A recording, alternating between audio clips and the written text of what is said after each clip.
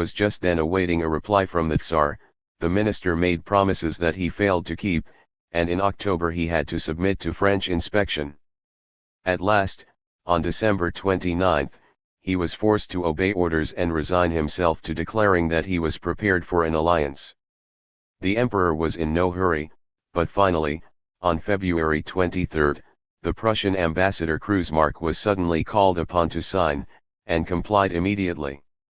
It was just as well he did, for all preparations had been made to occupy his country, and on March 2 Gudin crossed the frontier while the king was still unaware that a treaty had been signed. On the 5th he ratified it. Prussia thereby agreed to let the Grande Armée take up quarters in Prussia, promised to supply it with provisions of every sort, to be set against the war indemnity, which was still far from being paid off, and to send to Russia a contingent of 20,000 men. In the end, Victor, commander of the 9th Corps, assumed complete control of Berlin and compelled the Prussian forces to evacuate it. This was a terrible blow for Stein's friends, and it seemed likely that the prestige of the dynasty would not survive it. Scharnhorst was sent on leave, Gneisenau went on a mission to London, Boyen, Clausewitz and many others emigrated to Russia, and in May Stein accepted an invitation from Alexander and left Prague. Meanwhile, Austria was also siding with France, and without much hesitation, though Metternich was prodigal of advice to the Tsar to avoid a war which he feared would lead to disaster, whichever way it went, for it would put him at the mercy of the victor. On December 17 Schwarzenberg was summoned to decide, and the two parties promptly came to an agreement. Napoleon would exchange the Illyrian provinces for Galicia, and would guarantee the integrity of Turkey. Austria on her side promised to contribute an army of 30,000 men. The treaty was signed on March 14, 1812. Nevertheless, the war party was taking shape again in Vienna, and Jens, Metternich's friend and secretary, distrusted by England since he had come down on the side of peace in September 1809, was trying his best to reopen negotiations with the British Treasury by drawing up memoranda against the Continental blockade, one of them intended for the Tsar in person. But the Chancellor did not intend to have his hand forced. He even took advantage of the circumstances to complete the rout of the Prussian National Party, whom he looked upon as the harbinger of revolution. Although Hardenberg was being lenient towards his enemies, he gave him support when he saw him in Dresden at the end of May.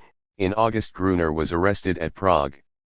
Alexander, then, could not congratulate himself upon his efforts with the Germans. But as he had himself at times bowed to necessity not long before, he did not bear them any grudge. He knew, moreover, that they would desert Napoleon at the first opportunity. Besides, Metternich, who was the most suspect in Alexander's eyes, was certain that the principalities would not remain Russian, and lost no time in recovering his self-assurance, for in the army of the Danube, Shishagov was talking of an alliance with the Turks and the possibility of taking Austria in the rear by engineering a rising of the Slavs and Hungarians. The Count St. Julian came to warn the Tsar that they would only fight him as a matter of form and that their contingent would not be reinforced, and a secret agreement was signed on June 2. Behind the screen of a dynastic alliance, Metternich was playing a double game that would at any rate guarantee the safety of Austria, while waiting for better days. With the Swedes and the Ottomans, Alexander was more successful through Napoleon's own fault. The emperor seems to have believed that both of them could not fail to come to him of their own accord. Perhaps he was also unwilling to treat with them until the last possible moment, as he had with Prussia and Austria, in order not to drive the Russians into taking the offensive, but his opponents outpaced him. In 1811 his relations with Bernadotte had become strained, and the ambassador, Alquier, had something to do with this. Knowing that the blockade was being openly violated in spite of his protests, he decided to break off diplomatic relations, and there was a violent scene between him and the regent on August 25. The emperor recalled him, but made no effort to win over Bernadotte, who from now onwards swung decidedly towards Russia. In January 1812 Davout was ordered to occupy Swedish Pomerania in order to seal it off from English trade, and this was the finishing touch. On February 18 Count Loewenhielm came to St. Petersburg to propose an alliance. Bernadotte offered to disembark troops in Germany in the rear of Napoleon, on condition that Russian troops should first help him to conquer Norway. Alexander accepted, but stipulated that he must first make an agreement with Frederick VI, King of Denmark, who might be indemnified, say by the Duchy of Oldenburg. He sent such Tullen to Stockholm, and the details were discussed in both capitals, each of the plenipotentiaries making it a point of honor to steal a march on his opposite number. They signed at almost the same time, on 5 and April 9 respectively. With the Sultan, Alexander had been negotiating since 1811. After Bagration's successes in 1809 the war had dragged on. The Turks evacuated Serbia, which had for a moment shown French leanings, but returned to the Russian alliance after Karageorge's coup d'état eliminating the influence of Austria, as well as that of his rival Miloš Obrenović. In 1810 Kamensky conducted a successful campaign to bring about the surrender of the Danubian strongholds, and advanced in the direction of Chumla. In the Caucasus, Imeritia and Mingrelaya both fell, and Sukhumkale and Akalkalaki were conquered.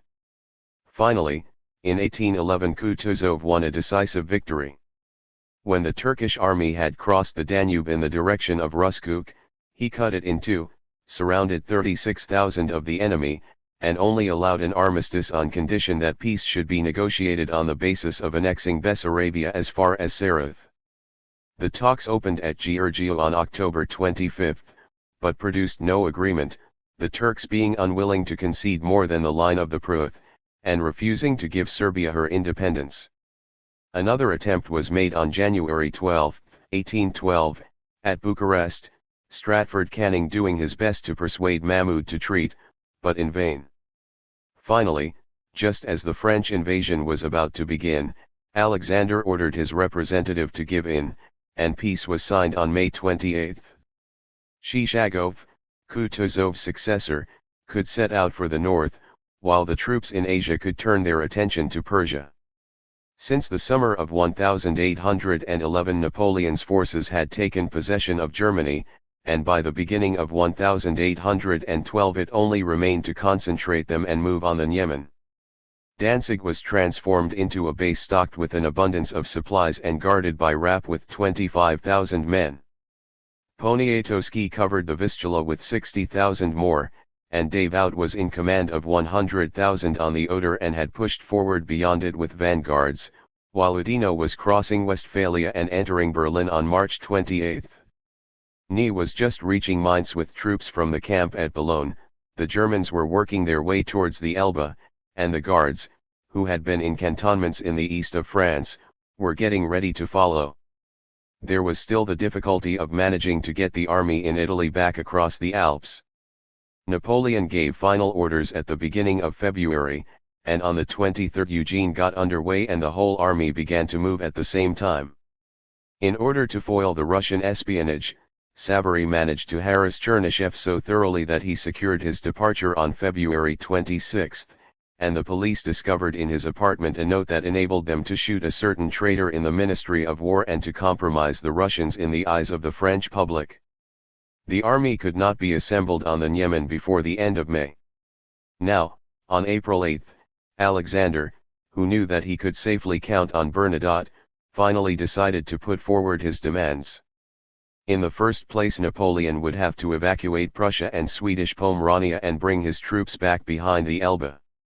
Then a commercial treaty would be negotiated, along with the indemnity promised to the Duke of Oldenburg, but in any case neutral trade was to remain free.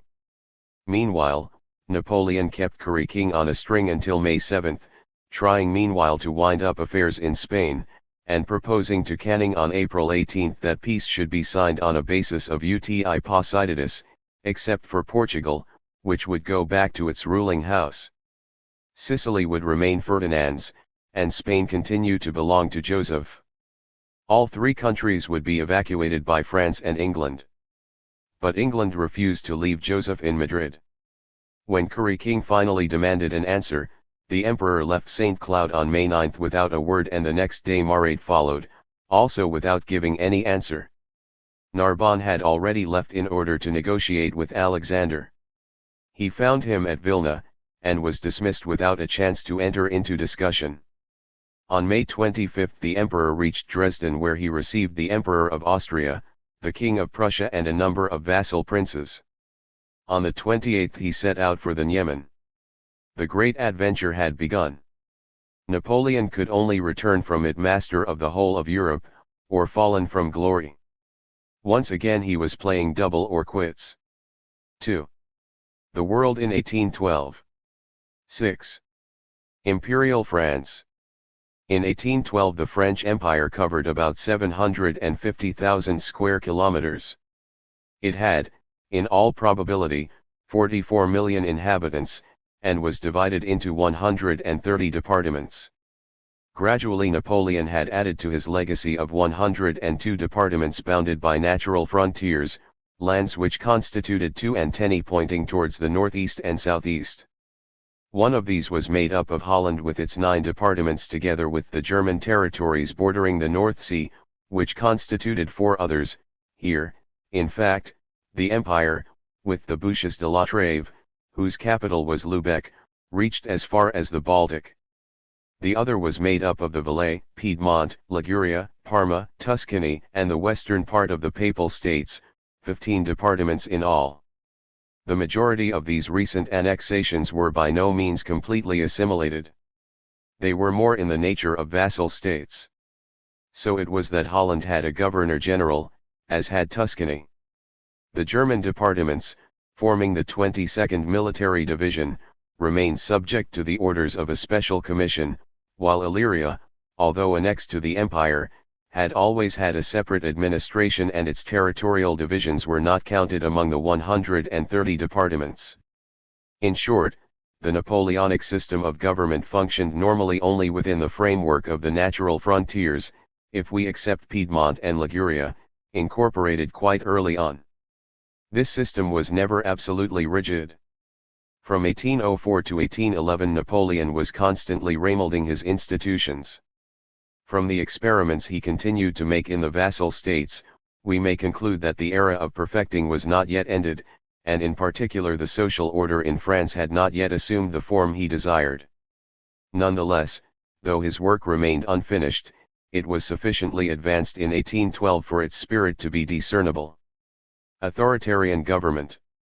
Success had, little by little, transformed the person and way of life of the emperor. After Tilsit, it is hardly possible to recognize the man of Brumaire, angular, somber, the absolutely Roman cast of the countenance. The complexion had become softer, serenity had made the features less rigid. His activity was no less intense, but was more subject to order. At 8 o'clock at the latest he started to work at his desk, and only broke off for lunch, which he normally took alone, and, once or twice a week, he would go for a walk or go hunting. At 6, he dined with his family and, after a few minutes' conversation, returned to his work and went to bed between 9 and 10. Sunday was a day of ceremony. After Mass and the parade, he reviewed his court, which waited in silence in the salons, drawn up in precise order of rank and elaborately attired in accordance with the strictest etiquette. In the evening there was a great family dinner, after which the sovereigns provided a concert or play and held a reception. Round about 1810, slight signs of aging began to show. His face grew fat, his complexion dulled, his body slumped and thickened.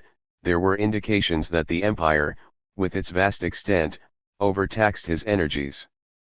"Did I not give such and such an order?" he would write. This, however, was not so important.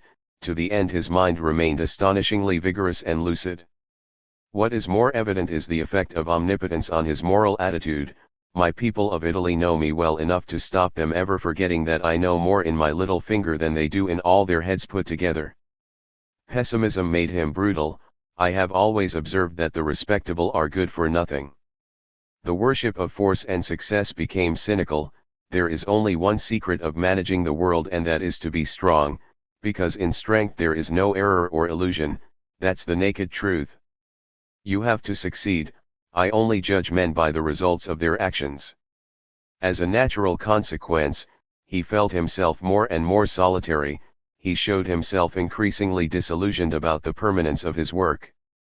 Both within and without, he said to Chaptal, I only reign by the fear I inspire, and, later, to Napoleon, they joined up with me to enjoy security, they would abandon me tomorrow if disorder returned.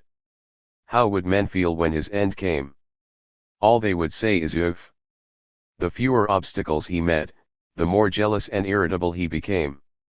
Like Frederick II, he continually emphasized the personal character of his government. Judging by the constitutions he gave to the realms of Naples and Westphalia, his intention was to eliminate finally the elective principle. However, neither the electorate nor the assembly did anything to hinder him. The district assemblies, embodying universal suffrage, were not consulted until 1813 and then only in certain departments.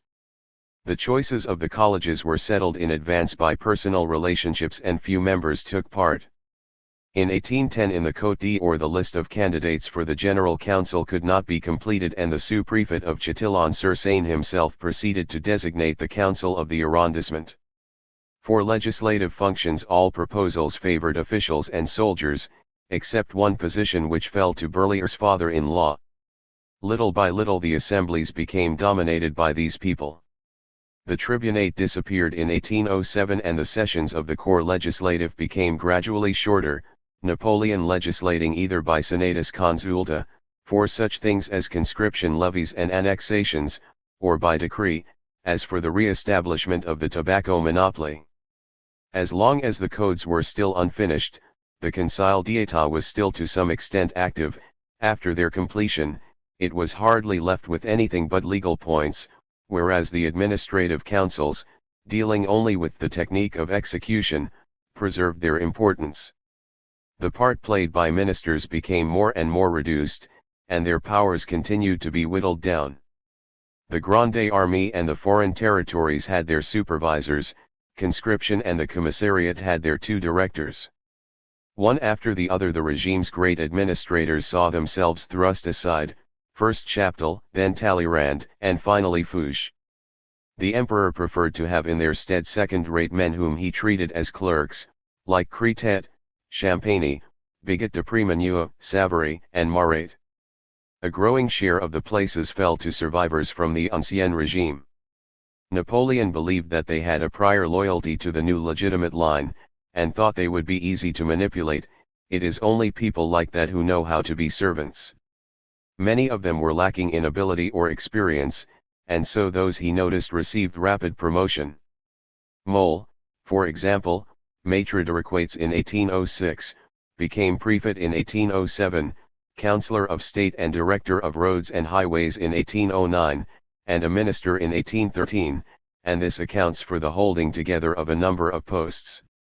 In 1806, in order to set up a reserve of officials distinguished by birth and fortune, and so very poorly paid, but shaped by himself, Napoleon reintroduced the maîtres de requêtes in the Conseil d'État, appointing in all 72, and multiplied the assistants in the councils and in the administration, in the provinces no less than in Paris. In 1811 there were 360 of them in the ordinary service. As far as the Conseil d'État was concerned, he cannot be said to have made any radical changes in the nature of its composition. Indeed in 1813 he even appointed the former convention members and Giacomi, though not a regicide, and Coffinhal Dunoyer, the brother of Coffinhal. 1 He only got rid of a dozen councillors, and carried out 2 dismissals, incidentally, for reasons that had nothing to do with the work of the council. Nonetheless, one can clearly see the direction in which things were moving, and there is no doubt what the outcome would have been if the empire had lasted. Moreover, the men of Brumaire were beginning to feel at home, they were awarded the Legion of Honor, and took their place among the new nobility, some of them even set up entails. The recruitment of préfets underwent a much more perceptible change. The Côte d'Or, previously in the hands of a former member of the Constituent Assembly, then in those of a tribune, subsequently passed to Mole, and finally in 1812 to the Duc de Cossé-Brissac. Survivors of the revolution were few and far between, such men as Jean Bon, who continued to be loyal to the past. In Marseille, Thibaudot, influenced by his wife and out of prudence and vanity, became a promoter of the movement for reaction. Such préfets were following their master's example. To begin with, the Conseils d'État contested particular items of expenditure, audited the accounts and passed resolutions, but they lost heart when they found that the credits they had refused were officially reinstated, supporting documents were withheld and their wishes scornfully disregarded. Purges were made from time to time and when vacancies occurred. In 1809, in the Bouches du Rhône, 6 out of 7 nobles and officials were got rid of in one sweep. In the Pas-de-Calais, the Artois nobility began to get an entry. The same procedure took place for the councillors in the prefectures and sous-prefectures. The evidence from the Côtes du Nord suggests that the revolutionaries put up a better resistance in the west, where the Chouans offered stubborn opposition. As for the municipalities, there continued to be the problem of finding capable men to fill the places. It often proved impossible to complete the councils or ensure their meeting, but a mayor at least was necessary, and for this the préfets fell back upon the big proprietors, even if they were hostile to the regime. The difficulty was still greater for the minor offices, such as secretaries and rural police, and the same was true in all administrative departments. The people could not yet provide the material for a lower middle class from which to draw officials well enough educated to have a sense of professional integrity. Some préfets attempted to govern directly through itinerant secretaries or inspectors, for example in the Bas-Rhin, Pas-de-Calais, and Meurthe, but they were obliged to extract their salaries from the already heavily indebted communes. There can thus be no illusions about the imperfections of local administration, which only time could improve. But such as it was, it gave Napoleon what he wanted: money, men, and the preservation of order. It is not easy to say how far centralization was in practice carried out. From year 11 onwards, the préfets were regretting that they were not allowed more initiative, and pointing out that the necessity of corresponding with each of the ministers meant that they often received contradictory orders, and those they governed complained that constant reference to Paris delayed decisive action. Some of them, all the same, made free use of their authority, including summary arrests. For example, in the Doubs in 1805, Debray put through a forced loan. The emperor accused them of playing the despot, a rather amusing touch, and the ministers sometimes expressed dissatisfaction with them. In general, wrote Montalivet in 1812, the préfets say what they like to me, but I see more clearly than ever that we do not know anything about what is really going on. When Napoleon really wanted to know where he stood or wished to repair the machinery, as the Committee of Public Safety had tried to do, he would send down special commissioners, as he did in 1812. Moreover, in the departments the central power was in collision with the covert power of the important civil and military figures, whether they were natives of the district or no, especially the bishop, who contrived, without defying the central power, to intervene in the choice of persons and the details of administration.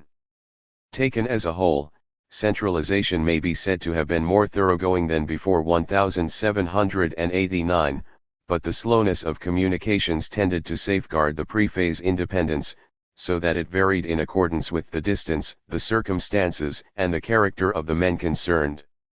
In proportion as the consulate préfets disappeared and the country grew more peaceful, centralization progressed.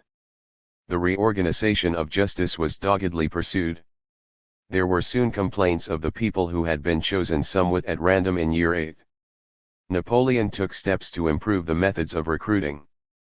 In year 12 he established the law schools, and in 1808 judges who would hear cases in a consultative capacity.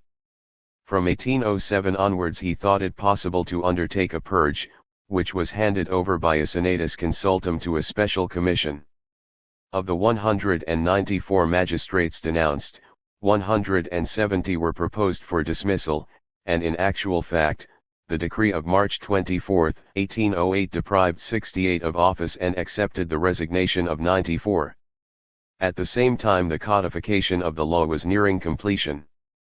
The Code for Civil Procedure was finished in 1806, the Commercial Code in 1807, the Criminal Code in 1808, the Penal Code in 1810. The Rural Code, which had also been drawn up, was not promulgated. The spirit of 1789 did not altogether disappear from it. The Conseil d'État preserved unimpaired the social work of the Revolution. It was at pains to separate the administrative from the judicial machinery, took care to assure the judges' independence and obstinately defended the jury system. But, in parallel with these provisions, the property and authority of the middle classes could reckon on its support provided they did not trespass on the authority of the state, which was regarded as in the general public interest. Whether revolutionaries or men of the Ancien Regime, all its members would unhesitatingly sacrifice their principles out of class interest or political opportunism. Necessity knows no law, said Portalis. There is no theory that must not give way to necessity, Berlier confirmed. These traits were already apparent in the Civil Code, and subsequent codes were to mark the reaction even more clearly. The first two codes are very close to Colbert's ordinances. The second in particular did not prove well adapted to the conditions of economic progress, for example as regards insurance and companies, at least, although continuing to subordinate the limited liability company to the extent of authorizing only those under a collective name or in limited partnership, it made the concession that the responsibility of the shareholders should be restricted to their holdings. Previously, the law had been doubtful on this point, some judgments obliging them to support the company with the whole of their possessions. But there was nothing as striking as the discussion relating to promissory notes. Well aware that the expansion of the economy depended on that of credit, and so on the trustworthiness of the banks, some were in favor of treating the single private individual, in any case of protest, like the businessman, and so making him liable to bodily constraint. But Moll spoke up loudly for the opposing view, pointing out that such conduct was a departure from common law, entailing the sacrifice of personal liberty in favor of business interests and bankers, who were a selfish minority, as had happened in England. France, he maintained, should no doubt foster trade, but above all remain essentially agricultural. The opposition party went on to point out that if the methods of trade and finance were to be adopted, citizens would be inclined to entrust their savings to these agencies and invest them in life interests, giving pride of place to personal estate, which is always unstable. It would mean the end of the great families and classes, and would undermine the monarchy, considerations that were well calculated to appeal to Napoleon, particularly at that period. But his broad intelligence won the day, and he came down in favor of a compromise. It was decided that the private person should be treated as a businessman if he had subscribed his share as a result of commercial transactions. The last two codes in particular marked an important date. They came into force in 1810, when the law of April 28 once more refashioned the judiciary organization, giving it the form that it still preserves, though it gave the mayor, except in the cantonal capital, powers of simple police which he has since then lost. This law regulated the manner and conditions for nominating judges, as well as their discipline, and the occasion served as an opportunity to carry out a fresh purge. The Paris Court of Appeal lost 8 councillors out of 31. These changes do not seem to have been inspired by political motives, but nonetheless, the composition of the staff moved in the same direction as in the other cases.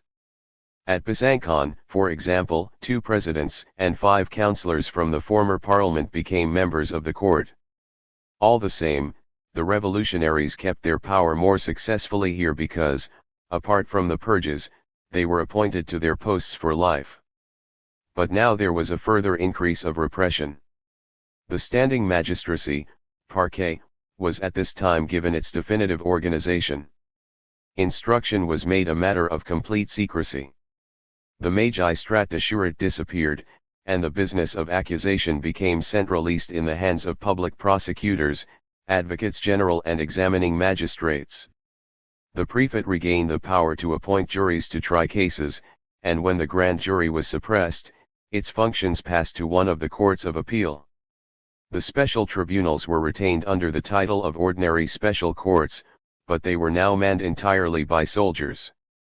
Provision was also made for extraordinary special courts where the jury had been suspended, or for combating certain crimes, and the same year saw the appearance of the special customs courts. Moreover, the Senate could by virtue of the Constitution quash a jury's verdict as detrimental to the safety of the state. For example, in 1813 it brought the mayor of Antwerp before a special court on the charge of indulging in contraband, a charge of which he had been acquitted in the assize court. As for the penal code, while not restoring torture, it re-established branding, the iron collar, the loss of a hand for parricide and the loss of all civil rights. In spite of the strengthening of penal justice, the empire did not rely solely upon this, any more than the consulate had done. It placed more reliance upon administrative repression, that is to say, on the police. Under the minister, first Fouché, then in 1810 Savary, there were councillors of state in charge of the arrondissements, then, from 1808 onwards, directors general in Turin, Florence, Rome, and Amsterdam. Centralization was not pushed to an extreme. The préfets, who were not solely dependent on Fouché, kept their own powers. Councillors and directors corresponded direct with the emperor, and so did Dubois, the prefect of police, who was replaced by Pasquier in 1811. The gendarmerie had its own chiefs, and was in competition with them. They claimed, as the prefect of the Lorraine-Ferrure observed in 1808, to be armed magistrates, with the duty of keeping an eye on all civilian officials. In the emperor's view, the ideal system would have been to keep an up-to-date file of all persons who had any influence whatsoever. Fouché had already compiled a comprehensive list of the chans. Napoleon wanted to draw up personal and moral statistics for the whole empire. His knowledge was extensive, but did not cover everything, and the préfets, who would have been in the best position to give him information about people's private lives, usually preserved their discretion. Secret informers and Lavalettes postal censorship remained the chief means of information. The police were all the more feared because they themselves sanctioned inquiry by means of arbitrary detention, for which mental asylums were used in addition to the prisons. The poet de Circus, who had taken the liberty of perpetrating a famous epigram in 1804, "Yes, Napoleon is great, a great chameleon," and for, a medical student of St. Louis, who had cried out on December 5, 1804, when the eagles were distributed, "Death or freedom," were both confined as lunatics. Nobody felt safe, and the provision merchant La Salle, whose deals had been interfered with by the emperor, was in addition imprisoned without trial. And even release did not end the matter. A large number of individuals were told where they must live and kept under supervision.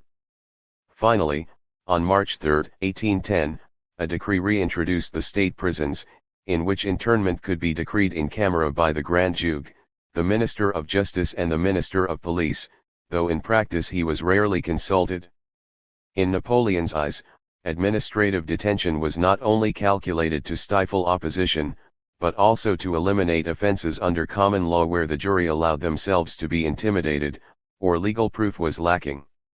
It was, however, convenient to use the expression prisoners of state so as to present the public with a terrifying image, while not being under any illusions about the abuses deriving from a police who were under no control.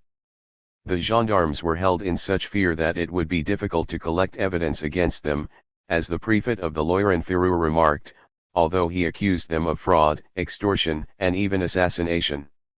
Even the préfets were swayed by the importunities of influential persons. In 1808, for example, the camp commandant de Spinoy de Saint-Luc was arrested in the Somme district, on the ordre verbal of the mayor, who owed him money.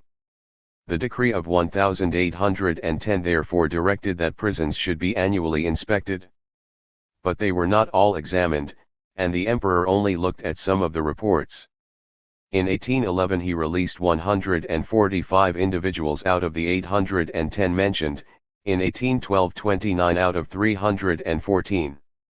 By 1814 it was estimated that there were 2,500 of these prisoners. As for the senatorial commission entrusted with the protection of individual freedom, it did not even ask for a list of those in detention, and only intervened when petitioned. In 1804 it managed to get 44 people set free out of the 116 petitioners, but Fouche's passive resistance soon discouraged its efforts.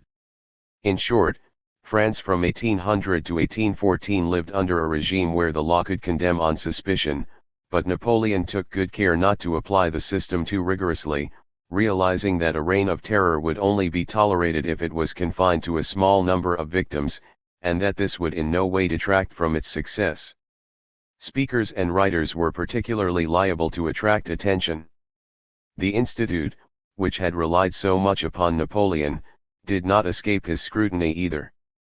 As early as 1803 the classes in moral and political science had disappeared. In 1805, when Lalande had suppressed Marachal's Dictionnaire d'Athées, the emperor denounced him as in his second childhood and forbade him to publish anything at all.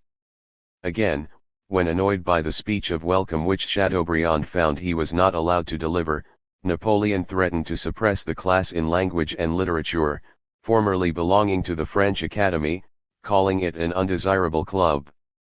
There were police informers in every salon, one of whom was the academician Esmenard.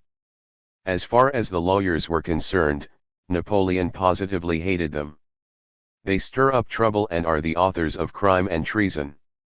I should like to cut out the tongues of barristers who use them against the government. In 1804 he had obliged them to apply to the courts for registration in the list of authorized barristers, and he did not give them back the right to a president and a disciplinary commission until December 14, 1810, and even then, they were only allowed to bring candidates before the public prosecutor, the court itself retaining the right to inflict penalties on them. His hatred of the printed word was almost as vehement, by the very fact that it appeals to public opinion instead of to authority. You must print very little, he wrote to Eugene, the less, the better.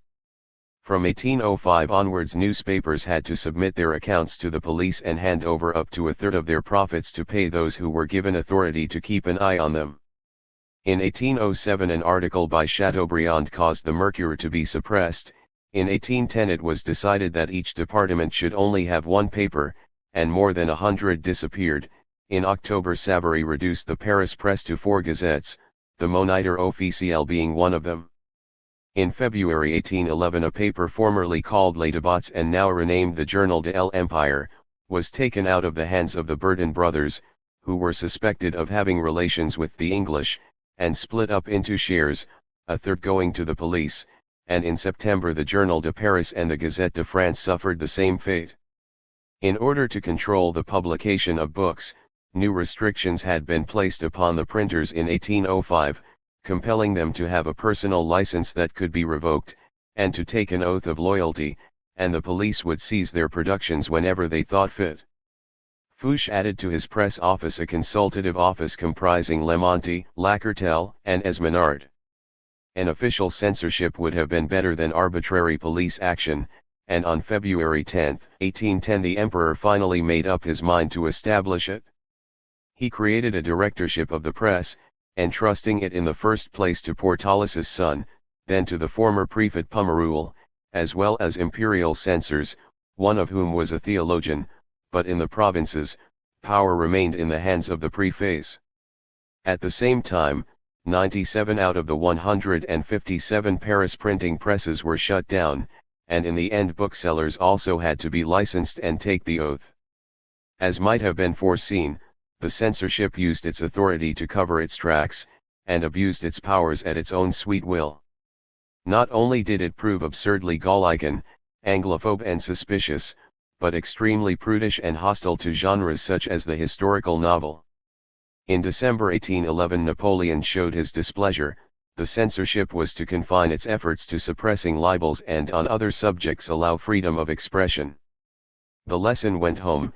In 1811 nearly 12% of manuscripts had been refused publication, in 1812 the proportion sank to less than 4%. Here too he showed more liberality than his agents, which indeed was not difficult, and up to a certain point he remained faithful to the best traditions of enlightened despotism. But the administration remained nonetheless hostile to reading rooms and lending libraries, and especially to pedlars. It realized the importance of almanacs and popular colored prints, and even school primers were not forgotten. The Senate also possessed a commission for the protection of freedom, but it achieved nothing. As for the theaters, where political parties easily clashed, they too were not spared. In 1805 Napoleon asked Fouché's opinion about Mozart's Don Giovanni from the point of view of public morale, and Briffaut, who had written a play entitled Don Sanche, had to transform it into Ninus Diacere on account of the Spanish War. To sum up, it may be said that the imperial administration perfected the work of the consulate, and accentuated its arbitrary features. Nothing remained of liberty but freedom of conscience, because intolerance at this point would have been harmful to the state by depriving it of good servants. Even so, it was not permissible to attack the recognized religions, to profess atheism or adhere to the schismatic Petite Église. Frenchmen were not much surprised by the Napoleonic despotism, just emerging as they were from the Ancien Régime and the turmoil of revolution. Moreover, they knew that other countries were very much in the same boat. The original feature of Napoleon's despotism was its simplicity, and the nice adjustment of its machinery, and this it owed to the revolution, which by its destruction of the chaotic institutions and privileges of the Ancien Régime had made it possible to build anew finances and the national economy. Money provides the very sinews of war, and the example of Louis XVI had proved that a crisis in the national finances can be fatal to authority. Frederick II, who served as a model for enlightened despots, had always been very careful about finance. He had given preference to indirect taxation as easier to collect, providing a more regular yield and more popular with the ruling classes. And Napoleon followed suit. From 1804 to 1812 he reduced taxation on land and personal estate, which had the advantage of making the consent of the corps legislatif a pure formality. Moreover, he carried out a rational reassessment of the former class of property, and finally in 1807 undertook a register of landed property, thus meeting one of the essential requests made in the Cahiers of 1789. He spent 55 million francs on it, but never succeeded in completing it in more than 5,000 to 6,000 communes. From the very start, Gaudin had suggested the re-establishment of the duties on consumption, but they were so unpopular that Napoleon did not dare take the risk before 1804. On 5 Ventos, year 12, February 25, 1804, there came into force the combined duties, which were put under the management of Francais de Nantes. The first tax to be instituted was one on drinks, at a low rate, but nevertheless requiring inventories. Under the authority of the state, the cellar rats of the former excise department once more came into action. The method of collection was modified and the rate raised in 1806 and 1808. In 1806 an additional tax was imposed on salt in compensation for the abolition of the transit duty on the roads. After an increase on the tax on tobacco, a monopoly was finally re-established in 1810. In that year, the yield of the combined duties seems to have been considerably greater than that of the direct taxes, not to mention the customs. There was active public discontent, and more than one disturbance. Property owners, for their part, noted that the relief in direct taxation was no more than apparent, for a share of state expenses had been transferred to local finance, for example, a proportion of the church expenses, the property register, canals and casual wards, and, in 1810, half the préfet's salaries. When the extra centimes were taken into account, the Côtes du Nord, which had paid out 2,489,000 francs in year 9, paid 3,423,000 in 1813. Moreover, in order to make existence possible for the municipalities, the local tolls had to be increased in number. Besides, there was much coming and going of troops, who had to be billeted, and more than one of the préfets, Mole, for example, reinstituted forced labor on the roads. Although Napoleon was very economical, the situation, taken all round, was that he increased the financial load on the French nation. Civil expenses did not figure largely in this increase. In the departments, the various services were so poorly provided with money that there was little progress in the roads, schools, and public assistance. In the Côtes du Nord, much paperwork was necessary in order to restrict the various plans, through shortage of funds. From 1807 onwards some 37 million were allotted to public works, but not many regions benefited. The increase came chiefly from the civil list, church dues, the national debt and above all the war, which still absorbed 50 to 60% of all receipts, if not more, in spite of the large contribution made by the enemy. If the treasury escaped the foregoing risks thanks to the reforms of 1806, it was nonetheless never in a comfortable position through lack of borrowing powers. This constituted the essential difference between English and French finance, even more than before 1789. The sinking fund was the only department to succeed in issuing some millions of bonds. Although it managed to find the interest, and although Napoleon bought some on behalf of the Legion of Honor, senatorships, and inalienable endowments that he dispensed, to such an extent that in 1809 only 33 out of the 58 million were in private hands, and that the market was becoming more and more restricted, the market rate remained low and the position weak. And so various expedients were tried. There was an increase in premiums, a little money was minted, and in 1807 and 1810 the war fund provided 84, and subsequently 45, million. But the favorite method continued to be to assign the payment of contractors to particular funds, and to make them wait for their proceeds to be realized, an old ancien regime device that led to speculative interest rates and misappropriation, or to postpone auditing on the pretext of checking the figures. From time to time part of the arrears would be liquidated by distributing sinking fund bonds or interest-bearing securities, a disguised form of forced loan. Thus, in 1813 there was £1,000,000 issue to cover the balances dating from 1801 to 1808. By the end of the reign, the permanent debt had risen to 63 million and the floating debt, arising particularly from ecclesiastical pensions, had reached 57 million. In spite of all this, contractors continued to hold great power because their advances were indispensable. In the circumstances, Napoleon's finances seem to have been as successful as could have been expected, but to all appearances, they were never in balance. What harmed them particularly in the eyes of the public was that no one knew, or ever will know, the true position, for the indefinite postponement of payments due is the negation of a genuine budget. Moreover, the Public Audit Department, which had been re-established in 1807, was not given the right to examine the legality of expenditure.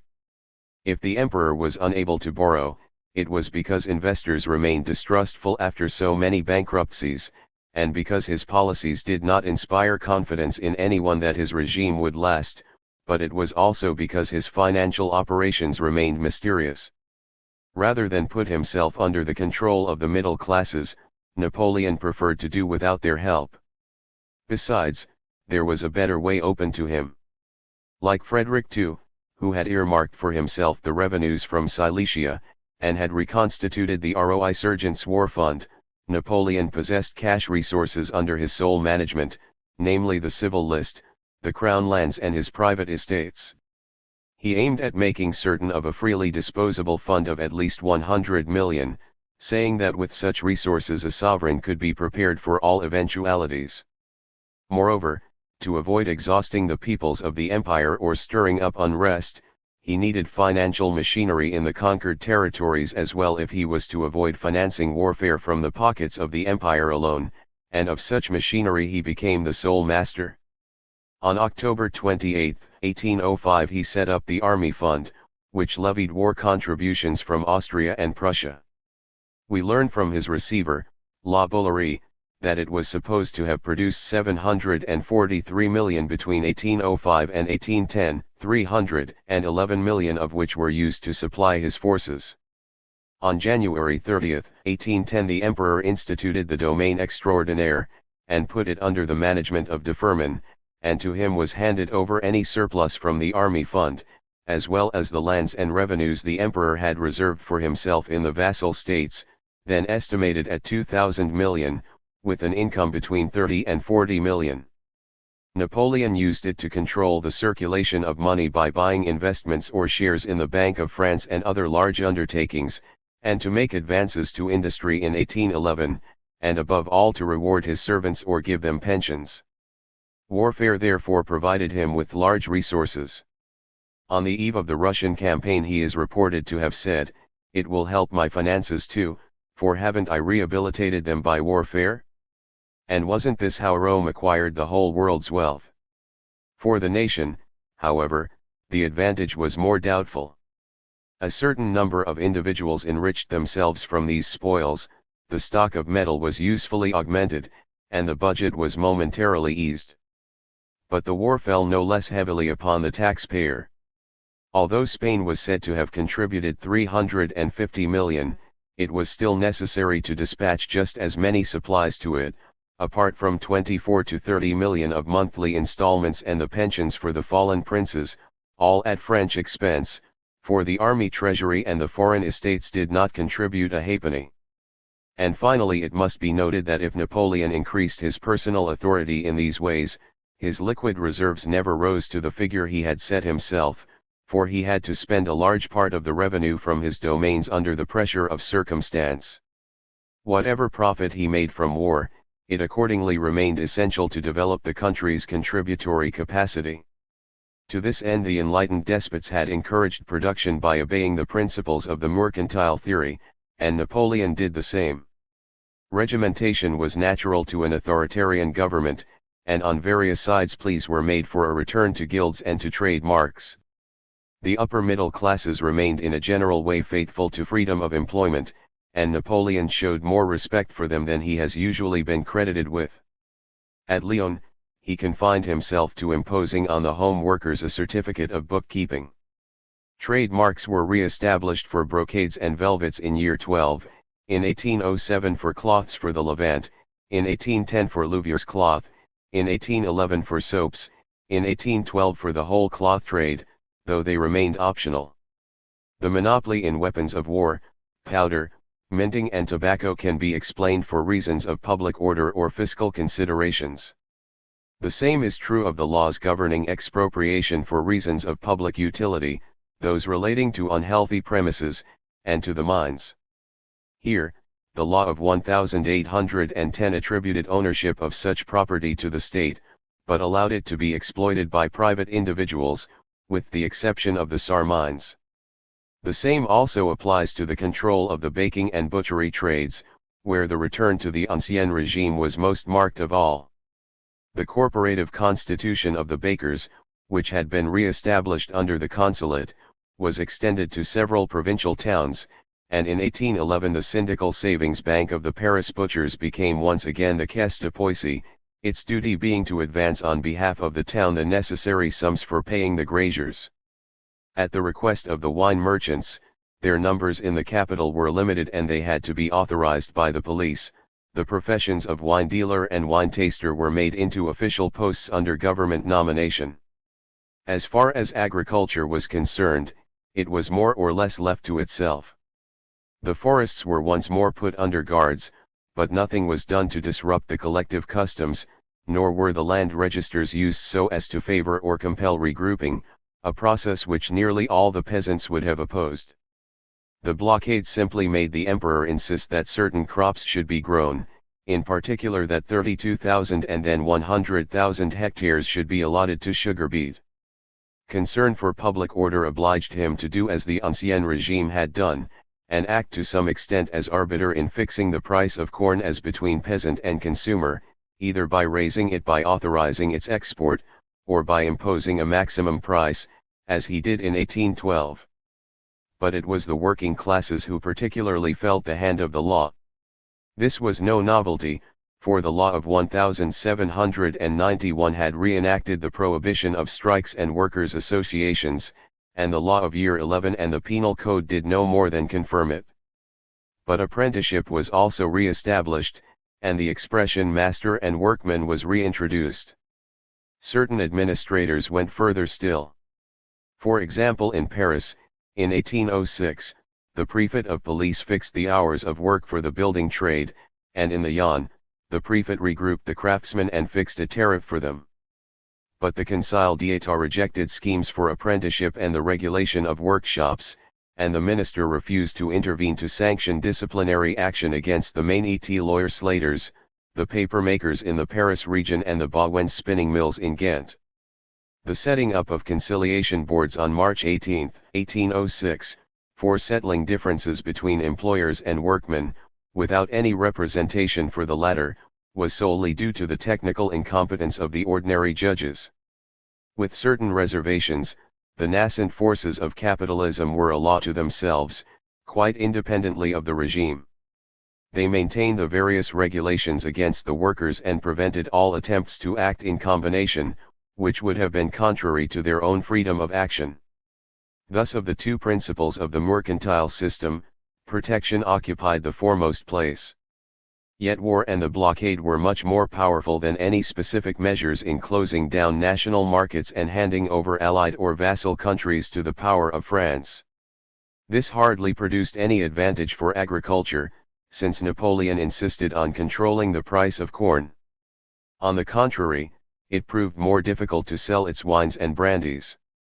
Industry was what Napoleon, like Colbert, chiefly encouraged, using exhibitions, special orders, honors for inventors and sometimes even concessions in the form of buildings or advances. But he gave no privileges, and, taking good care of the pence, was only willing to grant loans in times of crisis, and then rather in order to avoid unemployment than to benefit the industries concerned. In his opinion, the greatest service he could render them was to lower the money rate by increasing the Bank of France's discount. He was less interested in profits than in the amounts produced, but because machinery was giving England an advantage, he did much for technical progress, helping Douglas to set up a factory in Paris to produce machinery for the woolen industry, and invited open competition for several inventions, such as a light steam engine in 1807 and a flax spinning loom in 1810.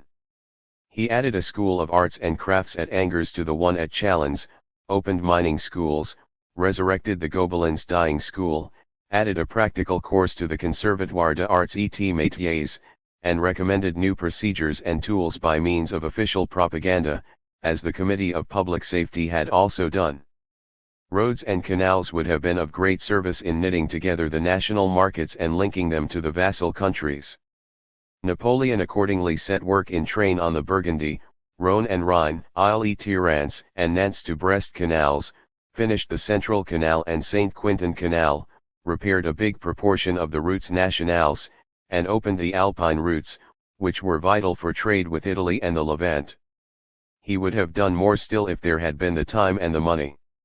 All the same, in the plans for these various works the economy was of less importance than military considerations and questions of prestige, the first predominating for the Alpine routes, those to the Rhine and the West, the extension of the Cherbourg dike and the Antwerp undertakings, and the second in the attractions and improvements carried out in Paris, where he lengthened the quays, constructed new bridges, cleared the surroundings of Notre Dame, the Place du Châtelet and the Carrousel. Opened up the Rue de Rivoli, Rue de la Paix, Rue de Castiglione, built the Bourse and the Vendôme column, undertook the construction of the Arc de Triomphe and planned a Temple de la Gloire.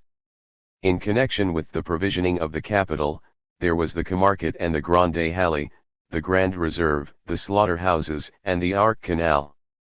Great builder that the emperor was, his motive was partly to give employment, for one of the essentials in the policy of all Caesars has always been to provide the people with work and cheap bread. In agriculture, progress followed the same lines as under the Directory, but was extremely slow.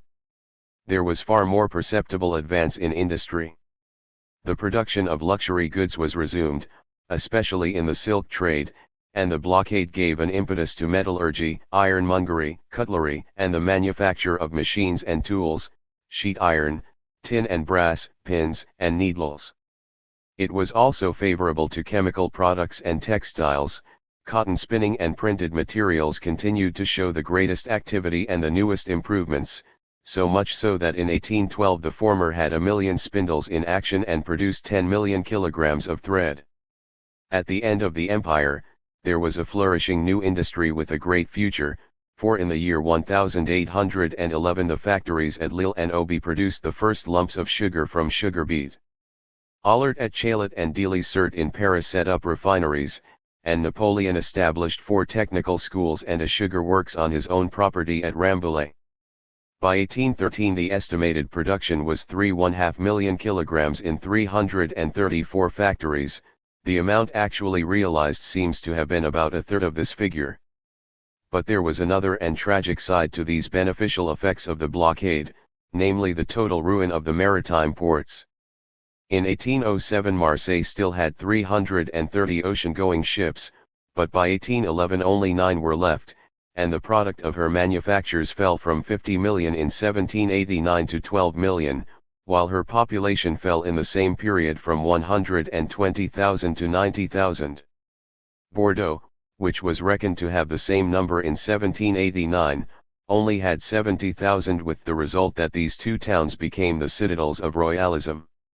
On the other hand, Strasbourg and Lyon, taking advantage of their rivals' misfortunes to acquire the monopoly of the German and Italian trade, were bitterly to regret the fall of Napoleon. It is not surprising that in spite of the annexations external trade remained below the figure reached in 1789, seeing that France had lost her colonies. It goes without saying that peace and a commercial treaty with England would have been of more benefit to the national production than the blockade. Napoleon's policy being what it was, it is nonetheless true that the empire succeeded in keeping alive, and even enjoyed a certain measure of prosperity.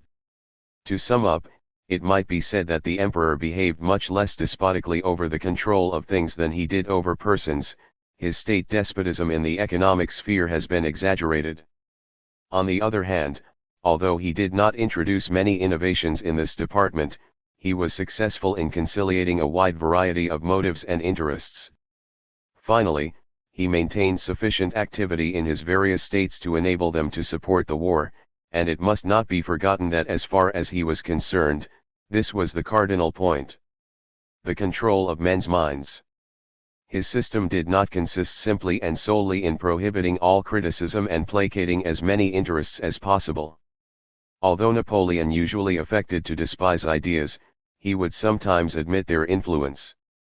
"There are only 2 powers in the world," he said, "the sword and the spirit, and in the long run, the sword is always conquered by the spirit." What was needed then was to rally the spirit to the dominance of the sword, so that there might be willing obedience, and as far as possible, joyful and devoted obedience. It was in order to make the churches teach this along with morality that the enlightened despots had gained control over the churches, and when the Concordat had been concluded, this was one of the advantages Bonaparte derived from it. He filled the ranks of the Catholic clergy with a view to holding their allegiance out of self-interest and getting them to produce loyal subjects. Fearful of priests who were not his own officials, he introduced his own supporters everywhere, especially in the state schools, and this he did as a precaution, and to avoid worse possibilities. There were always covert struggles going on around him between the friends and enemies of the Roman Church.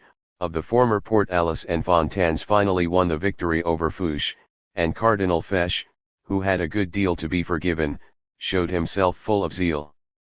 The emperor more than once rebuffed him, ascribing his fears to a delirious imagination and advising him to take cold baths, but it suited his ends to give way to him on many occasions. The first requisite was to make certain of the clergy stipends and the conduct of worship, for the pressure that had been put upon the municipalities to stimulate their generosity was only a moderate success. "The peasants," wrote one priest, "are well disposed to their religion and their priests, provided they do not cost them anything." Napoleon decided to take a part of the expense upon himself. From 1803 he granted stipends to the canons, then in 1804, as the plebiscite and the coronation drew near, 500 francs a year to 24,000 officials, raising the number in 1807 to 30,000. In 1804 he had handed over a monopoly in funerals to the church councils, and had guaranteed to support a large seminary in each diocese, allotting 600,000 francs in 1807 for the provision of scholarships. The rest of the expenses fell on the local finances, such as the salaries of those officiants who were not paid by the state, December 26, 1804, the Parochial Clergy's Board and Lodging and the Expenses of Worship, February 2, 1805. In order to manage the church services subsidy, an external council was set up in 1807. In 1809 the administration of parish funds was all handed over to the parochial church councils, who were now appointed for the first time by the prefect, then added to by co-optation, and who had to elect a body of church wardens. The prefets continued to require them to vote supplementary stipends and to support the curates. Finally, the law of February 14, 1810 definitely settled the charges falling on the commune. The curates' salaries, and the upkeep and repair of buildings, also became a compulsory charge in cases where the church councils had insufficient resources, but the supplementary payments remained optional. This organization of church finances continued in being for nearly a century. In 1811 it cost the communes of the Bouches-du-Rhône 100,000 francs, and the state spent 16 million, over and above the 31 million for pensions. The church was very much aware of the respect shown to it, which gave it good standing in the eyes of the people, and of the favors which helped recruitment to the ministry and the extension of its influence. The members of seminaries were exempted from military service, church dignitaries were favorably placed in the decree of year 12 fixing the order of prestants, processions were revived almost everywhere, home missions were subsidized, and Cardinal Fesch set up a society to organize them. Some prefets closed the taverns on Sundays during the hours of divine service, and Port Alice gave them his approval, and even an assurance that the Conseil d'État would be responsible for punishing those who remained standing, or kept their hats on, while processions were passing by. As early as 1803 the lycées and colleges had acquired almoners, and religious observance had become compulsory. Port Alice expected the bishops to keep him informed about their staff. When the Bishop of Versailles, in 1805, claimed the right to appoint the schoolmasters, he signified his agreement, and in 1807 they were authorized by decree to take charge of religious instruction in the schools. In 1809 a circular from Fontaines advised them to get the curates to supervise the masters, promising to replace with their own nominees any on whom there should be an unfavorable report. Besides this, the bishops organized confessional teaching, being authorized to found smaller seminaries as preparatory for the main ones, and these became the equivalent of colleges. The clergy were also admitted to the Commission for Hospices and the Office for Charitable Aid, and the sisters reoccupied the hospitals. And lastly, the unity of the Church was defended in face of the little Church, and its discipline supported in at least one point, the marriage of priests being forbidden by administrative action. It was due to Napoleon that the secularizing of the state did not run into further difficulties, for he refused to give way to Port Alice over the observance of Sunday, the respect to be shown for processions and the nomination of schoolmasters. He blamed Fontaines for having handed over control of the latter to the bishops. It was owing to him moreover that the progress of the regular orders was kept within bounds. In principle, he disapproved of masculine orders. There are to be no monks, he said, for monastic discipline destroys all virtue, energy, and initiative. But under the consulate, he had allowed the re-establishment of some orders, notably the Paris de la Foi or Pacanerists, whom the police quite rightly held to be the heirs of the Society of Jesus. In the end, Fouché won the day, and the decree of 3 Messeter, year 12, June 22, 1804, made the existence of the regular orders subject to authorization. The Lazarists, the Fathers of the Holy Spirit and those of foreign missions, although in principle amalgamated, continued nevertheless to exist because of the services they were able to render to French influence in the outside world. The Frères de la Doctrine Chrétienne and those of Saint Sulpice were treated with equal favor, and toleration was extended to certain Trappist houses because they looked after the Alpine hospices.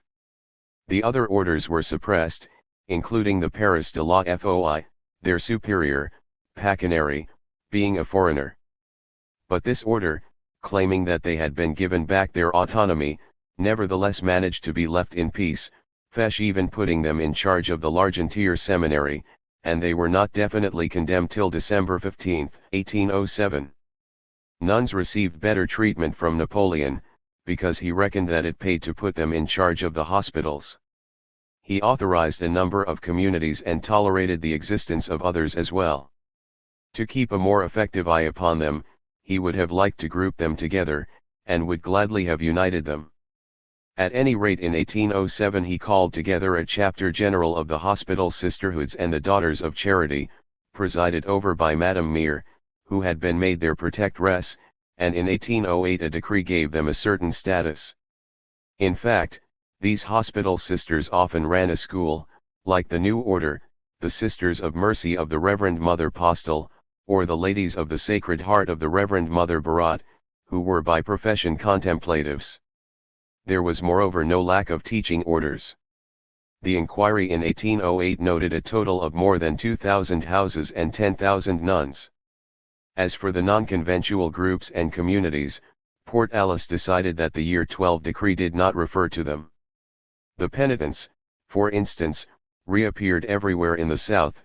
The Congregation de la Vierge grew in numbers in Paris, and added branches in the provinces, and the same thing happened at Bordeaux and Lyon, where Empire became an enthusiastic proselyte. Taken as a whole, the bishops showed their gratitude.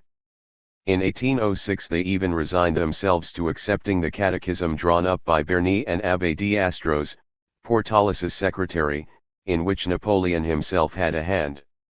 It contained a long chapter detailing amongst a Christian's duties obedience to the emperor, payment of taxes and the acceptance of conscription. Some of them, Bernis, for example, were zealous to the point of becoming auxiliaries of the police when Fouché wrote to them, "There are a number of links between your functions and my own." Others, however, such as the brother of Cambycheres at Rouen and Caffarelli at Saint Brook, made themselves intolerable by their demands. But most of them reaped an advantage from their prudent compliance and increased their influence. Knowing that in the end they would be sacrificed, the préfets gave up the struggle. In Marseille, Thibaudot consulted Champion de Cis before choosing his officials. The power of the bishops, protected by the official Gallicanism against the papacy, also put them into a position of strength over against the lower clergy, since the latter had been unreservedly subordinated to them by the Concordat, with the sole exception of the parish priests as such. All the same, the position was far from being one of moral unity, and the conforming bishops remained in bad odor. At Besançon, Archbishop Lecaus was constantly at odds with his priests and seminarists, who were egged on by rebellious spirits from revolutionary days. Nor did the parish priests resign themselves at the outset to lay control, and there were numerous incidents, but in the end the majority of the clergy remained attached to royalty, as the sequel clearly showed. As for their influence on the people, this must not be measured by the material progress of the Church. In many regions, there remained a large measure of indifference, and in the towns, there was always a public ready to applaud a performance of Oedipus or Tartuffe. Moreover, there is reason to believe that Napoleon was not anxious for a complete rechristianizing of France. He was content with an arrangement which gave him control of those whose first loyalty was to their priests, and this was all he needed. But the conflict with the papacy prevented this policy from being entirely successful.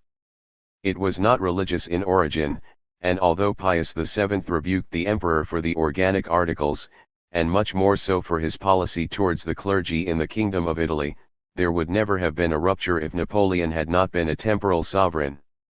But this rupture led Napoleon to revive the claims of the Roman emperor to rule over the clergy, and to treat the Bishop of Rome as his vassal.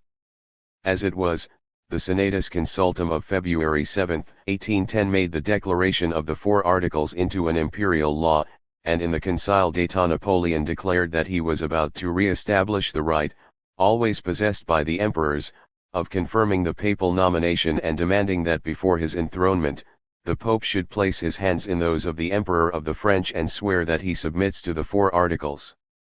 Popes can no longer make the monstrous claims which in former times were so calamitous to the nations, and so shameful to the Church, yet fundamentally, they have renounced none of their pretensions, and even today they look upon themselves as masters of the world.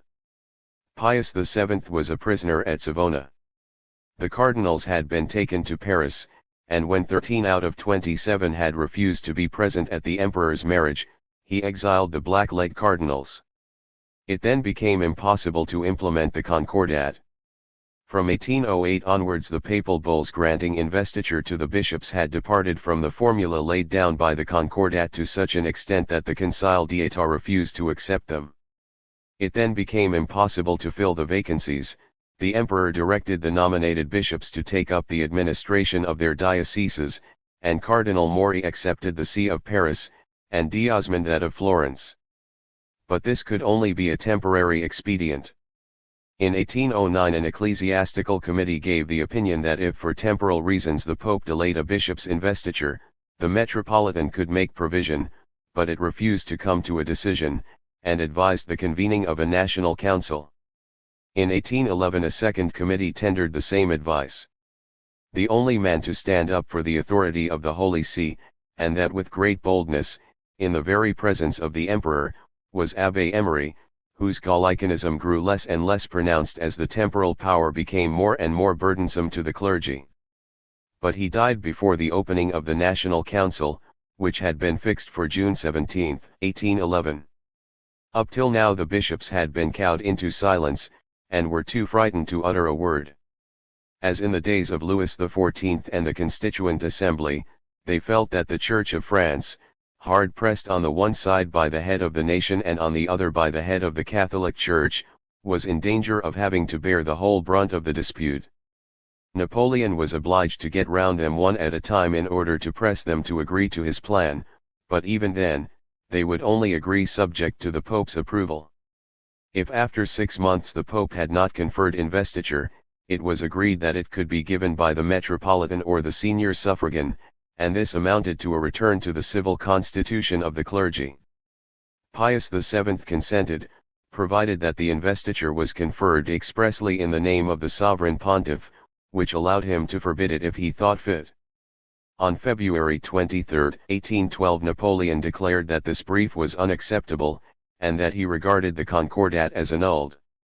This rupture with the Pope changed the clergy's feelings with regard to the regime. A section of the priests gradually went back into open opposition. The bishops were forced to resign, or sent into exile, priests had their stipends or pensions suspended, refractory seminarists lost their scholarships and had to join the army, the men's orders were disbanded. The Paris de la Foi came under the decree in 1807, the Lazarists, the Fathers of the Holy Spirit and of foreign missions were suppressed and their superior, Hainan by name, arrested, and in 1810 it was the turn of Saint Sulpice. The Congregation de la Vierge were struck down as early as 1809, but their members spread the bull of excommunication throughout France and kept up a secret correspondence with Pius VII. Next came a number of brotherhoods, and finally the reform of the university in 1811 involved the closure of most of the episcopal schools or minor seminaries. The Concordat had robbed the royalist cause and the counter-revolution of the clergy's support. The breach with the Pope meant that this support was regained. It also revived hostility to France in the countries that had been annexed. Nevertheless, the years gained by Napoleon bore their fruit. Most churchmen hesitated to press their opposition once again to an extreme and thus lose the benefit of the advantages already won. As long as worship was not suspended or parish priests removed from office, the people were not inclined to protest overmuch. The conflict revived royalist hopes and helped their intrigues, but it was not in itself enough to shake the regime. The Protestants did not cause him any difficulty, but it was a very different matter with the Jews. If it had been a purely religious question, there would have been no difficulties, for the rabbis themselves asked for comprehensive articles of agreement. The difficulty was to know whether they thought the law of Moses compatible with the civil law and the duties of a French citizen. The Sephardim in the south and in Italy were thought to have long been well adapted to the customs of the country, while the Ashkenazim of the east were reckoned to be attached to ritualism, and in 1805 Bonald threw doubts upon the possibility of assimilating the Jews. And finally, certain Jews in Alsace and Lorraine had aroused fierce hatred by lending at high rates of interest, which often led to peasant expropriation. The emperor had a prejudice against usury, and on May 30, 1806, in spite of the Conseil d'État, he granted their debtors a moratorium. There was thus a threefold problem. An assembly of Jews, the 70 members being appointed by the préfets, met in Paris on July 20, 1806, and came to an agreement with the imperial commissioners. It was then decided to resurrect in theatrical fashion the Great Sanhedrin, consisting of 26 laymen and 45 rabbis, which addressed a proclamation to all European Jews, and on February 9, 1807 admitted the abolition of polygamy, allowed civil marriage and military service without the right to send a substitute, and such economic measures as might seem necessary. The emperor's decision was not made known till March 18, 1808. Worship was organized in synagogues, with not more than one consistorial synagogue in each department and a central consistory in Paris, supported by compulsory subscriptions from the faithful. By another decree, valid for 10 years only, which excluded the Gironde and in fact only applied to Alsace and Lorraine, the debts of minors, women, and soldiers were cancelled. The Jewish creditor had to prove that he had provided the whole of the capital, unless the debtor was a businessman, and the courts were authorized to reduce or cancel interest in arrears and to grant a moratorium for payment. A special license was imposed on the Jews, and their pawnbroking was regulated. They were forbidden to settle in Alsace, and made subject elsewhere to the purchase of a property in the country. Finally, in 1810 they were compelled to choose a family name. One can well understand Napoleon's anxiety to put an end to extortionate interest, which might give rise to disturbances and force peasants to emigrate, but it is doubtful whether his measures were conducive to assimilation, and the free choice of a patronymic actually worked against it. In spite of everything, his contemporaries did not think his policy unfavorable to the Jews. It had repercussions in Europe, by comparison with which it earned him the favor of Jewish communities and the abuse of their enemies. The emperor also involved himself in Freemasonry, which had been revived under the Directory and more particularly the Consulate. In 1805 Joseph became Grand Master of the Grand Lodge of France, and when the Scottish branch, organized in 1804, finally seceded, Kellerman and Cambycheres undertook its management. The emperor's protection worked in favor of unity and the hierarchical principle in Freemasonry, and led to the multiplication of lodges. The Grand Lodge, under the effective management of Roetiers de Montelot, had control over 300 lodges in 1804 and 1,000 in 1814. There were many Freemasons among high-ranking civilians and soldiers, and the order proved thoroughly loyal.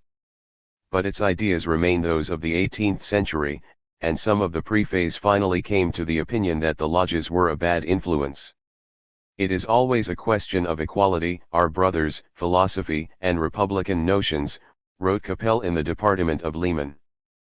But Napoleon never took offense at these views. The shaping of youth proved a more anxious task. Although wishing to give religion a place, he had no intention of simply handing it over to the churches. His aim was to produce good subjects rather than good Christians, men of the age and not theologians.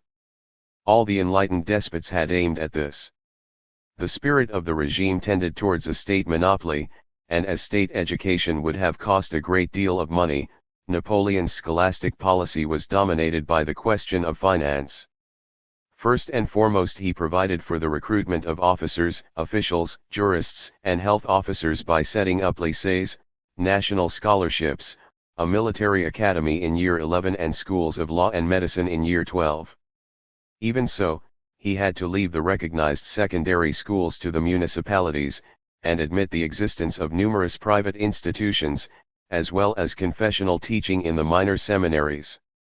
Yet the lycées were slow in opening, owing to the lack of funds. By 1808 only 37 of the 45 planned had come into being. Nor did they flourish as Napoleon had hoped, for he had reckoned that with their fee-paying pupils they ought to cost him nothing at all. The order of year 11 had introduced military discipline, which the middle classes did not like, and the clergy saw the lycées as sinks of iniquity, since their staff included ex-priests and independents. Lastly, there was the objection that the independent schools gave their education on the cheap. There were thus two possible courses: to close the lycées and so cut down costs, or to suppress the private establishments. This latter solution would doubtless have been preferred by Fourcroy as head of the educational department, and by the party of the philosophes, but Portalis was against it, upholding the parents' right to freedom of choice, an argument that benefited the Church. The emperor ended by adopting a compromise solution, for he had neither the money nor the staff to set up a state monopoly. The law of May 10, 1806 announced that a corporation would be formed called the Universite, with the sole right of teaching. Nevertheless, private institutions could continue to exist under its supervision, subject to the payment of a tax which would relieve the budget and limit the competition. The organization, though adopted on July 4, was postponed because of the war, and did not come into force until September 17, 1808. Meanwhile, thanks to Fesch and Fontanes, the Church consolidated its position, and the decree, and more especially the way it was applied, were regarded as a defeat for the party of the philosophes. Fourcroy, who expected to be made head of the Universite, was superseded by Fontanes. Fontanes was now given the title of Grand Master, and though not ranking as a minister, he was in direct correspondence with the emperor, and was given the help of a chancellor, a treasurer, a council of 30 members and a body of inspectors general. The empire was divided up into academies under the control of rectors assisted by inspectors and academic councils. Education was split up into 3 grades: primary, secondary, and higher. For the first time the state took control of the primary school. The municipal council, which had up till then appointed the schoolmaster, now had to rest content with proposing its own candidate, and the Grand Master awarded teaching certificates. The lycées remained as before, but the secondary schools were now called colleges. It was at last decided to organize science and arts faculties, the masters, however, remaining attached to the lycées, and theological faculties were also added. The Collège de France and the great revolutionary institutions continued as they were and did not become part of the Universite. The staff were all appointed by the emperor or the Grand Master. The teaching staff in the lycées and faculties came under regulations which laid down their grades, titles, dress, and salary, with deductions for retirement pensions, and disciplinary measures. The masters in the lycées were the only ones allowed to marry. The private schools could only open with the authorization of the Universite, which could always be withdrawn, and had to be staffed by persons holding its degrees, as well as coming under its inspectors and disciplinary control. Thus there was no absolute monopoly for public education. Private and competing establishments continued and even increased in number. Moreover, the sovereignty of the Universite was only nominal, for its degrees were not to become compulsory until 1815, and freelance masters with 10 years' service could be exempted, nor were there enough inspectors to exercise effective control. And finally the seminaries were simply exempted from these measures of authority. On the other hand, the Catholic Church was given a share of influence in the state schools. Its doctrine was made one of the express bases of the teaching given, and Fontanes's loyalty to the Church was such that he wrote to his friend Gaillard, "I advise you to send your son to Juilly, the famous Oratorian college."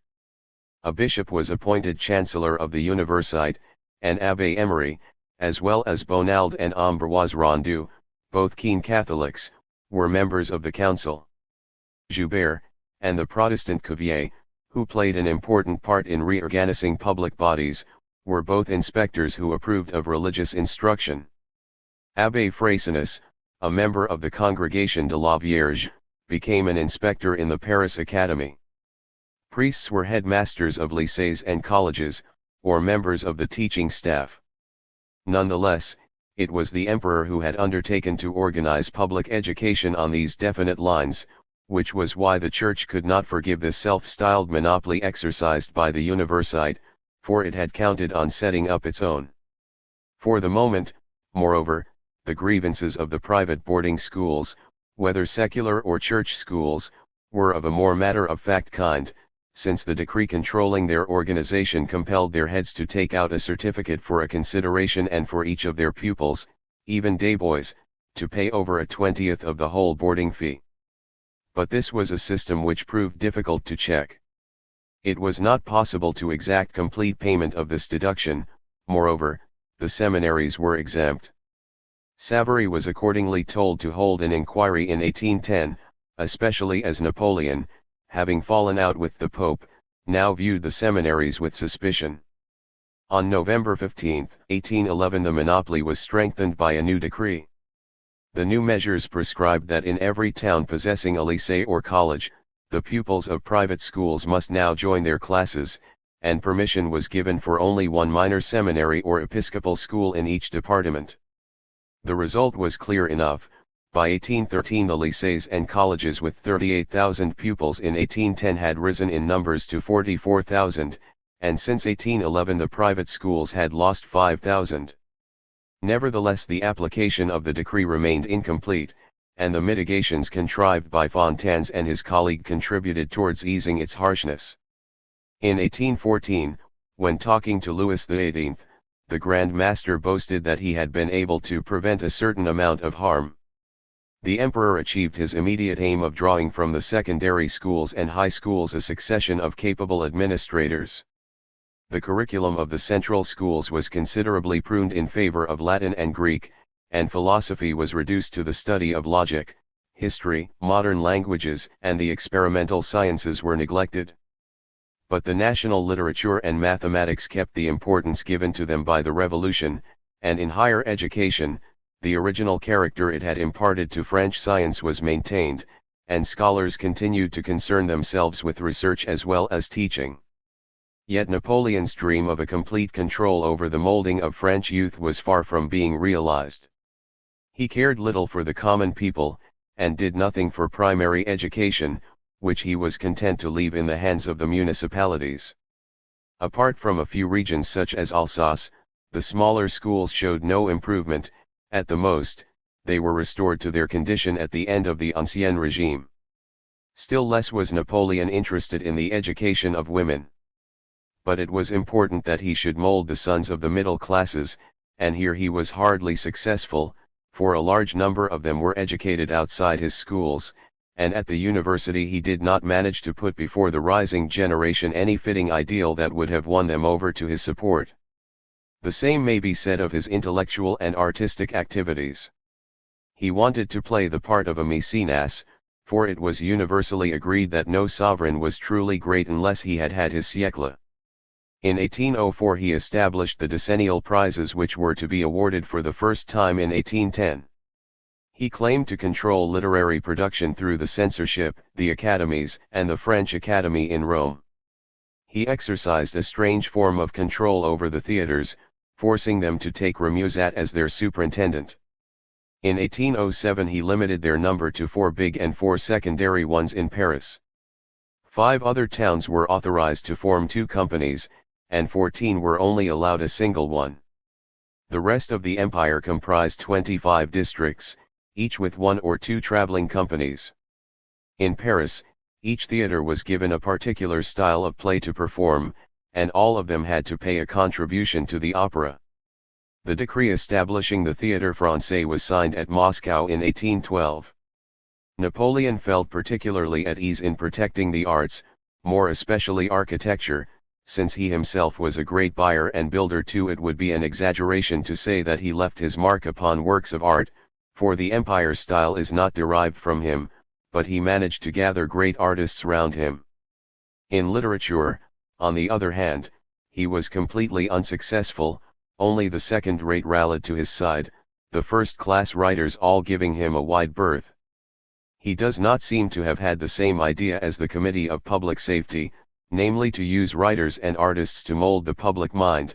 At the most, he thought of having the history of his campaigns taught in the schools, using the bulletins de la Grande Armée and the articles in the Moniteur to build up the Napoleonic legend, and commissioning the painter David to execute some topical pictures.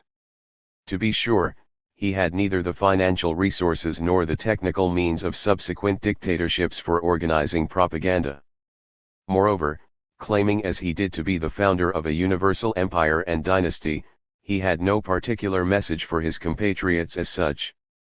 Those who followed him to the end, with utter loyalty and no thought of self, were defending in his person both the nation and the revolution, but others could not seriously accept the legitimacy of this Vendémiaire General III even though he had been anointed by the Pope.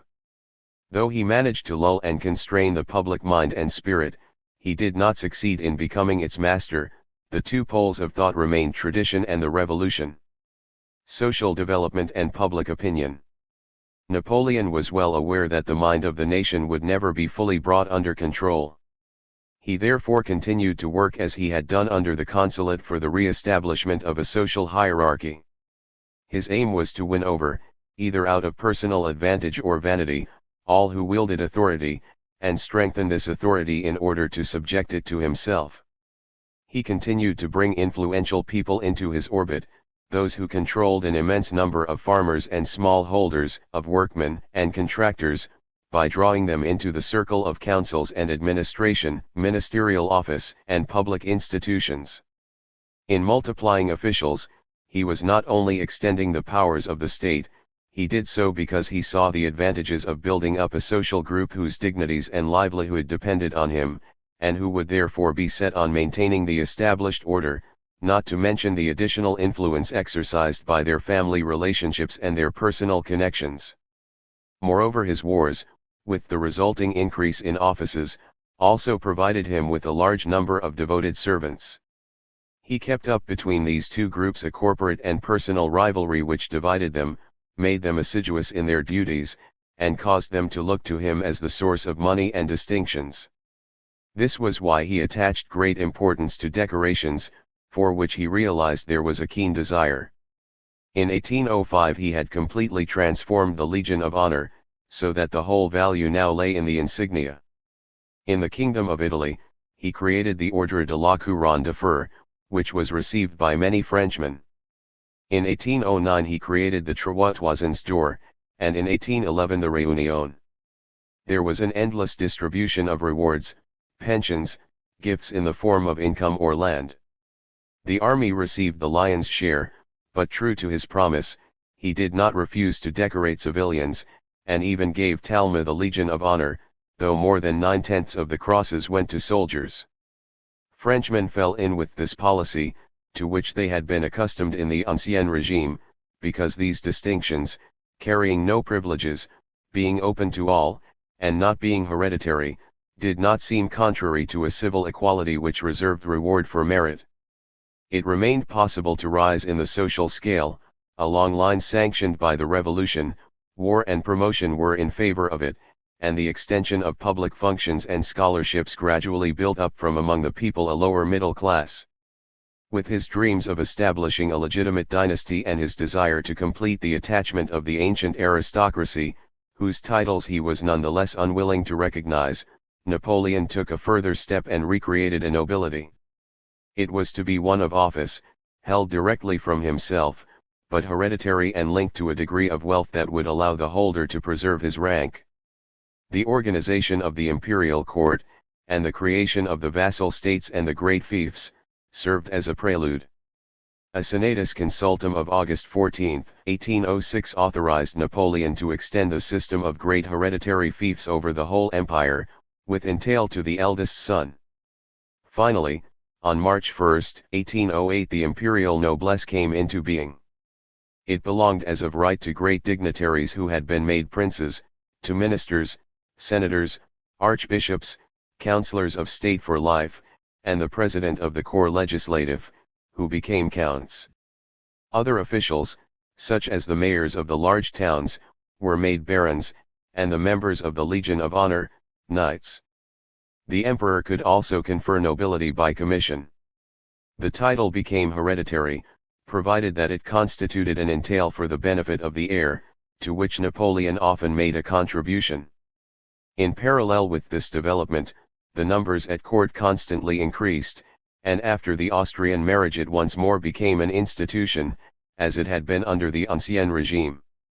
In 1812 there were 16 equerries and 85 chamberlains. Precedence had been re-established in 1811, and was marked by the chair, the stool, and the number of carriage horses, court dress and presentation at court. At this point, the return to the old ways was even more marked. M. de Segur was master of ceremonies, the ladies-in-waiting and the chamberlains came for the most part from the old nobility. The revolution seemed no more than a bad dream. Napoleon was soon to say to Mole, "The doctrines that are called the principles of 1789 will always remain a threatening weapon in the hands of the malcontents, the ambitious and the ideologues of every age." He also spoke of the knitting women who hated the new empress. His violent dislike for any opposition to his authority grew so great that he no longer made any distinction between these sans-culotte women and the royalist citizens who had risen against the convention. "As long as I am here, these dregs of society shall never again be given a chance to stir, because they saw what stuff I am made of on 13 Vendémiaire, and they know that I shall always be ready to crush them if I find them up to any tricks." And his supporters joined in the chorus. Riel, the former deputy to Chaumet, was to exclaim in 1812, "The common people have never been properly put in their place." If Napoleon had been given the time, he would perhaps have gone still further. There are certain indications suggesting that he would have liked to group his subjects in social categories, in such a way that the constitution of the vassal states would have carried a corporate suffrage, seats being distributed between landed proprietors, businessmen, and the liberal professions, for they all were clearly property holders. In this respect, it was tempting for him to reconstitute the corporations. If recreated under state control, equipped with auxiliary institutions and technical instructors, and forbidden to strike or enter into combinations, they would have provided a framework for subjecting the workers to the patriarchal authority of the leaders in industry and commerce. The emperor was also in favor of granting perpetual leaseholds as a suitable means of setting up patronage for the landed proprietors. Of all his schemes, the ones aiming at a reconstruction of society were the most uncertain. The fact is that they were contrary to the course of evolution, which swept away the few that were realized, leaving no permanent effect on the national life. In the first place, Chaptal was wrong in imagining that the revolution had been forgotten. Even at court, there was only a superficial fusion between the old and the new aristocracies, and the imperial setting often did no more than produce a surface impression. Another chamber pot on the head of these nobles, as Pommeroul was heard to mutter at each new chamberlain's nomination, although he himself belonged to the ancien régime. "Have you seen Cis?" said Dulcet de Pontecoulant after the ceremony for the Order of the Réunion, in which Cis, like the others, had appeared in robes covered with gold and spangled with stars. "Have you seen Cis? What is the third estate?" Deep down, Napoleon himself did not feel at ease in the midst of the nobles of the ancien régime who were in a position to make so many comparisons, and for whom he never ceased to express contempt. "I opened my ante-chambers to them," he said, "and they rushed in." Witness again the evidence of this note on a letter from the Prince Bishop of Basle, in 1805, who was concerned about his financial interests. "Oh, you cowardly nobles, what would your ancestors say if they saw you, your ancestors, who were so proud of their virtues, but things were very different in the country. The people of privilege under the ancien régime never ceased bemoaning what they had lost, and the imperial nobility, like the middle classes, remained determined not to give any of it back to them. Those who had accepted the new regime put up with conditions as they were.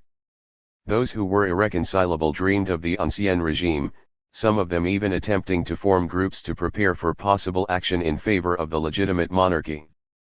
For this purpose Ferdinand de Berthier and Matthew de Montmorency, both members of the Congregation de la Vierge that was to become famous under the Restoration, organized a secret society of the Knights of the Faith, which seems to have revived in Bordeaux memories of the Institut Philanthropique that had been so active under the Directory. The rest of the nobility, as they waited for better days, rebuilt their fortunes and resumed their rank as far as that was possible.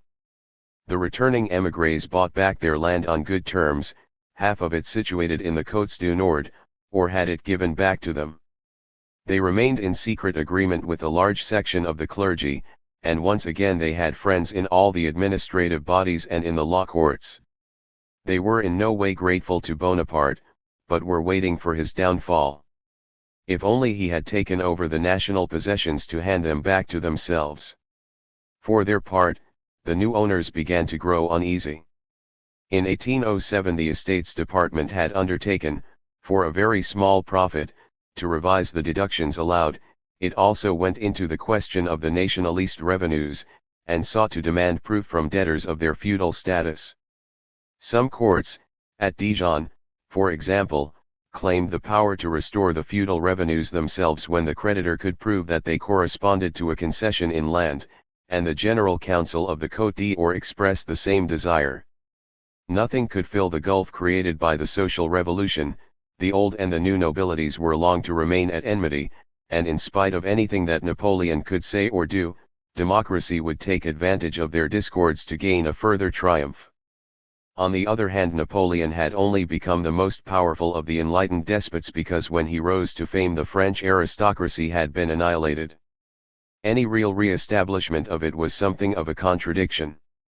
Firmly based upon big landed properties and supported by a body of tenants in perpetuity, the nobility would have recovered an independent power which he, or at any rate his successors, would, like Louis XV and Louis XVI before them, soon have confronted as a rising force ranged against themselves. The nobility that he had created and intended to keep under control only amounted to a clique of courtiers and officials who gave him no support, and once he had gone, they melted away. Finally, it was just as contradictory to pose as the representative of a revolution carried out in the name of equality and yet to wish to restore an aristocracy worthy of the name. At the time, a personal nobility may well have seemed generally acceptable. It was just a decoration, much the same as any other, and the common people were quite disposed to have their dukes and counts after they had set up kings. It was a new way of humiliating the ci-devant. But to revive the rights of primogeniture was going too far, and in immobilizing a part of property by the principle of entail, Napoleon came into conflict with one of the essential principles of the capitalist economy. The action of Napoleon upon society was only really effective to the extent that it strengthened and increased the predominance of the bourgeoisie, because at this point it was in line with the national evolution. By giving the nobles an essential part in the regime he unconsciously prepared the way for their assumption of political power. But he also greatly increased their influence, their prestige, and their wealth by reconstituting the administrative posts and making them virtually an invitation to corrupt practices through the misappropriation of securities, by re-establishing in the financial system treasurers and receivers personally interested in the manipulation of funds by their right to a percentage on them, and by multiplying public offices of every description. The Bank of France, the formation of certain large companies and the restoration of investment in stocks began to develop moneyed estate.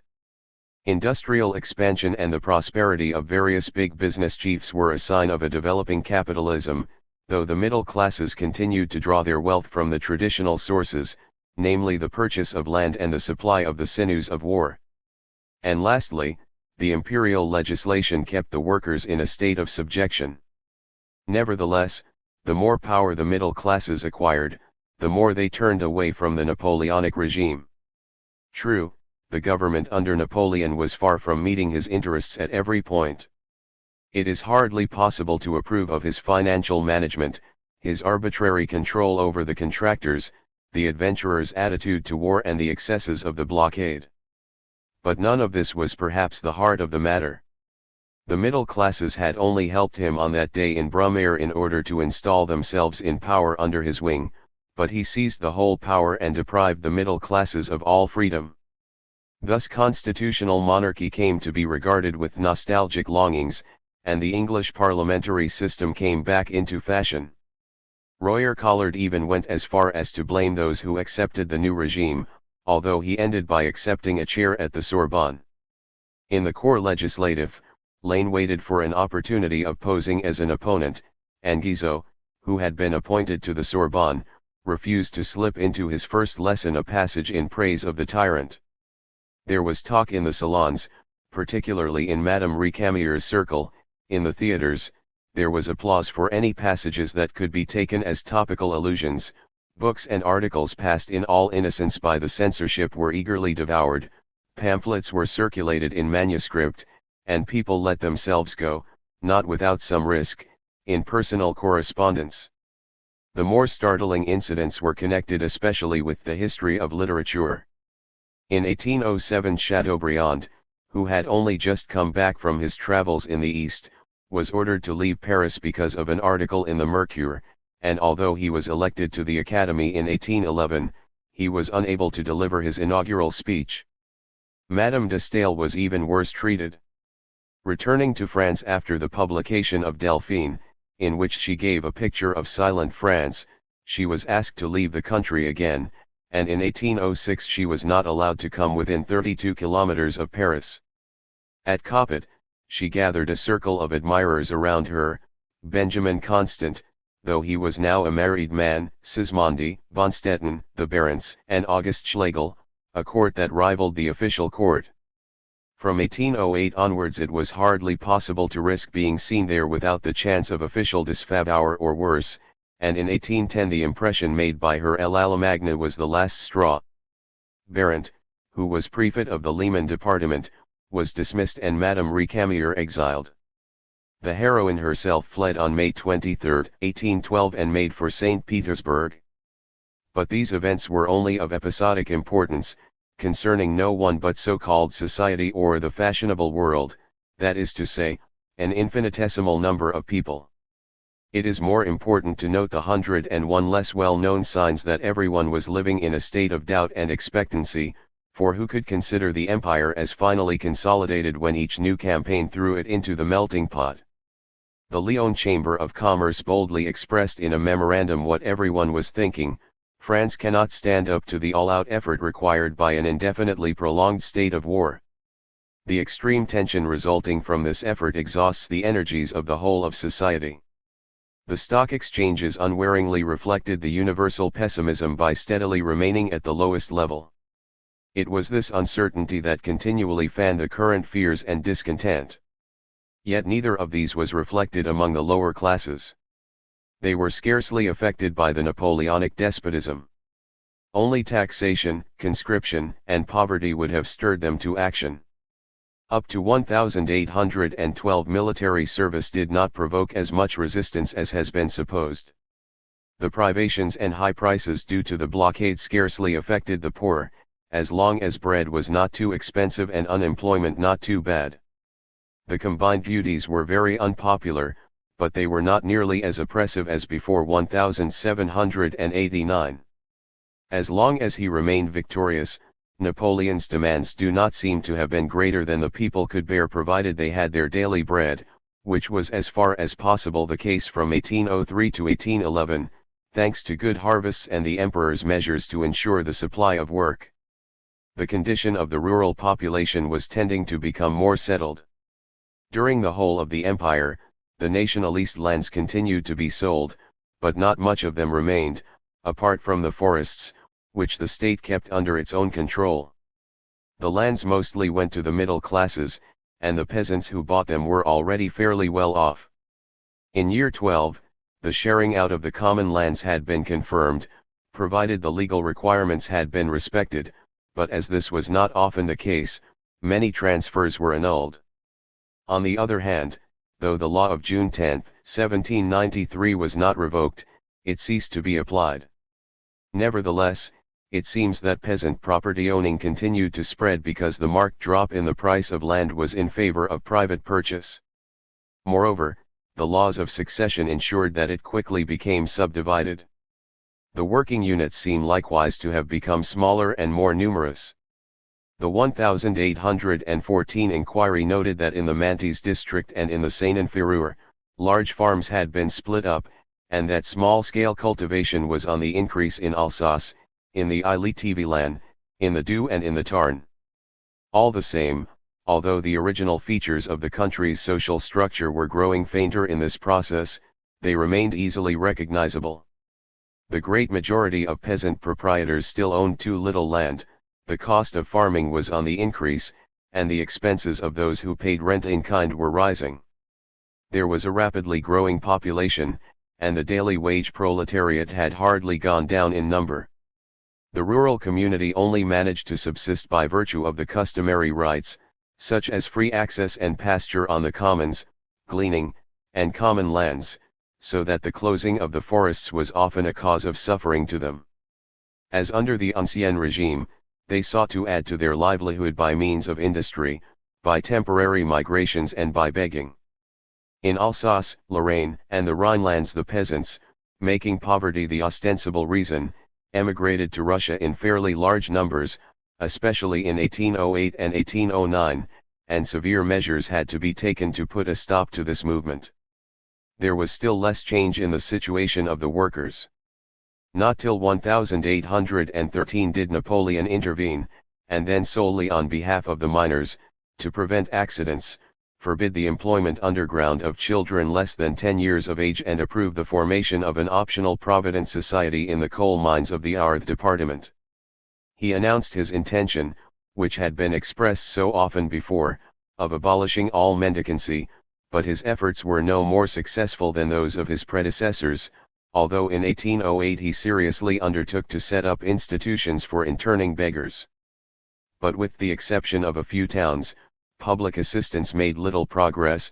The machinery set up by the Directory was kept going, but there was a lack of funds. Only by private initiative were a few improvements obtained. In Paris, La Rochefoucauld-Liancourt and his friends had in year 9 revived the Philanthropic Society, which opened the first dispensaries, and others were founded in the provinces.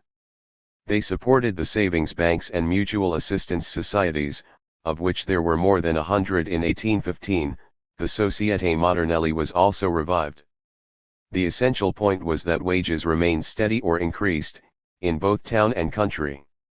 In Paris about 1811, they rose from 2 francs 50 to 4 francs 20, but as prices were rising to an equal degree, people were not much better off, though with bread not too dear, life was just possible.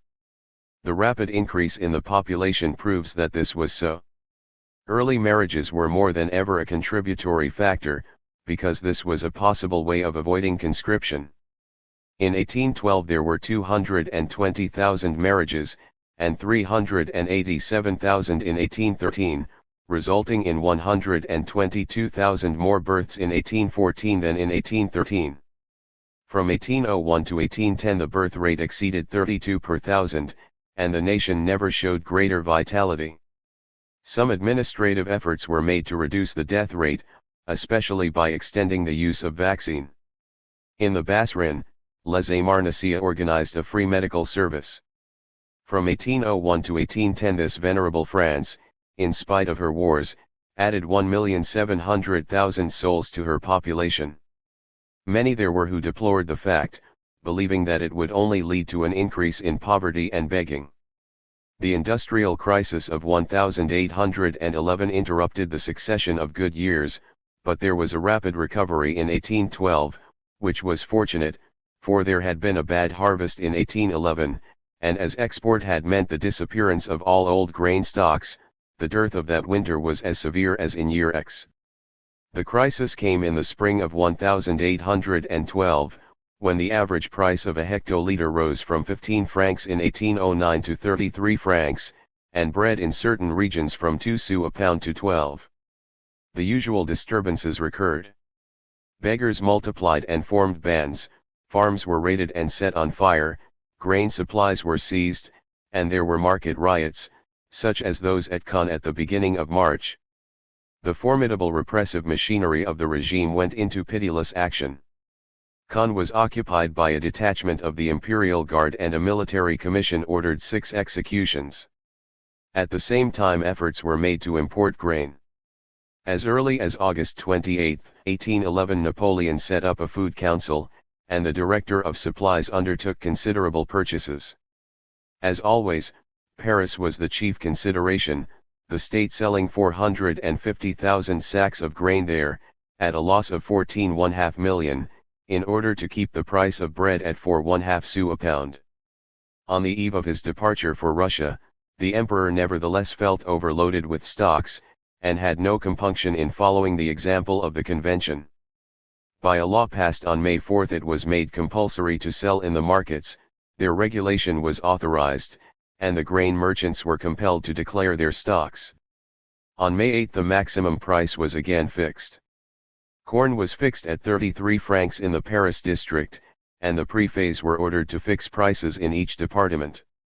The results were the same as those that followed the law of May 4, 1793, because the authorities did not go as far as to requisition supplies, the open markets were deserted, and a secret black market trade grew up.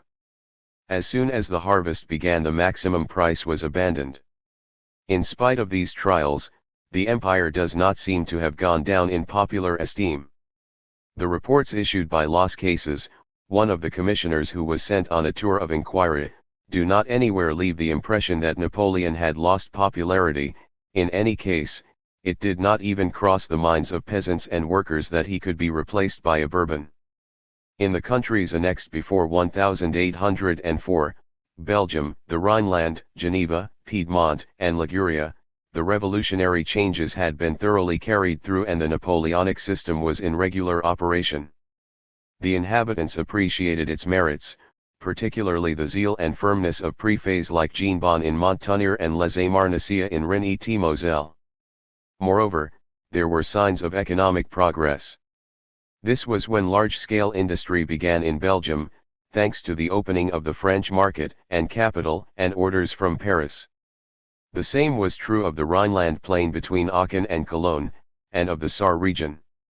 Belgian and Piedmontese agriculture do not seem to have shown great improvement, but a great deal of fallow land was brought under cultivation in the Rhineland.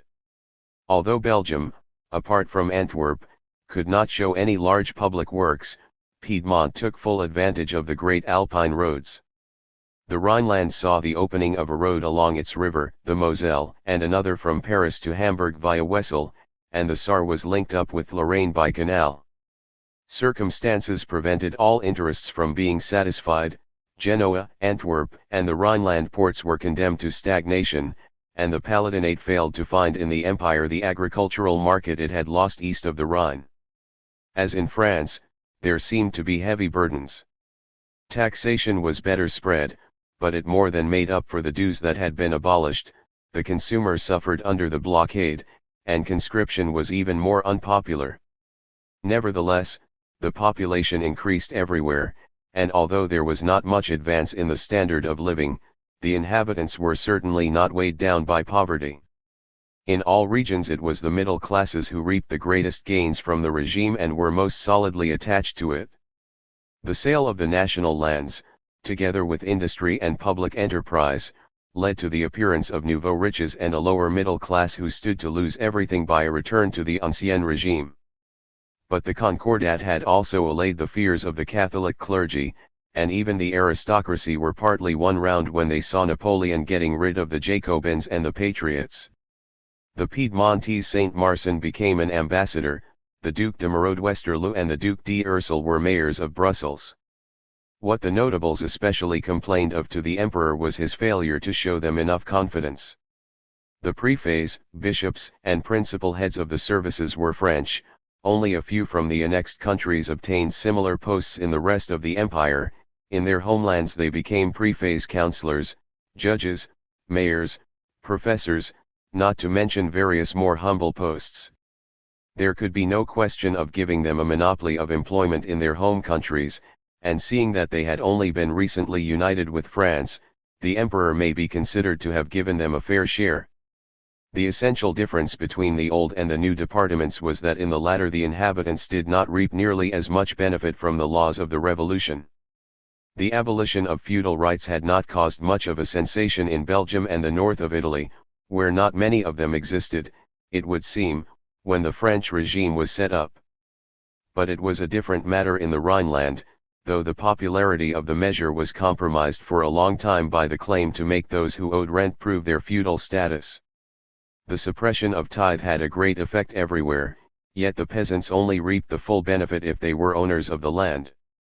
Now in Belgium the alienation of the national lands had only begun at the end of the Directory. In the Rhineland and in Piedmont, the religious orders were not suppressed till 1802 and 1803, and the land was not sold till 1804. By this time the laws of 1793 were no more than a memory, and as in France, the methods operated against the poor and in favor of the middle classes, in spite of the préfet's opinion that the surest way of winning over the country people would be to divide the lots before putting them up for sale. "The people are avid for land," said one of them in year 11. Jean Bon prided himself on having carried out this division, so creating 10,000 proprietors. The property dealers split up their purchases in order to resell them. Nevertheless, it cannot be denied that the operation disappointed the peasants of the annexed countries even more than in France. It is equally clear that the break with the Pope made more impression in these territories than in France, especially in Belgium and the Rhineland, which had never been national states and so were strongly ultramontane. At Mainz, for example, Bishop Colmar was training a generation of priests for Alsace and Germany who were devoted to Rome. French influence was also cancelled out to a large extent in Piedmont by the memories of its own dynasty, in Genoa by the ruin of the Porte, and at Geneva by the regrets of the local aristocracy, who could not forgive their loss of power. But in spite of all the reservations that can be made, it remains true that no one in the occupied countries raised a finger against Napoleon's sovereign sway. 7. The Continental System.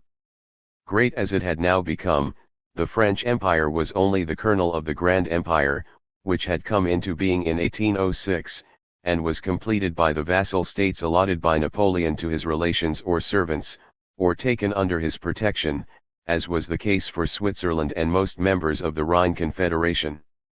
After the Peace of Tilsit, this Grand Empire became in itself the predominant element in the continental system, in which still independent states ranged themselves as friends or allies. This system never became as stable as the Grand Empire.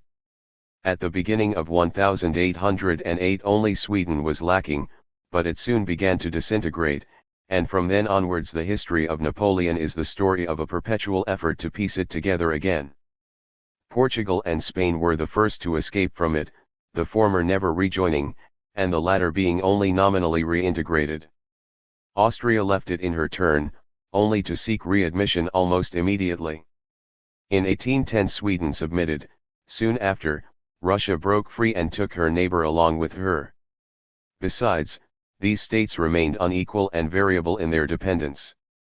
Up to 1808 Spain remained France's benevolent ally. Russia and Denmark were forced by circumstances into apparently willing acceptance of the same position. Without being admitted as equals, Prussia in 1807, Austria in 1808 and again in 1809, Sweden in 1810, were all obliged to join the system, and the first two were transformed into allies by an authoritative edict in 1812. And lastly Turkey, coming in 1807 and 1808, was never more than a friend.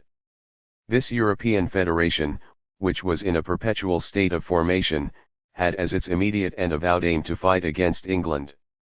In this sense, the reverses of the war at sea and the plans for invasion were its logical antecedents, but historically speaking, it was only after the War of 1805 that the idea took shape in the form of the Grand Empire and the blockade, and only at Tilsit that it expanded into the continental system. Circumstances thus helped in its birth, while being heavily loaded against its realization, and imposing France as both its manager and its model. All the same, arising themselves from Napoleon's policy, these circumstances only had the effect of multiplying tenfold the impetus behind this policy from the time of Lunéville onwards, the first sign of which was the foundation of the Cisalpine League in 1796. There was no need to have broken the Peace of Amiens, and even if one takes the opposite point of view, there were other possible methods of carrying on the battle against England. Napoleon deliberately assumed the title of emperor, he made constant reference to Charlemagne and the Roman Empire, he chose Rome as his second capital, he refused along with Constantinople to allow Alexander the empire of the world. In all these ways Napoleon showed the profound unity given to his work by his energetic temperament and the thirst for power which is its psychological expression, an energy which spontaneously tended to refashion the Western world as a political unity and at the same time to renew its civilization. This was abundantly proved by his systematic efforts to instill new life into the administrative and social structure of the continent. There was no positive necessity for the imposition of the civil code in order to defeat England. Beneath the flux of events there lay concealed a plan which gradually became conscious, the intention to restore an orbis Romanus, the political organization of the system. We must not, however, allow ourselves to be misled by this reference to the Roman Empire. The constitution of the Grand Empire was not based upon a historical memory or on any abstract conception. Geographically, it comprised 3 domains corresponding to the possible directions of French conquest. The Italian domain deserves the first place, by virtue of its seniority, the advances made in concentration of territory and the perfection of its institutions, and within it was included the extension to Illyria and the Ionian Islands. It was grouped round 4 great centers of unity: French Italy, the Kingdom of Italy, the Illyrian provinces and the Kingdom of Naples, the first 3 in the hands of the emperor, the 4th handed over to a protégé. The peninsula provided a base against England, for possible landings in Sicily and threats to Malta, and then for launching an expedition to the east. Meanwhile, it was less important than northern Italy and Illyria, which would make it possible to take Austria in the rear and break into the plains of Hungary. The same route would lead to Salonika and Constantinople, and on this side economic relationships with the Levant had already been established. The Confederation of the Rhine constituted an even more valuable domain covering the most exposed of the French frontiers, holding Austria and Prussia to ransom, and serving as a parade ground from which to attack the heart of Russia. The possession of Germany closed Central Europe to English trade and opened the chief continental market to the trade of France. The third domain was the Spanish peninsula, mastery over which would have opened up interesting prospects for taking up the struggle again in the Mediterranean and in the Atlantic Ocean, and would have been of even wider scope if it had brought with it the submission of the Spanish and Portuguese colonies, but in actual fact it turned out to be nothing but a very serious burden. The influence of circumstances is very perceptible too in the organization of the Grand Empire. It was important for Napoleon to group his territories in huge units, both in order to raise strong auxiliary forces from the conquered lands and to hasten the unification of their social and administrative services. In Italy, this work was reasonably far advanced. In Germany, bearing in mind its fragmentary character, there had also been a tremendous advance in concentration, but as long as Prussia and Austria continued to exist, and Russia was still independent, the loyal princes had to be humored, and the work of unification remained incomplete. Moreover, it was necessary to conciliate the peoples who were accustomed to autonomy or who possessed a strong national tradition. As a preparation for the unity of France, the Capetian kings, instead of at once uniting newly acquired provinces to their kingdom, had made them into appanages for the benefit of their relatives. In the Girondin idea of surrounding France by a girdle of protected states, Napoleon saw an analogous method of compromise. Besides, his strong attachment to his own family and his desire to reward faithful servants made it convenient to multiply the number of vassal countries. Hence he first of all envisaged the Grand Empire as a federative system. While remaining sovereign over the Kingdom of Italy, he gave it an independent status under his viceroy Prince Eugene. Later on, countries annexed to the French Empire enjoyed an apparent autonomy under governor-generals: Borghese in Piedmont and Liguria, Alisa in Tuscany, Marmont in Illyria, Lefebvre in Holland. Outside the empire, certain territories such as Hanover, Bayreuth, Fulda, and Hanau were for several years under the rule of imperial administrators, and Erfurt never had any other status. An apparently more real sovereignty was enjoyed under a hereditary title by the emperor's brothers and brother-in-law: Joseph, first in Naples and then in Spain, Louis in Holland, Murat in the Grand Duchy of Berg and then at Naples, and Jerome in Westphalia. But although they were members of the family and dignitaries of the empire, they remained subject to the authority of their head. If the Pope had been willing, he would have constituted a unique and special category among these vassal princes. Along with them, but on a lower level, were Elisa at Piombino, Bacocchi at Lucca and Berthier at Neuchâtel, all of them hereditary sovereigns, but only able to transmit their heritage subject to a fresh investiture. Next came Talleyrand, Prince of Benevento, and Bernadotte, Prince of Ponte Corvo, who were invested with a purely administrative authority. And finally, within the sphere of sovereignty, Napoleon left his direct mark by distributing a number of useful fiefs, such as the Italian duchies, and various gifts of land. Among the federated princes, Napoleon met with the same difficulties and dangers as the Capetian kings had done with the holders of appanages, or the German emperors in the Middle Ages with the ducal dynasties. To start with, he was under an illusion about their talents, and imagined they would be as active and able in administration as himself. In practice, they proved very mediocre, and he would have been still more disillusioned if he had not shouldered part of the work himself, in Westphalia, for example, or provided them with able administrators, as he did at Naples. He at least had a right to hope they would remain his loyal lieutenants. "Never give up being French," was his advice to Louis. "Remember," he said to Murat, "I've only made you king to further my system," and Berthier passed this on to the King of Naples in equally expressive terms, "Do as king what you did as a soldier."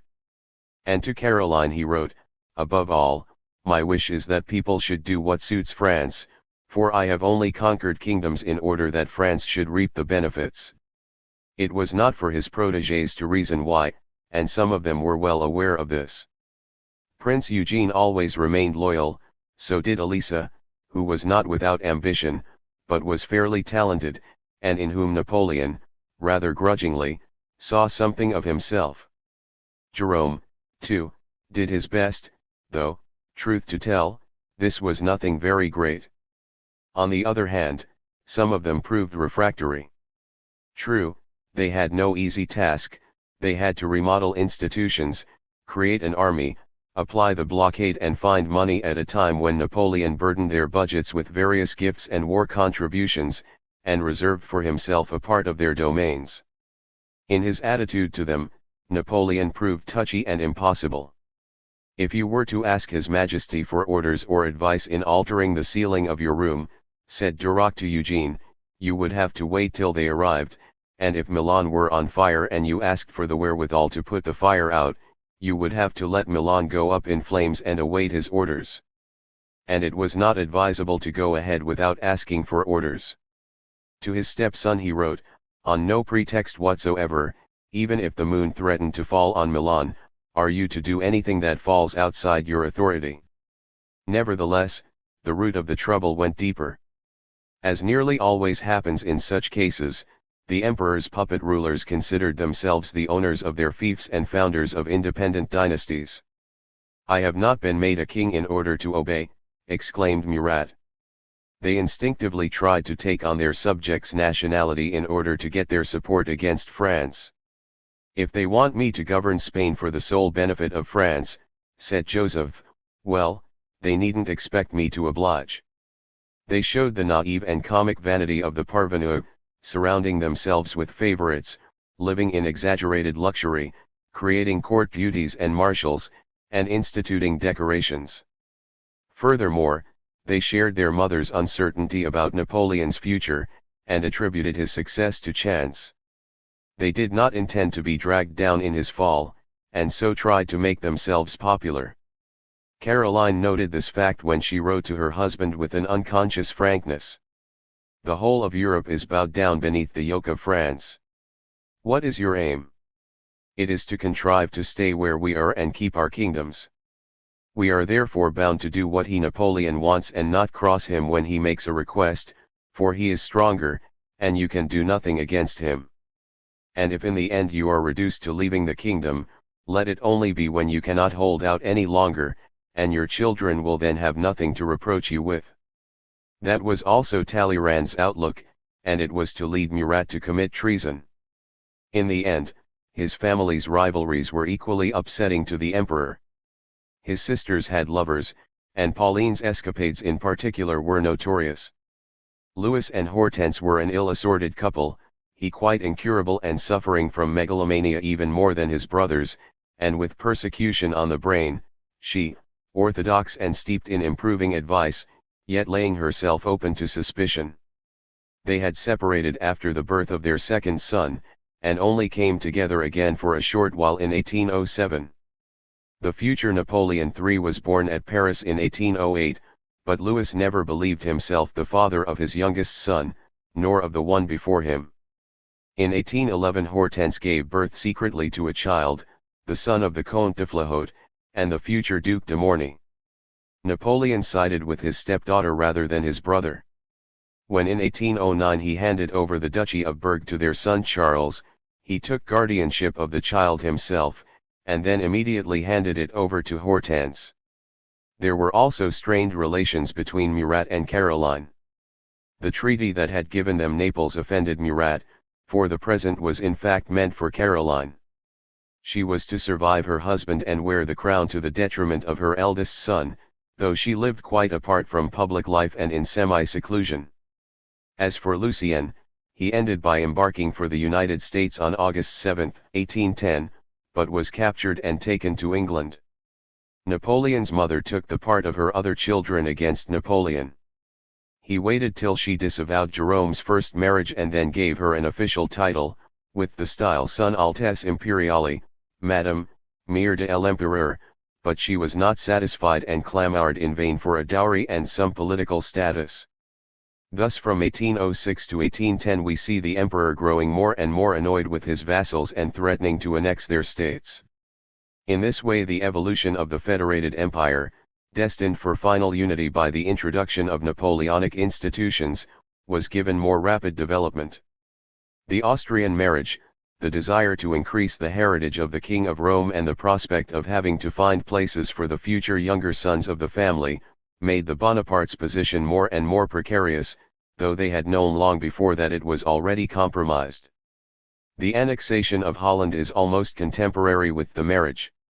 It seemed to be imminent as early as 1809, but early in 1810 Louis delayed it by ceding Zeeland and the southern provinces as far as the Rhine, and on July 2, 1810 he fled and succeeded in reaching Austria. In April Murat in Paris was equally certain that his cause was lost, but Caroline, having accepted the position of chaperone to Marie-Louise, patched up a reconciliation which only lasted for a very brief space. The emperor forbade the king to appoint ambassadors. Murat was surrounding himself with suspect Italians, such as Gallo and Magala, whom he appointed minister of police. This man was in touch with the secret anti-French societies, and may have been one of the first to conceive the idea of a united Italy under his master's rule.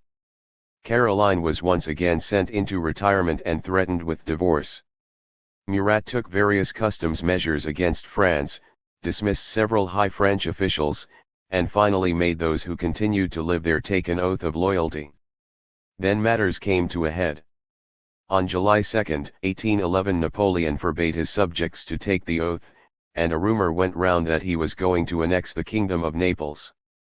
But tempers were cooled by the threat from Russia.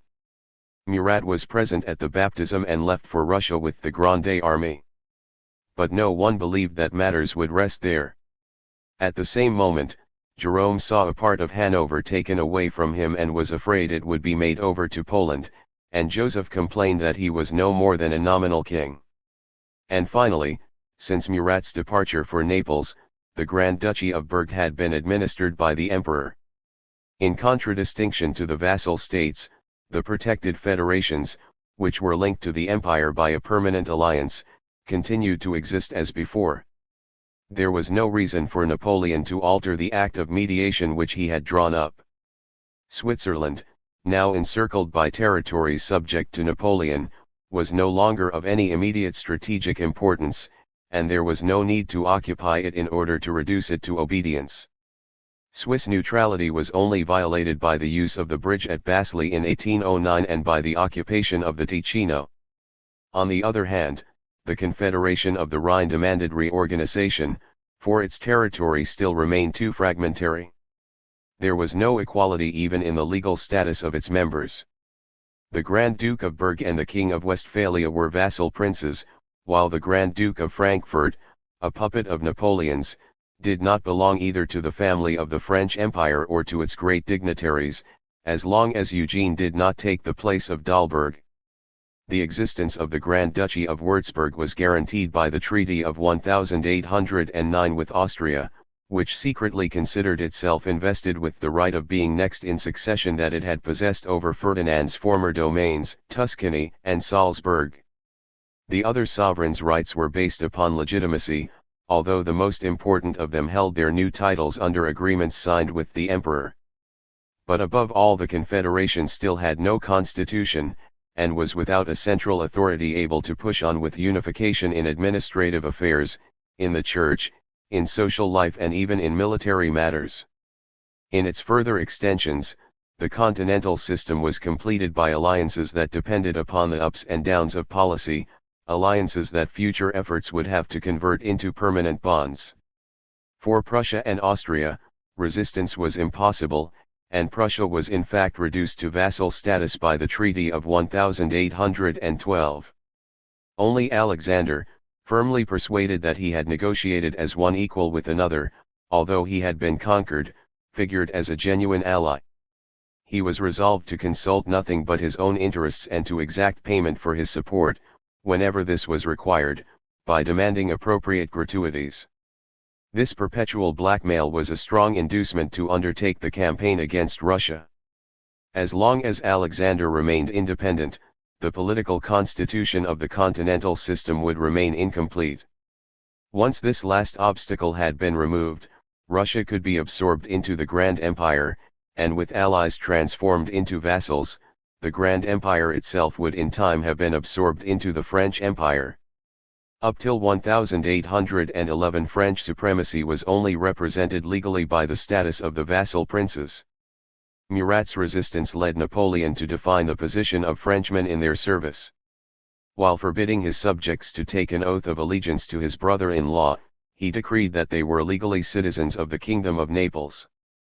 This decision was all the more remarkable in that he had done his utmost to break the links which allowed the great families under the Ancien regime not to take on a particular nationality, holding possessions as they did here and there across the frontiers, as vassals of several sovereigns and serving whom they pleased, and forming a small cosmopolitan society outside the national states.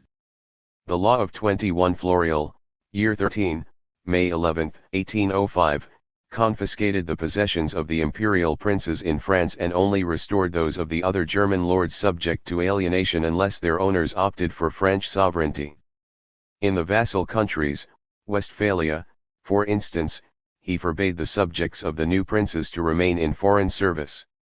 Schulenburg could only keep his lands by leaving the King of Prussia's service, and the other members of the Confederation of the Rhine had been invited to recall those of their dependants who had made their careers in Austria.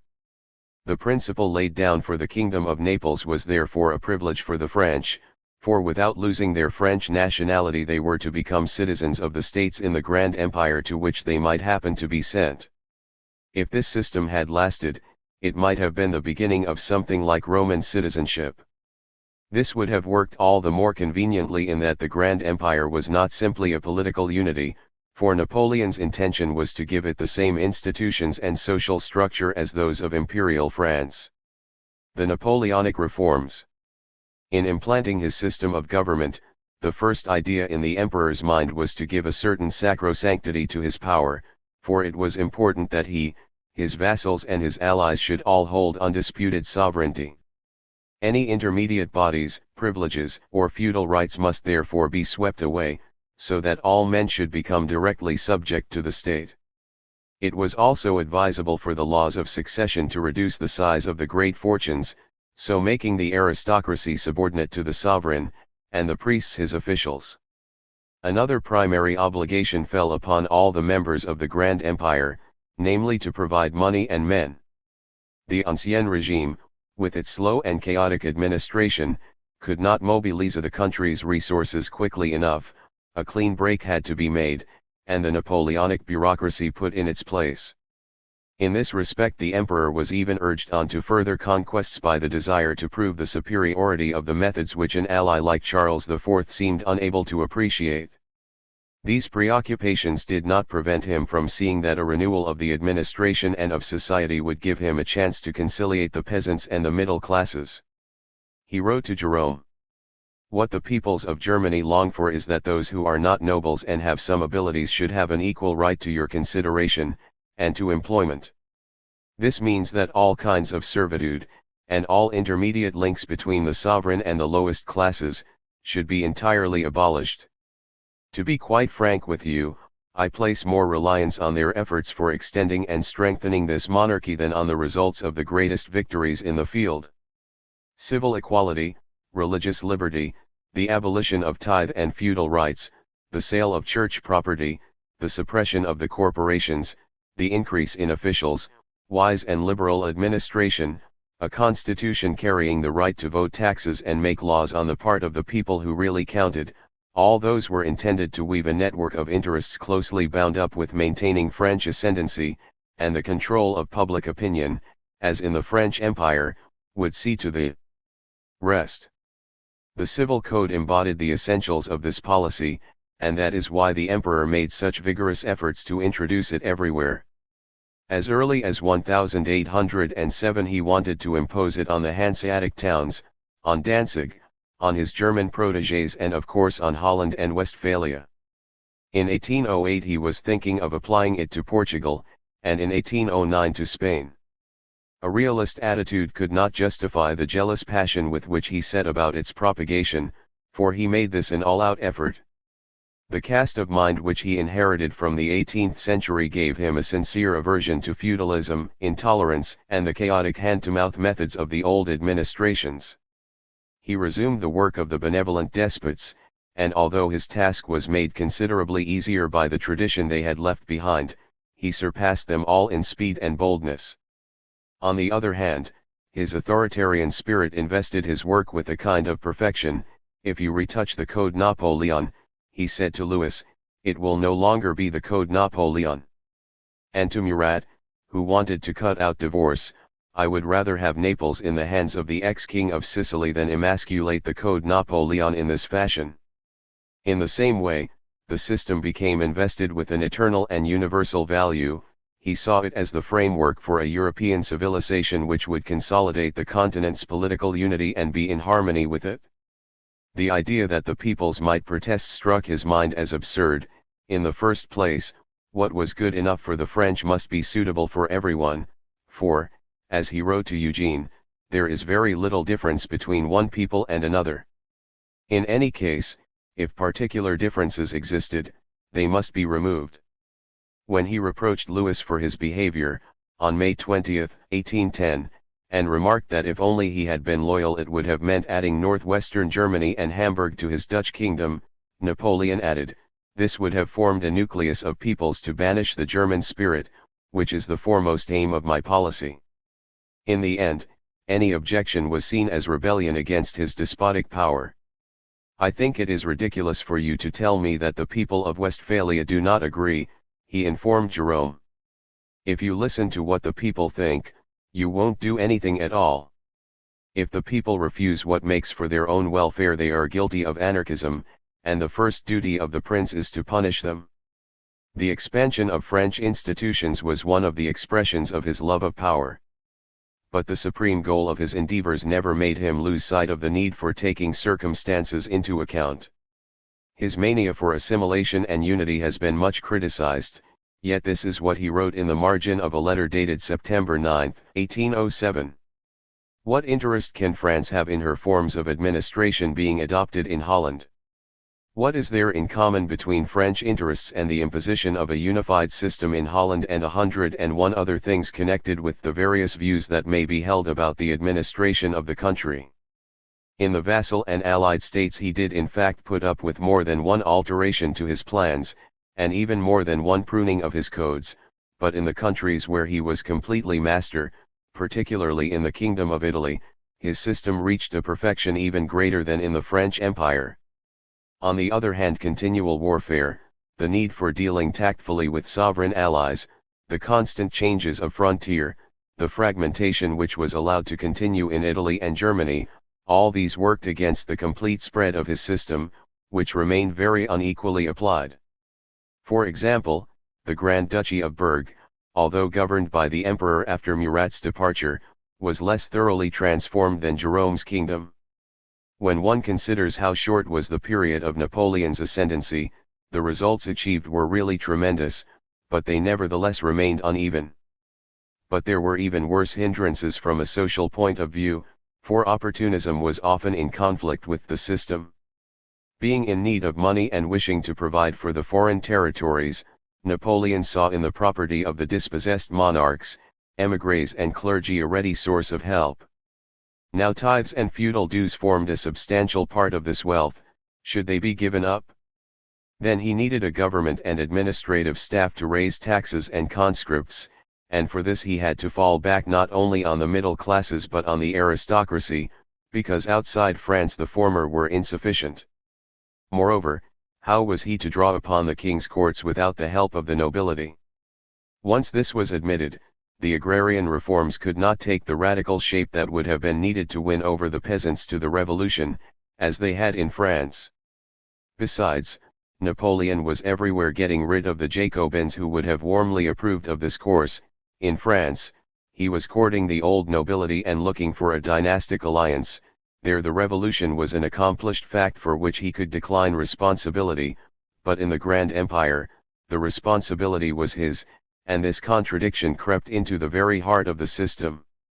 In the end, the peasants were sacrificed, the personal dues and sometimes even the tithes were declared redeemable, and this constituted a stumbling block both for French influence and for the Napoleonic reforms.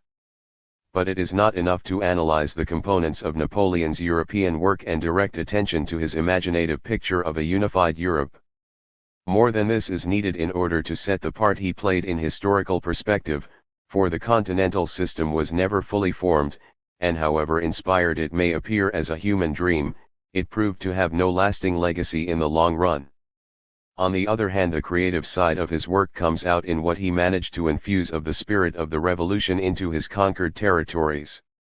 At the head of the Grande Army for which the revolution had prepared the way, Napoleon destroyed the Ancien regime which the popular uprising of 1789 had uprooted in France, replacing it by an organization which the middle classes helped him to work out more fully under the Consulate.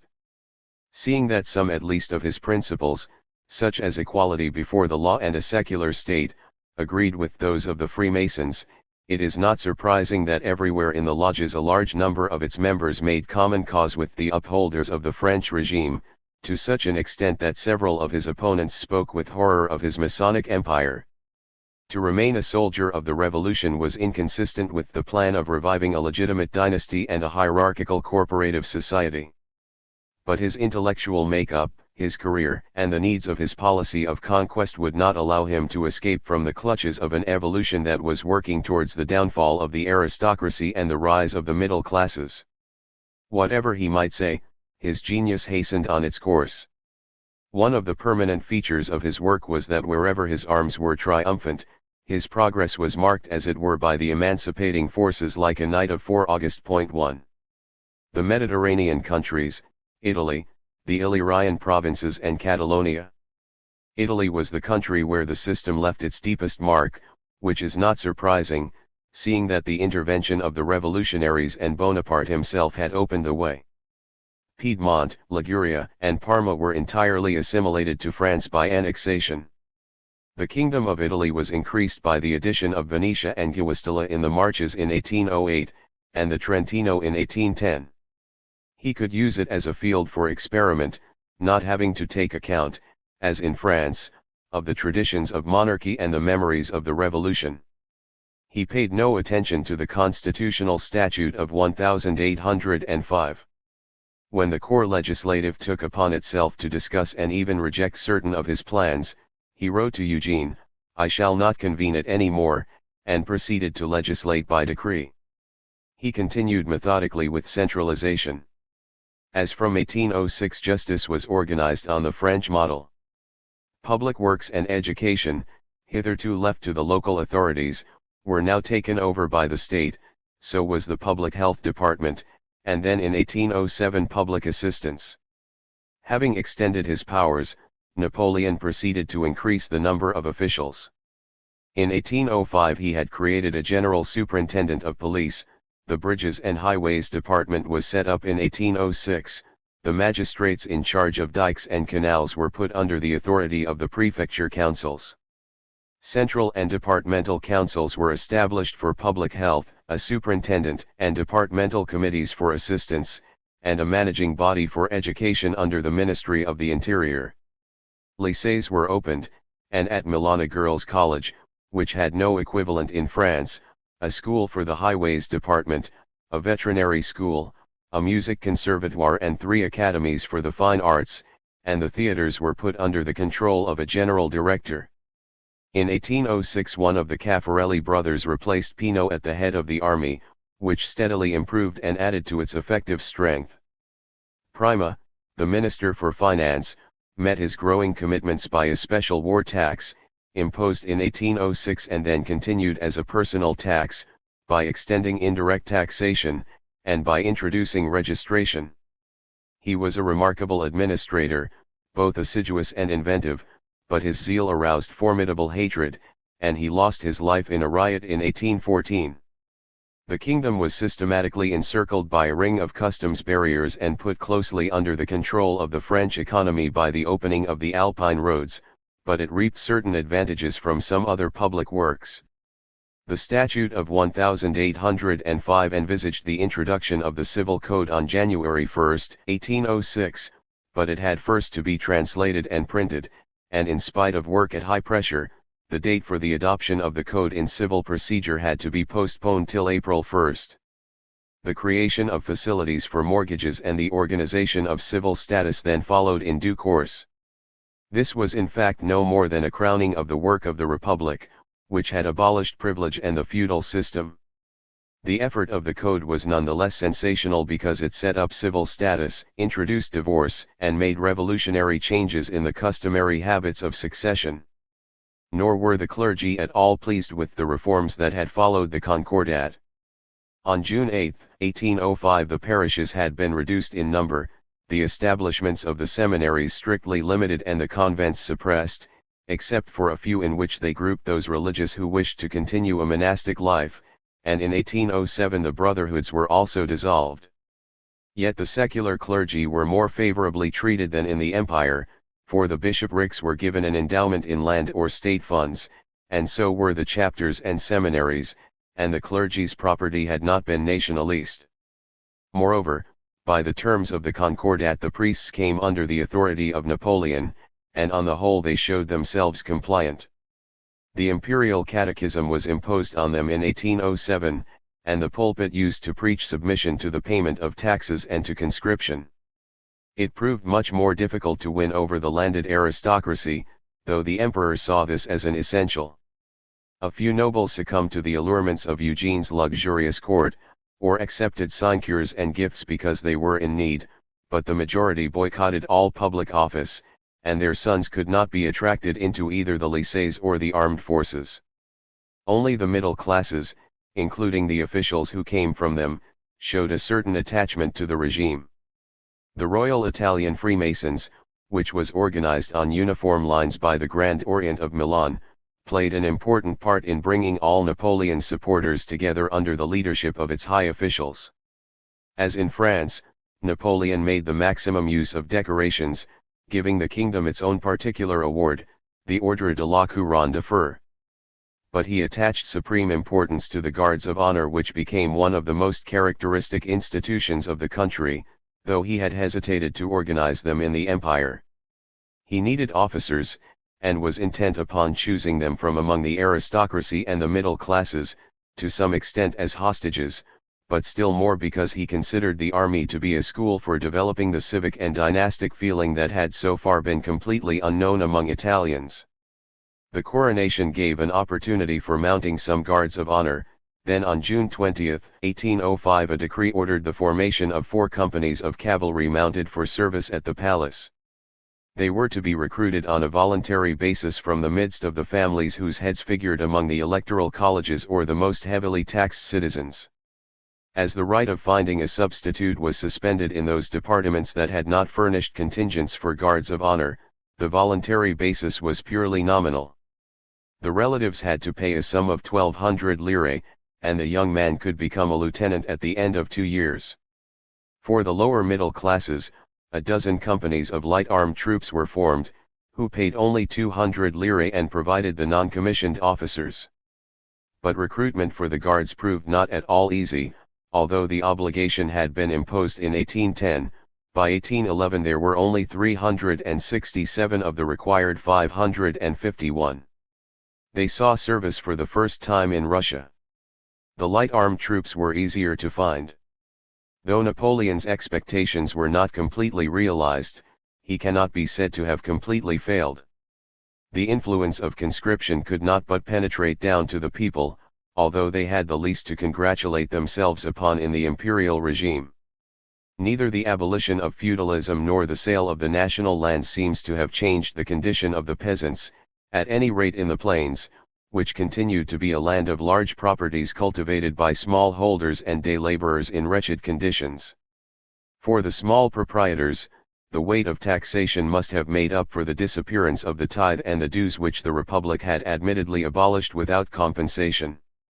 A comparison between the land registers of 15 communes in the plains of Bologna drawn up respectively in 1789, 1804 and 1835, shows that the property belonging to the nobles had been reduced from 80 to 67%, and then to 51%, while the property in bourgeois possession rose between these same dates from 17 to 30%, and then to 48%. The figures show, however, that the large landed estates had held their ground. They still accounted for 72.01% of the total area in 1835, as compared with 72.77% in 1789. At the other end of Italy, the French impress on the Kingdom of Naples was also very marked. Reforms began as soon as Joseph came to the throne, and were carried out by a group of Frenchmen and Italians whom he had selected: Soliciti, Myatt, Dumas, the son of Roederer, and the lawyer Ricciardi. They first reorganized the ministries, creating 2 new ones, a Ministry of the Interior and a Secretary of State. Then there was the Conseil d'État and the Sommeria, or Court of Accounts. The provinces continued as such, but were divided into districts, while the parishes were grouped into municipal administrative bodies, on the pattern of the municipalities in the French Constitution of Year 3. The prefect and sous-prefect crop up again, but under different names, being now styled intendant and sous-intendant, and the Conseil de Préfecture the Conseil d'Intendance. The province and the district both had their councils, and the communal group came under a decurionnate. But no electoral colleges were set up. The king nominated the decurions put forward by the sous-intendants and chose the members of councils from among the candidates proposed by the decurions. The law courts and police were remodeled on the French pattern, and no time was lost in setting up an armed police force. The Minister of Finance was faced with a particularly tough task.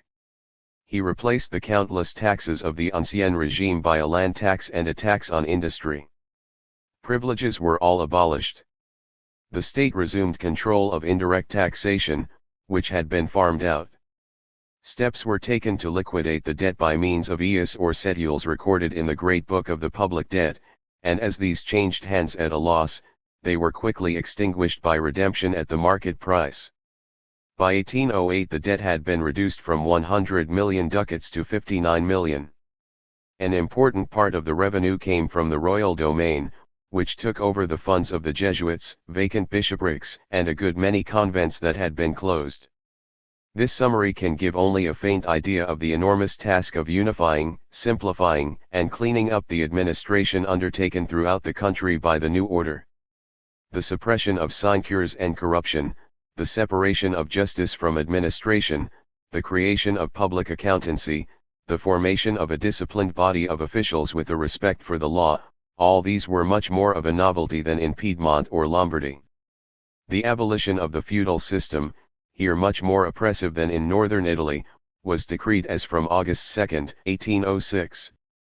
The barons kept their titles and their own land, but they lost their right to administer justice, and became subject to the common law, both for their lands and in their personal status. The question of feudal rights and dues was settled according to the principles laid down by the Constituent Assembly. Personal rights, the money payments that represented them, and the seigneurial rights were simply suppressed, property rights were declared redeemable, and a feudal commission including Quoco among its members was appointed to carry out the law. Furthermore, agricultural reforms were set in train by a decree of 1807. In this region, maquis and wasteland turned over to common use and seasonal pasture, covered enormous tracts, and it was decided to divide them up among the communities in proportion to their respective populations. Moreover, it was agreed to split up the cultivable common lands among the inhabitants, giving preference to those who had occupied some part of them, provided they had cultivated and enclosed them, on condition that they paid a reasonable rent. The state itself undertook to tax the Apulian plain, which had been farmed out each year up till then, and the same was done with the property of religious foundations. Just as Joseph was about to hand over his kingdom to Murat, Napoleon made an arrangement intended to tie the hands of his successor. Joseph, acting on his orders, promulgated at Bayonne on June 20, 1808 a constitutional statute modelled on the Kingdom of Italy, but reducing the part played by election and allowing the clergy and the nobility a special representation, a sign that the emperor's political ideas had undergone some development. The parliament was composed of 100 members, divided into 5 benches, the first 2, clergy and nobles, being the king's choice. Colleges, likewise set up by him, elected representatives for the owners of property, while the king chose representatives for the businessmen and deity from among the list of candidates put forward by the colleges or bodies of officials. Only Neapolitans were eligible for public employment. 2 days later, it was announced that the civil code would be introduced the following year. Although Joseph's work had been by no means negligible, it remained incomplete, and to a large extent nominal. Above all, he had hardly begun to organize the army. Murat's reign was accordingly a time of great progress. His Minister of Finance, Agar, Count of Misbourg, continued Roederer's work. He finished reforming the tax on land, introduced a license system, set up machinery for collecting indirect taxation and for the Waterways and Forests Department, founded a royal bank, completed the liquidation of the debt either by entries in the Great Book of the Public Debt or by giving national land in its stead, and converted the interest on it from 5 to 3%. On the appointed day the civil code came into force, but with some important modifications. It was followed by the codes for civil and commercial procedure and the penal codes, as well as the code governing mortgages, registration of births, marriages, and deaths, the official body of notaries and the order of barristers. In 1809 Murat also confirmed the decisions of his feudal commission and gave some attention to economic life. Corporations and internal customs were abolished, a body set up for bridges and highways, and public works undertaken with considerable vigor. If it had rested with him, the kingdom would have put up barriers against French imports, and he was very half-hearted in applying the blockade. All the same, his efforts were mainly directed towards the army, the creation of which was really his work. In the Kingdom of Naples, the ground had not been prepared by the revolution, and the whole transformation took place in a bare 7 years, nevertheless, it was a solid piece of work. When he returned to power, King Ferdinand did not re-establish the feudal system, nor did he abrogate the civil code. The middle classes and the few liberal nobles who had welcomed the French in 1799 showed that their feelings had not changed, and formed themselves into lodges, as in northern Italy. Murat, with his liking for sensation and display, exercised a certain fascination, and roused some sympathy by taking such an independent line with France. But in spite of reviving entails, he did not succeed in conciliating the majority of the nobles or the clergy, for he failed to make a new concordat and to reorganize the hierarchy of the church. The people, for their part, were too poor to redeem the dues, and the crown lands passed into the hands of companies, or the nobility, or rich middle-class citizens. The legal arrangements for sharing out the common lands took some time to complete, and had hardly got under way before Murat's fall. The hill people who lived by grazing were very little concerned with these reforms. The only attention General Manhees showed them was to subject them to merciless oppression. Besides, the coastlands were continually under threat from the English. The Kingdom of Naples, moreover, was not administered, like the Kingdom of Italy, by civilians, and according to the ordinary laws of the land, it was kept in a continual state of siege, and was governed on a military basis. In central Italy, Napoleon's influence was slower in making itself felt. In her principality, at Lucca, Massa, and Carrara, Elisa suppressed the feudal system, adopted the Italian Concordat, closed the convents and confiscated their property, opened schools, and undertook public works. When made responsible for the government of Tuscany, which had been annexed to the French Empire, she was obliged to introduce French institutions, the management of which fell to a junta that included Garando and Count Balba, a Piedmontese who was destined to become famous. The two main operations were the suppression of the convents and the liquidation of the ducal debt. In spite of inevitable upsets, this modernization of the government did not meet with resistance in a country where enlightened despotism had had some of its more advanced representatives. But the course of things was very different in the part of the Papal States that had been taken over. Here, the Ancien regime was without doubt at its most backward, and it was completely transformed by an extraordinary State Council, which was appointed on June 9, 1809 and sat till the close of 1810. Among its members Garando and Balba once more took part, along with Mialis. The territory was put under two departments, with Roderer's son and, at Rome, the Comte de Tournon, formerly intendant at Bayreuth, as prefets. The management of the police was taken over by Norvins. Feudalism and the Inquisition both disappeared, and in 1810 the chapters were dissolved and the convents closed. The civil code had been promulgated as early as 1809, but the institutions that were indispensable for implementing it, in particular the état civil, never came into being. Nevertheless, the religious liberty proclaimed by it caused a sensation. The Jews left their ghettos, and the imperial staff, as they had done everywhere else, formed themselves into Masonic lodges. The finances received particular attention from the administration. They introduced the French system of taxation, except for the combined duties, instead of which they kept the tax on milling. They unified the debt at 2% by repaying the capital at the rate of 5 times the interest by means of a new issue payable in secularist property. The creditors lost, in theory, at any rate, up to or more than 3/4 of the capital value. The prefets proved extremely active. Tournon reorganized the hospitals and prisons, took an interest in culture and set up cotton manufacturing under the management of the Alsatian Bacher. Napoleon also had great ideas for his second capital. He repaired its buildings, tidied up and lit its streets, and made plans for building quays, bridges, roads, and imperial residences. A commission for ancient monuments carried out excavations, and Canova was put in charge of a museum, and finally the Pontine marshes were tackled, a quarter of the area being put back into cultivation. But nowhere did the new regime meet with such great hostility.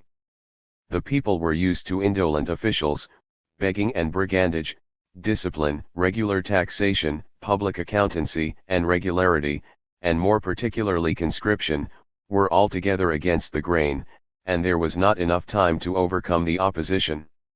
In the towns, and especially in Rome, the middle classes lived largely on the clergy and pilgrims. For them the departure of the Pope and his court, and the suppression of 519 convents with their 5,852 monks and nuns, were an irreparable disaster. In addition, thousands of inefficient and useless officials had been dismissed. The chief form assumed by the opposition was a refusal to take the oath. It was led by the clergy and followed by many officials and nearly all the lawyers. The emperor replied by dismissals, removal of pensions, imprisonment and exile. It was the nobles who proved to be the most compliant. In spite of these reservations, the application of the system in Italy made rapid strides, and only a few more years would have been needed to achieve full administrative and juridical unity. But conditions were infinitely less favorable in the Illyrian provinces. Geographically, they were cut up into isolated units, the country was everywhere mountainous and poverty-stricken, and the inhabitants differed from one another in language, religion, and cultural level. They were in bondage to officials of the ancien regime, the nobility, and the clergy, and there was no real middle class, apart from a few strongly Italian coastal towns. From 1806 to 1809 Napoleon only had possession of the former Venetian territory, that is to say, Dalmatia and a part of Istria and the islands, to which was added in 1808 the Republic of Ragusa, though it was allowed a degree of autonomy. Marmont held the military command, while the administrative power was in the hands of Dandolo, who had the title of Prive-d'Iter. He was a rich pharmacist of Jewish extraction who had taken up new ideas in the Venetian states. Although a man of integrity and a hard worker, he was dictatorial and touchy, and did not get on well with the commander of the occupying forces. There was never any question of setting up an electoral system in Illyria, and the result was an enlightened despotism, with the added incubus of military interference. Dandolo gave himself the help of a general council with a membership of his own choice. In actual fact, he made all the decisions in his office at Zaratstatter. Having first divided the territory into 4 departments, subdivided into districts and rural communities, he appointed the various delegates, vice-delegates, and anziani. He organized the law courts and set up a police force by using the Pandours local militia whom the peasants already provided for the Austrian and Venetian administrators. The old taxes remained in force, attention being directed principally to the management of public funds and the administration of the state lands. The chief reforms were aimed at the clergy. In order to reduce the number of bishoprics, vacancies were not filled, some of the convents and all the brotherhoods were suppressed, and apart from the existing bishops' revenues, all church property was sequestrated, part of the income being used to provide rather better stipends for the parish priests and the seminaries. In 1807 Dandolo also issued regulations for public education, instituted a lycée at Zara and set up some colleges. The work on the roads was undertaken by Marmont. Conscription had to be suspended because of the disturbances it caused, and the authorities had to rest content with partial and more or less voluntary levies. As to the civil code, it was considered enough to introduce the sections dealing with the family and succession, which allowed women to inherit and abolished entails and trusts. Nothing was done, it seems, to curtail the rights of the great lords who held sway over a tenant population, in the Poglaza region for example, near Salona Solon, but ecclesiastical tithe was abolished. In the interior of Dalmatia, the agrarian problem came up in an unusual form. In 1756 the Grimani law had reserved to the Venetian state all ownership of the land, but the inhabitants, the Merlacs, were given 2/3 of a hectare a head, women being excluded, with the right to farm out their plots and leave them to their male heirs, but without the right of alienation. The beneficiary owed military service and paid tithe to the government. Dandolo repealed this law and conferred possession on the tenant, keeping the state tithe as a land tax. In 1807, realizing that speculators were persuading the peasants to sell their holdings, he imposed certain formalities which made alienation almost impossible. In spite of everything, this was one of the most solid land reforms in any of the countries held by Napoleon.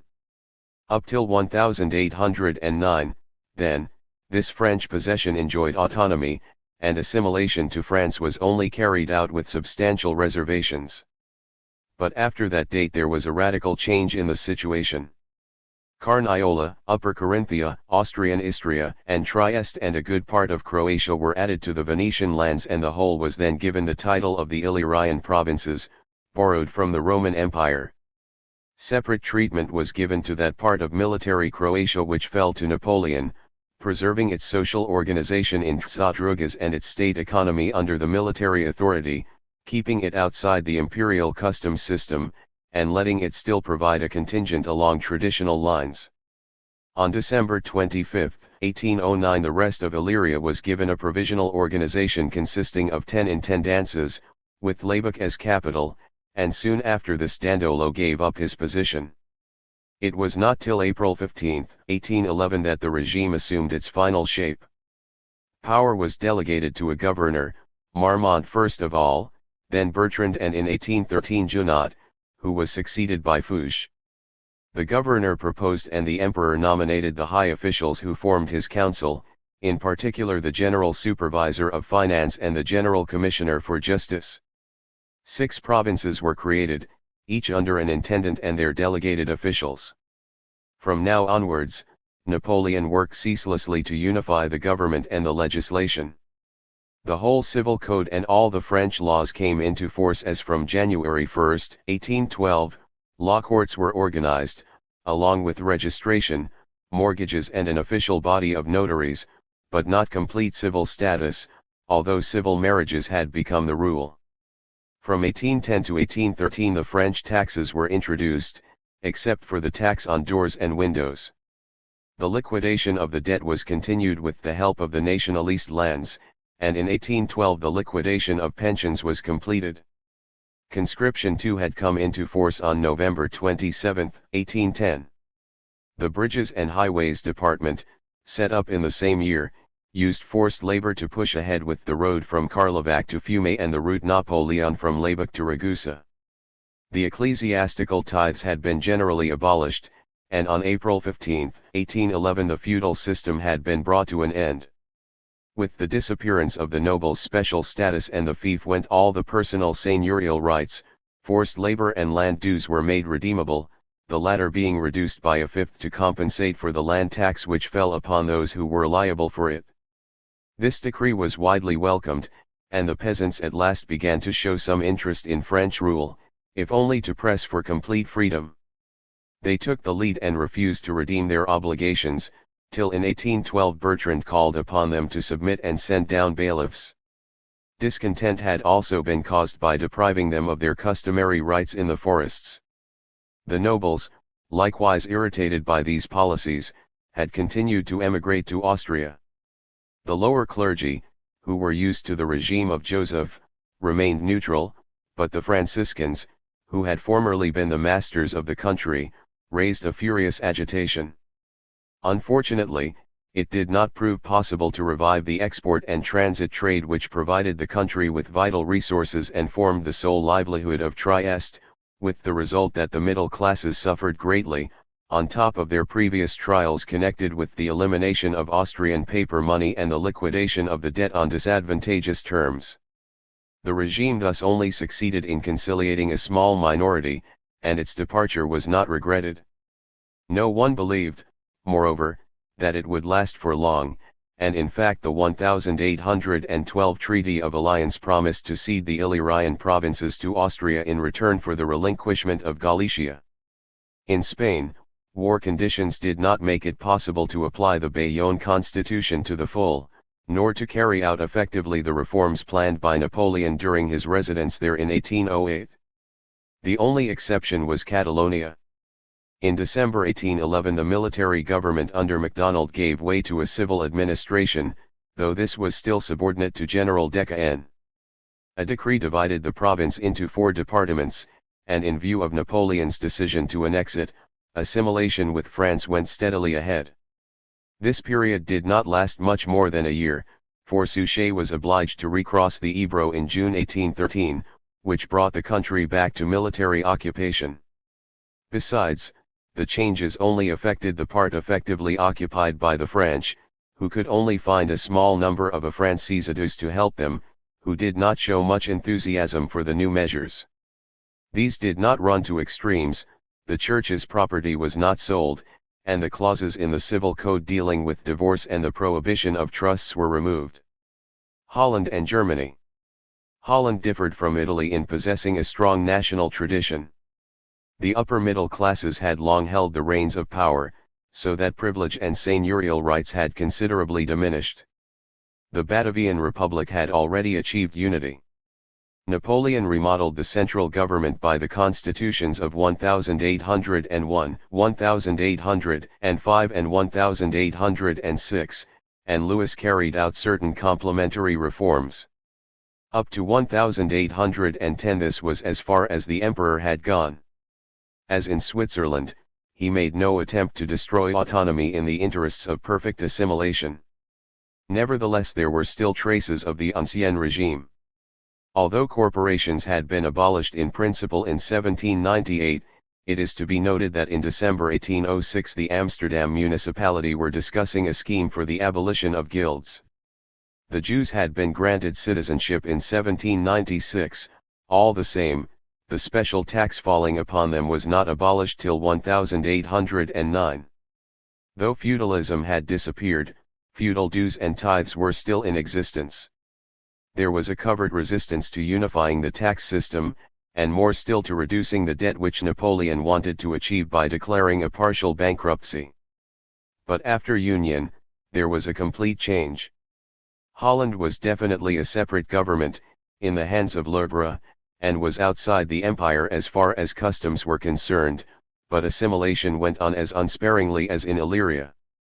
The civil code and all the French laws came into force as from 1810. By July 9 the interest on the debt had been reduced by a third.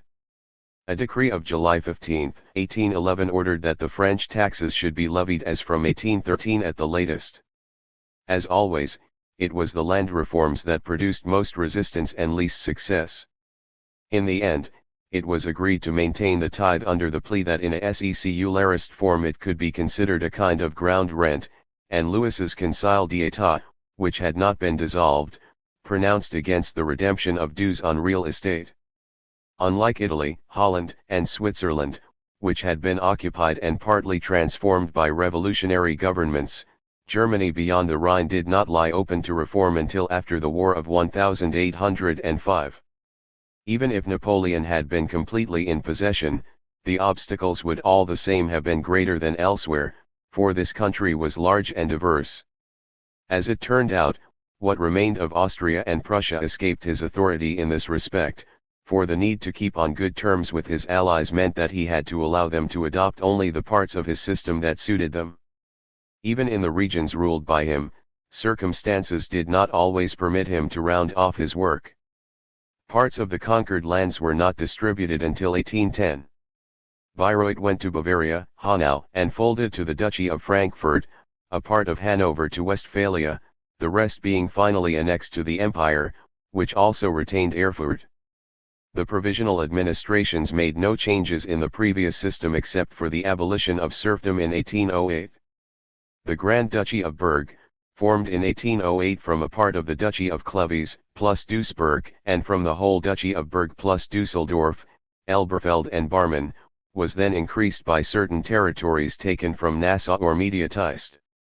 To this were added in 1808 the Prussian possessions of Westphalia, marked north of the Ruhr and Iserlohn, Munster, Dortmund, and Essen, and the counties of Tecklenburg and Langen, 900,000 inhabitants in all, constituting the first Napoleonic state beyond the Rhine. Murat, to whom it was handed over, ceased to summon the local diets and took on discretionary powers. He abolished collegiate administration, divided the country into arrondissements, each under a councillor, and set up municipalities in the towns. Except in the matter of customs, he made no attempt to unify the various lands constituting the state. He left them their own budgets and systems of accountancy, though everywhere he introduced the land tax and the personal tax, and brought in conscription, which the King of Prussia had not dared to introduce. When Murat became King of Naples on July 15, 1808, the Grand Duchy reverted to Napoleon, and although he had made it over to one of Louis's sons, aged 3, he still continued to administer the country himself through special commissioners, first Bugnot, then from 1810 onwards Roederer. In 1808 he unified the administration, and the taxation was progressively remodeled along French lines. In 1811 came the turn of the law courts, and Heron de Villefort set matters in order in the imperial lands that included mines, forests, and 600,000 francs worth of feudal rents. Finally, In 1812 the emperor promulgated a constitution containing a concile d'état elected by notable people to be chosen by the government, though this did not take place till 1813. Assimilation was therefore slow and incomplete. Little change was made from the ancien regime as far as the church was concerned. Only the chapters were secularist, there was no concordat, and not till 1810 did the budget contain some provision for paying the clergy. A university was planned for Dusseldorf, but only on paper. The sole institution to take shape in this town was the lycée. Legal and social reform were equally slow in coming. On December 12, 1808 Napoleon abolished serfdom and the personal dues and obligations for forced labor, and made real property rights redeemable. On January 11, 1809 he abolished fiefs and feudal customs. Privileges were swept away, and marriages between nobles and commoners were authorized, and finally, on January 1, 1811, the Civil Code was introduced. The peasants protested against the maintenance of the land dues, and refused to pay them to their lords. They were encouraged by a certain bookseller at Dortmund, Mallinckrodt by name, but the law courts found against them, and in 1811 two peasants were sent on a deputation to the emperor, and put into prison on their return. Napoleon was told of this and ordered an inquiry, but Bugnot intimated that this matter concerned the imperial lands, and the decree of September 13, 1811 confirmed the preceding ones. Feudal rights properly speaking remained in abeyance without compensation, including the tallies, the banalites, the retrate, and the justices, but real property rights remained redeemable. The peasants continued their obstinate resistance.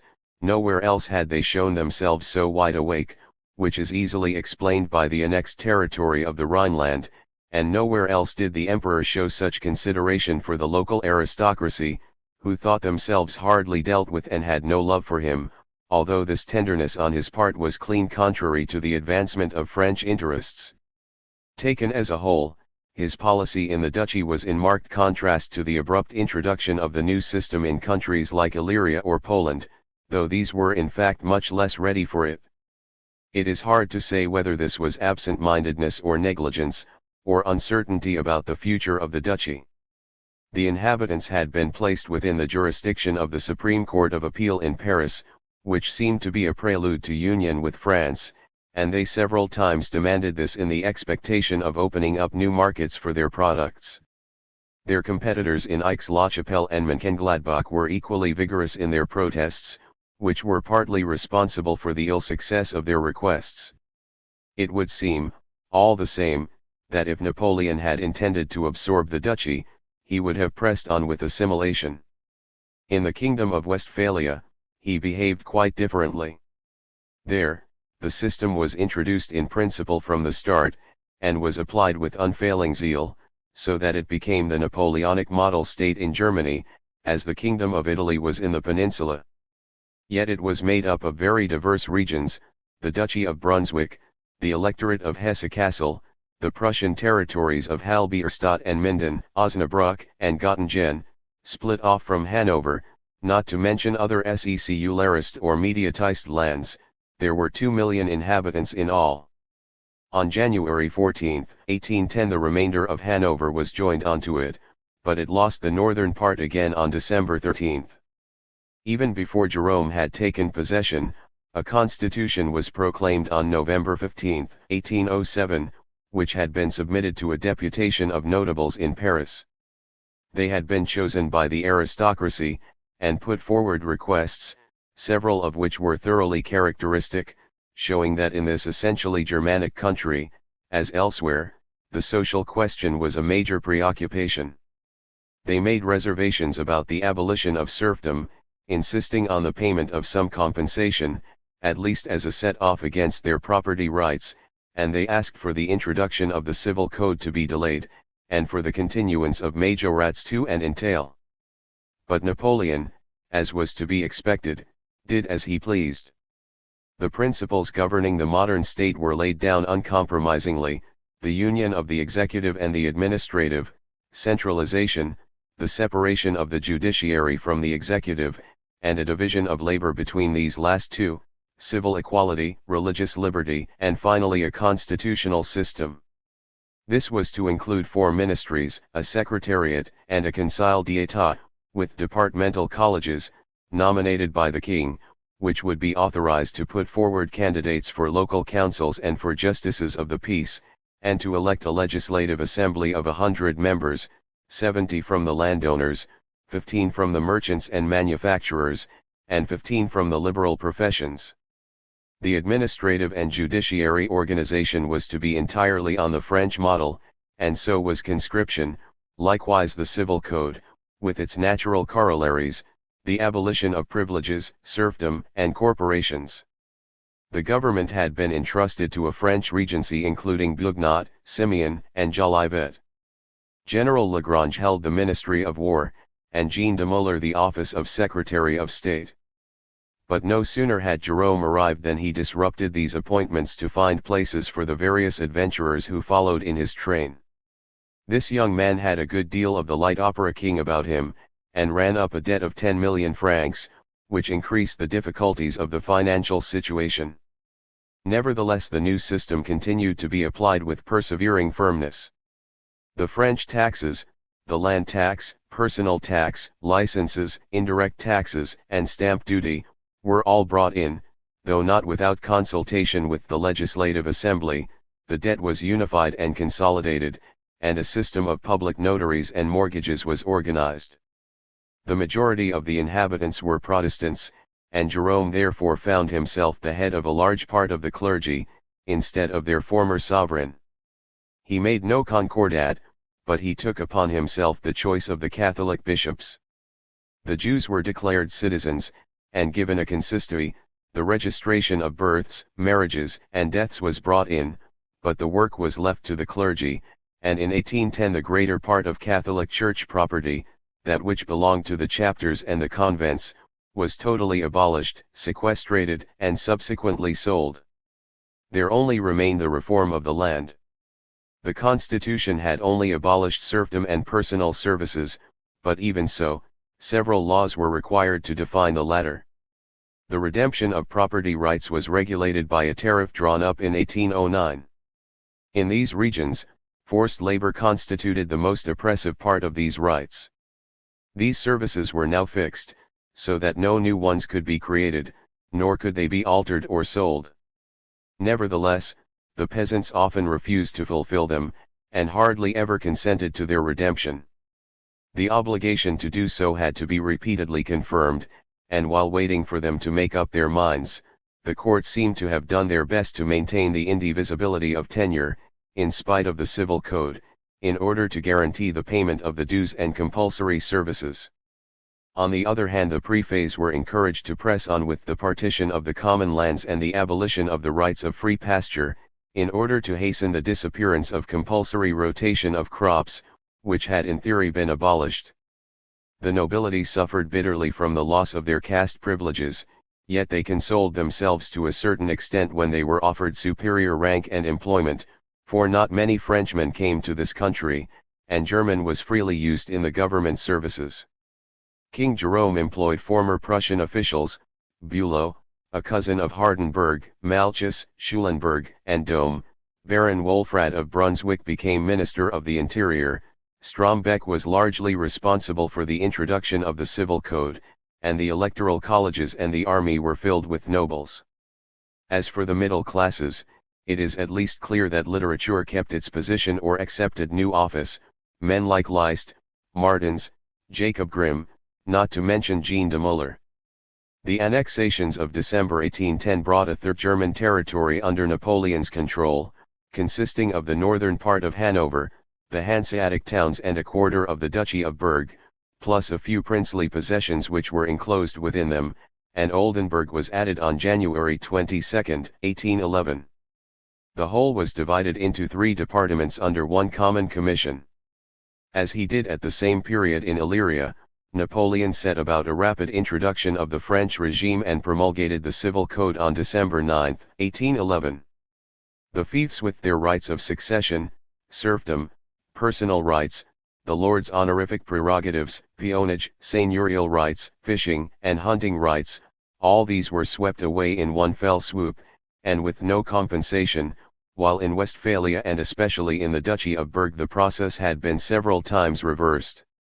All the same, annexation was too short-lived to have any deep effect on social relationships, and the advantages seem to have been less appreciated here than elsewhere, seeing that the strict application of the blockade involved a military government that was extremely severe in the suppression of smuggling.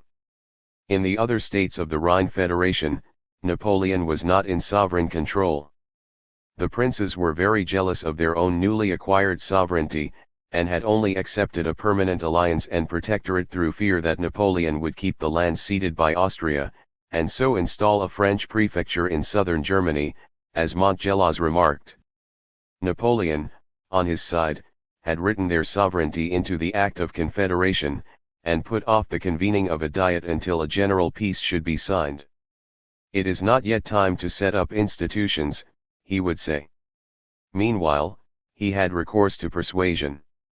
At Milan in 1807 and at Erfurt in 1808 he made more or less definite overtures on the adoption of the civil code, and told his diplomats to recommend this step.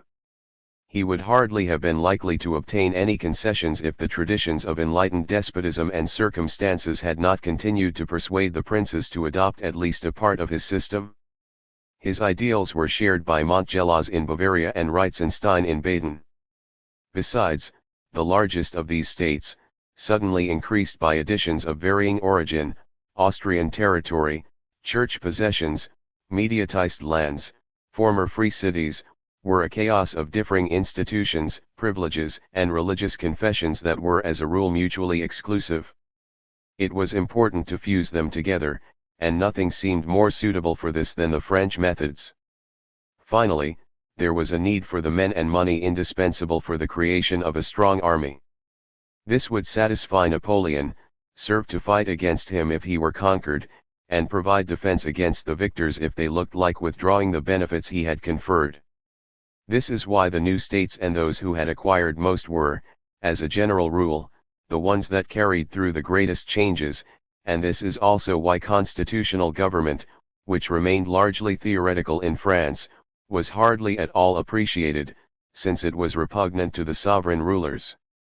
Finally, the liberation of the peasants was left in the background or completely ignored, for enlightened despotism had never broken the past that linked the monarchy and the aristocracy, and Joseph too had paid dearly for his attempts to infringe it. In this sense, the states of southern Germany, although they imitated France, continued to be more like Prussia, where the reforms strengthened the state, but dealt lightly with the aristocracy. One might at least have expected that in the two principalities created from all the separate components on the main, the Grand Duchies of Frankfurt and Würzburg, Napoleon's influence would have been triumphant. In the former, it was indeed considerable, but amounted to nothing in the latter, although the former Duke of Tuscany, who had now become the Grand Duke of Würzburg, was favorable to Napoleon and enjoyed his court. There can be no clearer evidence of the carefulness with which he felt bound to handle his German allies. Ferdinand, it is true, knew that he was protected by the treaty with Austria in 1809, and that as a Habsburg he enjoyed some additional influence with the emperor after his second marriage. Dahlberg, on the other hand, owed everything to Napoleon. As coadjutor of the Archbishop of Mainz, he was the only one of the ecclesiastical electors to receive some compensation in 1803, in the shape of Ratisbon, the Principality of Aschaffenburg and the town of Wetzlar. In 1806 he became German primate and was presented with several mediatized lands, Frankfurt being the most important.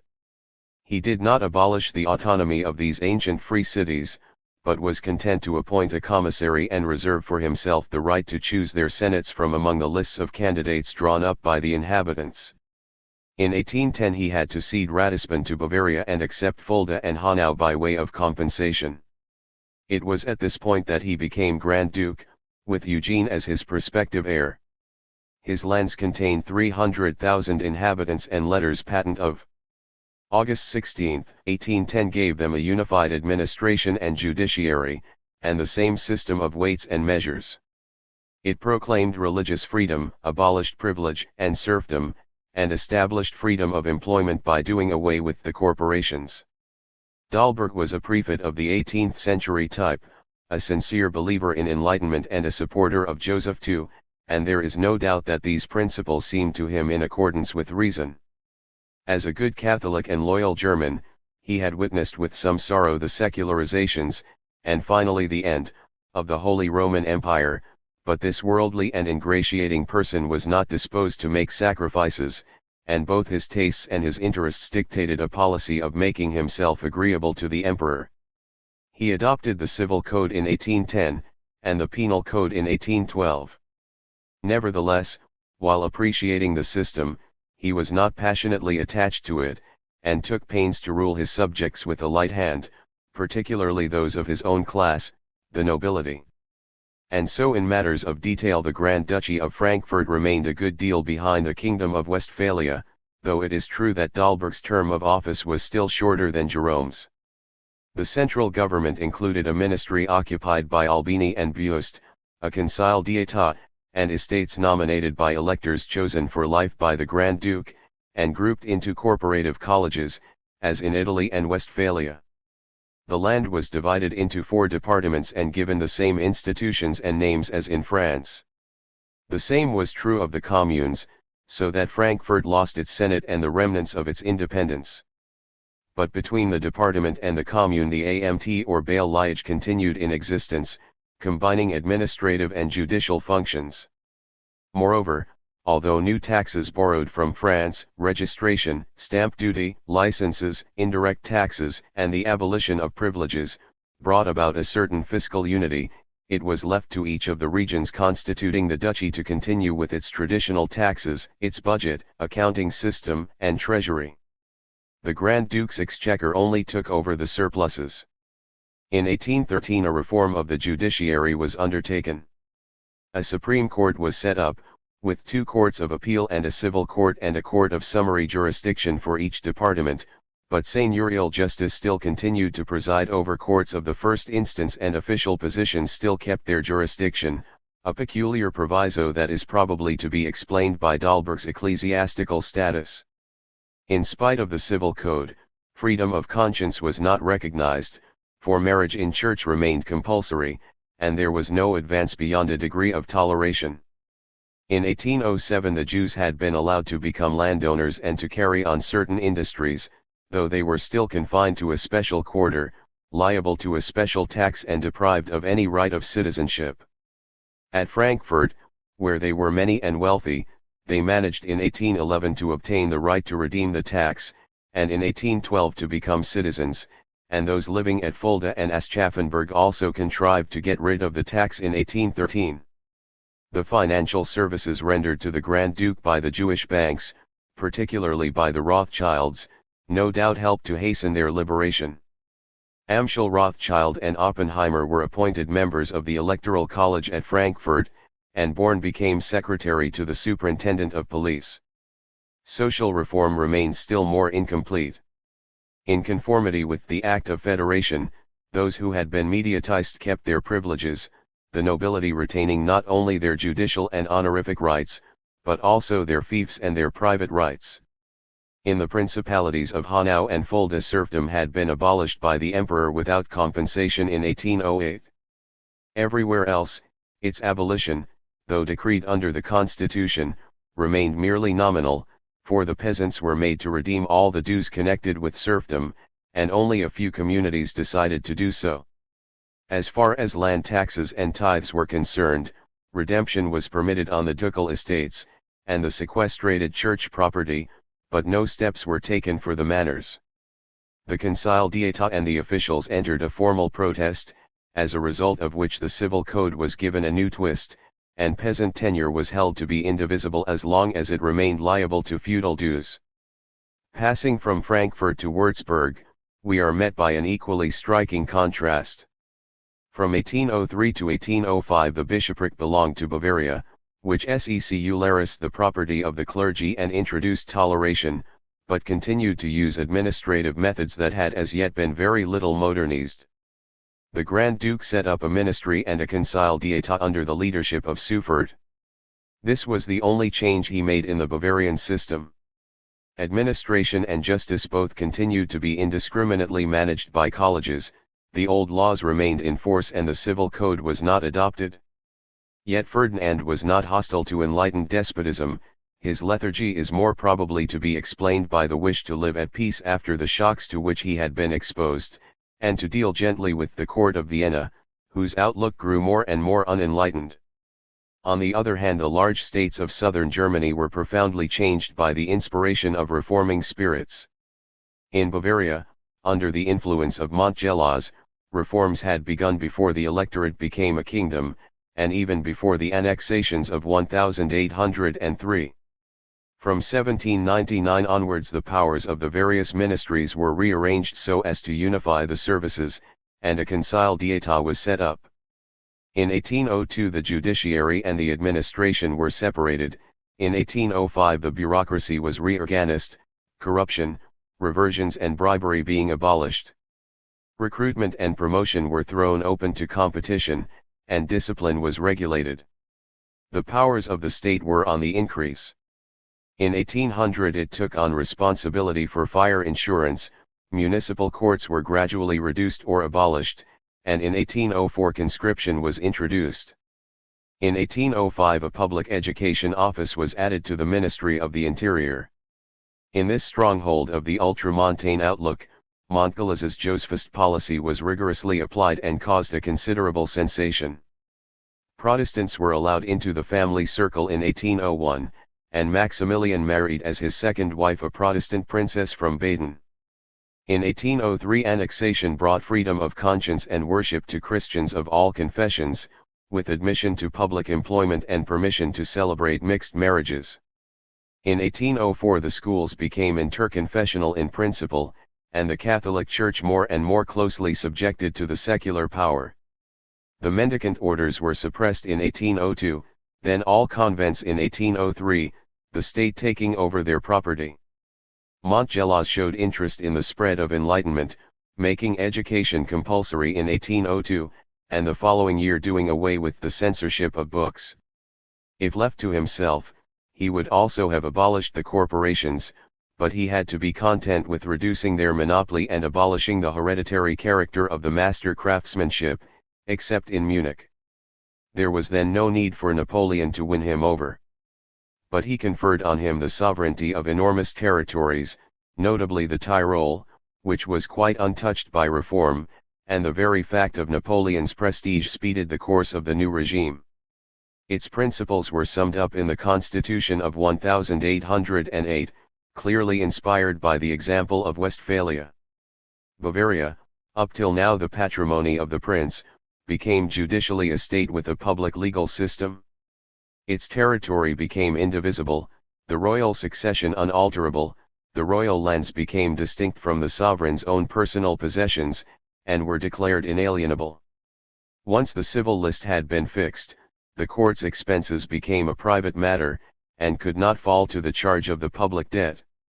Central power was definitely concentrated in the hands of 5 ministers, the collegiate system being discarded.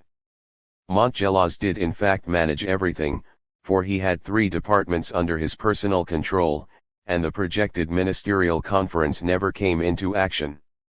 Nevertheless, the Geheimrat was reorganized and commissioned to prepare laws and be responsible for administrative justice. The ancient provinces were replaced by Kreis administered by commissaries, assisted by a chief chancellor and councillors.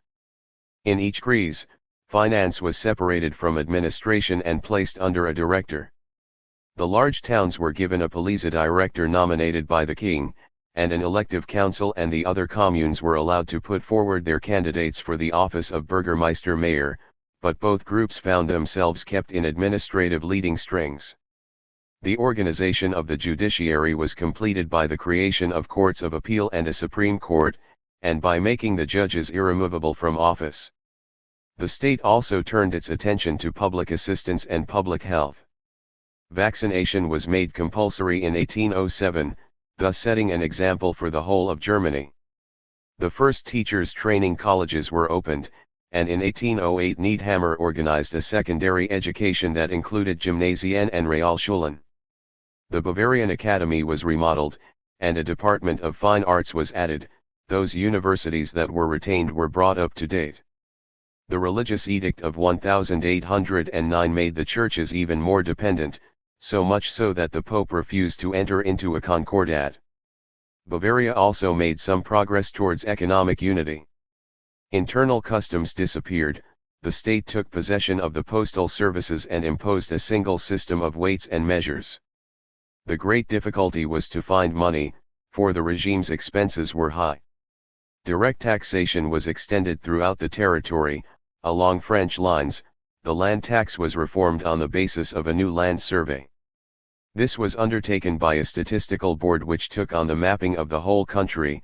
New indirect taxes were brought in, as well as a strongly protectionist customs tariff. The army went on steadily growing. In 1812 an end was put to the system of exemptions.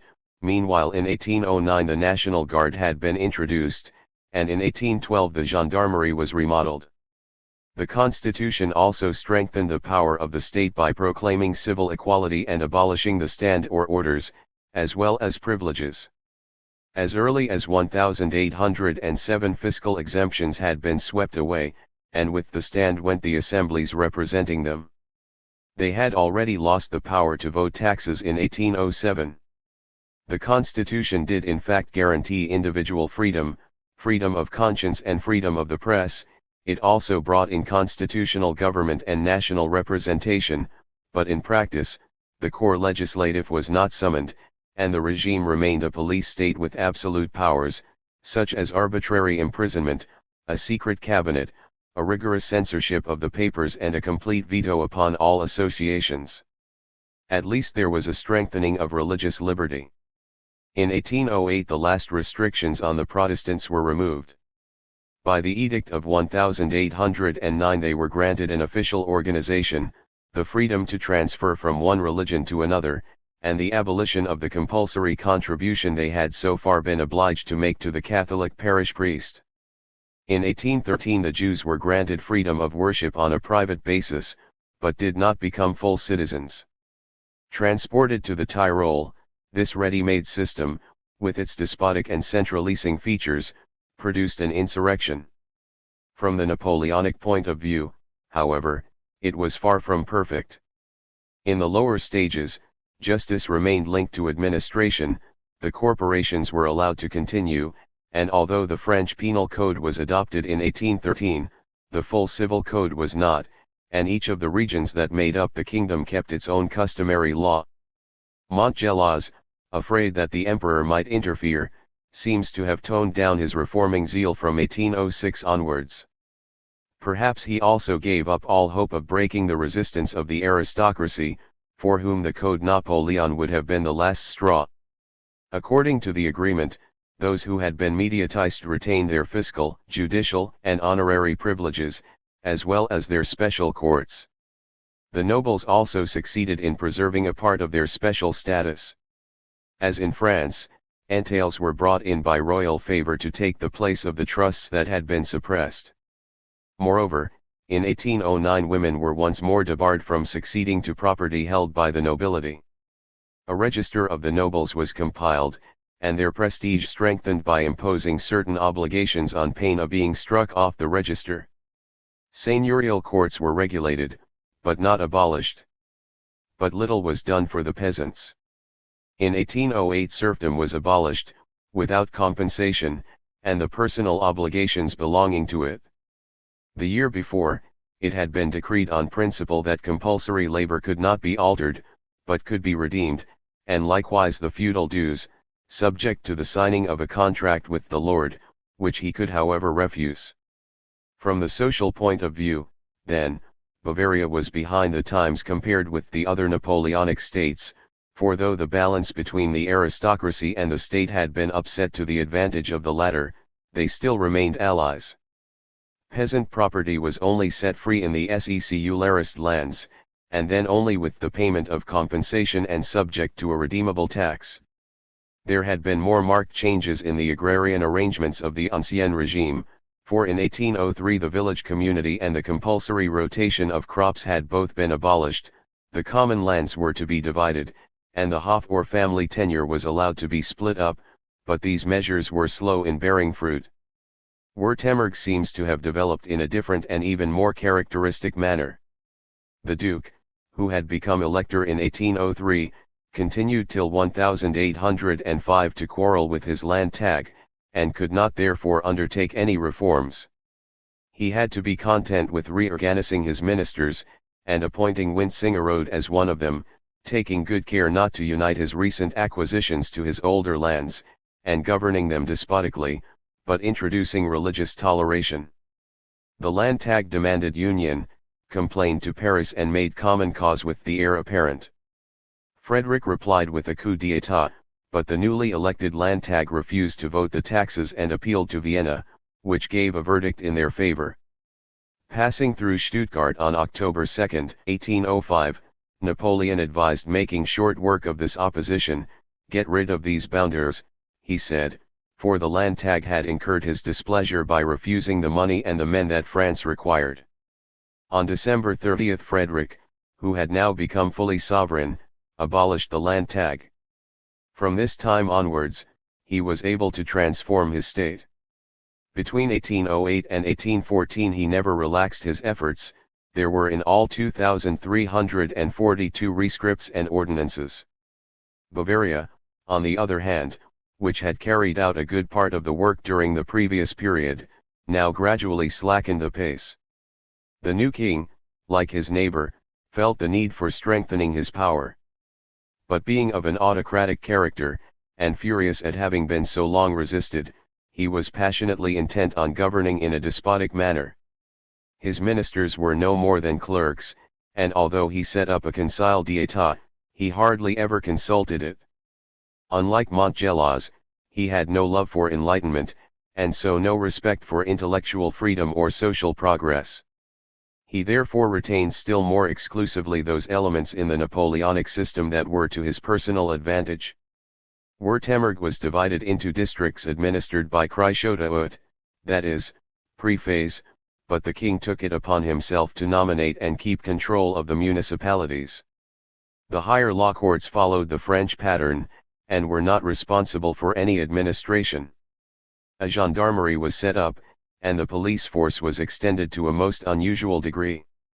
The financial framework was rebuilt, the state took on a monopoly in salt and tobacco, and the land tax was considerably increased.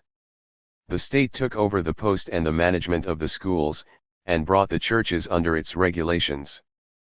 Frederick was careful not to set up a constitution or give his subjects the smallest rights. The criminal courts were not even empowered to pass sentence, they simply gave their opinion, and the king made the decision. Emigration was forbidden, travel needed a special permit and all meetings were prohibited. A strict censorship prevailed, the University of Tübingen lost its independence and was given a warden. Permission was needed to apply for entry, and students were given no choice over the faculties to which they were assigned. Espionage was shamelessly encouraged, and the population were systematically disarmed. From this time onwards Württemberg was more oppressively governed than the French Empire, it was in fact a Metternich regime. The only reform to find favor was a certain religious toleration. By the Edict of October 15, 1806, all Christians received some benefit. Jews were now allowed to own land and carry on a trade. Where the organization of society was concerned, Frederick was also careful not to commit himself to any principles, and though he unified the legal system, he did not adopt the civil code. The nobles were kept under strict control and had to pay taxes. They were partly deprived of their special courts, lost their trust rights and saw their ranks invaded by a number of upstarts. Marriage was now authorized between themselves and the middle classes, and from now on, everyone could own land. The property of the Catholic clergy was secularized. But the feudal system did not disappear, no change was made in the tithes, the feudal dues and forced labor, the king being content merely to abolish personal serfdom. Nor was any hand laid upon the corporations.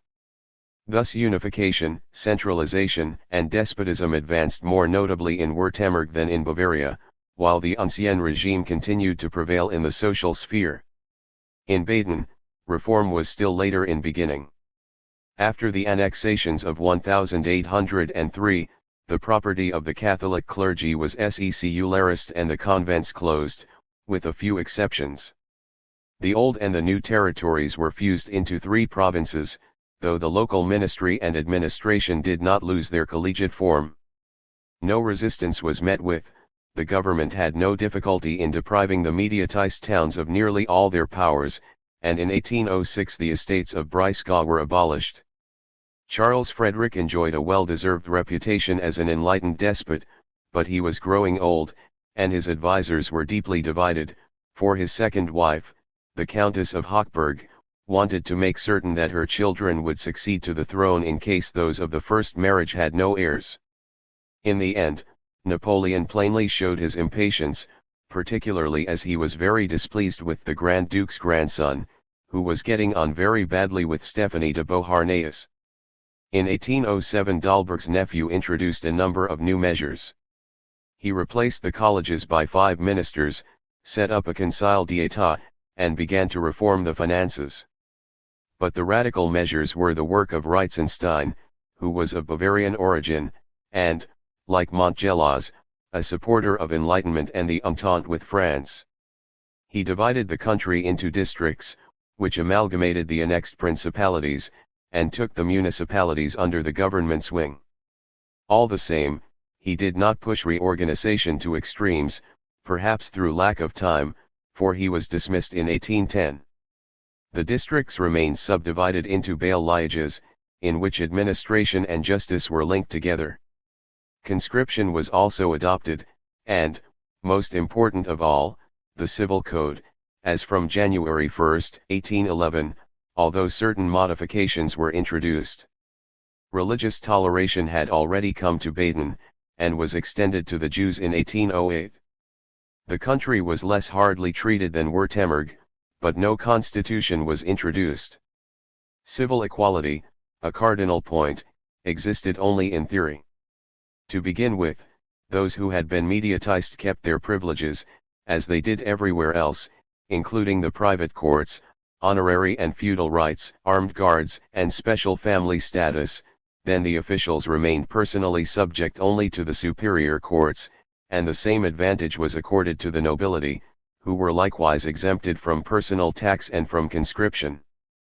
They managed to preserve the right to form trusts and entails, and in addition they contrived to have the land tax on their estates reduced by a third. In the end, moreover, nothing was done to disturb the fief and feudal rights, nor the tithe, the dues, or forced labor. As serfdom had disappeared at the end of the 18th century, there was not much change in the position of the lower classes. Among the other members of the Rhine Confederation there was one who closely imitated France, the Prince of Anhalt, who ruled over 29,000 subjects. He gave these a prefect, a prefect's council and a departmental council and a court of appeal and district courts, not to mention a Conseil d'État. He adopted the Code Napoleon, abolished privilege and seigneurial justice, and did not fail to introduce conscription. Without displaying this amount of zeal, certain other princes made use of their advantages and showed goodwill. The most important of these was Louis I, Grand Duke of Hesse-Darmstadt, who hastened to abolish the land tag and do away with fiscal privilege, except for the mediatized lands. He also adopted the Civil Code in 1808, though making some alterations in it, fixed the limits of forced labor and put an end to serfdom, with due compensation. The Duke of Nassau likewise did away with exemption from taxation, serfdom, and a number of strictly feudal rights. In 1810 the Prince of Somme also made all his subjects liable to the land tax. The other princes of Anhalt in Thuringia and Mecklenburg were satisfied with a few changes in the fiscal system and the recruitment of officials, but the land tag and the social system continued as of old. Saxony too belongs to this category. Senft would have liked to take the initiative, but he did not have enough character to carry the day with the Minister of the Interior, Hopfgarten, who was firmly opposed to all innovation, as indeed was the land tag. The nobility continued to enjoy exemption from taxation, and Calvinists were still excluded from toleration, which was only granted to the Catholics. The main attention was given to reorganizing the army, to which was added a gendarmerie. The case of King Frederick was somewhat similar to that of the Grand Duke of Würzburg. He too was a faithful ally of Napoleon, but he was limited and apathetic in outlook, and showed no interest in reform, though he would perhaps have yielded to imperial persuasion. Napoleon did not press matters here any more than in Bavaria or Württemberg, because he was afraid of losing his goodwill. Yet in the Grand Duchy of Warsaw, which he had presented to the Emperor, Napoleon saw no need for the same delicate handling, but proceeded to organize it with the freedom he had shown in the kingdoms of Italy and Westphalia. The Grand Duchy of Warsaw. On July 22, 1807, at Dresden, Napoleon had given the country constitutional status. The central power, the administration, and the judiciary were all based upon the French model. The prince was to nominate 6 ministers and a secretary of state, to be joined later on by superintendents of public education, waterways and forests, food supplies, war and state lotteries. At first the Conseil d'État was no more than a council of ministers, but in 1808 it was enlarged by councillors and then by referendaries, and became considerably more important than in France, for it combined administrative justice with the powers of a Supreme Court of Appeal. Besides, it came to play an increasingly important part in politics, for its members were the official representatives in the Diet and in the Chamber of Nuncios, and in 1809 it began to take part in governing the country. Nonetheless, it remained true that in Warsaw the executive continued to be in fact of the collegiate type, and lacked effective guidance. The Grand Duke lived in Dresden, and did not exercise his right to appoint a viceroy. True, there was a president of the Council of Ministers, Stanislas Potocki by name, but he did not wield the influence of a chief of state. The territory was divided into departments, districts, and communes. The collegiate principle was abolished, and administration put in the hands of a prefect assisted by a secretary general and a prefect's council, a sous-prefect and a mayor and municipal magistrates. The Grand Duke chose the prefect and sous-prefect, while the senior prefect chose the municipal members. In each area a council was set up, also nominated by the Grand Duke from among the candidates put forward by the dietines, or assemblies of the nobles in a department or district, or by the communal assemblies. The districts were given a justice of the peace, chosen from those put forward by the dietine, and the departments a court of permanent judges. There was a criminal court for each 2 departments, and a single court of appeal.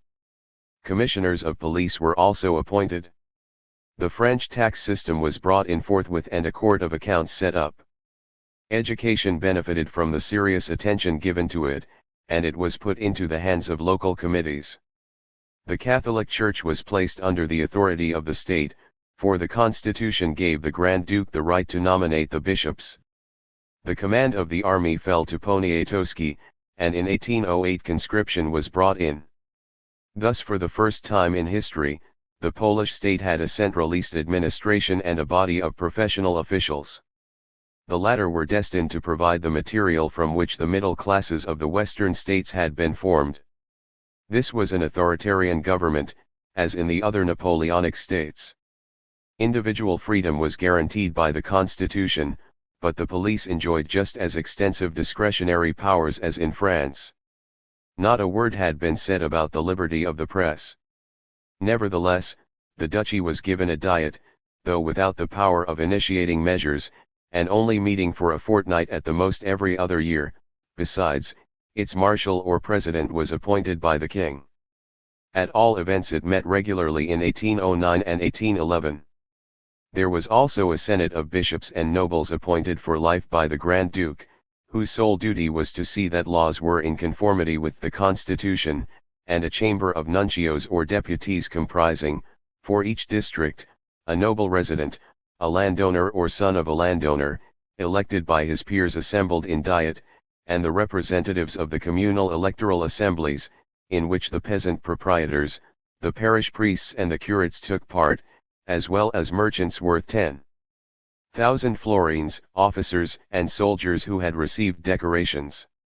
This diet differed in its constitution from the Italian or Westphalian assemblies, and was more like the one in Naples, though it was still more aristocratic in character. Although some part was played by professional and property qualifications, the distinction between the two curias still rested mainly on the preservation of the social orders. True, the deputies each had a vote, but the nobles held 3/5 of the votes, not to mention the fact that the communal assemblies could also elect noblemen. On the other hand, the electoral system was more enlightened than in Naples or Westphalia, where the members of the electoral colleges were nominated by the king, and merely elected candidates. In Poland, the electors' rights were guaranteed by the constitution, and their elections were genuine elections. Thus Napoleon was accustomed to take local conditions into account. Since the middle classes in Lombardy and Westphalia enjoyed a certain stability, he did not give the aristocracy special representation. In southern Italy, where the aristocracy were much stronger than in the north, the case was very different, but as the Bourbons had stripped them of all political authority, they were only given an upper chamber nominated by the king. In Poland, the power of the nobility as compared with the insignificance of the middle classes was too great to give them anything but a dominant position. Moreover, it was not so long since they had been the real masters of the state, and it was advisable, while putting them under the law, to give them a genuine liberty to shape policy, and liberty from which the commoners reaped some incidental advantage. Napoleon's efforts to get the aristocracy on his side were therefore more marked in this country than anywhere else. The result was that the nobility kept its specific identity and became the real controllers of the state. This was by no means an advantage for the peasants. While maintaining the privileged position of the nobility as a political institution, the constitution had proclaimed civil liberty and abolished serfdom. The Civil Code was promulgated on August 15, 1810, freeing the peasants from the glebe and giving them the right to go to law, but the land nevertheless continued to belong to the nobles, and the decree of December 12, 1807 pronounced all tenure to be precarious in default of a contract, which put the tiller of the soil in a worse position, for when his right of possession was for the most part hereditary or for life, he could not usually call anything except custom to his assistance. Feudal rights, land dues, forced labor, and tithe all continued to exist, and so did even arbitrary forced labor. Notaries were appointed and model contracts published in order to encourage fixed tenure, dues, and labor, but very few written agreements saw the light of day. The lord could use his right of eviction to maintain the existing burdens, or even increase them, and there is reason to believe that a good number of peasants cultivating only small plots took advantage of their new freedom and left the land. But as the country had no industries, this could only lead to economic and social unrest. The property of the clergy, however, was left untouched, and what had been secularized by Prussia was kept as part of the royal lands. In 1812 Bignon, who represented France in Warsaw, recorded, "The condition of the peasants has hardly altered at all." In spite of this, the aristocracy were a prey to anxiety lest Napoleon should not call a halt at this point. The great families were even more annoyed because the level of equality for all landowning nobles established by the political constitution, and the opening of the Diet to commoners, seemed to strike a mortal blow at the authority that had hitherto been theirs. They nevertheless continued to hold the major offices of state or to fill them with their own protégés. The Czartoryskis in particular, although remaining in the background, kept well informed about the various ministries, for Stanislas Potocki had married a Lubomirska, a niece of Adam Czartoryski's father, and Matusiewicz, Minister of Finances, was regarded as a supporter of the latter, and Niemcewicz, the Secretary of the Senate, and very hostile to France, continued to be his devoted servant. Nor was the opposition of the Roman Catholic Church by any means to be ignored, for it was paramount over the peasants.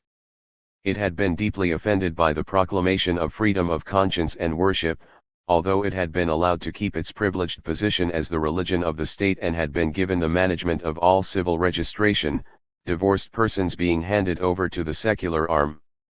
Though there was little protest from the secular clergy, the reaction of the monks was very different, especially after the break with the Pope. The Benonists, most of whom were German, were supported in their agitation by the nuncio from Vienna, and had to be expelled. The establishment of Masonic lodges, there were a dozen of them by 1810 in the Grand Orient, was a further source of grievance. The Jewish question, which was at the same time a social question, gave the clergy an excellent weapon. There were no exceptions in the Constitution, and Jews were therefore given the same rights as Christians. But this caused such feeling that in 1809 their political rights were withdrawn from them for 10 years, with certain individual exceptions granted by the prince to those who paid a license fee. In 1808 they were forbidden to acquire land without authorization, and in 1812 to lease imperial domain lands or to sell beverages, and in order to keep down their numbers, a system of authorization for marriage was imposed upon them. It must be admitted that they seemed in no hurry to become assimilated, and in 1812 they were at their own request, we are told, given exemption from military service upon payment of a contribution. European civilization. It is clear then that in the Grand Empire the Napoleonic system showed a significant division. On the one hand, the state reforms went steadily ahead, on the other, social reform dwindled or proved abortive. The increasingly marked favor shown by the emperor towards the aristocracy makes it difficult to say what would have been the future course of his liberating efforts. All the same, he was so bent upon the civil code that once peace had been established on the continent, we can well believe he would have taken the necessary measures to apply it to the full in every place. Thus it may be said that everywhere he strove to add administrative and social unity to political unity, and this was to form the framework for a new European civilization. This did in fact develop after his time, in the course of the 19th century, in spite of the counter-revolutionary reaction, but with a slowness, and with disturbances and distortions, that Napoleon might well have avoided. For the most part, the principles were in alignment with those of 1789, and that was what stamped this civilization as essentially French. Outside the French Empire, Napoleon did not take any steps to add an intellectual culture for which the French language would have served as the vehicle. In the kingdoms of Italy, Naples, and Westphalia, by far the majority of the staff were locally recruited, and Italian or German remained the languages used for administration and education. But the case was different in the French Empire.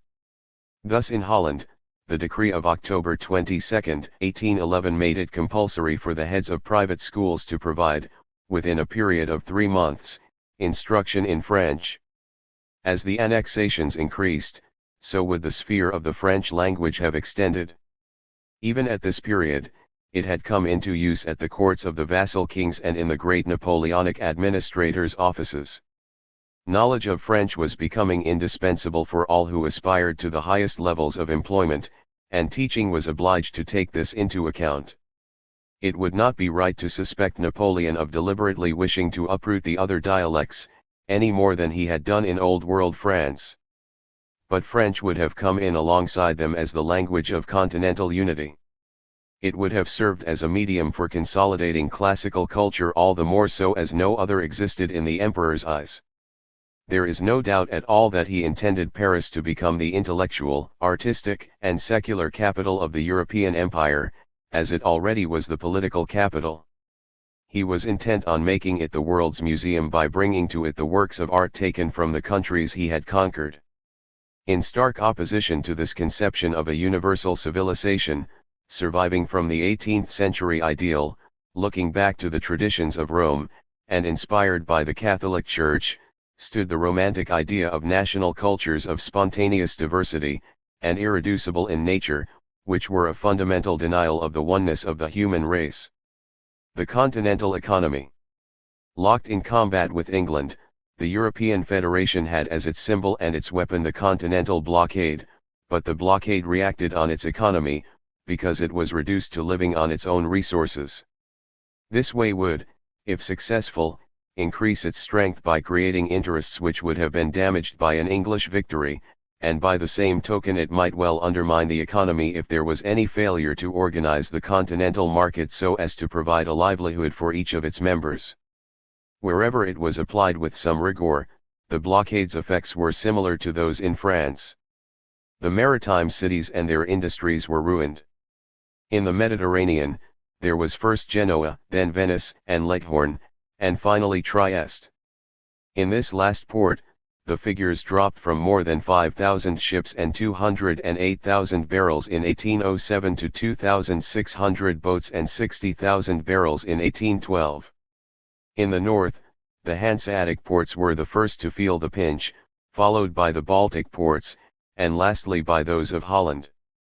The trade of the great German fairs, fed as they were by contraband goods, became a precarious business, which meant that the blockade provoked the hostility of the ship owners, the big business interests and the banks.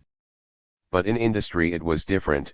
Although the cotton industry found it difficult to get raw materials and other branches suffered from the ban on exports, local production was rather fortunate in being delivered from English competition, and the veto on exports acted as a stimulus. As in France, cotton spinning and weaving showed the most marked progress, although this was lessened by the importance of contraband. In Saxony, although results were on the whole less good than in 1805, they showed a 25% improvement in 1810, and the production of printed materials rose sharply, increasing more than 50% during this period. Switzerland, the southern part of Baden and even northern Italy likewise took advantage of these favorable circumstances. Wool prospered too, for instance in Switzerland and Denmark. In Germany, the Silesian and Westphalian mines extended their markets, so did ironmongery, weapons produced in Thuringia, straw hats and brushes in Baden, and chemical products. The processing of sugar beet also developed, especially in the Duchy of Frankfurt and at Magdeburg, and struck root in Holland and Russia. At a time when the spirit of enterprise was everywhere being stimulated by England's example, the blockade taught, more effectively than the theory or fragmentary practice of the mercantile theory in the Ancien Regime, how much it could be helped in its early stages by protective customs duties. And after 1815 this lesson was to be well remembered. In this sense, it was in the interest of all the members of the continental system to maintain a common front against British industry. All the same, not every member reaped the same advantage, for as one went east and south, agriculture assumed a growing preponderance, so that the blockade was especially favorable to France, and in the second place to Germany, Switzerland, and northern Italy. Needless to say, the consumer did not share the industrialist's satisfaction, and the states themselves, seeing their customs revenue diminish with the cutting off of English imports, shared the anxieties felt by the emperor. Hence it was not enough simply to produce at all costs, it was also a question of adapting the wheels of commerce to new conditions and redistributing markets so as to provide for the consumer and find new customers for the manufacturers who had hitherto exported overseas, such as the cloth makers of Hanover and Silesia. And this was an extremely difficult task. The English market, with its control of the seas, underwent a natural growth, by virtue of the living impetus of productive activity. On the other hand, each of the continental regions naturally turned towards its particular coast, and the European market, though in theory unified by the blockade, tended in practice to be split up as it were by a centrifugal force. The proof of this was the persistence of the cross-country trade routes which had come into being across Central Europe since France had been cut off by war. The Frankfurt, and more particularly the Leipzig, fairs continued to be well patronized, and as late as 1809 Trieste was still getting the produce of the Levant through to Bavaria and Saxony. From then onwards, the cross-country traffic tended to stretch still further east, along caravan routes from the Baltic to Leipzig, and from Salonika to Vienna. On the other hand, the really new feature was the advance of essentially continental routes running from west to east. It may be said that the success of the blockade and the consolation of the continental system depended on the routes running north and south, thus bearing witness to the vitality of the maritime traffic and the dealers in contraband. Strasbourg and Lyon were the chief centers where these trade routes crossed. The former became the French depot for goods destined for Germany, Austria, and Russia, which were subsequently sorted at Leipzig. In return, the town also received goods from Frankfurt via the Rhine, and from Vienna, which up to 1810 sent it cotton from the Levant. But the transformation of Lyon's commerce was an even greater novelty, because Napoleon was completely master of Italy and had opened the Alpine routes. His first object was political and military. To begin with, he concentrated on the Simplon in order to link up with Milan, and the road was finished in 1805. But as Piedmont had just been annexed, the main effort was switched to the Mont Cenis, which was completed as early as 1806. Work also went ahead on the Ginevra, which was of purely strategic importance. As French rule spread to central Italy, the Corniche road came into the picture, and in 1810 Napoleon decided to build it and extend it via La Spezia and Florence towards Ancona and Trieste, but he never had time to complete it. Up till 1810 the Simplon, which had difficult approaches and was not easily controlled by the customs, was chiefly used by troops and travelers. On the other hand, the Mont Cenis at once assumed great economic importance, and the preeminence of Lyon was largely due to it, for nearly all the Italian traffic went that way, amounting in 1810 to almost 3,000 travelers' vehicles, 14,000 heavy wagons and 37,000 pack mules. As Piedmont and the Kingdom of Italy had become to some extent colonies of France, buying her manufactures and sending her agricultural and textile goods, the industries of Lyon reaped the advantage, for the Mont Cenis route was used by the silk trade. Illyria became important in another way, for in 1810 the emperor made it the center for the cotton caravans arriving from the Levant. Lyon then became the gateway for cotton, since Strasbourg had been closed against goods coming from Vienna. The Mont Cenis route proved inadequate for the cotton trade, and when the Valais was annexed, the Simplon grew in commercial importance. It remained to be seen whether these supply routes would be able to carry enough to replace the coastal traffic, which was becoming more and more difficult. There is no doubt that it proved insufficient. France's system of waterways was still very incomplete, while elsewhere there were hardly any canals, and the rivers were barely usable. Even on the Rhine, the local tolls set up by the Ordinance of 1803 had lessened the burden of the tolls payable for navigation, though they had not altogether removed it.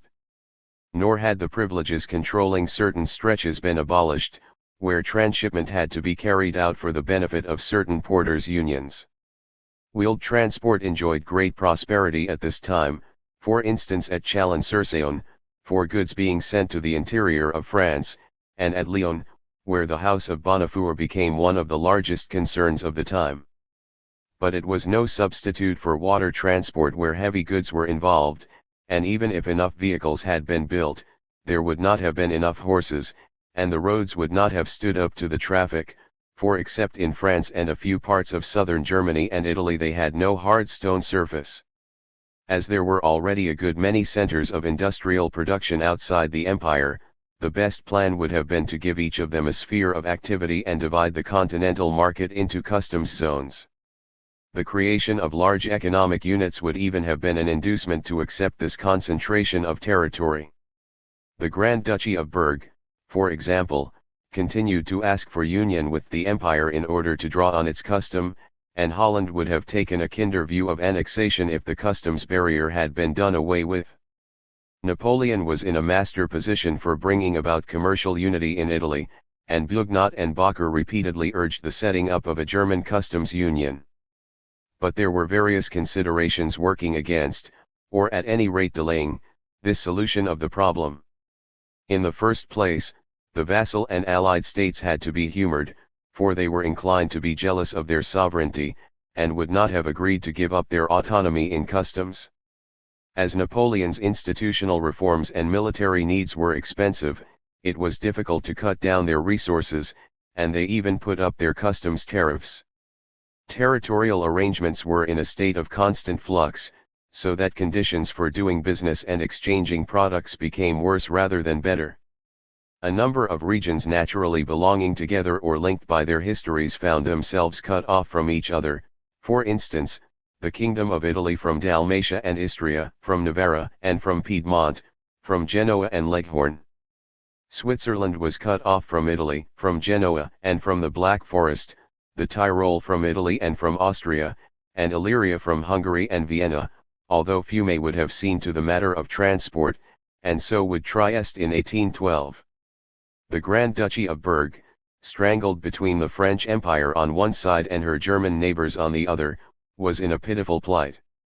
Her sales fell from 55 million in 1807 to 39 million in 1810. Trade agreements would have provided some relief, but Napoleon did not encourage these, for he wanted to keep all the profits for France.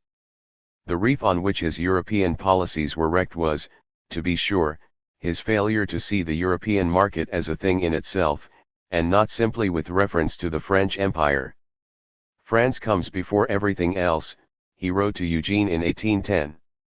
Having conceived and planned the continental system, he would not deviate in his own territory from the mercantilism he had espoused in the days of the consulate. His frontiers remained strictly closed against allies and vassals, no less than against the English, even for the Swiss or the inhabitants of the Duchy of Berg. In order to avoid all rivalry with his own producers, he even refused to annex the duchy and kept Holland and North Germany out of the empire as far as customs were concerned, although he had joined them to France politically. On the other hand, he did his utmost to impose against all nations preferential tariffs that benefited his own subjects, and succeeded as far as the Kingdom of Italy and Naples were concerned. This attitude of his can be explained by the position of France. Being the most industrialist of all the continental peoples, she suffered most of all from the blockade and the war.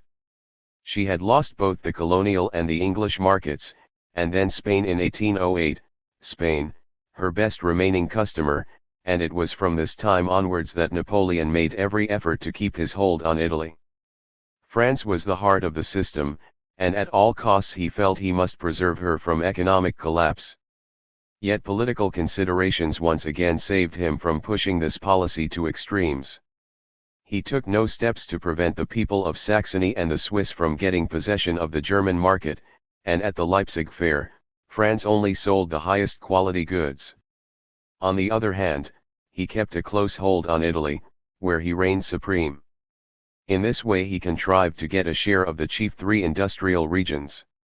Moreover, pressure from the inhabitants of Lyon made him determined to hold on to this private preserve, and he proceeded to erect progressively a series of impassable customs businesses around the Kingdom of Italy, except on the French side. In 1808 he forced her to accept a commercial treaty, and in 1810 arrogated to himself the sole right to import cotton goods and cloth. He put a tax on the export of raw silk to Austria and Switzerland so as to give Lyon a monopoly, and he insisted on it giving free passage to cotton from Naples and from the Levant, as well as allowing transit between France and Illyria. The Kingdom of Italy bought 43 millions worth of goods from France in 1810, and 82 million in 1812, mostly cereals, flax, hemp and silk, 73 million in 1810 and 92 million in 1812.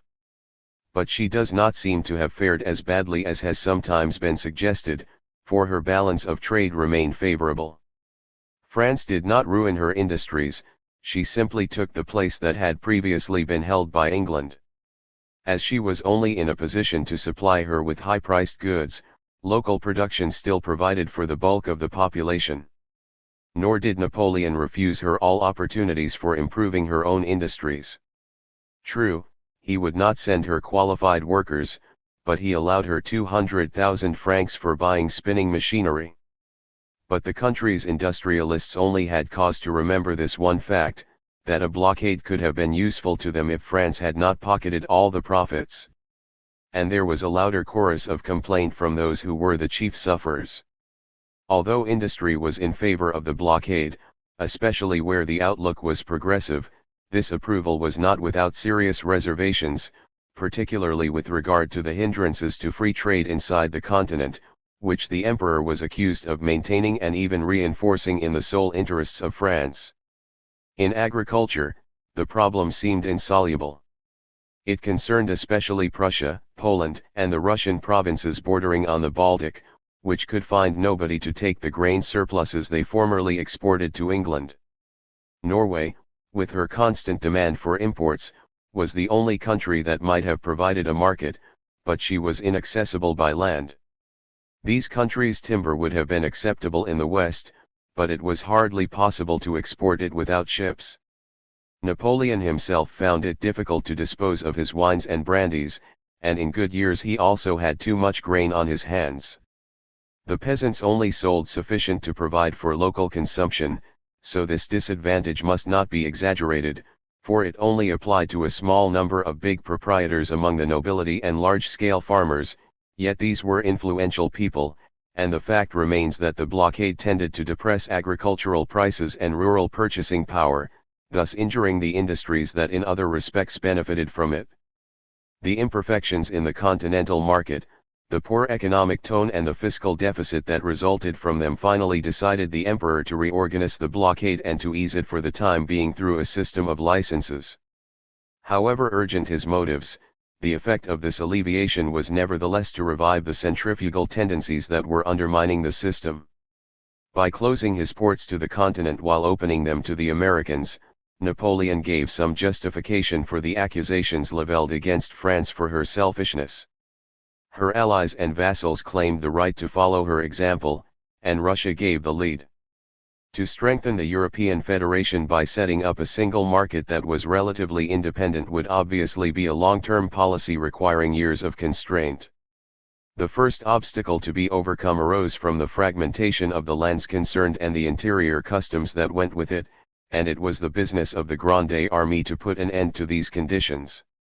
But in face of world opinion, England had the advantage of being able to show that the continental system in all its forms was based upon a military dictatorship. The continental system and nationality. The continued existence of the continental system depended on the campaign against Russia. As a rule, Napoleon would concentrate his attention on the next victory. The rest would follow of its own accord, and would largely depend on circumstances. He therefore had no hard and fast plans for the future of a European federation. All that can be said is that from 1810 onwards he laid more emphasis on the Roman character of the empire. In the Eternal City, which had now become his second capital, his successors would henceforward be anointed before the 10th year of their reign. He wanted to take Marie-Louise there himself and have her crowned, and preparations for this great event were underway. The Pope would live in either Paris or Rome. Sometime or other, Pius VII would be succeeded by a pontiff who would accept this new Babylonian captivity. As to what would then follow we can give free range to our imagination. After Alexander's army had been destroyed, we could picture the rebuilding of Poland, the creation on Russian soil of new principalities intended to protect this resurrected state, the expulsion of Bernadotte in favor of some reliable successor, the reorganization of Germany, the submission of the Iberian Peninsula, and the conquest of Constantinople, to become the third capital of the empire. Peace on the continent would then seem to have been secured, and European civilization as Napoleon conceived it would have made a steady advance. Attempts have been made to reconcile this extrapolation with the nationalism that was so characteristic of the century, suggesting that Napoleon had planned to transform the continental system into a society of sovereign nations forming a voluntary association. Certainly the cosmopolitan civilization he envisaged was far from being opposed to such an ideal, but the unity created by conquest was diametrically opposed to the free union of peoples which the revolution in its early stages looked forward to as the crowning of its endeavors. This illusion can, however, be explained if we note that Napoleon, ever eager to convert to his own use the forces he found at work, took good care not to neglect national feeling whenever it suited him for the moment.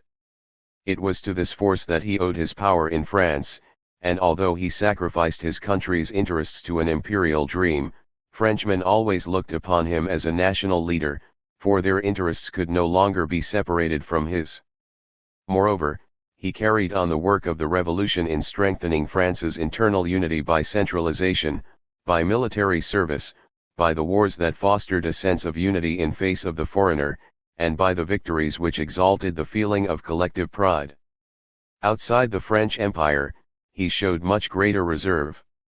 Though the Poles could not accuse him of treachery, since he never positively promised them anything, he took advantage of their patriotism, and there were clearly certain further considerations behind his actions when he first wrote the name of Italy into political geography, revived the name of Illyria, and gave official status to the Slovene and Croatian languages.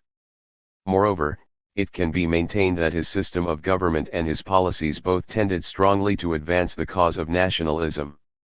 Although he did not complete the territorial unity of Italy and Germany, he enormously simplified the map in both of them, and he brought a part of the Yugoslavs together, something that had not happened since the 14th century.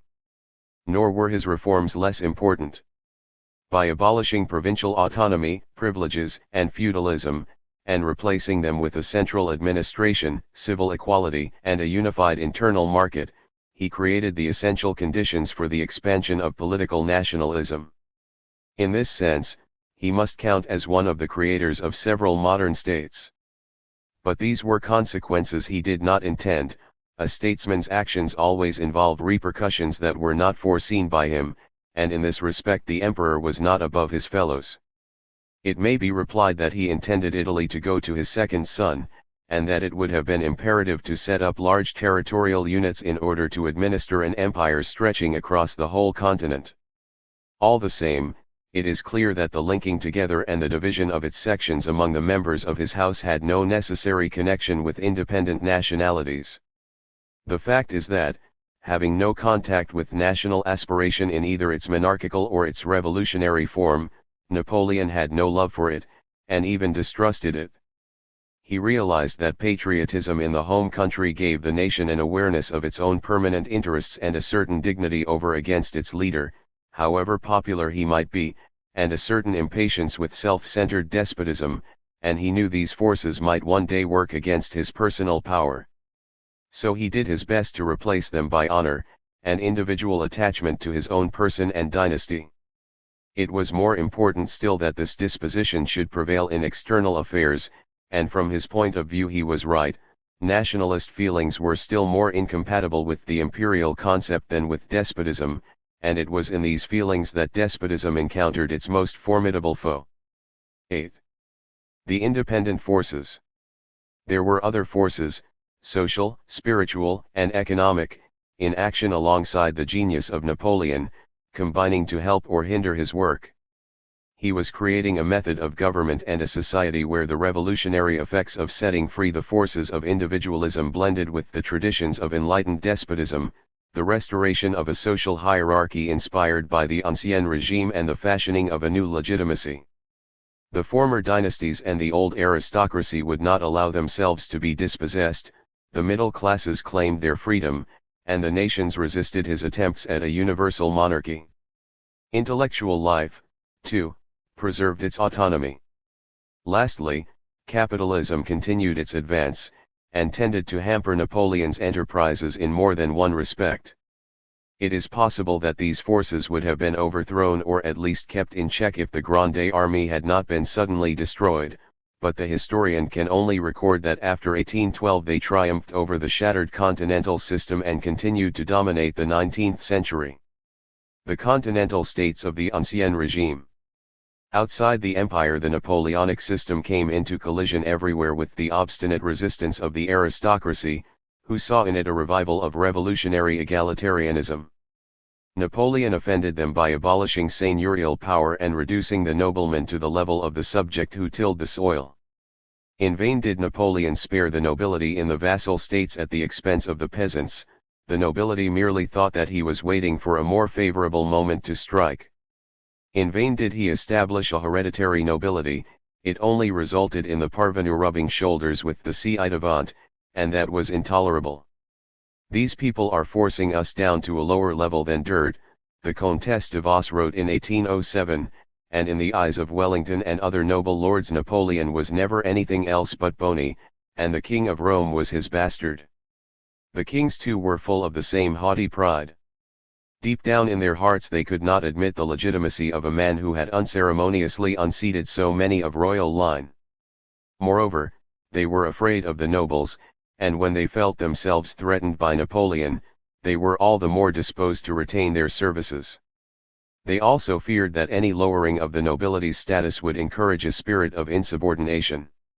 Nevertheless, the power of the state in France was a constant allurement to them, and persuaded them to adopt certain modifications. Their attitude depended on their intelligence and more particularly on their entourage.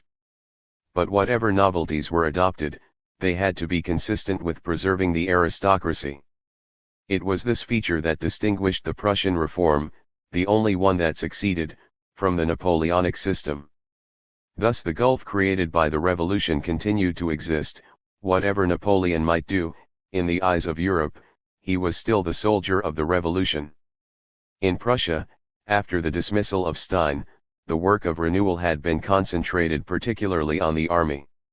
Scharnhorst had far exceeded the fighting forces that had been contracted for, especially in the country, and additional reserves had been formed with the help of the Krumper, and by making use of soldiers given 6 months' leave, as was customary, in order to train the young generation in the parishes. In 1811, on the pretext of improving the fortifications, he called up the Pioneer Corps, who in fact spent their time in drilling. It became clear that there had been real technical progress. The army was divided into 6 corps. Efforts were made, with only relative success, it is true, to accustom the infantry to fighting in skirmishing order. Baggage was reduced and tents done away with, the artillery was reconstituted and its equipment renewed, and the necessary requisitioning plans made for the commissariat. All the same, Scharnhorst did not succeed in creating a really national army. Although exemptions were cut down, and corporal punishment abolished in order to make the army appeal to the middle classes, the king refused to decree compulsory service or to set up a militia. Though would-be officers, the porte-pifonrique, were obliged to take an examination, and non-commissioned officers were not barred from rising to lieutenant, the nobles' monopoly, apart from certain exceptions made by the king, was in fact confirmed, because officers were authorized to recommend their own candidates for vacancies. 3 schools were opened for training the Fonrique, but the cadet schools reserved for noblemen were still kept in being. Moreover, the officers were granted a corporate court of honor, and so remained very much a closed aristocratic caste. At least, Scharnhorst was able to form at the General Staff headquarters, and at the military academy, a high command that was less notable for its technical ability than for its unity of spirit, readiness to take the offensive and the subordination of all to the common good. As for Wilhelm von Humboldt, who was recalled from his post as ambassador in Rome in December 1808, to take command of education and the control of the churches, he only held this position for a year and a half. His main task was to create the University of Berlin, which had been projected ever since the loss of the University of Halle. He assembled a famous group of professors, Fichte and Schleiermacher, Wolff, Savigny, Niebuhr, Buck, and so gave it a prestige that brought great advantages to Prussian policy. The administrative and social reforms were only resumed after Hardenberg's recall on June 4, 1810. He had himself appointed chancellor, thus at last providing a head for the central government. But this dissolute opportunist did not inspire confidence in all the patriots, yet though he mistrusted the hotheads and the secret societies, he was at one with them in his aims, and had a secret interview with Stein in Silesia. He was much more sensitive than the latter to Napoleon's example, and did not have the same respect for the aristocracy. As early as 1807 he was saying that Prussia too needed a revolution, but a revolution from above, and he would gladly have taken the Kingdom of Westphalia as his model. And so he aroused much more indignation than Stein, and his reputation today does not stand as high. Finance was his first consideration. Although the Trianon tariff and the seizures that followed procured him 12 million thaler, he had to find further new resources. He did not even dare to keep the Einkommenssteuer in eastern Prussia, but confined himself to increasing the stamp duty on October 27, as well as the consumption tax on meat, and to extending the milling tax to the lowlands. But he used the occasion to take away the lords' feudal milling, brewing and distilling rights. He also planned to carry through the agrarian reforms, particularly as there were still disturbances in Silesia. In 1807 it had been necessary to call in the French to restrain the peasants, and there was a new insurrection in 1811. Hardenberg wanted to abolish feudal dues and forced labor, proposing in exchange that the lords should be freed from their obligation to provide aid and protection. The customary rights and the Bauernschutz would also disappear, and there would then be nothing to stop a full redistribution of the land, the suppression of compulsory rotation, and a sharing out of the commons. In order to arrange the Regulierung, the peasants' obligations would be set against those paid by the lord. If there was a credit balance, the peasant would pay it by giving up a part of his tenure or by paying rent. It was clear that the system, which was in force during the 19th century not only in Prussia but in the whole of Eastern Europe, would more or less reduce the peasant to go on working as a day laborer in the service of his lord, and would keep him in a state of subjection. Yet in principle, the state would be the one and only master, and Hardenberg even considered taking the right of policing, if not the right of meting out justice, away from the Junkers. In 1812 he borrowed the French gendarmerie system and in each district set up a superintendent of police nominated by the king. Foreseeing that there would be vigorous opposition from the aristocracy, he sought to get support from public opinion. Moreover, like the patriots, he thought that the nation should have a part in the government. To begin with, he was satisfied with an assembly of notables chosen by himself, sitting from February to September 1811. The Junkers, led by Marwitz, protested vigorously.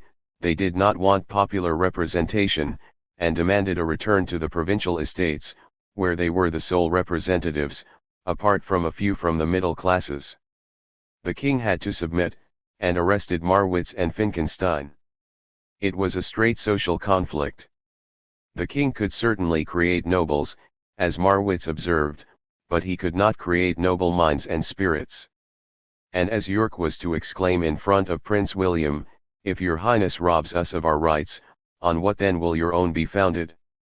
The nobles of the Moringen district would protest, in 1814, against the poisonous influence of French legislation. Nevertheless, in 1812 an elective chamber was called together, comprising 2 nobles and 2 deputies representing the towns and the countryside, chosen by the landowners in a 2-stage election.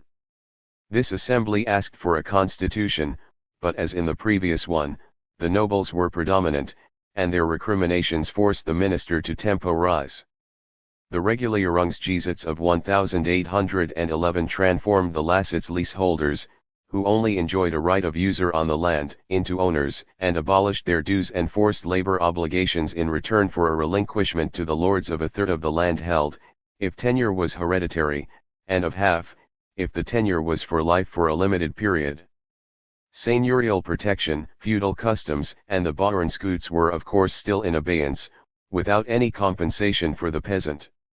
The law was so burdensome that it did not affect the obligations of the hereditary tenant proper who could prove a title, the Erbpachtbauer or the Erbzinsbauer, quit rent tenant. But the Junkers did not like it any the more, and as early as 1812 they began to discuss possible restrictive amendments. In 1815 the law was suspended, and in 1816 annulled as far as most of the peasants were concerned. The attempts at restricting the seigneurial rights of policing were equally unsuccessful.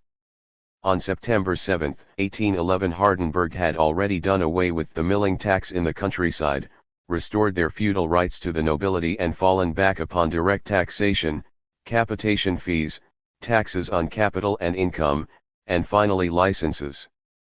This last, which was taken over from France, at any rate involved the abolition of the corporation monopolies. The Junkers' privileges were left intact. They kept their rights of succession and trusts, their powers of justice and patronage, their hunting rights and their fiscal exemptions. Thus Prussia remained very much behind Western Germany, the unity and centralization of the state having made only a very moderate advance. The aristocracy still kept their privileges, and the emancipation of the peasants was little more than nominal. In several respects there had been more modernization even in the Grand Duchy of Warsaw. Russia, however, had changed still less. After the Peace of Tilsit, Alexander recovered his liking for reform, the war having shown him that the machinery of government called for improvement. From the very outset, the French alliance revived the memories of youth and his taste for liberal catchwords. Although Speransky had been more definite in his plans and more determined in action than the Comte d'Amis, nothing much was left of his efforts.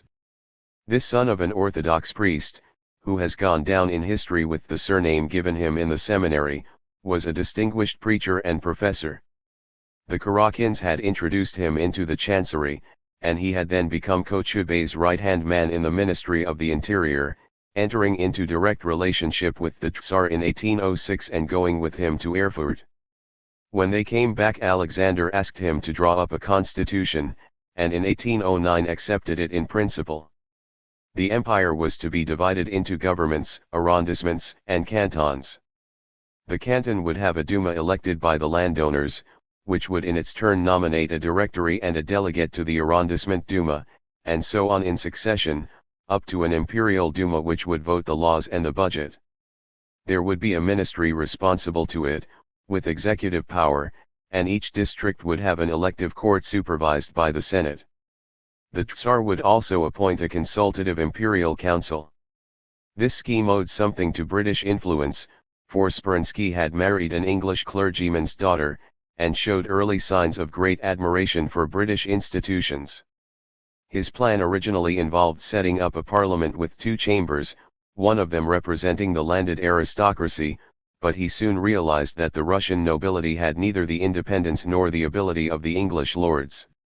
All the same, it would appear that the territorial divisions he had in mind, the administrative organization and the election of judges, together with the Conseil d'État and ministries, showed that French influence was also at work. It is therefore all the more remarkable that his social reforms were not even honored with a trial. There was no question of emancipating the serfs, and although the merchant class were not given the power to buy land, the landowners with the right to elect were nearly all nobles. Alexander decided to adopt this plan by stages. In 1810 he set up the council, and in 1811 the ministries. Speransky became Secretary of State, and required all candidates for public service to have university degrees and to pass an examination.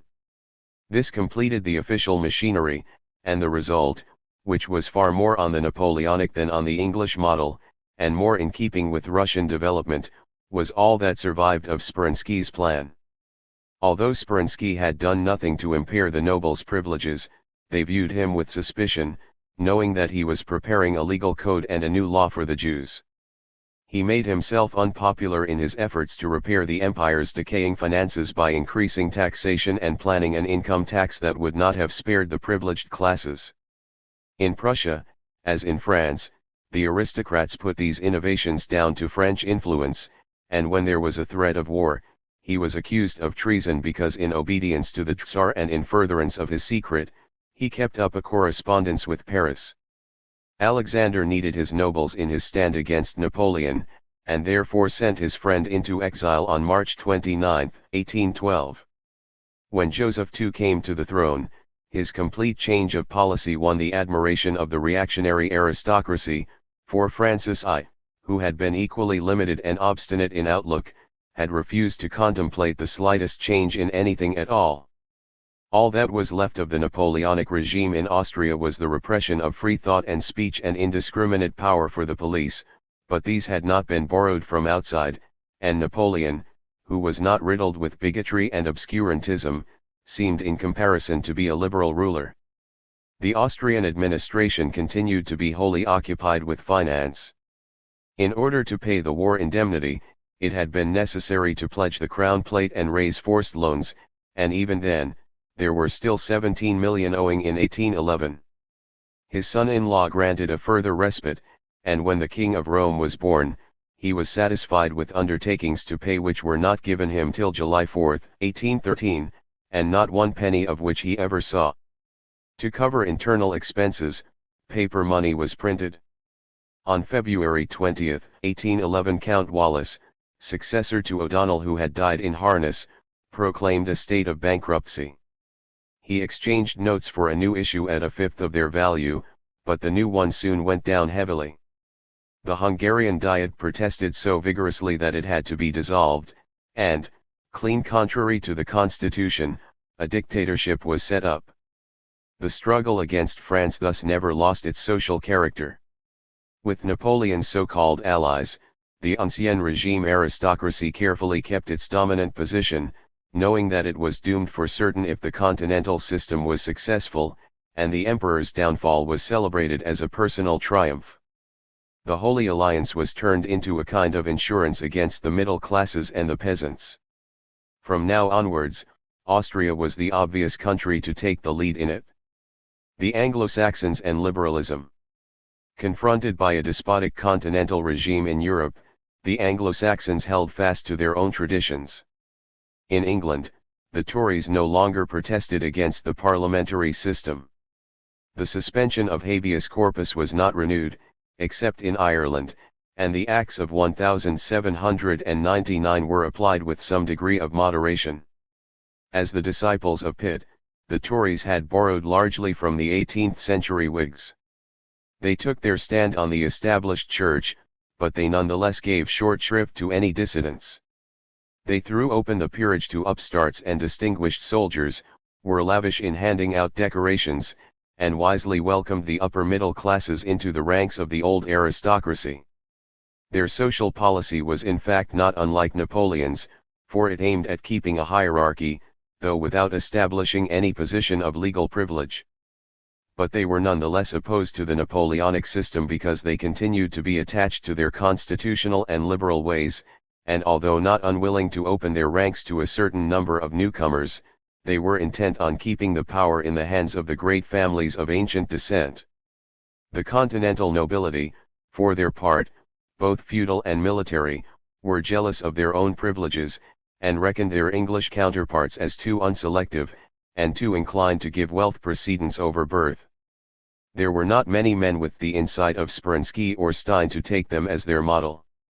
The chief aristocrats envied the English aristocracy for their skill in keeping their political authority, but they nevertheless agreed with the absolute monarchs and with Napoleon himself that the English were a clear example of the weakness of party government. The Tory party was riddled with personal rivalries, which first brought about the fall of Castlereagh and Canning and then put Perceval and Wellesley at loggerheads. When the Prince of Wales was invested with full royal powers as regent in February 1812, he offered the Whigs, as was to be expected, a place in government, though his own moral authority was at a low ebb, for public sympathy was entirely on the side of his wife Caroline and his daughter Charlotte. But Grey and Grenville stood out for a one-party cabinet. Wellesley retired, and when Perceval was assassinated in May, confusion reached its height. Napoleon was at that moment marching on the Niemen, and a realization of the great danger won the day over internal strife. Castlereagh was called to the Foreign Office, and Vansittart joined him at the Exchequer. Together with Bathurst and under the leadership of Liverpool they formed a government which was to prepare the way for the destruction of the continental system. In September Parliament was dissolved, and the new House of Commons was solidly behind them, but they had not as yet won their spurs. On the other hand, there were those on the continent who wondered whether Parliament would continue to uphold the Ancien Regime. Certain symptoms made it doubtful whether the Tories would one day or another come to grief. For while they continued to support the Corn Laws, the industrial and trading middle classes were clearly swinging over to free trade, and the youthful Peel was already showing disquieting signs of taking an independent line on this point. In Parliament, its determined opponents, Whitbread and Burdett, were not much of a danger, for they had little support from the Whig leaders, the Russells, the Hollands, and the Greys. But the party was recovering its outside influence thanks to the actions of a growing group in Scotland, centred round Brougham and Sidney Smith.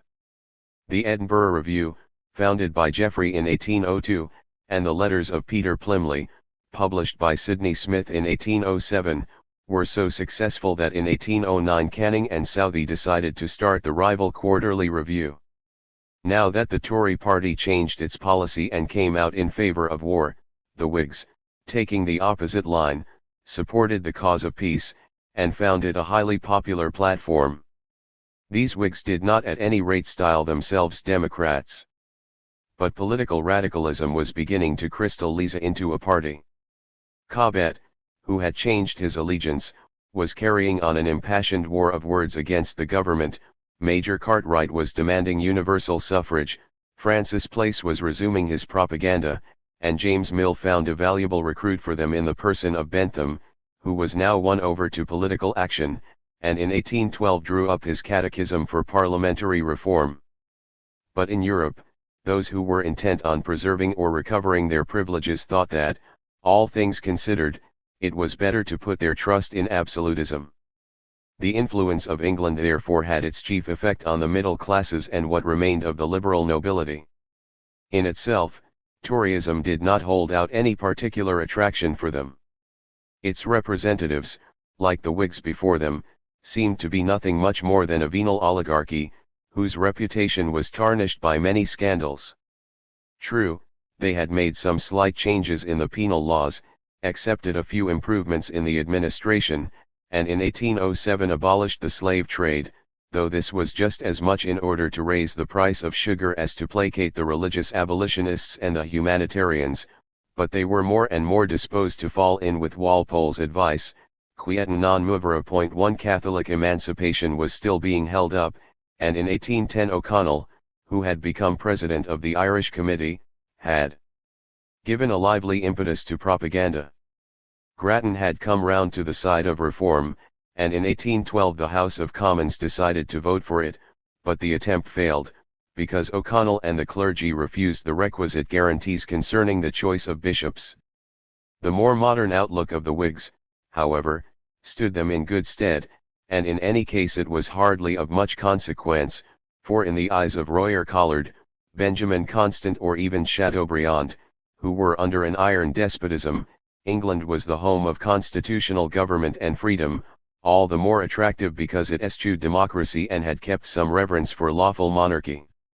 England became fashionable once again, as it had been 100 years before. France towards the end of the empire was infatuated with the idea of parliamentary government, though without being very certain what it meant, as the sequel of 1815 would show. But enthusiasm outran knowledge, and Anglomania, which was to be all the rage in the Restoration period, was already proving an annoyance to the Napoleonic regime. The Tories showed no inclination to encourage other nations to adopt their country's political institutions. Probably even Castlereagh was in his heart of hearts not too pleased at having to give account of his actions to Parliament. In any case, there was general agreement that other nations were incapable of governing themselves on their own. Among the Whigs there were at least some men who disagreed with Burke and ascribed universal value to British political customs. They even went so far as to think that they should be reformed according to their ideas before export, so as to give them a certain coherence and uniformity that was quite unknown under the old regime in England. It looked as though the various French constitutions had set them thinking. So it came about that in 1812, when Bentinck found himself master of Sicily, he prided himself on presenting it with a constitution on a logical plan and arranging for the election of a chamber on a suffrage based upon property qualifications and valid for the whole country. This Sicilian parliament abolished the feudal system, but when Bentinck had left for Spain, an opposition party demanded still more radical reforms, and under cover of disturbances provoked by a scarcity of food, the king seized the chance of recovering his authority. On his return, Bentinck demanded the removal of the Queen, dissolved the Parliament, and in spite of new elections made himself dictator. When he was recalled in 1814 his successor, Acourt by name, used this rather unsatisfactory experiment as an excuse for abandoning the whole project to the vengeance of King Ferdinand. As far as American democracy was concerned, its calm political life might well have served as an example. Party strife appeared to have ceased. Under Jefferson's first presidency, the Federalists had disappeared from the scene, and the Republicans seemed gradually to have adopted the views of their opponents. It is true that Jefferson reduced the army and the fleet and paid off half the national debt, but nevertheless he acquired Louisiana, and in order to apply the embargo of 1807, increased control at the center. Madison, who succeeded him in 1809, finally declared war against England, which forced him to progress still further in the same direction. but in the circumstances of that time, the United States did not strike Europe as a practical example. Their influence had a greater effect on South America, when combined with that of England and the French Revolution.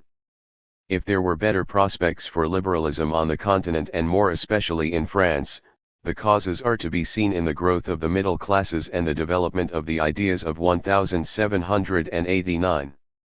There can be no doubt that Napoleon only respected religious and economic liberty, but he had nonetheless kept the sovereignty of the people and the elective principle, and conquered countries were given a constitution on French lines. The framework of political life was thus still in existence, and his very despotism reacted to turn men's minds to it. In England, the Whigs appreciated the liberal quality of his reforms and were quite ready to praise them. On all sides it was freely recognized that they had been inspired by the Revolution, and it was constantly natural enough that everything he had cut away from the revolutionary program gradually found its way back again. Even in Russia, Speransky's tentative efforts prepared the way for Russian officers to catch the infection of French ideas when victory turned their steps westwards. From 1812 onwards events proved how great the influence had been in Spain, although it had risen against France. Jovellanos had managed to induce the Central Junta to convene the Cortes in 1809, and they met on September 24, 1810, having been in principle elected by the provincial juntas. But the deputies from the invaded areas were chosen in Cadiz, even by the refugees, or nominated by the Council of Regency, as were the 26 American delegates. Now Cadiz contained the most powerful of the middle classes, and those who were the most imbued with the new ideas. There was thus a ready-made liberal majority which certainly did not reflect the opinion of most Spaniards, for in Napoleon they were not only resisting despotism and foreign influence, but also the revolution. Nevertheless, the Constitution of 1812 was an offprint from that of 1791. True, it kept Catholicism as the state religion and forbade the practice of other faiths, but as the clergy and the serviles refused all the same to accept it, the liberals decided in 1813 to abolish the Inquisition, reduce the number of convents and seize the revenues of the monasteries that had been dissolved. With the fall of the empire, liberalism would at once resume the battle against the ancien regime. On his restoration to the throne, Louis XVIII did not dare to refuse a parliament to the middle classes in France, and Spain was to be the first to rise in 1820 against the Holy Alliance. Intellectual life. During the Napoleonic period, there was a strange slowing down of intellectual life. On the continent, despotic governments made it their business to stop men's mouths.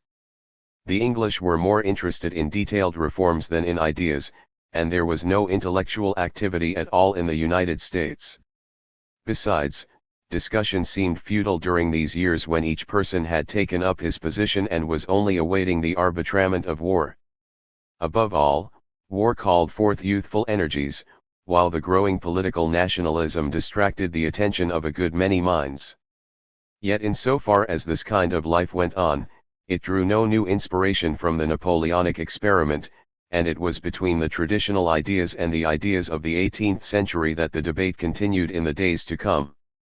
The general state of mental torpor was not favorable to revolutionary thought, and the official papers, the administration, and the churches, which were free to express themselves, more or less openly preached in favor of the counter-revolution. Though Napoleon himself defended a certain part of the heritage of 1789, he did it in his own peculiar way, and he had no intention of enlisting the help of the ideologists. Cabanis died in 1808, but Destutt de Tracy, Gingani, and Friel all went on with their labors, and their rationalist positivism still had its faithful adherents, such as Stendhal.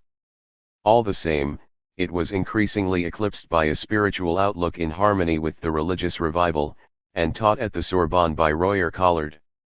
Maine de Biron was concerned to bring back to the process of thinking an intuitive awareness that it existed in its own right, and enable it to construct its own metaphysics. Joubert's thought showed the same development, and even an ideologist such as Laromiguière had made some concessions to the intellectual fashion of the moment.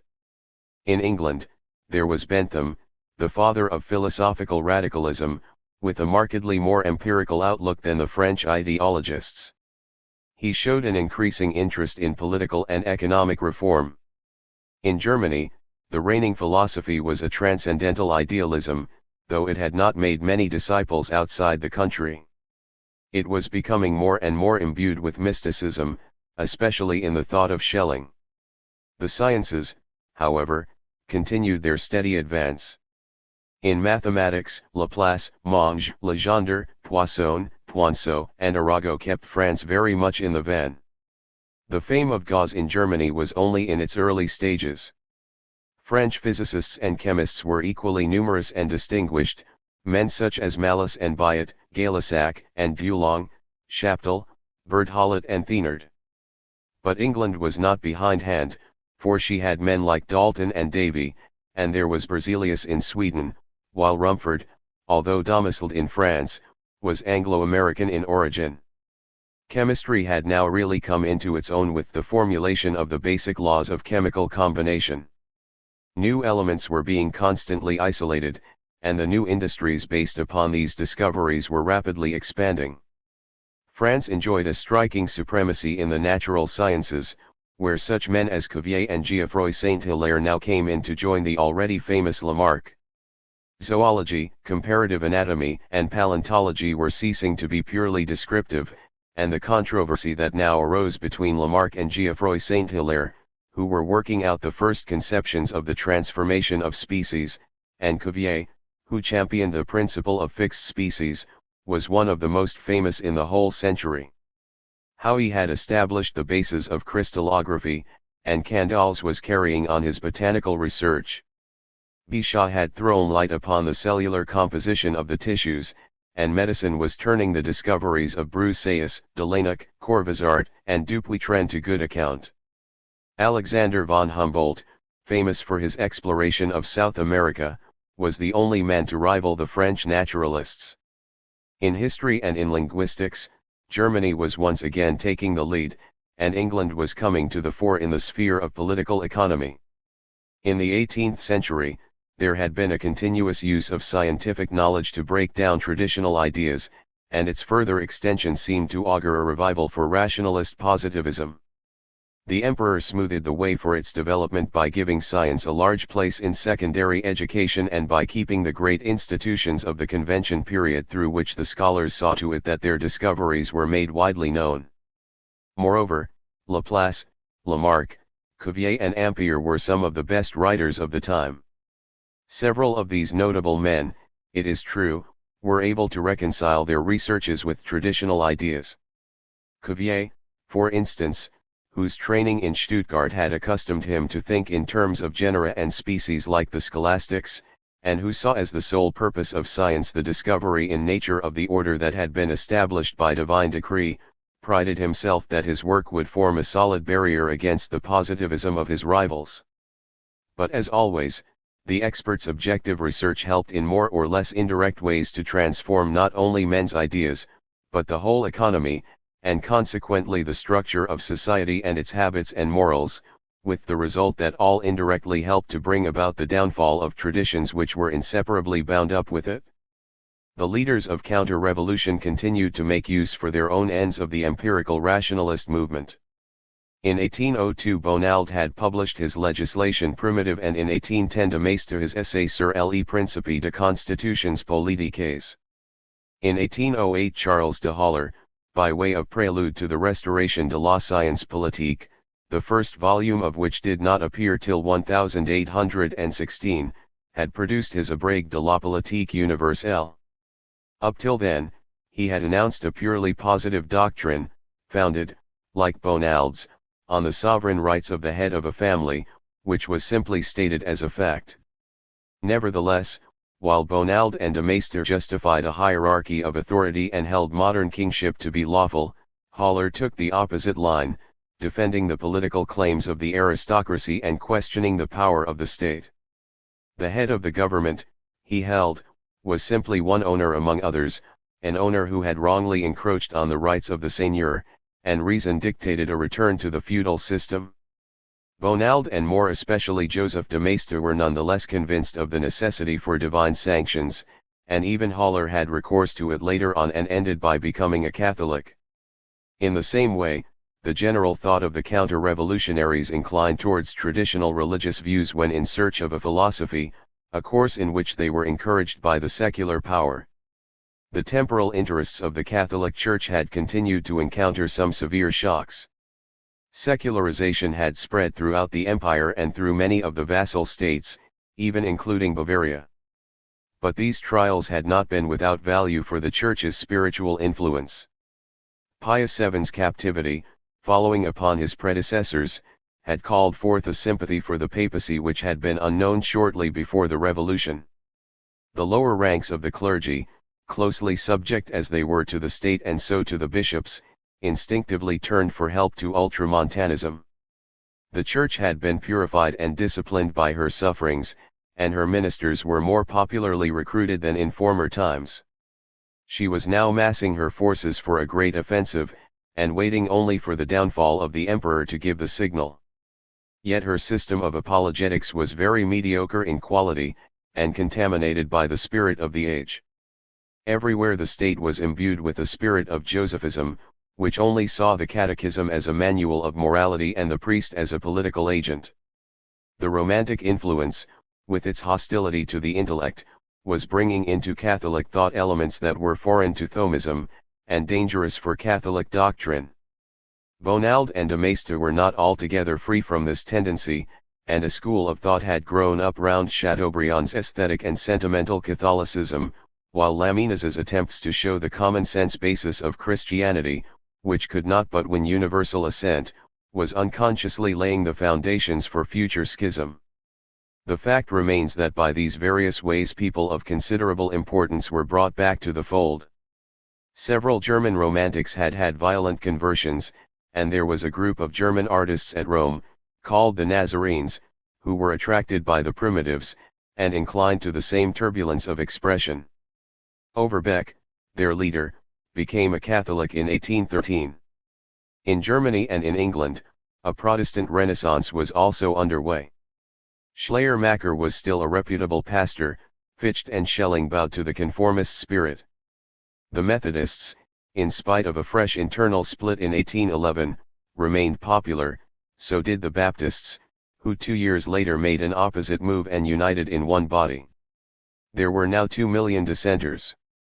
Somewhat on the fringe of traditional religion, mysticism continued to flourish and abound. Saint Martin had died in 1803, but he had left disciples, and so had Antoine de La Salle, people like Azes and Gens, later professor at the École des Chartes. The centers of mysticism were still Lyon and Alsace.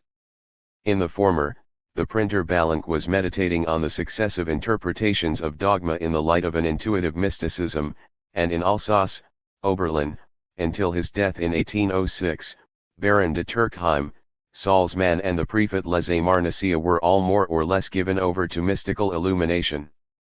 Some of these speculations had a syncretist and polytheistic tendency, or pursued a Kabbalistic line, with research into the magic properties of numbers. Fabre d'Olivet, for instance, had in this way passed from 1805 onwards through ideology to theosophy, and in 1813 had published his Vers d'Ors de Pythagorie. In Germany, the oracles of mysticism were Bader and Jungstilling, who had been professor at Karlsruhe since 1803. Like Burgess in France, he dabbled in millenarianism, Napoleon providing a very convenient figure for Antichrist. In Alsace, the French and the German streams tended to merge, and it was here that Madame de Krüdener seems to have become initiated into these mysteries. After meeting Jungstilling she came into touch with Oberlin and at St. Marie Auxiliary Mines with Pastor Fontaine. A little later on, we hear of her again at Geneva, from which she was expelled in 1813. She passed on her musings to Madame de Stael, who was already getting August Schlegel to read St. Martin to her, and was entertaining Zacharias Werner, a literary figure and renegade mystic who ended by becoming a Catholic priest. In a fit of emulation she began to study the Imitation and Madame Cuyon. In Russia, as always, there was a whole host of mystical sects. Spiritual Christianity was fashionable at that time among the aristocracy, and Alexander, who had been won over by Golitsyn and Kochelev, began to read and study the Bible in 1812, preparing himself in this way for playing the part of Madame de Kridener's White Angel. In literature and in art, the Romantic movement was the great source of renewal and excitement. Germany, having worked out a philosophy for it and adopted it wholesale, considered that her own genius had created the movement, though it was in fact widespread throughout the West, and owed too much to Rousseau for there to be any doubt about its parentage. The German Romantics were not concerned to be too precise about their metaphysics. The Heidelberg group were chiefly interested in exploring the past, several of them bending their efforts towards an apology for the Ancien regime and for Germanism. Before long, a third generation would only be concerned with interpreting the sentiment of nationality. In particular, what remained from the didactic activities of the initiators of the movement was a disdain for aesthetic conventions and an apologia for creative imagination. Goethe had finally condemned the extravagance and arbitrariness of their literary efforts, and had parted company from them, although his elective affinities, which came out in 1809, had not perhaps gone so far as to disclaim the passionate fatalism which was one of the principal themes of the movement in every country. They did not succeed in producing any great works, unless Kleist is to be numbered among them by reason of his unstable inner life and his inability to fit in with his surroundings, which led him to suicide in 1811, and this remained the permanent central theme of the Romantic movement. But the idealist symbolism expounded by Novalis, with its harmony between the ideal and the visible world as united in the heart of eternal being, was very far from answering to his condition, for his own nature and the disasters of the period meant that he could see nothing in this world but insoluble conflicts and universal antagonisms. His dramas are therefore entirely tragic in their genius. In the Schroffenstein family, we have the struggle of the individual against his own kin; in Robert Guiscard, the struggle of the hero against hostile forces; in Penthesilea, the clash between the sexes and between different races, and between the nations in Die Hermannschlacht, and finally the conflict between conscience and law in the Prince of Hamburg. But the German Romantics are to be remembered for something more important than their literary works, namely the impetus they gave to linguistic, historical, and juridical studies. Following on from their friends at Heidelberg, the brothers Grimm had produced their fairy tales and undertaken the study of their languages while Kreutzer was publishing his works on the symbolic interpretation of Greek mythology. The new interest shown in literatures that could be contrasted with the classics did not stop short at Shakespeare, it went on to include the Romancero and Camoens, as well as the literature of the East and of India. Wilhelm von Humboldt was also devoting himself to linguistic studies. Philological criticism had been brilliantly represented from the end of the 18th century onwards by Wolff's Prolegomena ad Homerum, published in 1795. His disciple Bach went on to add historical research, and in 1811 Niebuhr began to bring out his History of Rome. Finally, the Romantic spirit had penetrated the conception of law. Savigny and Eckhorn contrasted what they saw as the unconscious creation of the Volksgeist age with the Code Napoleon. This they considered to be an artificial product of the intellect, and above all a foreign importation having no genuine links with the life of the German nation. This process of exploring the relationship between juridical studies and the general history of societies was to bring new vitality to the whole subject. In England, famous poets were beginning to be inspired by the Romantic movement. The Lake poets, Wordsworth, and more especially Coleridge, had long been under the influence of a national outlook, and had begun to adopt a preaching tone, while Southey had rallied to the Tory cause. He was in receipt of a pension, and became poet laureate in 1813. But the increasing influence of a certain Puritan outlook was temperamentally repugnant to a number of young aristocrats whom position and fortune exempted from the necessity of earning a living, and they set themselves up as the champions of an anarchical individualism. Though he remained classical in form, Byron became a type of antisocial romantic. He was an authoritarian aristocrat, impatient of all rules and in revolt against a caste solidarity, not at all the kind of revolutionary who dreams of coming to the rescue of the oppressed classes, although he did in the end meet his death in the ranks of the Greek insurgents. He was rather the unique figure, alone against the rest of the world, claiming the right to be his own lawgiver and choosing as his model the outlaw, or better still, Lucifer in rebellion against God himself. Byron was also the temperamental romantic who gives himself over with a mixture of delight and torment to the fatal forces of passion, and who feels predestined to misfortune and to death. Or, fleeing from society, from his own country and from himself, he takes refuge in the contemplation of nature and in solitary exile. It was thus that he discovered the East and in 1812 published Childe Harold, in 1813 his Giaour, and in 1814 the Corsair, and it was these works that were destined in the course of the next few years to have such a powerful effect in making the exotic fashionable, and popularizing the cult of local color. Shelley too suffered from a want of social discipline and an unhealthy sensitivity. When sent down from Oxford, he defied the religiously minded by his intellectual pantheism and defense of free love. His first essays came out in 1810 and his Queen Mab in 1813. De Quincey, who was, like Coleridge, an opium addict, was likewise bent upon breaking away from his country's conventions. But England repudiated these bold spirits, yet at the same time, Walter Scott was introducing a romanticism not unlike that of the Heidelberg School, at once medieval, conservative, and nationalist in outlook, first in his poems, and then in his historical novels, which enjoyed an extraordinary popularity throughout the world, particularly after the publication of his Waverley in 1814. In this form, Romanticism could deeply move the common run of men, without irritating the great, for the virtuous rebel or the knight who went about righting wrongs was made acceptable by being adorned with the usual trappings of popular romance, such as mysterious birth, disguises, visions and dark conspiracies. In France, literature was still honored by the Institute and sought the approval of Geoffrey, the doyen of critics, not daring to depart from the traditional rules. There were a few graceful writers, among the best of whom was the poet Delille. Benjamin Constant's masterpiece, Adolphe, belongs to the classic line, but official doctrine did not reckon the novel among the noble literary genres.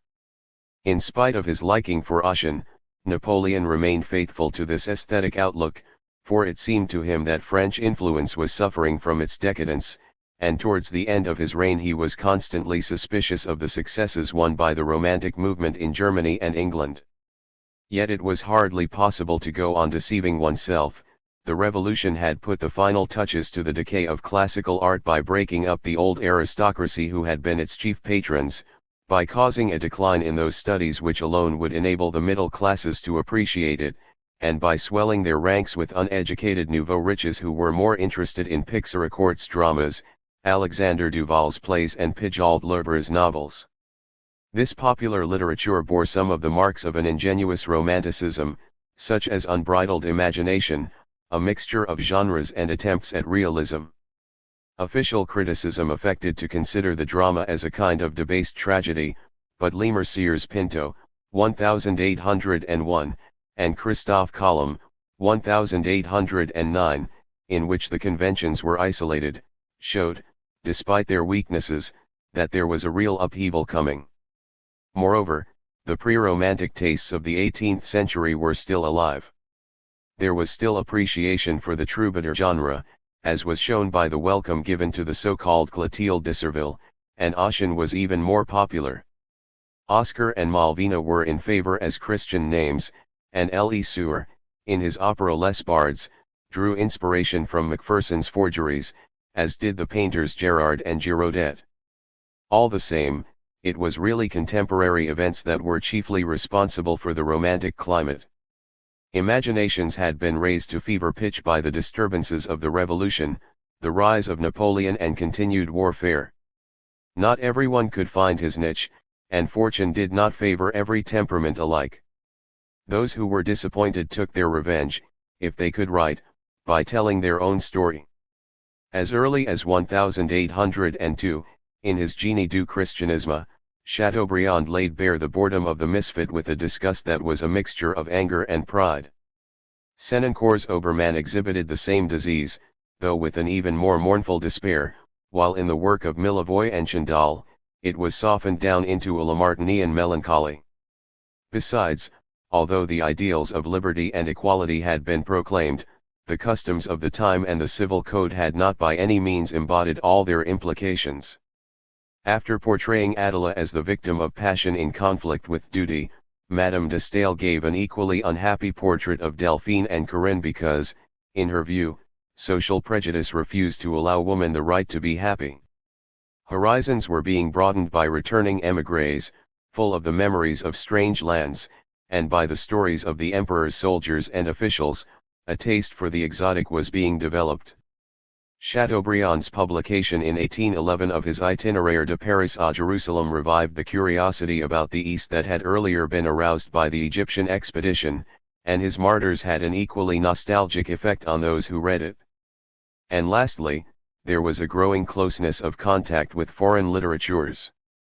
The ideologists like Friel and Guérandeau, faithful to their objective positivism, condemned the prejudice of Frenchmen and recognized that the works of each nation had their own particular merits and the right to claim a certain beauty. Under the Empire, this eclecticism was of special benefit to the southern nations. Madame de Staël's Corinne had already raised the reputation of Italy in French eyes, and from 1811 onwards Gingani began publishing his Histoire littéraire d'Italie, while in Geneva Sismondi was giving a course on the literatures of the South. All the same, Madame de Staël acted as a kind of spokesman for Germany, and the part played by her was therefore of the first importance, for it was in Germany that Romanticism had first come into its own. Madame de Staël came of German stock on her father's side. She had married a Swede, and was a Protestant, and with her Genevan connections felt much sympathy for Calvinist England and Lutheran Germany. Temperamentally, she was more inclined to be passionate than to exercise the critical spirit, and it was therefore quite natural for her to be taken with the northern literatures.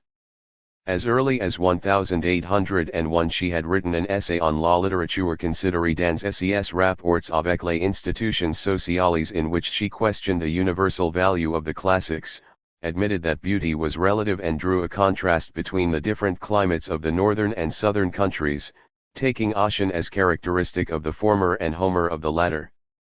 She could hardly say too much in praise of the northern nations, with their seriousness, their zeal for liberty, their strong moral sense and their religious spirit, which yet avoided superstition.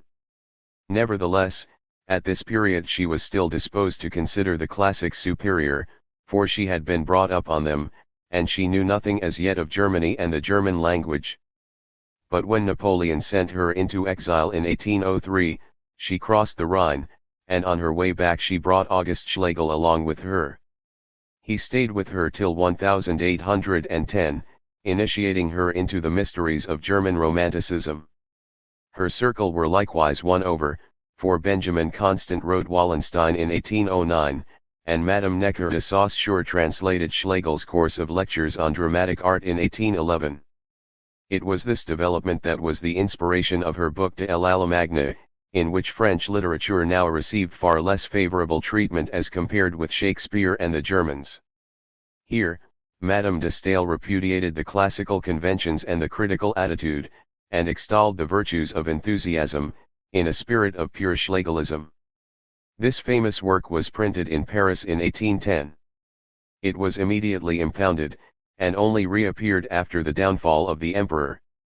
Nevertheless, during the later years of the empire criticism came openly face to face with the conflict between classicism and romanticism, and the question was no longer ignored in Italy, where there had been a tendency to favor Nordic literature, either directly or more often indirectly, through French translations. In 1807 its influence was openly shown in Foscolo's Sepolcri. The plastic arts were also beginning to feel the influence of the Romantic movement, although here the classical tradition put up a much better defense. Napoleon was particularly interested in architecture, and his thirst for prestige was in accord with his personal taste in preferring the majesty of the classical order. There is always beauty in grandeur, as he was accustomed to say. Unconsciously, however, he directed several artists along a new road that led towards the romantic by suggesting to them, and sometimes ordering, pictures based upon his exploits in contemporary history, but he had little to do with forming the rich and heavy empire style, the roots of which go back to the Etruscan and Egyptian influences of the 18th century. Denon, who was the head of his museums department, was an artist and a rather eclectic enthusiast. The supporter of classical art as derived from antiquity was Quatremera de Quincy, whose notion of the beautiful went back to ideal Platonic archetypes, which must be imitated as closely as possible by eliminating all individual peculiarities and concentrating on design, so that he held sculpture to be the essential form of art. Faithful exponents of this doctrine were Percier and Fontaine in the Louvre, and Gondouin, the designer of the Vendôme column, together with Chalgrin, who was responsible for the Arc de Triomphe, and David's favorite style was also in accordance with Quatremera's doctrine. But the great sculptors of the period were foreigners such as the Danish Thorwaldsen and particularly Canova, who was a special favorite of Napoleon.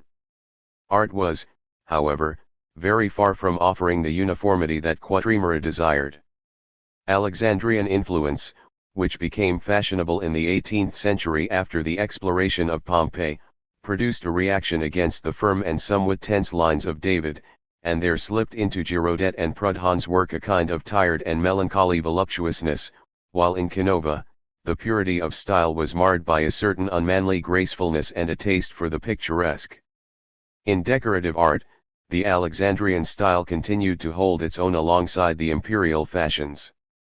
On the other hand, a certain realism was necessary in portraiture, and here there was no one to match Gerard, or better still David. Finally, the subjects taken by Girodet from Ossian or from Chateaubriand or from contemporary history, David's coronation, the battle scenes by Gros, the soldiers painted by Géricault, all those brought back variety of idea, movement as well as design, and brilliance into the color scheme, and were purely romantic works.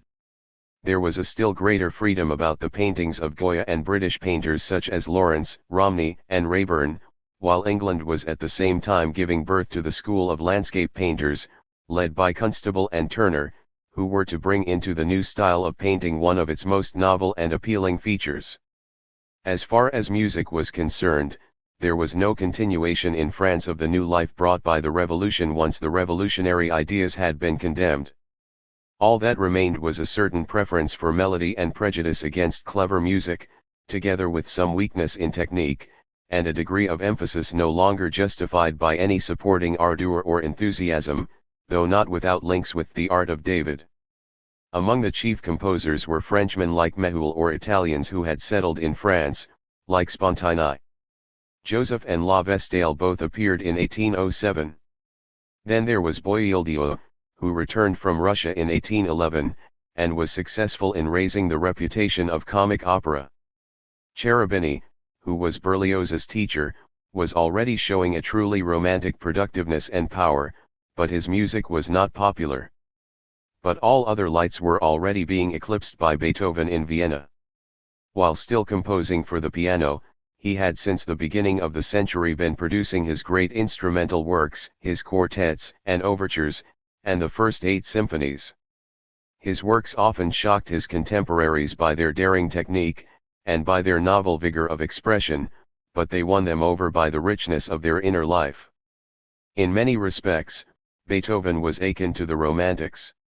His was a violent and uneven temperament, full of fire and highly sensitive, but cut off from the world by his deafness, and tortured by many a hopeless love affair. He was suspicious and apt to take offense, and condemned by his plebeian background and his poverty to all kinds of painful incidents in the aristocratic circles he was obliged to frequent. Like Novalis, he had created through his music a magic world which cushioned him against reality. All the same, there was nothing weak about him. Many of his songs express joy and grace and vigor, and have the light touch of a healthy human being who was full of purpose and buoyancy. Others express an aspiration to heroic greatness and to battle with the hostile forces of the universe. Beethoven never sank into fruitless despair, for he was a son of the 18th century, on fire with a restless but dogged optimism. He was a natural republican, with a deep sense of human solidarity and a great confidence in the future of the race. In several respects he was akin to Rousseau, and among the Germans his thought was nearer the classical than the romantic, and particularly near to Schiller's. Fundamentally, he was a tragic figure like Kleist. The deepest pathos in his works centers round the struggle between the heroic soul and a refractory nature, but also, when seen in the light of the times that gave them birth, the stormy conflicts between the Revolution and the Old World, between freedom and despotism, and between the rising new nations and the Napoleonic Empire. The rise of nationality in Europe and America. The progressive expansion of intellectual life among the peoples during the 18th century had resulted, especially in Germany, in developing a nationalist culture among the writers and in the universities.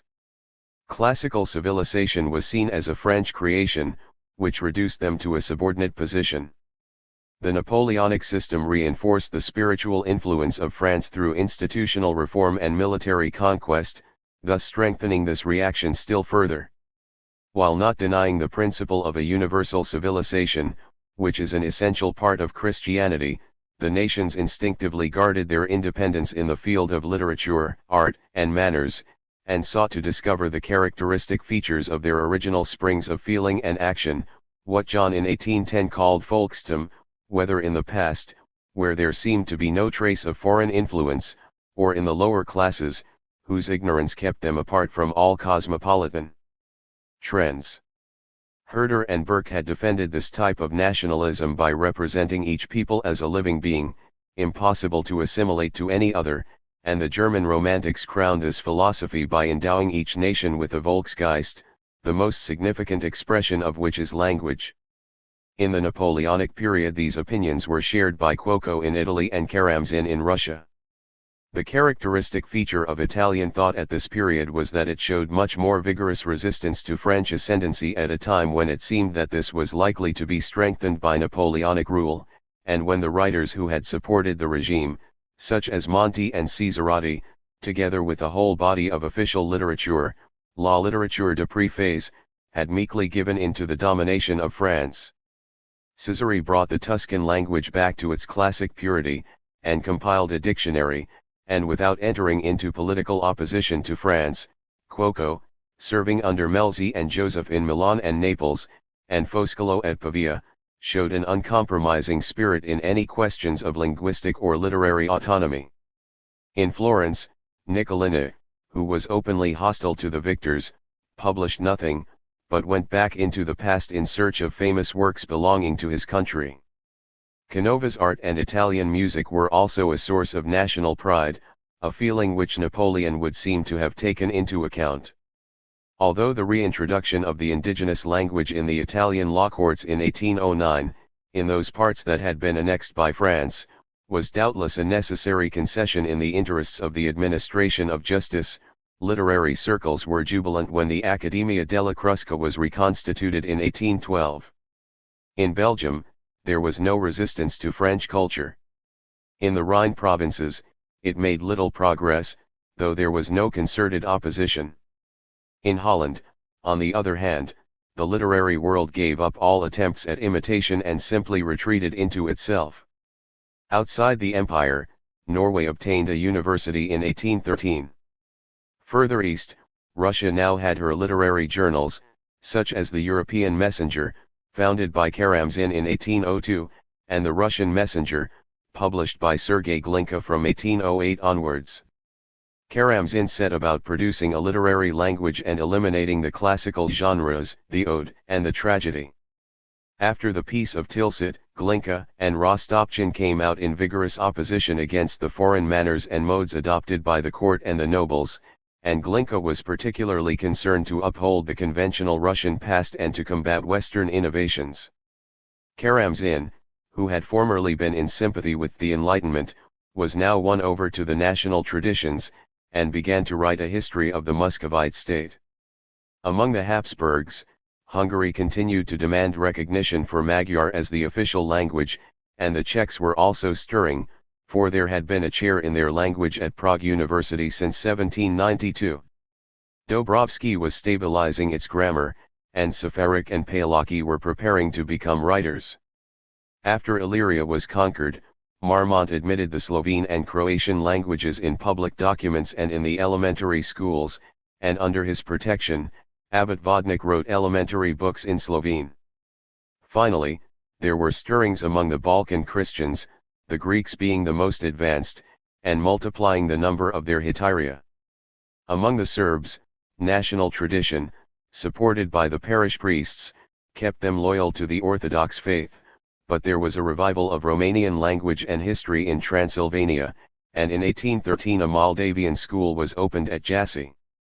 In countries that had long been national states or had kept a lively memory of their former independence, England and Holland, Switzerland, Poland and Hungary, Spain and Portugal, a national culture was a normal part of political nationalism, but in other countries, it was something that helped to bring political consciousness to birth.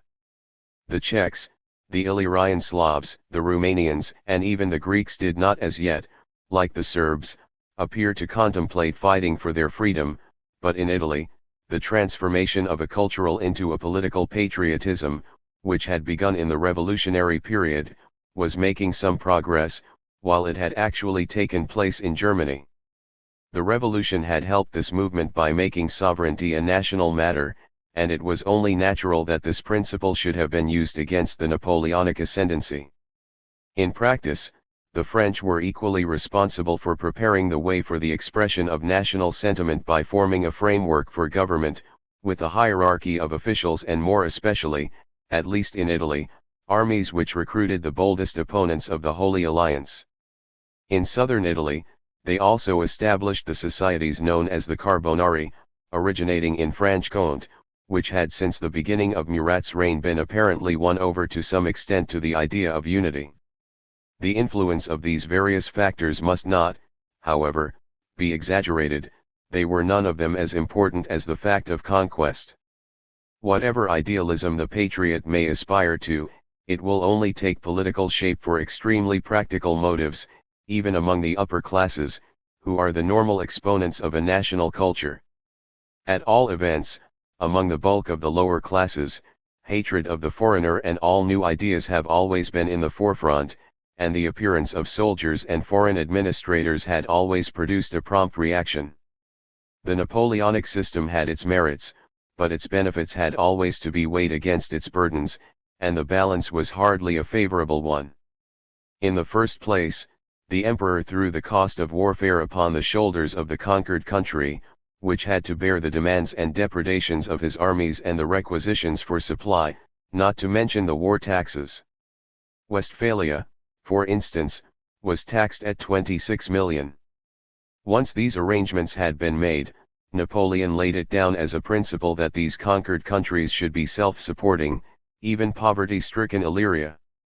At the very most, as in the case of Naples and Spain, he would produce the ready money for paying the army of occupation as long as the country was not yet pacified, though he did this with extreme reluctance.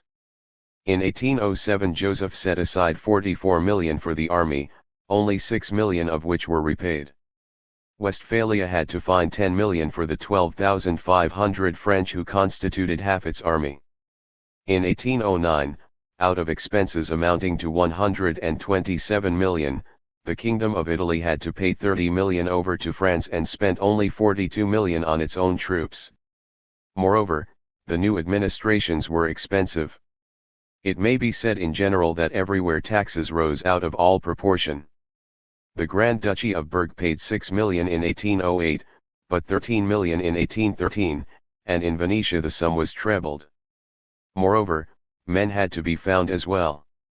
The Italian army, for example, was increased from 49,000 in 1810 to 91,000 in 1812, the Duchy of Berg had only 5,000 men in 1806, but 9,400 in 1811.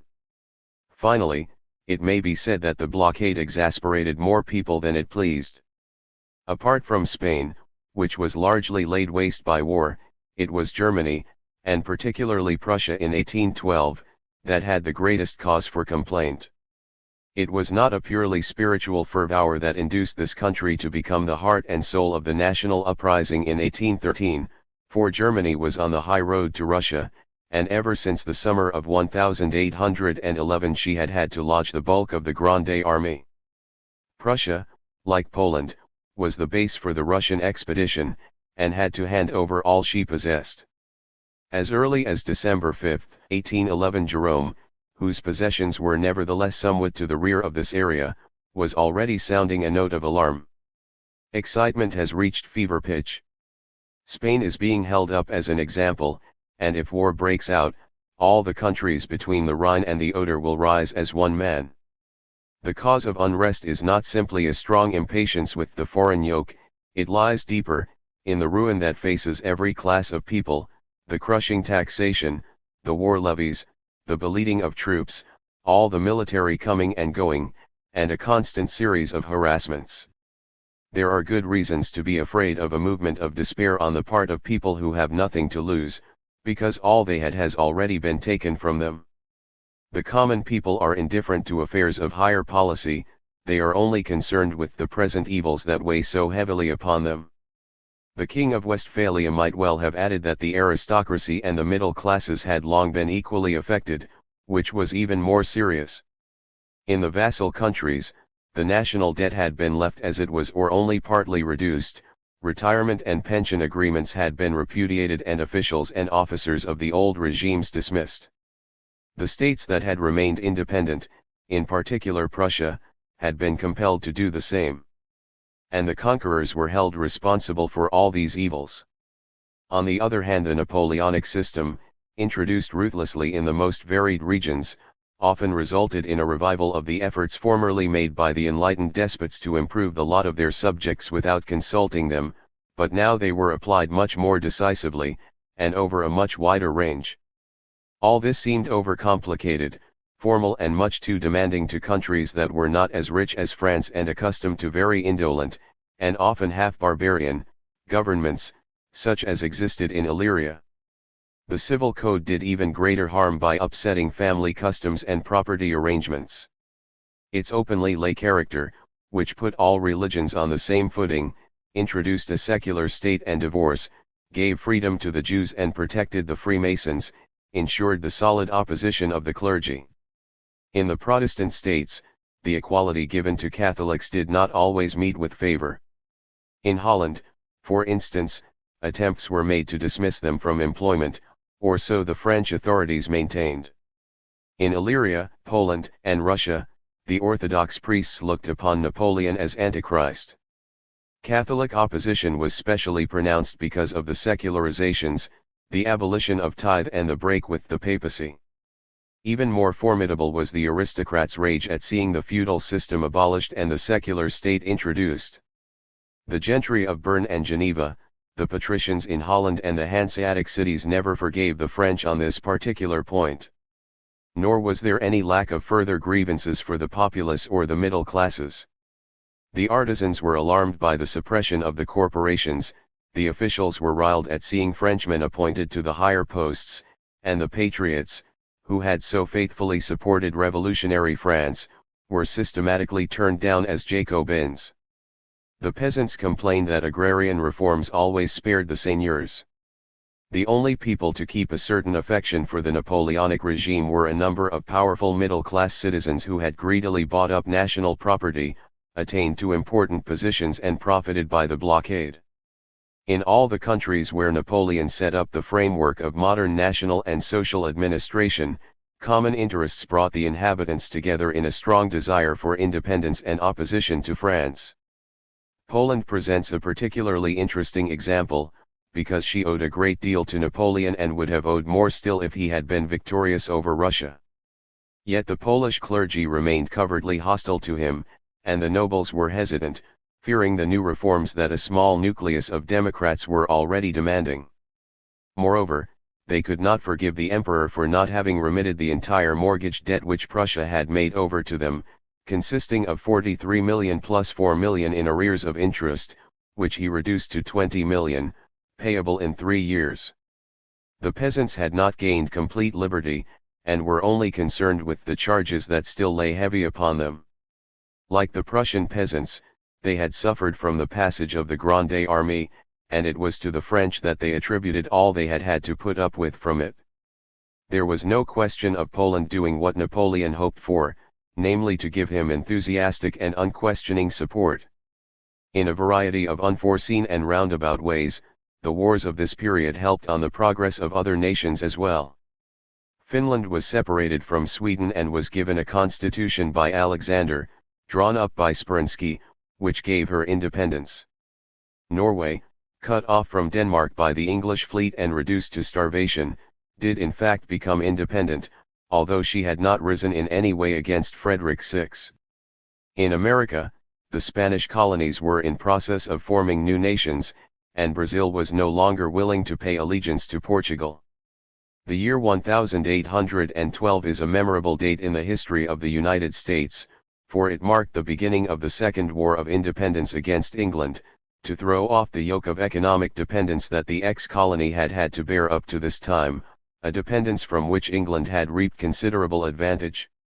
Madison seems to have been advised to break off relations by a group of new men, such as Clay, Calhoun, and Webster, who wanted to seize Canada and make certain of their country's autonomy by developing industry under the shelter of a customs barrier. It was a difficult war to fight, for the United States had no army and no money. Funds had to be borrowed for equipping a militia, in spite of protests from the northern states, which on the very eve of peace threatened to disobey the federal government. The invasion of Canada was a failure. In 1813 and 1814 there were English attacks to be met on Lake Erie and in the direction of Lake Champlain. Baltimore was assailed and Washington burnt down, and again in 1815 Jackson had to repel an attempted assault on New Orleans. At sea, the success of the American frigates and privateers, who captured 2,500 enemy ships, was nevertheless powerless to prevent the ports being blockaded. The losses were reckoned at 30,000 killed, and $200 million in dollars. There were no territorial gains, and the damage to trade was considerable. But industry took advantage of the war to capture the home market, and after peace had been signed, the 1816 tariff ensured its preservation. Moreover, the crisis was responsible for a considerable strengthening of national feeling. The various national resistances made difficulties for Napoleon. In the Tyrol, insurrections were an embarrassment, and in Spain a source of weakness. But there was no desperate danger as long as his armies remained intact, for the people of Prussia made no move before they heard the news of disaster in Russia, and when Napoleon's position began to crumble, no other nation followed their example. But it must also be noted that although the discontent aroused by French domination was an undoubted factor in the development of national individuality, only very small minorities were animated by a spirit of pure and disinterested nationalism. This was only a secondary cause as compared with the sufferings of the lower classes and the various interests that had been damaged. The Tyrolean Rising is a perfect case in point, for it was a rising against Bavaria, which had in no way infringed its Germanism. The popular exasperation was in fact due to the war, more especially the preparations for the Russian campaign, and it would have calmed down again if the emperor had won the day and re-established peace on the continent. All the same, the awakening of nationalism is a hint that the continental system would not have survived once the emperor who founded it had gone. As for the social grievances, they were in part contradictory, with the result that in the countries where the economy had already been modernized, there were obstacles in the way of a united social front.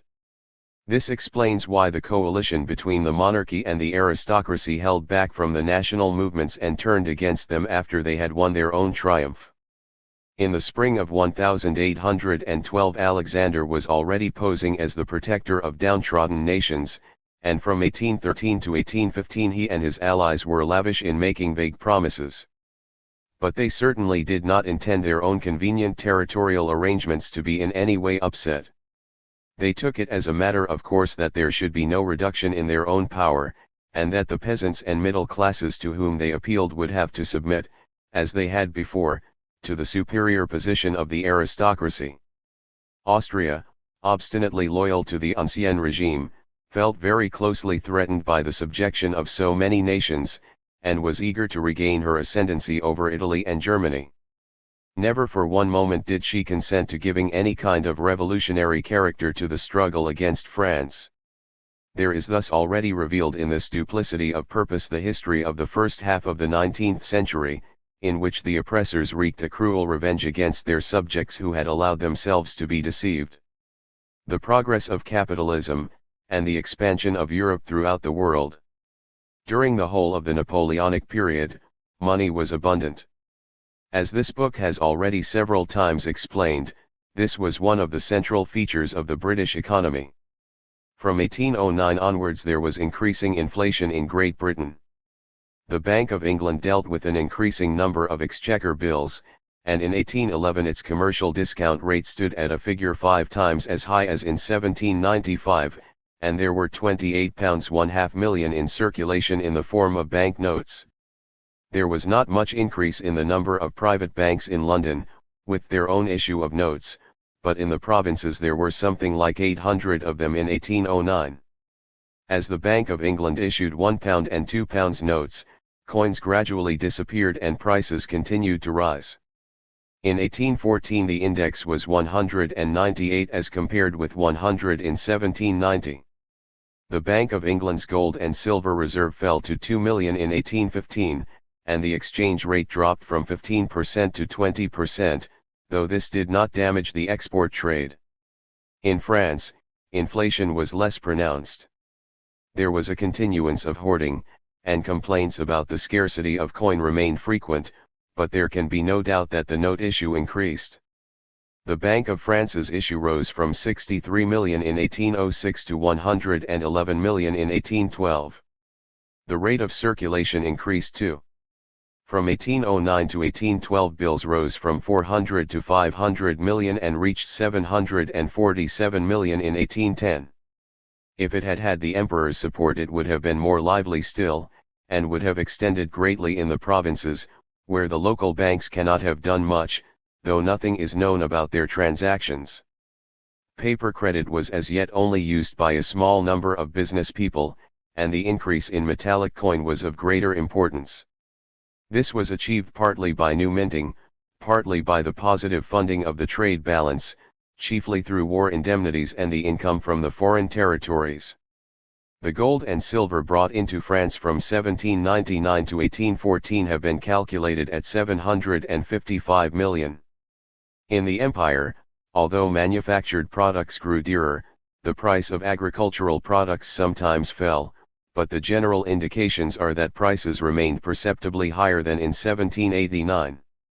Many of the continental countries went over to paper money systems. But as their coin was hidden, or had passed to France or England, these were the two chief countries where the monetary inflation made for economic advance. Moreover, the extension of the revolutionary reforms to a large part of Europe, freedom for the worker, the abolition of serfdom and feudal dues, the opening up of the land, the abolition of internal customs and tolls, a uniform system of weights and measures, all these were in favor of the growth of capitalism. They were in accordance with Adam Smith's doctrine as popularized by Garney and especially by J.B. Say, who clarified and supplemented it in his Traité d'économie politique, which came out in 1803. Warfare, too, was a constant stimulant. In England, it forced traders to look for new markets, and on the continent it ensured effective protection for industry. The continental blockade only underlined the consequences of incessant hostilities, which makes it impossible to determine its exact effect on the conditions of production. Nevertheless, the havoc wrought by war certainly outweighed the advantages. Political uncertainty and the interference with commercial relationships were a widespread brake upon enterprise, and as industrial progress on the continent depended particularly on the popular spread of British machinery, it would have been speedier still if Englishmen had continued to come over and install it. In the economic sphere, the inventive spirit, stirred up by scientific research, did not lose its impetus as much as elsewhere, but as compared with the inventions of the 18th century, the results were slender. The expansive power of steam when condensed, which had been thought out by Hornblower in 1792, was taken up again in 1804 by Wolff, who made use of medium steam pressures to produce a double effect, and this was the origin of the compound steam engine. In Philadelphia, a workman and mechanic called Evans introduced some remarkable improvements in the construction of boilers. Murdoch, who had succeeded in lighting Bolton's workshops in Birmingham by gas in 1798, installed the first lamps in the streets of London, in Pall Mall, in the year 1807. In France, Philippe Le Bon had made the same discovery, but died in 1804 without having been able to get it adopted. Towards the end of the empire, Philippe de Gerard also succeeded in producing a machine for spinning flax. Moreover, the problems of transport were claiming increasing attention. In 1811 Macadam laid before the House of Commons the process which bears his name for providing roads with a hard stone surface, although it was already in use in France. The English coal industry was making increased use of transport by rail, with improvement in the gradients. Finally, efforts were made to construct a steam engine to run on an iron road, and in 1804 Trevithick achieved a primitive locomotive, and Headley one in 1814, while Stephenson began his researches in the same year. The revolution in water transport was also in its early stages, though only in America. In 1807 Fulton organized a regular steamship service on the River Hudson, but no one dared as yet to venture on the ocean. The evidence suggests that the war inclined the manufacturers to rely on military success and on contraband for maintaining their markets, rather than on technical improvements or a reduction in the rate of profit, which would help to explain why there was this slowing down in the progress of inventions. Although in England the use of machinery continued to spread, this took place fairly slowly, even in the cotton industry, where the mule had not yet entirely replaced the jenny, and where in 1812 there were not more than 2,000 mechanical looms at work. In the woolen industry, mechanization was in its early stages, and was confined to spinning, though it was more used in lace making. The metal industries were more advanced. Wood-burning furnaces were dying out, and for smelting cast iron, the puddling furnace and the rolling mill had won the day. Hydraulic power and steam power were still rarely used, except in cotton spinning and in the mines. Moreover, although there was an undoubted tendency to concentrate industry, it was not so far very marked. Cotton factories only numbered 14 in 1812, and the first factory in Manchester using steam power only opened in 1806. In the lace industry, the oldest dates only from 1810. The production of metals was still widely dispersed, and other industries even more so, except for distilleries. In London, the working classes undoubtedly held the most prominent position.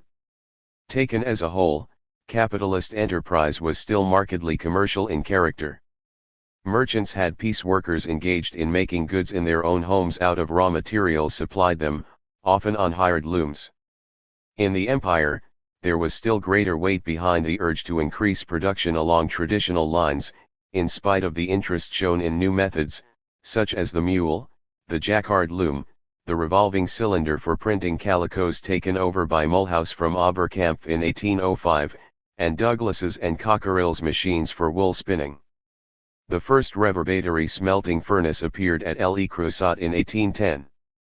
Progress was sporadic, and chiefly to be seen in Alsace and the north, at Lyon and Saint-Étienne, in Normandy, and in the state-owned mines of the Sarre. It was most marked in Belgium and the Aachen region. It was then that the Belgian mines began to be equipped with machinery, and at Liege, Perrier, with Napoleon's help, set up a gun foundry. In 1810 Dunny established the factory where he used his special process for treating zinc, the origin of the Vieille Montagne. Ghent underwent a revival through the establishment of cotton manufacture, and at Verviers the beginning of the Industrial Revolution as far as woolens were concerned was the introduction of English machinery. The town became a very important center, with 86 manufacturers and 25,000 operatives in 1810. Italy, on the other hand, had few improvements to show, and several regions, deprived, like the west of France, of their traditional markets, devoted themselves more and more to agriculture. Taken as a whole, there was only a very limited installation of new machinery. For cotton spinning, the spinning wheel had not disappeared, and the jenny reached its peak in about 1806. The metal industry remained faithful to charcoal smelting, there were few steam engines, and Belgian mines did not use them until 1807. In spinning, they were not brought in until the end of the empire, for instance in Alsace, in 1812. There was only a concentration of industry in cotton spinning and in wool. On the other hand, there was striking progress in commercial concentration. One of the notable features of the period is the increase in the number of big businessmen. There were Bauwens and Richard Lenoir, the great cotton magnates, at Oberkampf, then Turnauss, who specialized in wool and was a pioneer in the making of cashmere shawls. Dolphus Meek at Mulhouse, Jappy at Montbéliard, Peugeot at Audencourt, Cockerill at Liege were all great names. They made no attempt to divide their activities, being at once traders and manufacturers. Though they were the creators of factory products, they still went on employing a whole host of piece workers in their homes. In comparison with England, the capitalist economy was as behindhand in development as the banking system. Outside the empire, the same characteristics recur in Saxony and in Switzerland, the only countries where there were any signs of mechanization and a beginning of the concentration of industry, which was in cotton spinning and the printing of calicos. In the United States, there had likewise been great progress in the former, with the rise from 4 factories in 1804 to 500 in 1815. But weaving was well behind. The first mechanized factory was not set up by Lowell till 1813. The outstanding features in the American economy were the progress in cotton growing, in which production doubled between 1801 and 1811, and the growth in external trade and in navigation, for it was still the period of magnates like Astor and Girard. Agriculture remained much more wedded to tradition than industry, except in England, where her superiority over the continent was even more marked. Only the Low Countries had adopted modern methods, and parts of northern France. In the Baltic countries and in Prussia, the lords much preferred to evict the peasants and multiply forced labor rather than make any change in their customary methods. On the continent, capitalism was making too gradual a progress towards concentration for its social consequences to be for the time being very extensive. Agricultural day laborers and operatives at the looms went on living much as they had always done, paying more attention to looking for work and keeping an eye on the price of food than on the conditions of work and the rates of wages. They only came into occasional collision with the employers, in certain localities, and only in matters of strictly professional concern. The only attempts at organizing themselves concerned the revival of the trade guilds and the formation of a certain number of mutual help societies. As in the 18th century, their history was chiefly marked by periods of severe unemployment, and high prices caused by bad harvests. But the case was quite different in England. There, the working classes were growing in numbers and becoming increasingly massed in the Black Country of the West Midlands. The exodus from the countryside brought about by the enclosures, the employment of women and children, endemic unemployment due to the introduction of machinery, and the periodical economic crises all prevented wages from keeping pace with prices. There was a sinister deterioration in the living conditions of these masses, uprooted from the country, crowded together in insanitary slums, undernourished, uneducated and altogether lacking in any amusements. In spite of the Act of 1799, unions continued to be formed. Since they went on appealing to ancient statutory rights, Parliament repealed those which authorized a levy on wages in the year 1813, and in 1814 those which concerned apprenticeship. As in France, all that was left of the ancient laws were the clauses that bore so hardly upon the workers. In 1802, at the instance of Peel's father, Parliament had introduced the first factory bill to protect children, but it remained a dead letter. Deprived as they were of all legal redress, it is not surprising that there were periodical outbreaks of violence among them, usually directed against the new machines. The most famous of these Luddite riots in 1811 and 1812 were the result of the economic crisis, although attempts were made to ascribe them to conspiracies and to the influence of French ideas. Maitland, who was entrusted with their suppression, assured the public that there was a pernicious spirit abroad, tending to subvert the government of the country and destroy all property. To judge by the speeches made by some men, such as John Baines of Halifax, there were memories of the democratic agitation that had occurred at the time of the Revolution. He was condemned at the age of 66 to transportation for having greeted the recent disturbances as a prelude to revolution. Too long have these vampires fed upon our blood. They have stirred up wars, they feed on them, nay, they grow fat on them. They have sent us all over the world to fight in order to stamp out freedom in France and maintain despotism over the whole of Europe. I have waited a long while for the dawn to break, but old as I am, may I still live to see the glorious triumph of democracy. But if the masses in Great Britain had been filled with revolutionary fire, they would at least have demanded universal suffrage. As it was, these events can only be seen as the writhings of a tortured people who had lost all political spirit. It is possible, as some have maintained, that there were certain influences at work holding the populace in check, such as the dissenters, Hannah More's Sunday school movement, and the schools for self-help instruction recommended by a young Quaker called Lancaster in 1798, and fostered by an organization from 1810 onwards. Nevertheless, the absence of any general uprising was essentially due to the fact that as yet the working classes were not very closely massed together, and since 1795 wages had been made up to a certain figure in proportion to the price of bread. For the property-owning classes, the poor law was an insurance premium. Some thinkers, however, were beginning to have new ideas in the face of these social developments. Although the British economists found no fault with the existing system on the score of justice, it filled them with a profound pessimism, as already exemplified by Malthus. The banker Ricardo, who began to write in 1810, founded all value upon work, but he noted that in England the cultivation of the less and less profitable land, made necessary by the increasing population, ensured a differential income to the owners of the better land, while he also confirmed the iron law of supply and demand which controlled wages. Man's attempts to ward off famine would become more and more desperate, labor would absorb an increasing proportion of the cost of production, and the capitalist's profits would continually decrease.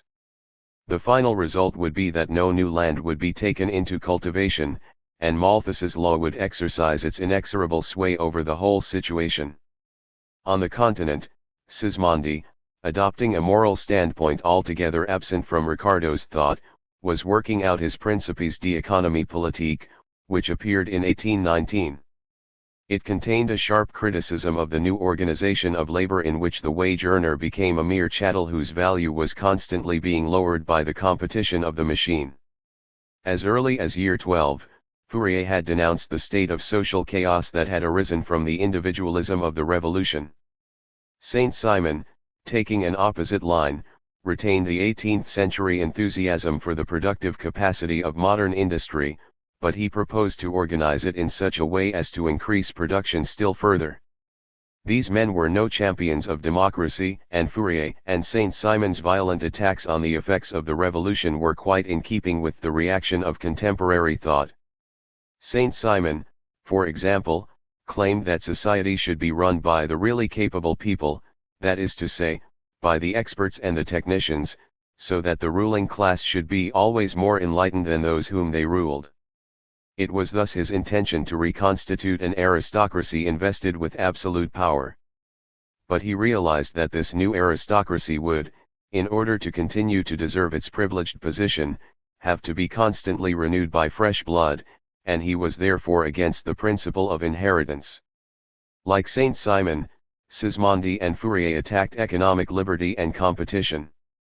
Their ideal was that all men, regardless of politics, should be concerned solely with creating wealth for the benefit of all mankind.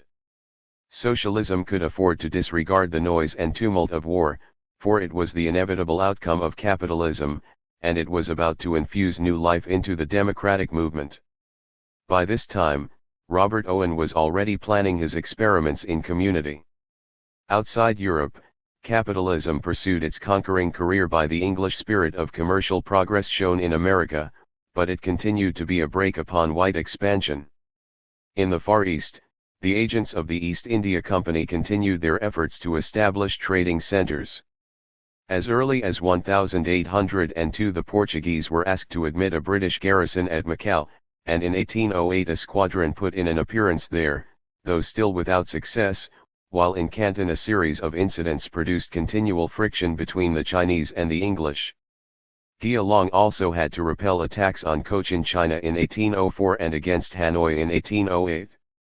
In Japan, a ship appeared at Nagasaki in 1808 in an attempt to capture the Dutch ships, and later on Raffles, who had established himself in Java, tried to get his authority recognized by the Batavian trade settlement of Deshima. In China, Chia Ching was increasingly threatened by secret societies, and in 1813 a great insurrection broke out in Shantung. Japan could not have put up any serious resistance, and the appearance of Captain Pellew in 1808 had struck terror into the leading spirits. It was only the internal struggles of Europe that gave the Far East more than a quarter of a century of respite. As far as colonization was concerned, it did not make more than very modest progress in the British Empire. Emigrants were few, and preferred to go to the United States. None came to the Cape till 1808, and Canada hardly received any. In Australia about the year 1815 there were only some 600 to 700 colonists, 400 of whom were convicts, cultivating about 80,000 hectares. Canada showed the most favourable advance. At the end of the period, Lower Canada had about 250,000 inhabitants, 20 to 30,000 of them English, and Upper Canada 70,000. American contraband was very profitable to Halifax, and the needs of the Admiralty gave an advantage to timber export, thus laying the foundation of a prosperous industry. In Java, Stamford Raffles went in for new methods, transforming the native chiefs into officials, renting land to the inhabitants and allowing them freedom to work it and to engage in trade, but he did not have the necessary time or money. White expansion continued to prosper, particularly in the United States. This was due less to immigration than to the excessive birth rate, which led to a continuous trek from the Atlantic coast to the Northwestern Territories. Ohio had become a state in 1802, and Indiana and Illinois were to be admitted soon after 1815. In the South, on the other hand, the Negroes were increasing in numbers with the growth of the cotton plantations, and were now reckoned at more than 1.5 million. Louisiana was admitted to the Federation in 1812, and Florida was having greedy eyes cast upon it. Madison occupied the western part of it along with Pensacola, which was disputed territory, and Jackson, at the head of the Tennessee militia, was conducting operations against the Creeks. The only serious rivals to the Anglo-Saxons were the Russians. They had entered Transcaucasia, defeated the Persians and by the Treaty of Gulistan in 1813 been recognized as the possessors of Dagestan and Baku, with the sole right of having a fleet on the Caspian. They tried unsuccessfully to establish relationships with China, and in 1805 an embassy from Alexander was arrested in Mongolia. The Bering Company, established in 1799, was expanding in Alaska, and in 1803 they sent the cruisers Razanov and Krusenstern round Cape Horn. The first appeared at Nagasaki in 1804, but was not admitted to harbor, and in 1806 proceeded from Alaska as far as San Francisco. From Okhotsk, the Russians attempted to seize Sakhalin and attacked the Kuril Islands and Ezo, to the great consternation of the Japanese. A little later on, they were planning to establish a colony in California as a supply base for Alaska, and in 1811 set up a fort north of San Francisco, coming into contact at this point with the Canadian company that was beginning to work in Columbia and Oregon. The part played by the missions remained a very subordinate one. In China, the apostolic vicar Dufresne had called the first synod together in 1803, but it was not attended by any priest from Europe. In 1805 persecution broke out again, and Dufresne himself was beheaded in 1815. In 1807 a Protestant missionary called Morrison landed at Canton, and Baptists had also begun to work in Burma. The Bible Society was founded in 1804, but conditions did not so far allow it to engage in much activity. In the minds of Europeans, the colonies were still playing the part assigned to them by the mercantile theory, but the old colonial system was already threatened. France had at a particular juncture abolished slavery, thus giving up one of her chief advantages, and she lost San Domingo in an attempt to reintroduce it. In 1807 England abolished the slave trade, which was bound to cut off the supply of Negroes. On the other hand, the United States took a distinctive line, for the colonists and the half-castes had made up their minds to have done with exclusiveness, and to separate from Europe to get rid of it. Spain was in a fair way to lose her colonial possessions. After recognizing Ferdinand VII, the colonies had not been slow to remember that they were only his personal possessions, and that during his captivity they were their own masters. In 1810, when the news came through that Andalusia had fallen and that the junta were shut up in Cadiz, they took a further step. Caracas deposed its viceroy on April 19, Buenos Aires on May 20. New Granada rose in July, Quito in August, Chile and Mexico in September. The colonies offered to sign a commercial treaty with England, and Bolívar went to London. Wellesley intervened, but the Cortes refused to abolish the trade monopoly, and declared their American subjects to be rebels. Bolívar returned home again, followed by Miranda. They called together a Congress which declared Venezuela independent on July 7, 1811, and voted a constitution. New Granada did the same. In the Argentine, the leaders were already at odds, and one of them, Moreno by name, had been expelled. The Constituent Assembly did not meet till 1813. Everywhere the rights of man were proclaimed, while keeping for Catholicism its privileged position as the religion of the state, but slavery, the mita, and the comiendas were suppressed. Discord promptly broke out in the new states. The half-castes cold-shouldered the Spaniards. The moderates took alarm at the appeal to the Negroes and the half-breeds, while the leaders quarreled, and the towns, in their jealousy of one another, changed sides in order to defend their independence. The mountain dwellers, led by the clergy, supported the Spaniards, and in Venezuela, the llaneros were prepared to fight for anyone who would pay them. But Spain succeeded in retaining some solid advantages. In Mexico, they shot the parish priest Hidalgo in 1811, and his confederate, Morales, who made a new attempt in 1813, suffered the same fate in 1815.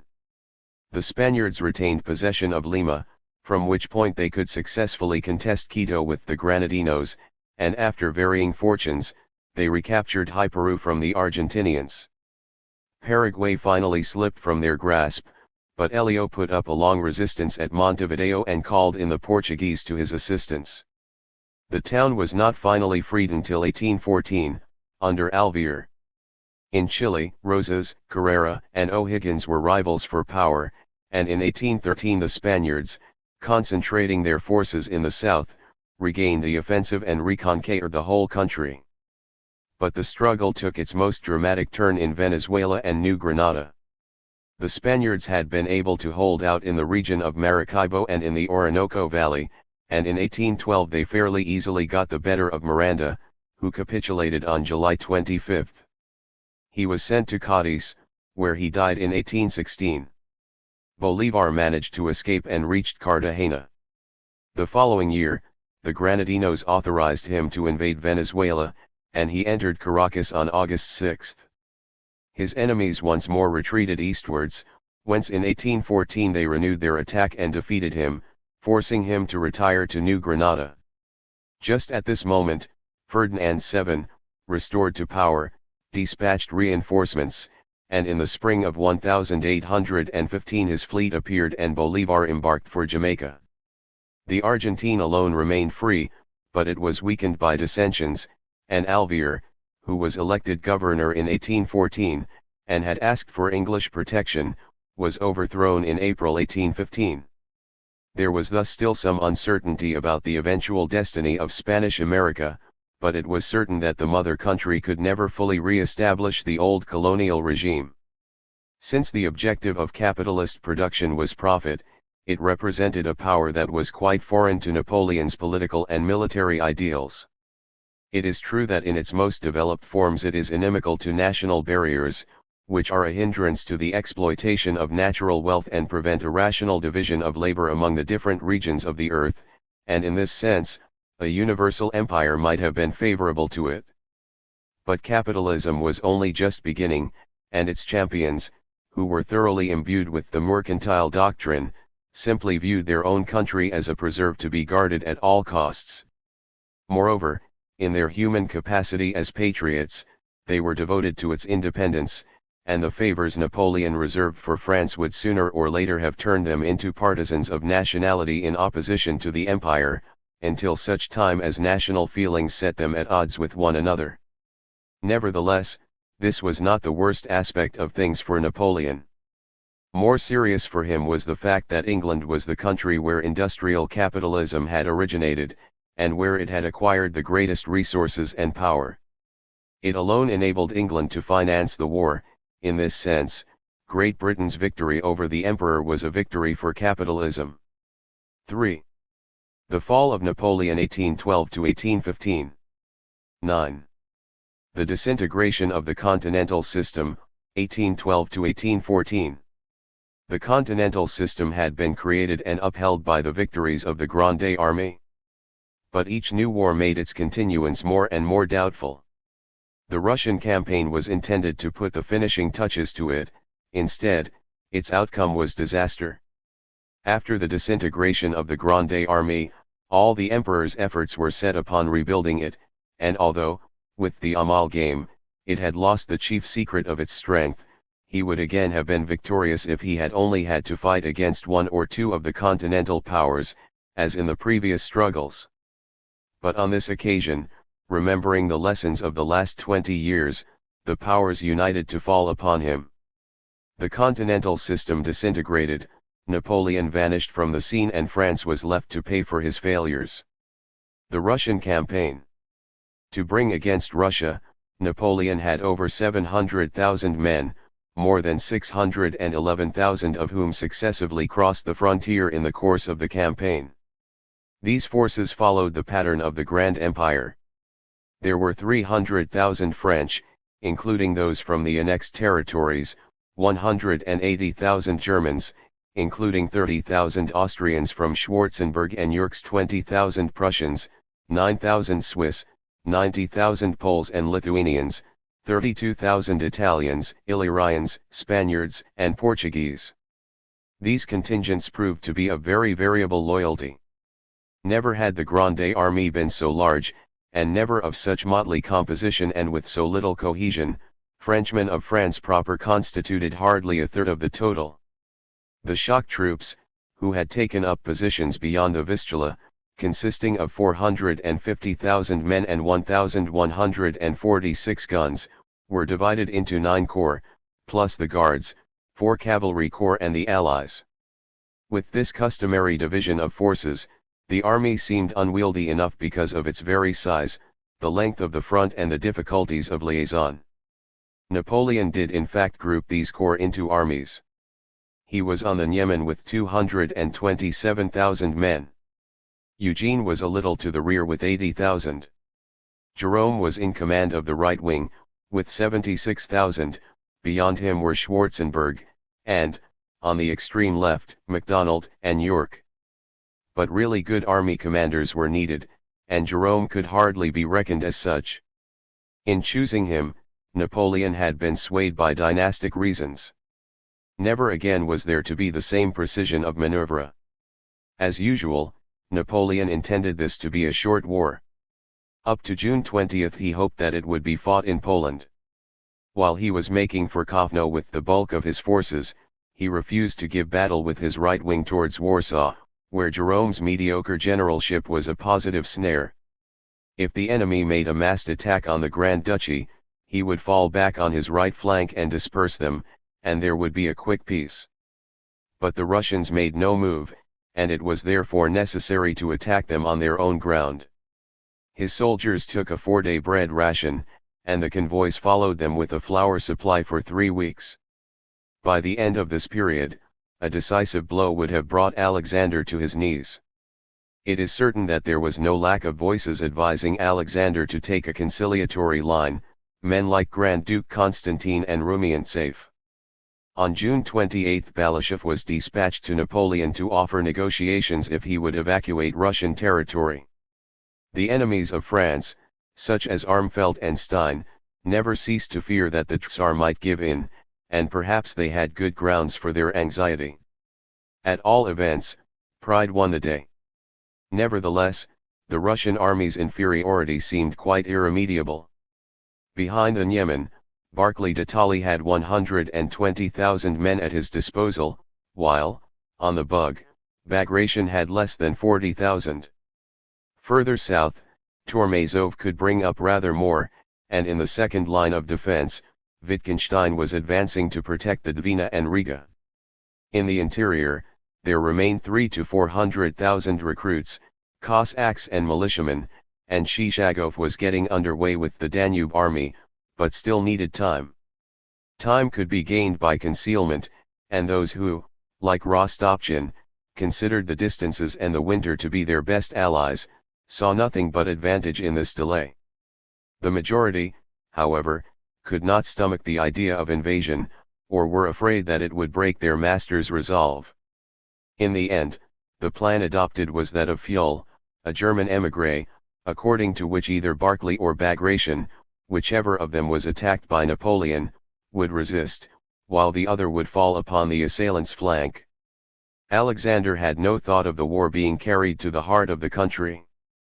But that could scarcely fail to happen, because his generals knew they were weaker than their enemies, and were very much afraid of them. They were given a good deal of latitude as to their movements, fell back in order to avoid disaster, and thus condemned their opponents to wear themselves out in pursuit. Napoleon's army crossed the Niemen on 24 and June 25, 1812, and on the 26th reached Vilna by a forced march of 40 kilometers, with the intention of crushing Barclay. But it struck thin air, for Barclay had retreated towards the entrenched camp at Drissa, behind the Dvina. So Bagration remained to be dealt with. Davout set out from Vilna towards Minsk, in order to cut off his retreat, while Jerome went in pursuit. But Jerome had a long way to go, and did not hurry. Bagration, seeing that he was not directly pressed, slipped out of Davout's way by turning south, crossed the Dnieper, and then went on upstream. Jerome, deprived of his objective, turned back towards Westphalia. Davout defeated Bagration at Mogilev, but was unable to stop him. The Vilna maneuver had failed. On July 3 Napoleon set out again for Vitebsk, in order to come between the two Russian armies, but when he arrived on the 24th it was too late. Barclay had evacuated Drissa and then Vitebsk, and was withdrawing towards Smolensk, where he managed to join forces with Bagration. The two Russian armies being thus united, Barclay agreed to take the offensive towards Vitebsk. Napoleon immediately put a third plan into action. He slipped away southwards, crossed the Dnieper, and appeared before Smolensk on August 16. But his attack failed, and Barclay, who had been forewarned and had begun to withdraw on the 12th, arrived in time to defend the town. On the 17th, as the result of a bloody battle, the French only managed to capture the suburbs. Again the Russian army retired, and on the 19th its rearguard covered the retreat at Valutina. Would the French follow it to Moscow? From the start, it was clear that this was to be a new kind of war. Napoleon's strategy had proved faulty, the enemy were shamelessly withdrawing, and there were no natural obstacles to bring them to bay, nor was it possible to catch them by surprise, because in these deserted plains the cavalry wore itself out without collecting any information, and because the sheer distances deprived the French rapid marches of their usual effectiveness. And the marches had been more than usually exhausting. As early as June 26 there had been many stragglers and deserters in the advance on Vilna, and these had assumed alarming proportions. The convoys were unable to keep pace, and almost from the start the army had to live on the country, and the country produced absolutely nothing. Deprived of their fodder, the horses died by the thousand. Then the weather took a hand in the game, with storms, rain and cold nights at the end of June, followed by sweltering heat. At Smolensk, the available troops were reduced to 160,000 men. How many of these would be left by the time Moscow was reached? The foreign troops in particular were visibly melting away. The Württemberg division, 16,000 strong, had only 1,456 men left by September 4. On the flanks and in the rear, the situation was far from promising. MacDonald had failed to take Riga, and Gouvion Saint-Cyr, who had been victorious at Polotsk, saw Wittgenstein's army visibly increasing in size to bar his path. Renier and Schwarzenberg were making Tormazov move cautiously, but Shishagov was moving towards them. Napoleon had counted on the Poles to rise as one man and invade the Ukraine. But on June 28 the Diet gave way to a confederation presided over by Czartoryski's father, which immediately re-established the Kingdom of Poland. The Emperor gave a cold reception to this news and remained silent, realizing that it was not wise to irritate Prussia and Austria, nor to drive Alexander to despair before having beaten him. He did not even join Lithuania onto the duchy, but handed it over, like Courland, to French officials. The Poles were in a state of disappointment and unrest. Moreover, they were exhausted, and Napoleon's ambassador, Deprade, Archbishop of Malines, did not arouse much enthusiasm. They were waiting to show their hand until victory was well on the way. In these circumstances, would it not be wiser to stop and organize the country so far conquered, and arrange to provision the army while it went into winter quarters on the spot? Napoleon had already asked himself this question at Vitebsk. There was one way of making a radical change in the whole complexion of the war, and in the chances of success, and that was to promise the peasants the abolition of serfdom. The emperor was well aware of this, but the revolutionary tradition was now too much against the grain with him for this expedient to seem anything but hateful. From this time onwards, he decided that the efforts demanded from the empire could not continue without damage to his own prestige. In Germany more particularly, the consequences might well be incalculable. Moreover, he was convinced that the fall of Moscow would bring Alexander to his knees, and he decided to go forward.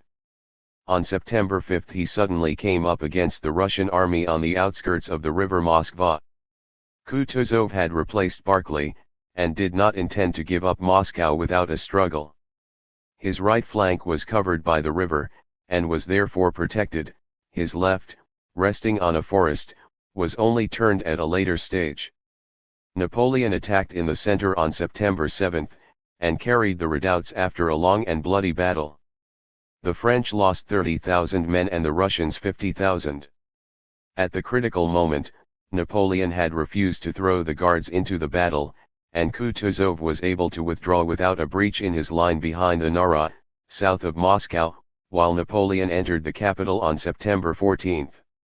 From the 15th to the 18th it was devastated by fires, kindled at least in part on the orders of Rostopchin. Alexander meanwhile had come back from Drissa to St. Petersburg. He made peace with England and handed over his fleet. At the end of August, his alliance with Bernadotte was confirmed in an interview at Abio.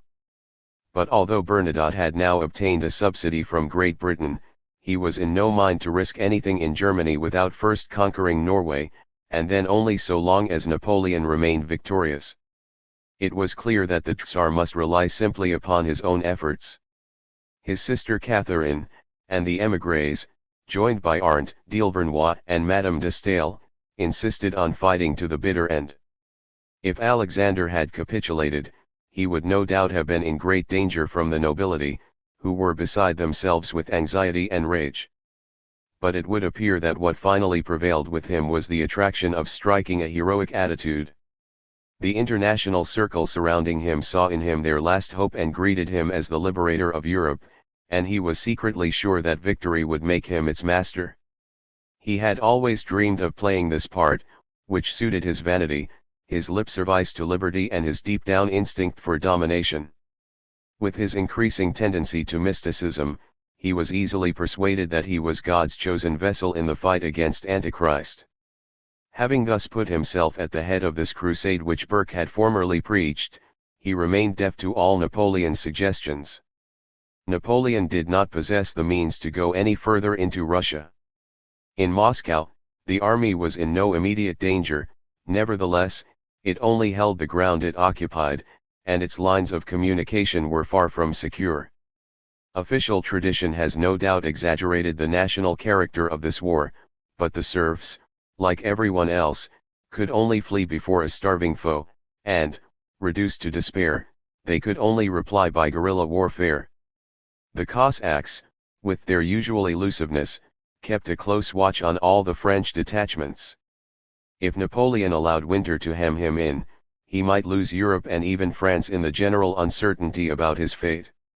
Up to the middle of October he continued hopeful. Kutuzov was keeping Murat happily occupied by negotiating for an armistice, but he suddenly took his enemy by surprise at Vinkovo.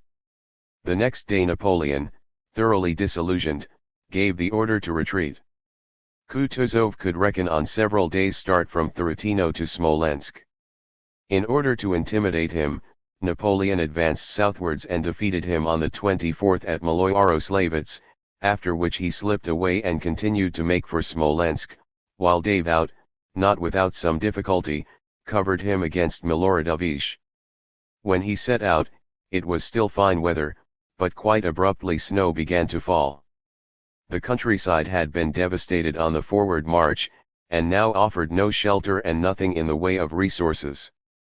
The horses fell by the wayside, vehicles and guns were abandoned, the trail of stragglers grew constantly longer under the daily scourge of the frost and the Cossacks. From 9 to November 13 the army entered Smolensk, and from the 14th to the 18th they left it in successive stages. The Russians went ahead and cut the road to Krasnoy. On the 15th Napoleon got by without much resistance, but on the 16th Eugene, and on the 17th Davout, had to give battle. On the 18th, Ney was stopped, and only managed to escape by miraculously crossing the frozen Dnieper. The army regrouped, and reached the Bersina, though now reduced to about 30,000 men.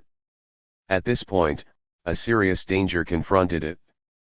Shishagov, having rejoined Tormazov, had moved northwards, and without being pursued by Schwarzenberg had taken Minsk, and then Borisov. Wittgenstein, for his part, had crossed the Dvina and was driving back Udino and Victor. Udino hastened back to recapture Borisov, but found the bridge had been destroyed. In the night of the 25th to 26th, Ebel's sappers built 2 new bridges. Napoleon crossed on the 27th, and the next day there was a furious battle on both sides of the river. On the right, Shishagov was held, but Kutuzov's weakness allowed Victor to escape, though he had to sacrifice his stragglers.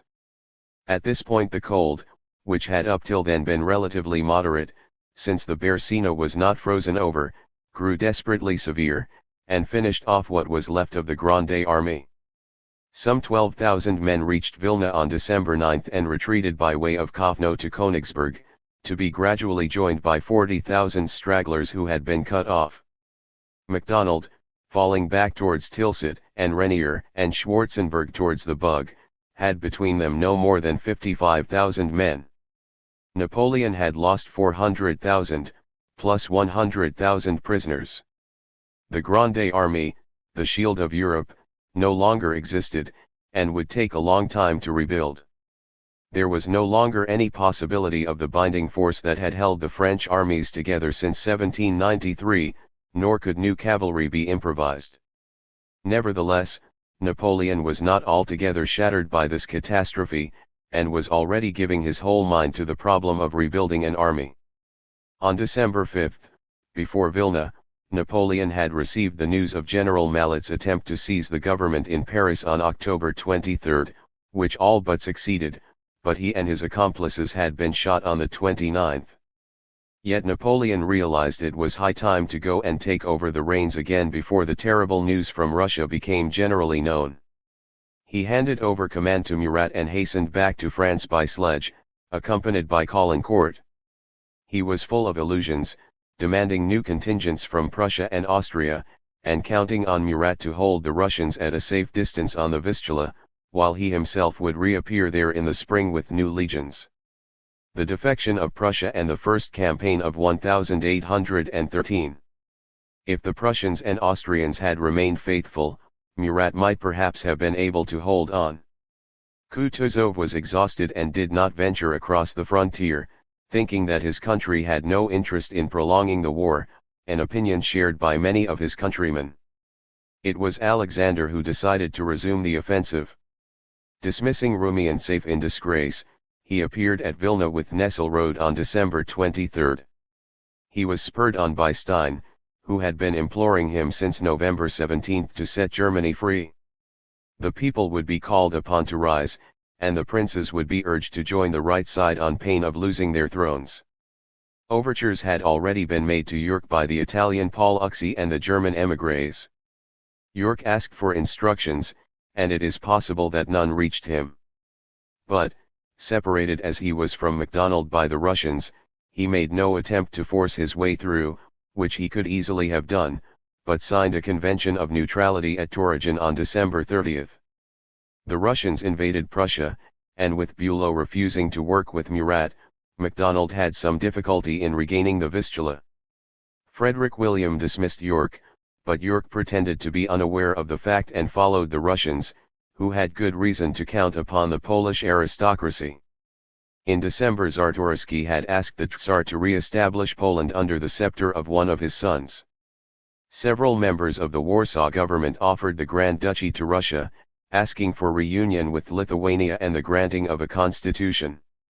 Nesselrode and Stein opposed this plan, the former in his country's interest, the latter on the plea that the coalition would then become impossible. On January 13, 1813, Alexander did not do more than assure the Poles of his good intentions, but they were satisfied with this, and offered no resistance. Schwarzenberg for his part began to enter into discussions and withdrew without a fight. Warsaw was occupied on February 9. The French retreated towards Posen, Eugene taking the place of Murat, who had left for Naples. On January 30 Schwarzenberg signed a separate armistice, as a result of which he withdrew towards Warsaw, followed by Poniatowski, thus exposing Renier, whose army corps was partly destroyed. On February 12 Eugene left Posen, and at the end of the month he prematurely abandoned the line of the Oder. From this time onwards, the desertion of Prussia was more or less an accomplished fact. Frederick William took time to convince himself that the ruin of the Grande Armée set him free, and if Napoleon had offered him the Duchy of Warsaw, he would perhaps have been satisfied. He was afraid of Austria, which he thought to be in league with France, and suspected Russia of wishing to annex the whole of Poland, and even eastern Prussia. His entourage were very divided. Knissebeck, followed more tentatively by Hardenberg, was in favor of an immediate alliance with Alexander. Ancillon would have preferred an agreement with Metternich to impose a mediation which should deliver Germany without offering an entry to the Russians.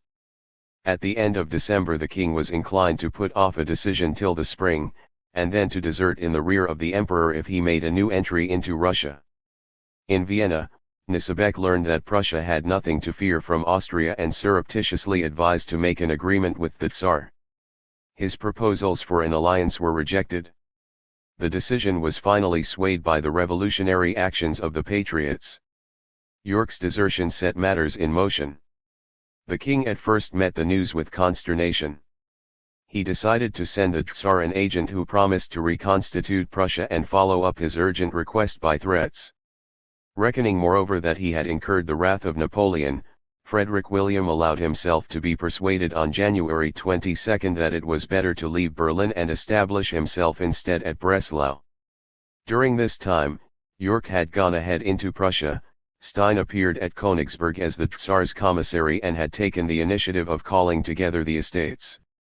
The officials were frightened and in the end took offense, and he had to give way to York, but basically it was realized that the two parties were in agreement. Subject to royal approval, the estates set up a Landwehr which York was commissioned to organize, without prejudice to ordinary recruiting. In default of volunteers, All men between 18 and 45 were compelled to serve in a contingent, but provision was made for substitutes. The estates were careful to reserve to themselves the choice of officers, in order to deprive this arming of the people of any possible menace to the nobility. The king did not take kindly to this illegal step, but it might have cost him his crown to resist it. Besides, the war party at Breslau, led by Scharnhorst, had been considerably strengthened by this measure. For his part, Frederick William sent out on February 3 an invitation to those of his subjects who could equip themselves to form volunteer corps in support of the regular troops, and in order to give this movement some impetus, he abolished on February 9, for the duration of the war, all rights to exemption for men between the ages of 17 and 24. On the 10th he sent out a first appeal to his people. At the same time, he sent Nsibek to the Tsar. The talks dragged on because Prussia wanted to be given back her frontiers of 1806, at any rate on the east, while Alexander would only promise to give an equivalent in territory. Stein resolved the difficulty by going with Anstedt to Breslau, where the king gave in. The alliance was concluded on February 28 at Kalisk. Alexander joined Frederick William on March 15. On the 16th a declaration of war against France was dispatched, and on the 17th the king instituted the Landwehr through the kingdom for all men between 17 and 40 years of age, with no right of substitution. The officers were to be appointed by district councils, with 2 nobles and a representative of the peasants. On April 21 there was a further call-up of men over 40 to form a Landsturm, but it was scarcely put into operation. In order to conquer France, Prussia was thus borrowing from her the system of wholesale levies, as Scharnhorst and Gneisenau had long wished to do, and as she had only 5 million inhabitants, she applied it with a rigor that even the Committee of Public Safety had not thought necessary. This alliance was of outstanding importance to the Russians. They could hardly produce more than 70,000 front-line troops. Although the Landwehr was not ready for the front before August, and only 7,000 to 8,000 volunteers joined up in May, the regular army, thanks to the recall of 30,000 to 40,000 Krumper and officers who had been commissioned in 1807, as well as to the recruits, was able to send 35,000 men straight away to the front, and to play its part in the sieges. As early as March 4 Eugene had left Berlin and retired behind the Elbe. The enemy immediately crossed this river. Hamburg had risen in revolt on February 24 and the Russians entered it on March 18. That same day, Davout evacuated Dresden.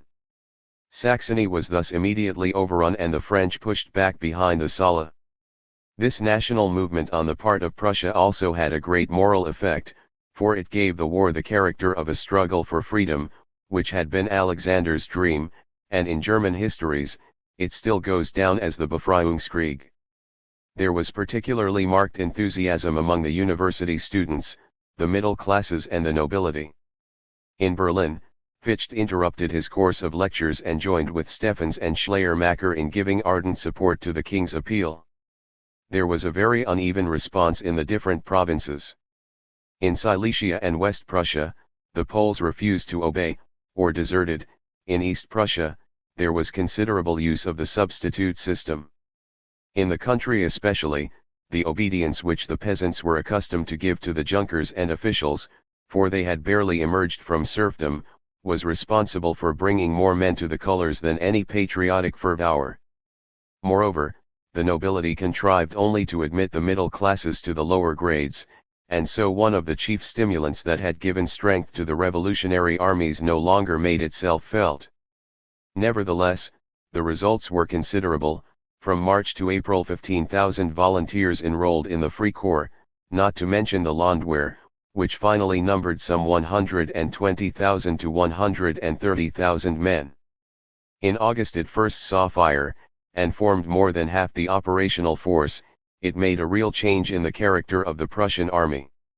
It need hardly be said that the professional soldiers had not much use for the Landwehr, for, like the early revolutionary levies, it was somewhat untrained and inclined to panic. The rising in Prussia had a stirring effect on all Germany. Since the end of 1812 the Patriots had been more and more active in their propaganda, for which Paul Uxie had made use of Merkel, while Arndt wrote leaflet after leaflet, in particular a catechism for German soldiers, calling upon all Germans to fight against the spirit of evil if need be, even if not supported by their princes. Stein wanted to go further still. He wanted Alexander and Frederick William to decree and organize a national war, which would rally the cautious and the indifferent.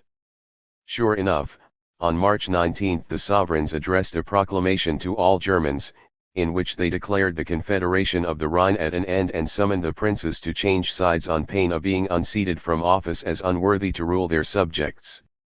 They set up a council to administer the territories to be occupied, empowered to organize a Landwehr in them, and Stein was made its president. The excitement immediately spread to Hamburg and Saxony, and further afield, for instance at Hanau and in the Duchy of Berg. Napoleon's new levies caused disturbances, which assisted the propaganda against the French. Mecklenburg deserted, and the majority of the princes would certainly have done likewise if they had not still been afraid of the emperor. Stein's threats and exhortations to rebellion had the effect of estranging them, and were not at all helpful to the influence of Prussia. The result was rather to make them look to Austria for support. The national enthusiasm gave rise to a new generation of poets who despised all dreams and speculations, and whose only thought was to celebrate the heroism of the soldier. One of these was Theodor Korner, who fell in action, leaving behind him a famous collection of poems entitled Lyre and Sword. Others were Ruckert, whose sonnets in arms appeared in 1814, Schenkendorf and Uhland. Nevertheless, although a great change was clearly coming over German patriotism, it was very far from complete. The Germans could not help feeling at one in their desire to get rid of the French who had made life so hard for them, but for the most part, this was the limit of their vision, and they had no clear idea of a political nationalism. Even the patriotic leaders did not always make a clear distinction between this and a purely cultural nationalism. Gneisenau, for example, had no feelings against the idea of England setting up to her own advantage a great state between the Rhine and the Elbe. Those who were all for unity, like Stein, did not always succeed, because of the historical circumstances, in forming a clear conception of it. It mattered little to them whether the leadership fell to Prussia or to Austria, and Stein did not even see any disadvantage in the complete disappearance of Prussia. But this indifference did nothing to solve the problem, and was in fact an expression of their powerlessness to solve it. And what was more, these men realized that the Germans would not manage to achieve freedom without the help of Europe, and they were therefore coming round to the view that Europe should organize the new state and place it under a European guarantee as a protectorate. Moreover, the middle class's patriotism was blended with more or less advanced liberal ideas, while the nobles associated the thought with the maintenance or restoration of the ancien regime, both politically and socially. As for the princes, they were not interested in any unity that would diminish their sovereign rights, nor in any constitution that would put restraint upon their authority. National union came about in equivocal circumstances, in which each party looked to turn the victory to its own advantage. As long as it was necessary, the common people were left with the hopes that would encourage them to fight, but Austria's intervention was destined to ensure that the princes and the nobles were to reap the advantages. This intervention was being prepared for by Metternich with an equal degree of circumspection and resolution. The disaster to the Grande Armée having set Austria free, her alliance with France had been virtually dissolved, for she could not willingly help the Grand Empire to remain in being when it had largely grown rich by despoiling Austria. Bubna was sent to Paris at the end of December to inform Napoleon that his master would not increase his contingent. Then Schwarzenberg withdrew from the front line. "This is the first step towards desertion," Napoleon exclaimed. It was a cruel disappointment for him, when he had built such hopes upon this dynastic alliance. But he calmed down, and did his best to put a good face upon a gloomy situation. He would first deal with the Russians and the Prussians, after that he would settle accounts with Austria. Metternich had no doubts about this. People have wondered whether Napoleon could not have reaffirmed the alliance by offering to strike some sort of bargain. But this was not possible, for if Austria had helped him to defeat Russia and Prussia, she would then have found herself entirely at his mercy. Metternich could accept no terms that had not been agreed at least with the Prussians in order to re-establish a balance of power and a lasting peace by holding both Alexander and Napoleon in check. That is why he sent Bubna to offer his assistance in persuading France to make some concessions. As a statesman, he would have perhaps viewed such a solution with some satisfaction, for he was not anxious to increase the size of Prussia, and he was even more distrustful than Frederick William of the Tsar, whom he suspected of having ambitions not only in Poland, but also in Turkey. He mistrusted the effervescent mood of Germany as equally threatening to the Ancien regime and to Austria. But in order to restore the former powers in Germany, France would have to consent to the limits fixed at the Peace of Lunéville, and Metternich was convinced that Napoleon would never agree to this. It only remained then for Austria to join the coalition at the opportune moment in order to overthrow it. As an aristocrat and a victim of the revolution, Metternich personally viewed the prospect with some pleasure, as did the whole Austrian nobility. Lebzeltern, his ambassador to Alexander, boasted that he had always acted in agreement with the Russians and the Prussians to crush the revolution and bring victory to the righteous cause. In fact, the emperor did not go further than to make Bubna the generous offer of Illyria. He was also willing to re-establish the throne of Portugal. But he would abandon none of the countries constitutionally united to the empire, nor the Grand Duchy of Warsaw. And he publicly reaffirmed this declaration before the Corps Legislatif. True, he would agree to negotiate through the Austrians, but by that time Metternich had made up his mind and only entered into discussion in order to gain time and be able to mobilize with perfect safety. This game was not altogether easy, for the aristocracy were growing impatient, and Jens himself was not happy about these delaying tactics. Meanwhile, Hormayer was again up to his tricks, causing an insurrection in the Tyrol, and had to be arrested in March. In April Schwarzenberg was sent to Paris. This time, Metternich announced his conditions: Napoleon must relinquish Illyria, the Grand Duchy and the whole of Germany. In the end, Napoleon agreed to partition the duchy between Austria, Prussia, and the Duke of Oldenburg, but by way of compensation, Saxony was to annex the Prussian provinces between the Elbe and the Oder. Austria gave notice that she would now no longer be an ally and intermediary, but would go over to armed mediation, with the firm resolve to intervene against the party that refused to accept what she considered to be satisfactory conditions. This attitude was already enough to disturb a good number of loyalties. In February the King of Saxony had left Dresden and finally took refuge in Austria, thoroughly frightened by Stein's threats. On March 26 Metternich offered to guarantee the integrity of his states, and to see that he was compensated for the loss of the Grand Duchy. On April 26 the agreement was signed, and the army of Saxony undertook to join the Austrian forces if the negotiations failed. At this moment, Metternich was also negotiating with Bavaria, which from now on only gave very halting support to Napoleon. On arrival in Naples Murat had sent an envoy to Vienna to offer his cooperation, provided only that he could retain his kingdom. He was well received, and his act of treachery was only postponed because Bentinck, who had just occupied the Ponza Islands and had visions of an Italian national movement under English protection, reserved the rights of Ferdinand, demanded that he should have Gaeta and claimed the right to land 25,000 men. Murat was upset, and once more rejoined the Grande Armée. There is no reason to be surprised at Napoleon's refusal to capitulate without a fight. He had not been defeated, and as in 1807, a devastating campaign might well put the Russians and the Prussians hors de combat before Austria had made up her mind about her policy. And if he had capitulated, what would the French have thought of him?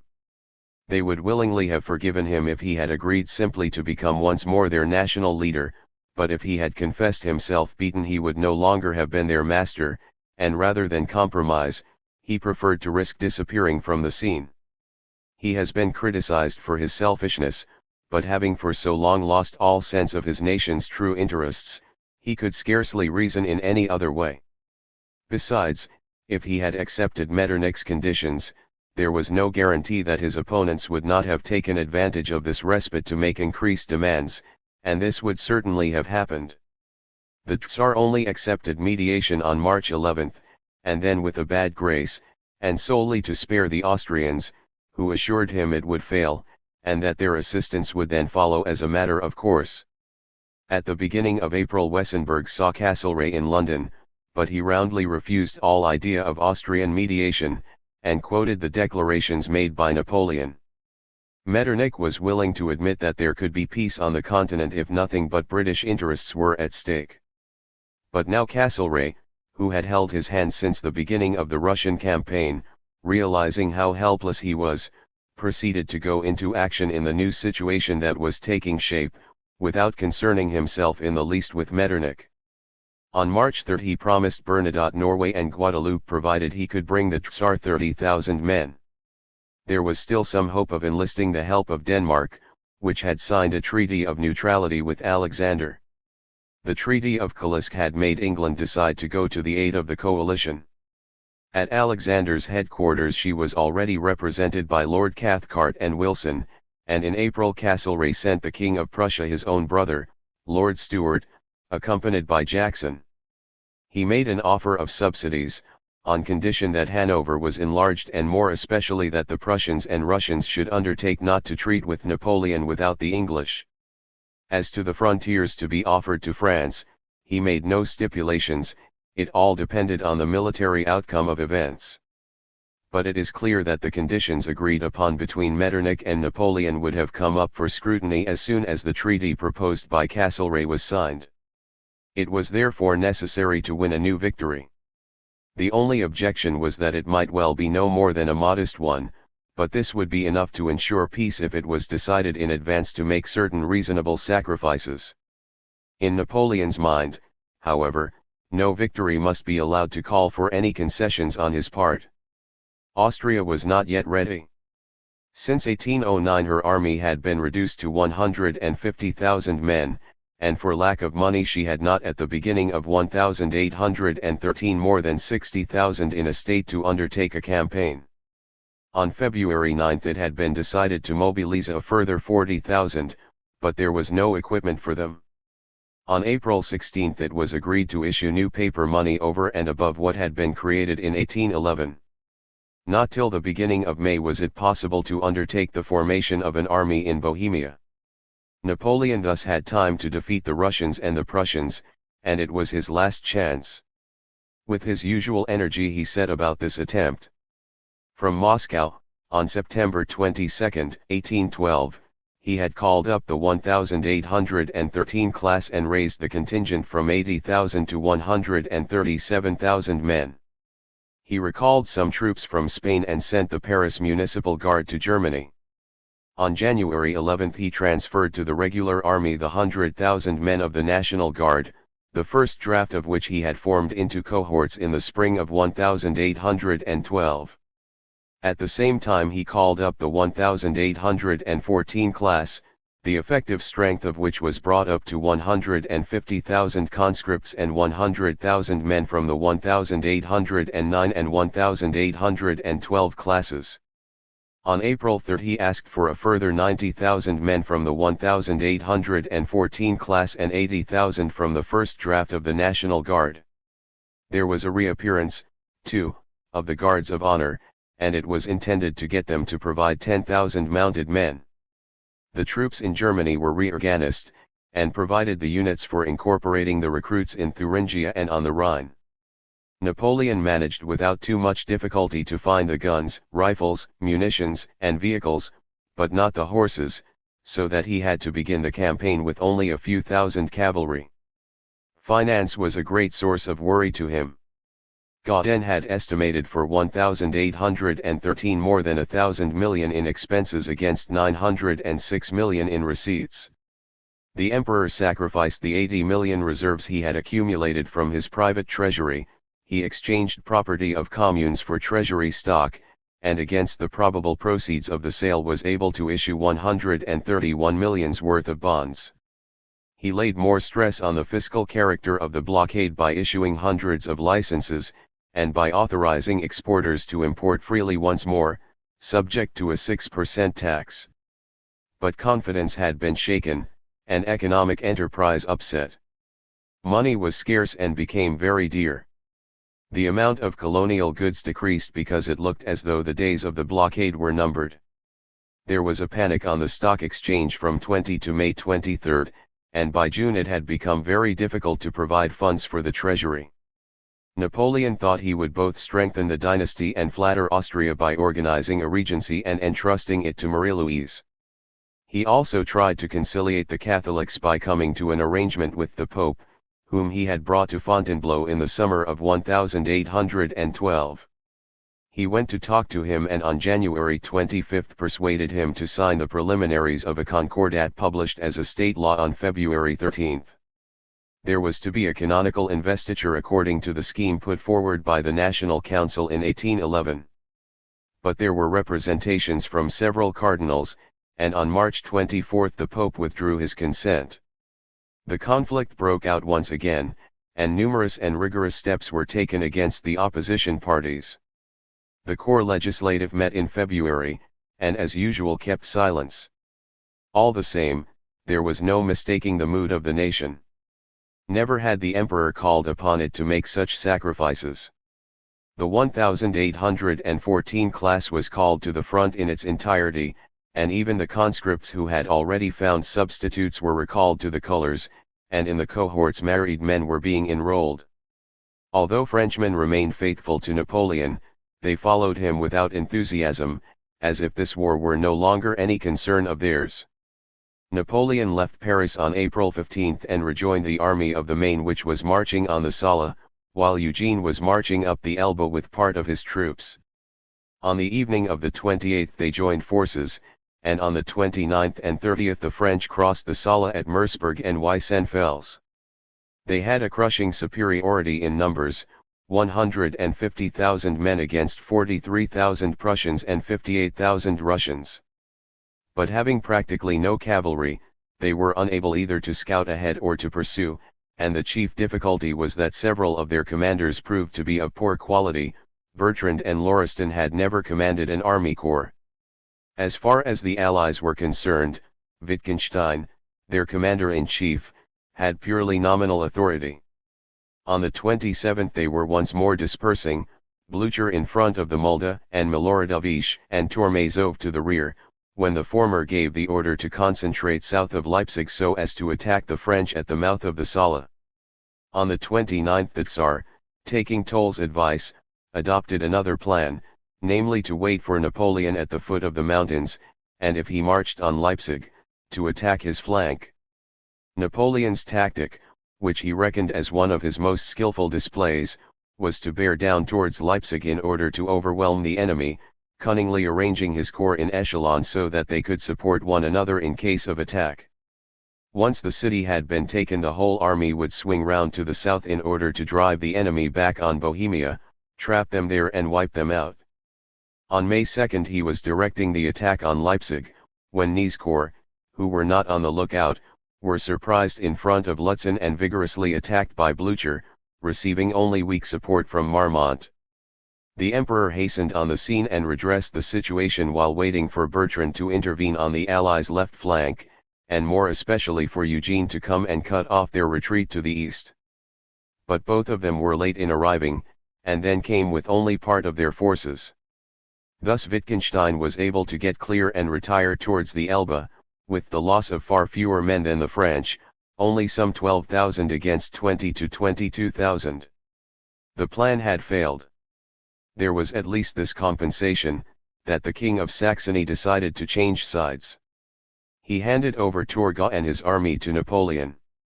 While the Russians were making for the Spree, the Prussians were moving north, pursued by Ney, and finally decided to rejoin their allies, leaving only Bülow to cover Berlin.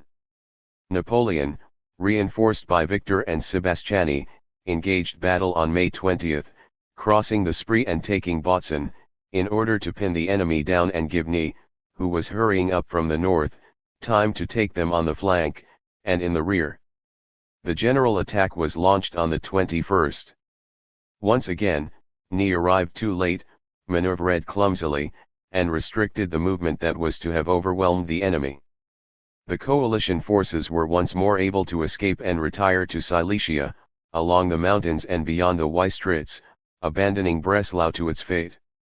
But they were badly off from the material point of view, and Napoleon, in spite of his losses, was still numerically superior. The Landwehr still needed some time to enter the front line, and the Austrian army far more. Fearing that Metternich would persist in his neutrality if they marched away from his frontier, they had made a risky move between the Riesenberg and the Oder. Napoleon was thus given a last chance. He did not take it, but instead proposed an armistice. Little did he know that the enemy were so weak, and Austria so unprepared. The intentions of Metternich had been communicated to him by Saxony, for Bubna had arrived on May 11 to confirm his master's conditions and propose a congress in Prague. Napoleon had agreed to the congress, but had made no offer, yet he was clearly ill at ease, for at the same time he was making unsuccessful attempts to enter into negotiation with Alexander.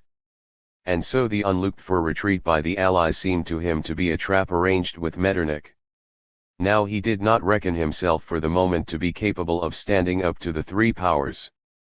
His army was not in good condition, he could not manage to feed them, and the regiments were apt to melt away because of the excessive proportion of conscripts, who could not stand the incessant marches. There were 30,000 on the sick list, and the Third Corps, which had stood at 47,000 on April 25, now had no more than 24,000 men. Munitions too were running short.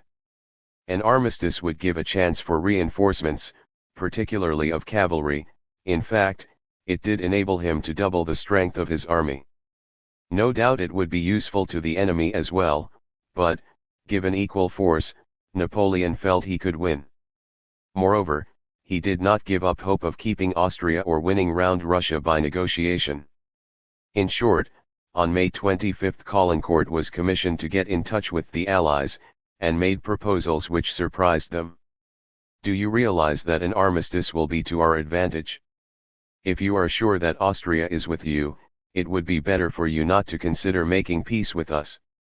They were only willing to suspend hostilities for a month, and only accepted the date of July 20 on the advice of Metternich, who needed this respite.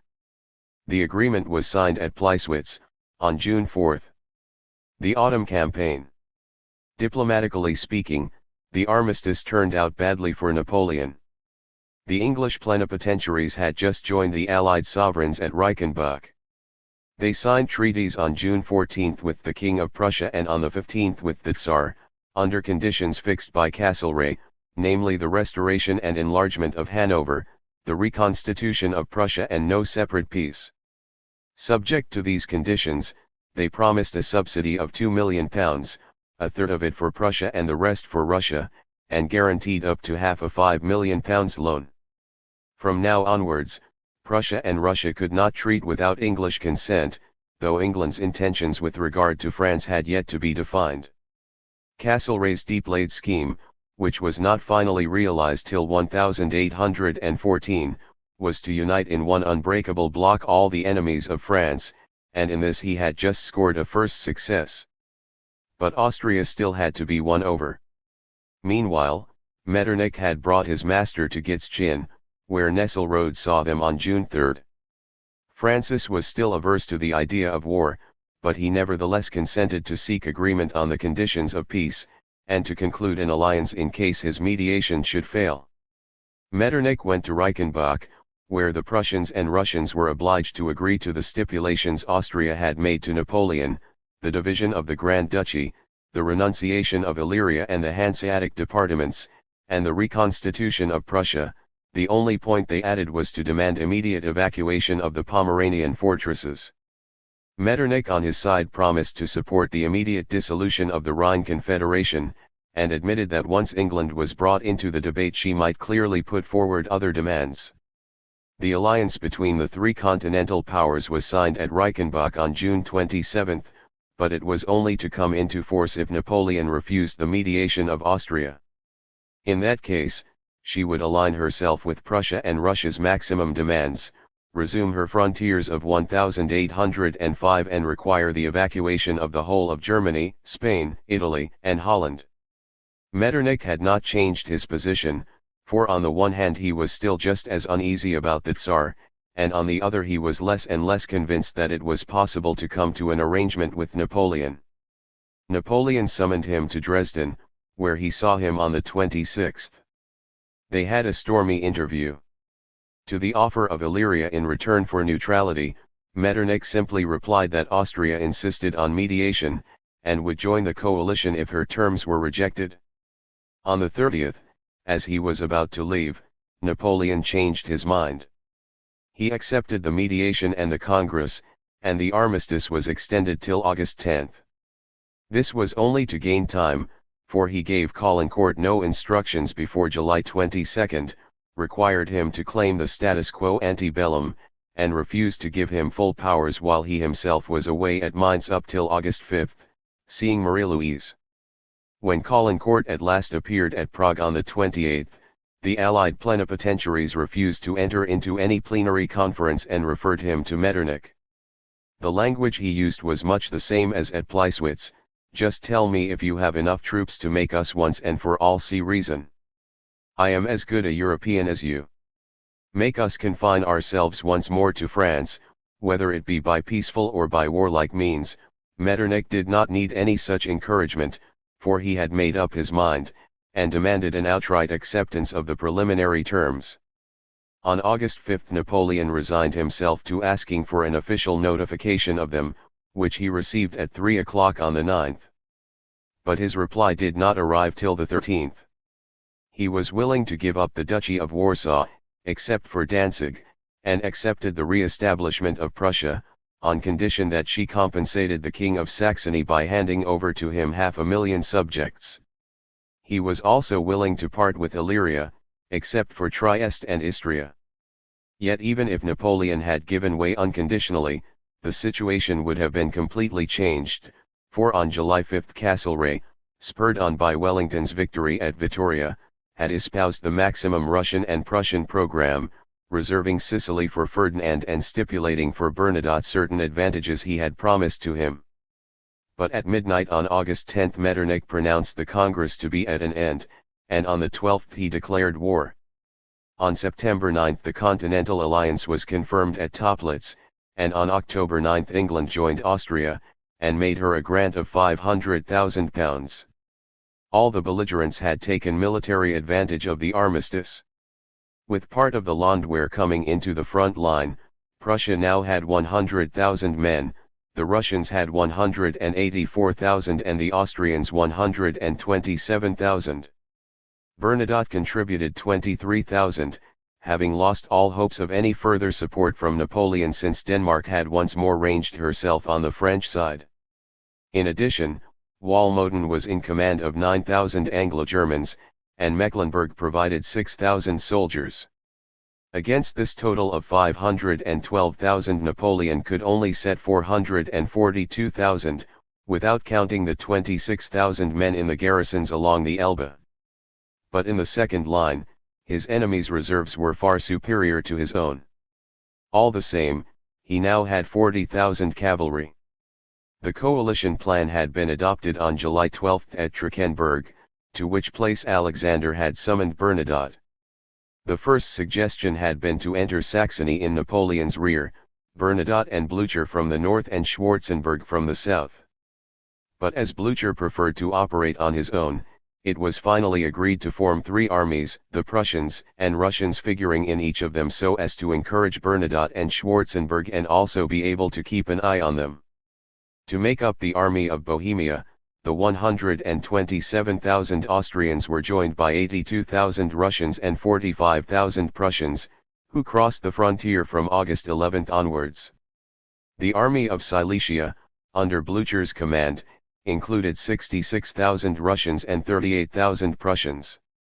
Bernadotte took command of the northern army consisting of 73,000 Prussians, 29,000 Russians and 23,000 Swedes. The first army was to march on Dresden along the left bank of the Elbe. Bernadotte, covering Berlin, was to advance towards Wittenberg. Blücher would bear towards one or the other, depending on the movements of the French. It was moreover decided at the pressing request of Bernadotte that they should keep systematically out of the emperor's way and only give battle to his lieutenants. This strategy, which had nothing Napoleonic about it, can be explained by the Austrian and Prussian desire to protect their own territory, but also by the terror which the great warlord inspired. Instead of seeking for decisive encounters, they would have recourse to the 18th century tradition of forcing the enemy back by maneuvering so as to threaten his line of communications, thus wearing him down bit by bit. The astonishing thing is that this method succeeded. Although military writers have expressed admiration for the genius and vigor displayed by Napoleon in the course of various incidents in this campaign, it must be admitted that his grasp of the whole did not show its usual perfection, perhaps because the difficulties were insuperable. The emperor's situation was now very like the one he had faced in August 1796, at the outset of his career, which he turned into one of his most brilliant triumphs. It might have been expected that he would fall with almost his entire strength on the northern army, which might have been taken in the flank by Gerard setting out from Magdeburg, and Davout from Hamburg, as well as by the Danes. In that event, it would surely have been defeated and Berlin occupied. Blücher and Schwarzenberg would have joined forces, but this would not seriously have mattered. All the same, they would have captured Dresden, and this was what Napoleon, in his desire to spare the King of Saxony, could not bring himself to face. Moreover, he left Davout in Hamburg, the French having reoccupied it, and this deprived him of 40,000 men. In thus tying himself down to fortresses, which he had never done before, he reduced his freedom of movement, and this was the initial cause of the disaster. True, the distances to be covered between one enemy and another were 2 or 3 times greater than in 1796, and that with a much more numerous and much less seasoned army. The early events of the Russian campaign had perhaps convinced Napoleon that an offensive in the grand manner would exhaust his troops and lead to no result. Finally, there can be no doubt that he was mistaken as to the importance of the northern army, for he thought that Oudinot with 70,000 men would easily contain it and would even be able to occupy Berlin. He himself took up a position that would allow him to wait for his enemies and yet take the offensive against the one that should prove to be the boldest. As he knew nothing of the massing of forces in Bohemia, he was not afraid of Schwarzenberg, imagining that to go to the help of Blücher he would come by way of the Botzen Gap. 2 army corps were detailed to keep watch on him, while 4 others were disposed towards the Beaubourg. He himself remained in reserve with the guards and the cavalry in the neighborhood of Botzen. But Oudinot proved much too far off for him to be supported or recalled.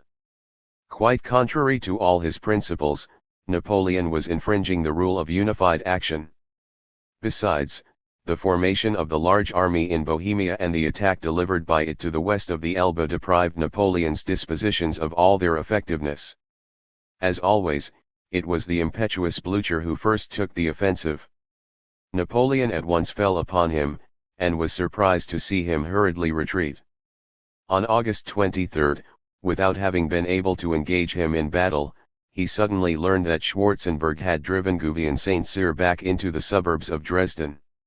He immediately disengaged himself to go to the rescue of the city, leaving MacDonald's 75,000 men to keep Blücher in check, a step which made his own mobile forces too weak. His first plan was to advance by way of Pirna to take Schwarzenberg in the rear, a move that might well have proved decisive. But he heard that Dresden was about to fall. Yet he only sent Vandamme in this direction. At 3 o'clock on the 26th the redoubts covering the town had in fact just been taken when the Young Guard appeared and barred the enemy's path. On the 27th, the army of Bohemia, with both its wings turned and its center almost driven in, lost 10,000 men, and retired in disorder in several columns. Torrential rain was falling, and the French army was utterly spent. There was only a very ineffective pursuit, all the more so because Napoleon himself was ill and soon returned to Dresden. Vandamme, who had boldly pushed onto Toplitz to cut off the enemy retreat, suddenly realized at Kulm that he was surrounded, and surrendered with 7,000 men and 48 guns. This terrible reverse cancelled out the moral effect of the recent victory. Nor was this the only reverse. Bernadotte, uneasy about his rear communications, and unwilling to risk a failure that would shake his prestige in Sweden, had not taken the offensive. Besides, he was probably not very keen to fight his fellow countrymen, as he had not given up hopes of being accepted as their sovereign if Napoleon were to fall. Nevertheless, since Oudinot had attacked Bülow at Gross-Piron on August 23, Bernadotte had to support his subordinate. The forces of Saxony gave way, and Oudinot, finding himself driven back, had to retire behind the Elbe. MacDonald, who had gone into attack on August 26 on the Katzbach, saw his left flank and center being threatened and thrown back by Blücher, and retired on the Beaubourg, where one of his divisions was cut off and then destroyed, with a loss of 20,000 men and 100 guns. Napoleon sent Ney against Bernadotte and hastened to attack Blücher, who also retreated. Once again Schwarzenberg threatened Dresden, and once more Napoleon turned back to it, only to see the Austrians slip out of his way. During this time Ney, who had crossed the Elbe, was being beaten at Dennewitz on September 6, with the loss of 15,000 men. Bernadotte marched southwards only with great deliberation and by a very roundabout route. Nevertheless his cavalry entered Westphalia and on the 30th occupied Kassel. The situation was becoming serious. The French army was dwindling at a frightening rate. This was not chiefly due to battles, but to the continual comings and goings and forced marches, and to hunger, for the soldier was only getting half a pound of bread a day and there was no more meat to be had. There were 90,000 men sick, and the Third Corps, 38,000 strong on August 15, was reduced to 17,000 by October 1. The enemy's numerical superiority was gradually becoming a formidable factor. The Emperor made one last but unsuccessful effort to reach Blücher, then he abandoned Lusatia I and retired behind the Elbe. Meanwhile the Allies, going back to their original plan, were bearing down upon Leipzig, Bernadotte on the one side and Schwarzenberg on the other. The former crossed the Elbe on October 4, pushing back Ney as he went. The latter bore down upon Chemnitz as early as September 26, and Murat was told to harass his advance. As they were moving cautiously forward, Napoleon, covering 80 kilometers in 2 days, fell upon Blücher, who had also just crossed the Elbe at Wartenburg. But, once again, he failed. Blücher had escaped westwards, and, like Bernadotte, had taken shelter behind the Saale. For a moment, the Emperor himself thought of crossing to the right bank of the Elbe, and switching his basis of operations, but when he learned of Blücher's movement, he made for Leipzig, where there was a risk of Murat being caught between two fires. Even then, however, he would not make up his mind either to evacuate Dresden, where he had left Gouvion Saint-Cyr, or to recall Davout. And so he could only muster some 160,000 men around Leipzig against the 320,000 Allies closing in on it. Nevertheless, the Allied forces were very widely spaced. Blücher was approaching from the north, but Bernadotte only arrived on the 18th. Schwarzenberg, astride the Elster and the Pleiss, was in a most exposed situation. If the French had managed to mass their forces by the 14th, they could have crushed him the following day. But nothing of the kind took place. On the morning of the 16th MacDonald had still not arrived, and as Blücher with his usual zeal was pressing on Marmont to the north, Ney could not make up his mind to detach the divisions requested by the Emperor. The battle was joined in the morning, on the heights of Wachau, to the south of the city. Schwarzenberg was the first to attack, but he met with a sharp counter-thrust, realized his danger and called on his reserves, while Napoleon was waiting in vain for reinforcements so that he could give the word for a decisive attack. MacDonald appeared at last, but it was too late. He could not turn the enemy flank, and the day ended with an unsuccessful frontal attack. Napoleon could still retreat, and this was his only chance of avoiding disaster. but he chose rather to stand and face the full Allied attack. On October 18 his troops were thrown back right into the city. Bernadotte had debouched on the northeast, and the forces of Saxony deserted, thus hastening the defeat. The French only had one bridge they could use for retreat, the Lindenau Bridge. On the 19th the attack was renewed and the bridge blown up, though this meant sacrificing the rear guard. The French had lost 60,000 men, 23,000 of them prisoners. The Allies had 60,000 killed and wounded. After the conclusion of an armistice as from September 17, Bavaria had gone over to the coalition on October 8 by the Treaty of Ried, and Württemberg did the same on the 23rd. But while Napoleon was moving by way of Erfurt and Fulda, Wrede lost time in reducing Würzburg and only blocked his advance at Hanau on October 30. He attempted this most ineptly, and was driven back. What remained of the Grande Army recrossed the Rhine at Mainz from 2 to November 4, and to complete the disaster, typhus broke out. The German fortresses held another 120,000 men, uselessly blocked in. At this moment Eugene, threatened by the Austrians, who had occupied Illyria and who were advancing by way of the Drave and the Tyrol, thanks to the defection of Bavaria, was completing his retreat on the Adige. On November 15 he scored a useless success at Galdiero, but the enemy proceeded to occupy the Romagna and the Marches. Murat, who had left Napoleon at Erfurt, resumed his talks with Metternich as soon as he had come back to Naples. Spain was by this time as good as lost. In the spring of 1813 the insurrection had made headway in Biscay and Navarre and occupied the forces of Clausel. Joseph had no more than 75,000 men, and they were scattered between Madrid and Salamanca. On May 15 Wellington took the offensive with 70,000 men, and forced the French back on Salamanca with his right wing, while his left, crossing the Douro, joined hands with the Spanish from Galicia and turned the enemy front. Joseph evacuated Madrid and concentrated his forces behind the Carrion, but then retreated as far as the Ebro. By this clever maneuver Wellington had without striking a blow freed the whole Biscay coast, and thanks to the English fleet, who were cruising off the coast, he thus acquired a base of operations much nearer at hand. On June 21 he launched an attack with 80,000 men against the 55,000 French lined up behind the Tsadora, in front of Vittoria, and completely defeated them. The enemy retired behind the Bidesso, where Foy and Clausel contrived to join them. Suchet, left on his own, managed to hold the Spaniards, but after Vittoria he had to fall back on the Ebro. Saragossa fell and Bentinck arrived from Sicily to attack Tortosa and Tarragona. Suchet retreated across Catalonia as far as Figueras. This was the end of the Grand Empire, and as in 1723, France was now to experience invasion. The campaign in France and Napoleon's abdication. A bare 60,000 Frenchmen formed a very thin screen from Switzerland to the North Sea. Having reached the Rhine with 140,000 men, the Allies could march on Paris with practically no resistance. On the other hand, if they let the winter slip by, Napoleon would collect a new army and the whole situation would be changed.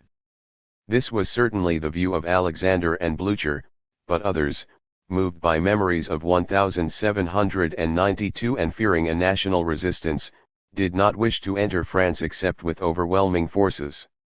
Their advice was to call a halt till spring, so as to be able to bring up the reserves and wait for Bernadotte. Instead of marching on Holland, as the English had begged him to do, he entered Holstein on January 14, 1814 and forced the Danes to surrender Norway to him. Besides, the troops were in an appallingly destitute state.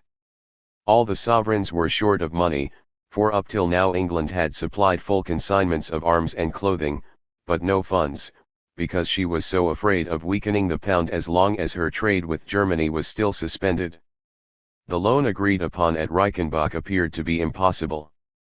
During the summer D'Aulvernois had studied the possibility of issuing a federal paper money, but without success, because he rejected the idea of an artificial rate of exchange recommended by Stein, and also because the English refused to give it complete backing, on the grounds that if it was thus put on a PAR with bank notes, it would have found its way back to England and ruined their own currency. In the end, England had agreed on September 20 to offer the Allies bonds at 6%, but the German banks had great difficulty in discounting them. In the Council of War held on 7 and November 8, Schwarzenberg obtained consent to a middle course. No date was fixed for an offensive, but it was agreed to begin it as soon as possible. This would mean a winter campaign, a decision that was to prove fatal for Napoleon. Meanwhile, however, Metternich insisted on one more attempt to negotiate. On October 17 at Leipzig, Napoleon had conversations with General Merfeldt, whom he had just taken prisoner and was liberating for an express purpose. The emperor declared that he was prepared to give up the Grand Duchy, Germany, Holland, Spain, and perhaps even Italy, provided that England would give back the French colonies and restore freedom of the seas. He evidently still hoped to divide the Allies and especially to win over Austria. Metternich himself got in touch at Weimar with Saint-Aignan, the French Minister of Finance, and on November 9 the Russians and Prussians reluctantly consented to send him with an offer of peace on the basis of the natural frontiers. Moreover, they seemed inclined to require some concessions and guarantees from England, whose ascendancy on the seas was not at all to their liking. It will always be a matter of dispute how far Metternich was sincere. The probability is that he did not really know himself. His relations with the Allies were bad, but he knew they could not get on without his help, and so openly pursued his personal policy, the prime object of which was to restore the power of the Habsburgs.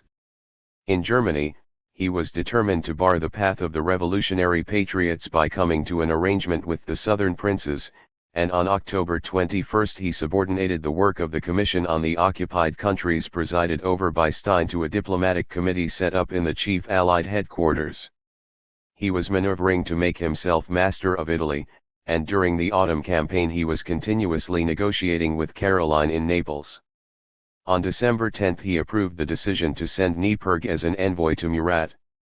The ostensible aim was driving out Eugene, but Metternich's real purpose was to despoil the Pope in concert with the Neapolitans. He likewise wanted to get a footing in Switzerland, bring about a counter-revolution, and establish his influence there, so making it possible to approach Italy from the north and cut it off from France by threatening Lyon. And finally, he was more than ever intent upon preventing Russian expansion in Poland and Turkey. His duel with Alexander was just beginning. The Tsar had made a bargain with Prussia to give up Saxony, whose king was a prisoner, in return for the Grand Duchy. He was prepared to defend the Italian sovereigns, and at La Harpe's instance posed as the protector of the Swiss. While determined to dethrone Napoleon in order to satisfy his hatred, he fancied that he could replace him by Bernadotte, who would then become his underling. It only needed the barest suggestion of this kind to set Metternich planning the opposite and considering with some satisfaction how to save the emperor or at least his dynasty, using Marie-Louise's regency to tie France to Austria. He could hardly think it likely that Napoleon would be content with the natural frontiers, but it was an opportune offer, for at least it would involve the emperor in difficulties with his own subjects. Napoleon received Saint-Aignan on November 15. The next day he authorized Caulaincourt to negotiate, but he kept silence as to the conditions fixed by the Allies. The rumor of this spread abroad and there was an outburst of feeling against him and against Marat, who remained to the last an advocate of war to the bitter end, sensing how flattering this was to his master's instincts. Either because he wished to spare Marat, or more likely because he hoped to gain time, the emperor appeared to change his mind. He replaced Marat by Caulaincourt in the foreign ministry and on December 2 the new minister accepted the preliminaries of Frankfurt. But it was too late. On November 16 Lefebvre had evacuated Amsterdam. On the 17th The Hague had risen in revolt, and the first concern of a triumvirate set up by Hogenderp was to ask for help from London and to recall the Prince of Orange, who answered the call at once. On December 4 the Allies, noting the silence of Napoleon, put out a proclamation in which they appeared to separate his cause from the cause of France. They again offered her peace, this time without mentioning the natural frontiers, which had already been invaded in Holland. As Metternich had reckoned, many Frenchmen held their leader responsible for the disasters.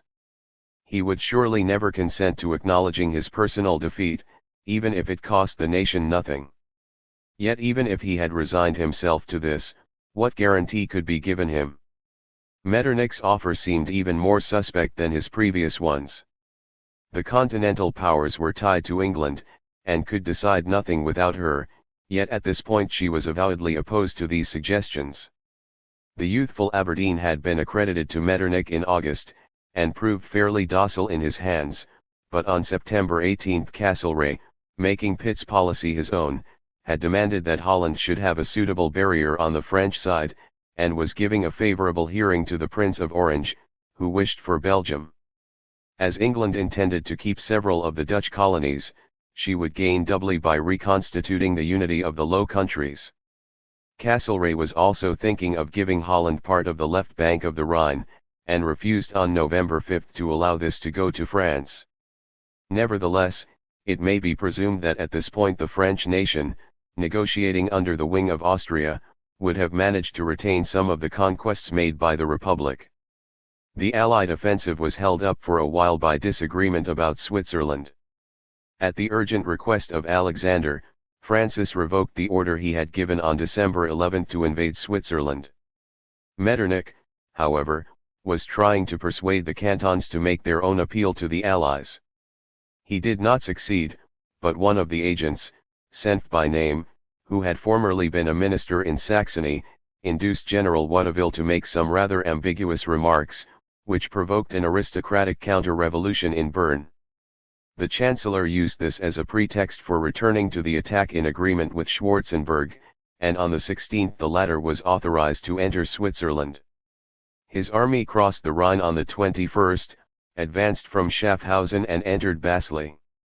Bubna made for Geneva in order to attack Lyon while Schwarzenberg moved his troops forward towards Besançon, Dijon, and Langres. On the 29th Switzerland renounced the act of mediation. At the beginning of January Blücher too crossed the Rhine, between Koblenz and Mannheim, penetrated into Lorraine and turned the Argonne by way of Bar-le-Duc. The marshals retired before the invaders, falling back upon the Marne. By the end of the month Schwarzenberg was marching on Troyes and Blücher was about to reach Saint-Dizier. Meanwhile, Caulaincourt had set out and wrote from Lunéville on the 6th to Metternich, expressing surprise that he had been left without information for a month. In reply, he was informed that the Allies were waiting for Castlereagh, who arrived at Basel on the 18th, an event of the greatest importance. In the year 1813 England had still taken only a very modest part in affairs on the continent. She had kept contingents of any size only in Spain, and she had not sent any ready money.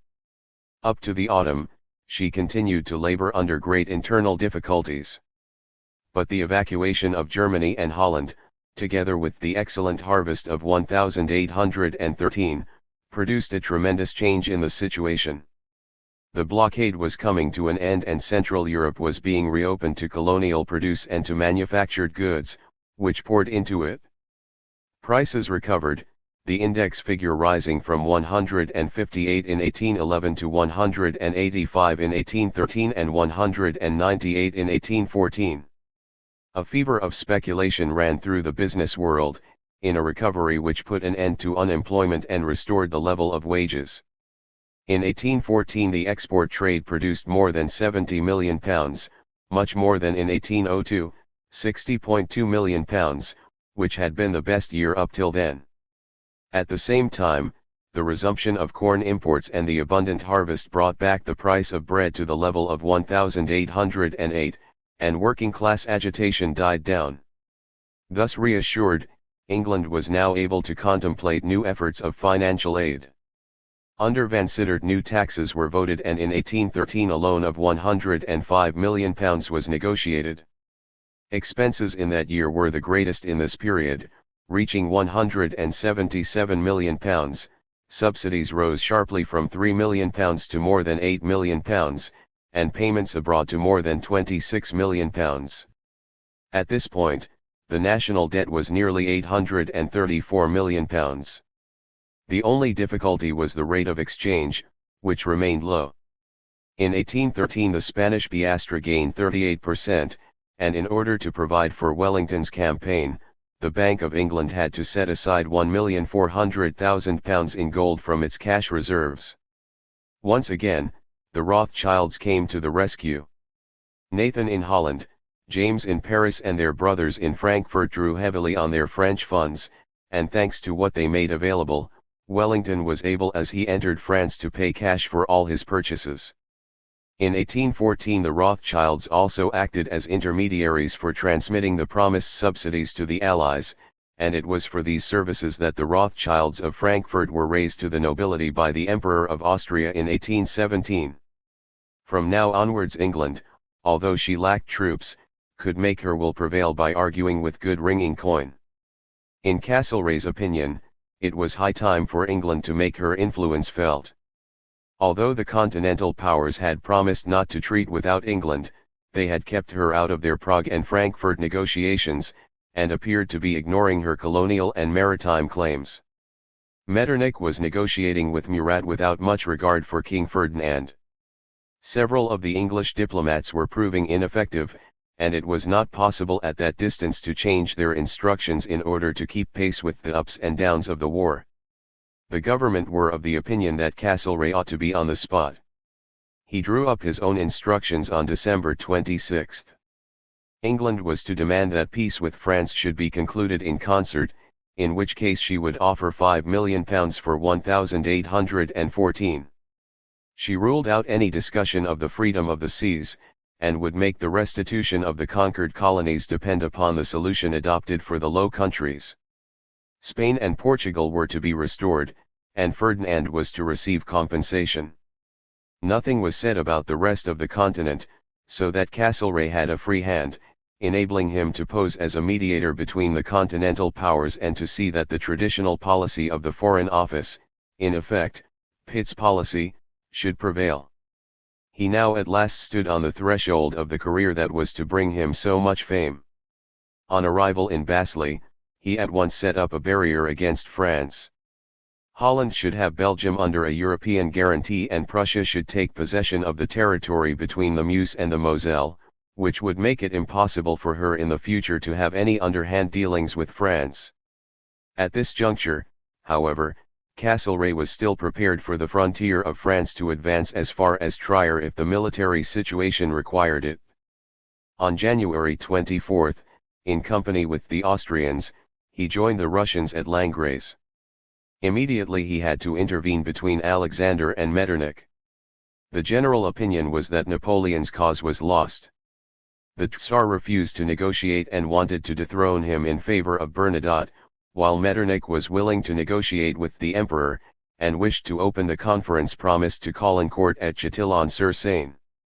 In any case, he ruled out Bernadotte in favor of a regency. 2 As to the wisdom of treating with Napoleon, the British government were divided. Although Castlereagh would take no definite line, he knew that the Prince Regent and public opinion were becoming more and more hostile to the Corsican.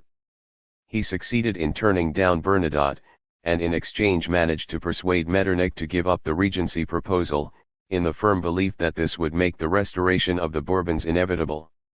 In this way, he obliged the Tsar to accept the conference, postponing its opening till February 5 in order to leave the way open for the decisive battle that was generally expected. Finally, he insisted on agreement about the conditions of peace, and on January 29 succeeded in reducing France to the boundaries of 1792. At this point, the diplomats left for Chatillon, just as the campaign in France was beginning. This time Napoleon had neither the breathing space nor the means to improvise a new army, though there was no absolute dearth of manpower. As from October 9 he called for 120,000 men from the 1808 to 1814 classes, who had already on August 24 provided 30,000 for the army in Spain.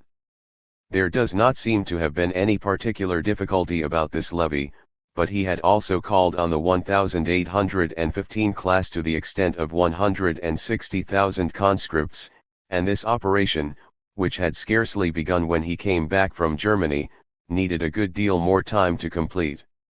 On November 15 he recalled 150,000 men from the 1803 to 1814 classes, plus 150,000 in the last resort if the eastern frontier was forced, and on the 20th he added 40,000 to the quota from the 1808 to 1814 classes. The National Guard was set on an active footing in the fortified places on December 17, and in Paris on January 8, 1814, and he then decided to form volunteer regiments that would take in the Paris unemployed, and even considered wholesale conscription. By the end of January, about 125,000 men had been collected in the depots, but were quite untrained. Most of them, moreover, were without equipment or weapons, for the magazines and arsenals were empty. As in 1793, requisitioning of arms, horses, fodder, and corn was set in train in a rather haphazard fashion. Above all, there was a lack of money. In November and January Napoleon announced tremendous increases in taxation, but when would the money be collected? Even the receipts from indirect taxation were becoming almost negligible. There was no money coming into the treasury. Government stock had fallen from 74 to 52 francs after the Battle of Leipzig, money was being hoarded and the notes simply passed back to the Bank of France. Salaries and pensions above the level of 2,000 francs were cut by a quarter, and contractors were now paid in sinking fund bonds which were nothing more than promissory notes, like the assignats of the Revolution. Enclosed once more within her old frontiers, the France of the Empire was on the same level as the much-abused Directory, and this was natural enough. No longer able to make war at the expense of the foreigner, Napoleon was reduced to seeking the wherewithal from his own nation. The nation did not take at all kindly to this process, and for the first time there was resistance. The imperial aristocracy and the notables whose ranks the emperor had filled considered his downfall inevitable and were thinking how to snatch the political power he had always refused to give them by coming to terms with his successor, whoever he might be. When the Corps Legislatif assembled on December 19, it dared to ask that the Allied conditions should be communicated to it, and the emperor gave way. In the name of the committee, Lane declared that France would fight no more except to defend her independence and the integrity of her territory. At the same time, he asked the sovereign to guarantee his subjects civil and political liberties. On December 29 the Corps Legislatif gave its approval, and was at once adjourned.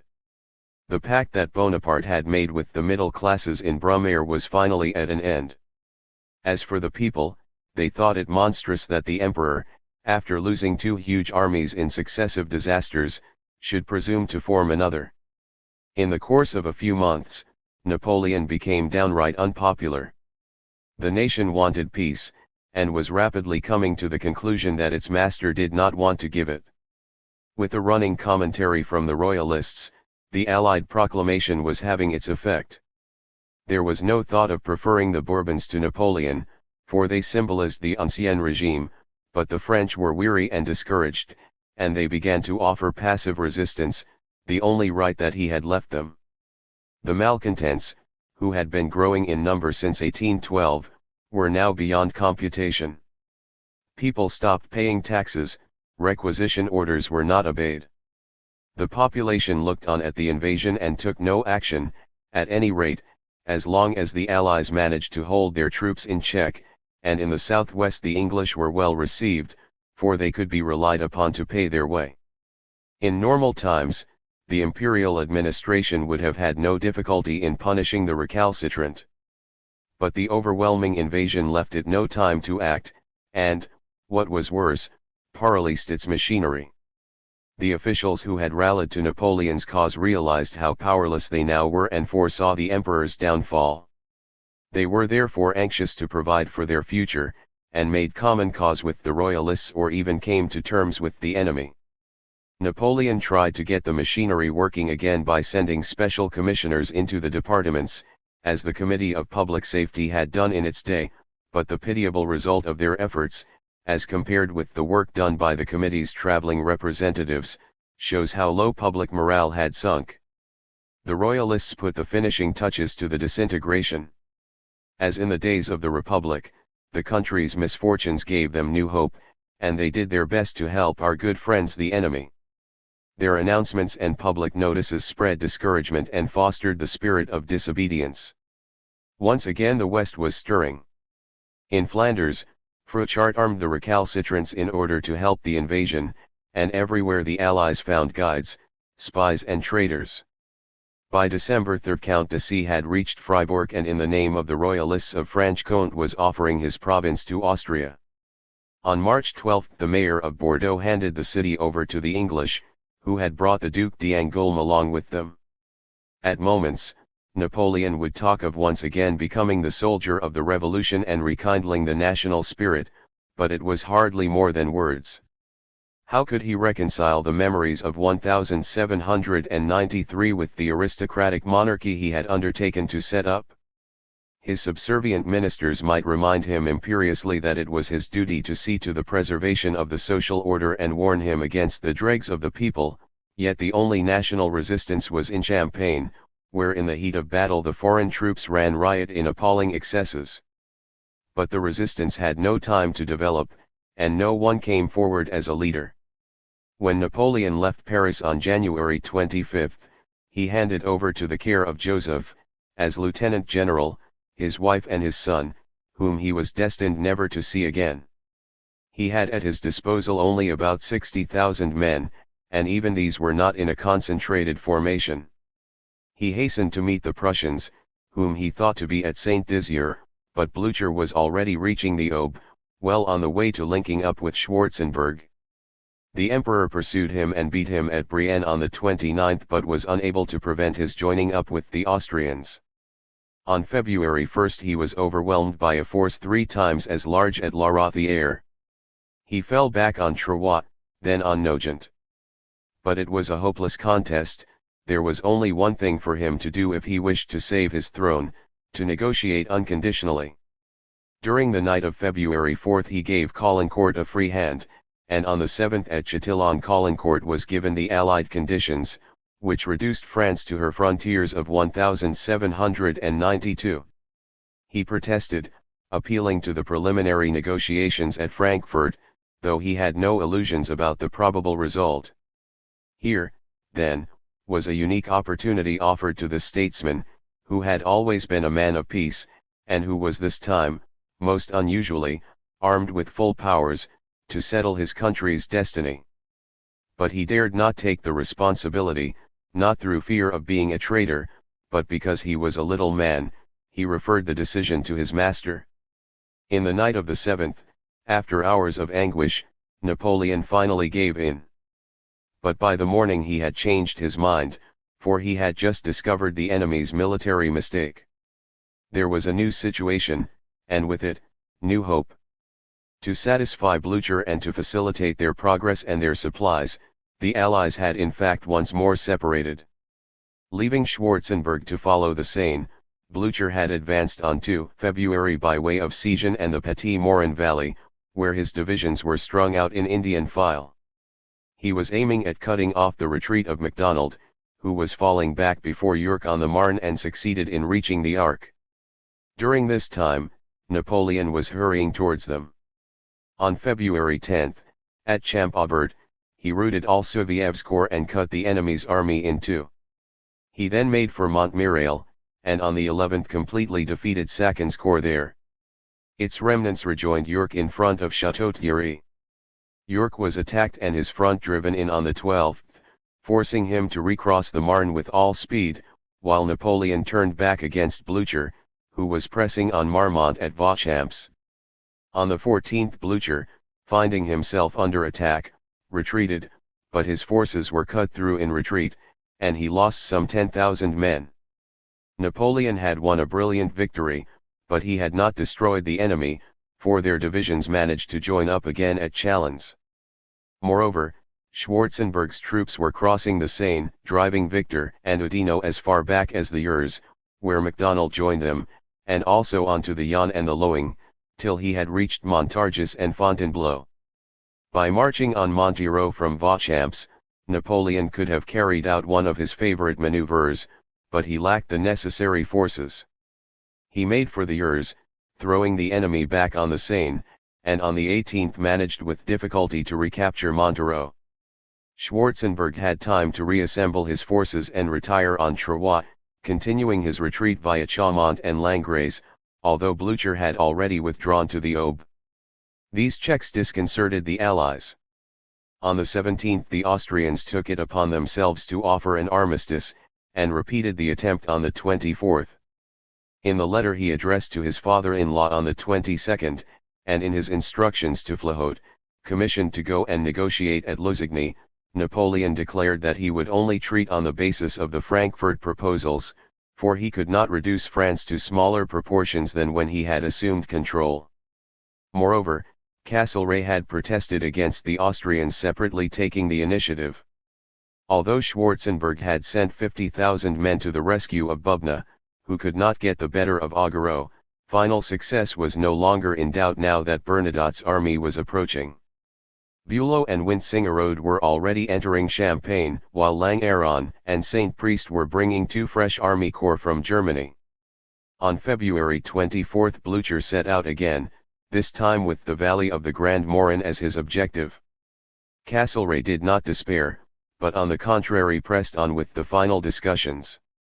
It had already been agreed on the 15th that if Napoleon would not negotiate before the fall of Paris, it might be necessary to consider a possible vote of the capital in order to refuse to treat with him. It was agreed at Chaumont on the 26th to make a last communication of these conditions to Caulaincourt, fixing March 10 as the final date for reply. On March 9, just as this fatal respite was about to expire, Castlereagh obtained the signature of a pact which bound the four powers together against France for a period of 20 years. In order to ensure respect for the new European order they intended to work out by themselves, they agreed each to provide 150,000 men. Only at this point did Castlereagh grant the £5 million he had offered for 1,814, now that he had at last formed the coalition for which he had been hoping for over 20 years. On March 10 Caulaincourt, who had not succeeded in making Napoleon give in, asked for further time, and on the 15th produced a counter-plan, by which France would retain Eugene in Italy, keep Saxony in the hands of its king and have a voice in a congress to reorganize Europe. Negotiations were finally broken off at Châtillon on the 19th. Vitrolles, who had come from Paris, had already been received by the Allies. They had authorized him to go to the Comte d'Artois, whom he met at Nancy. Meanwhile, royalist demonstrations in the occupied areas were more or less openly encouraged. On March 22 the English government finally decided not to negotiate any further with Napoleon. The drama was now drawing to its close. On February 28 Napoleon had once again dashed off in pursuit of Blücher, who was driving Marmont and Mortier before him until he was brought up short by the Arc on March 1.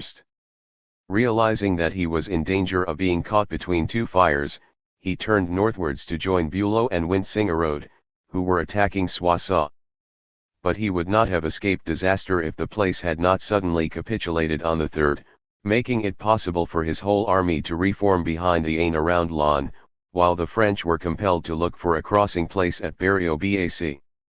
After repulsing an attack by Blücher at Creun, Napoleon divided his forces into two columns and marched upon Laon, where the enemy had now massed 100,000 men. On the 9th, he was thrown back to the south of the town. Marmont, who had been held up to the east, was surprised during the night and put to rout. And now, on the 10th, the attack fell upon Napoleon, who withdrew towards Soissons, giving Saint Priest's corps a pounding at Reims. Nonetheless, the maneuver had failed. Thereupon Schwarzenberg, who now only faced MacDonald and Oudinot, had slowly recovered all the lost ground. From the 17th to the 19th, Napoleon left Blücher and hastened from Reims to Mary in an attempt to take him in the flank. But once again his enemy made off, this time with even greater speed, and by the 19th he was in safe shelter between the Seine and the Aube. At this juncture, Napoleon did not give up the fight, but ceased any attempt to prevent the Allies marching on Paris. He decided to make for Lorraine, where he would regroup the garrison forces and cut the enemy's communications, after which he would come back and attack them under the walls of a beleaguered Paris. But Schwarzenberg suddenly made up his mind to act, and overwhelmed him on the 20th and 21st as he was crossing the Aube at Arcis, while Blücher was also on the way via Chalons. Napoleon managed to cut free, though not without some difficulty, and retired to Saint-Dizier. Now that they had come together again, the two generals agreed to march on Paris side by side along the valleys of the two Morans. Mortier and Marmont, whose troops had been decimated on the 25th at Fère-Champenoise, fell back on the outskirts of Paris, which had just been abandoned by Marie-Louise on the 29th. After being attacked on the 30th and slowly driven back, they surrendered during the night. Napoleon was hurrying to their assistance in a state of agitation, and when he reached Fontainebleau on the 31st, he still would not admit defeat, but set about making arrangements for continuing the struggle. Already, however, he had been betrayed and deserted. On March 31 an Allied proclamation invited the inhabitants of Paris to pronounce on the kind of government France wished to have, and pointed to the example of Bordeaux, which had greeted the Duc d'Angoulême with acclamation. The royalists went out to applaud the enemy's entry into the city and wore the white cockade, though they were few in number.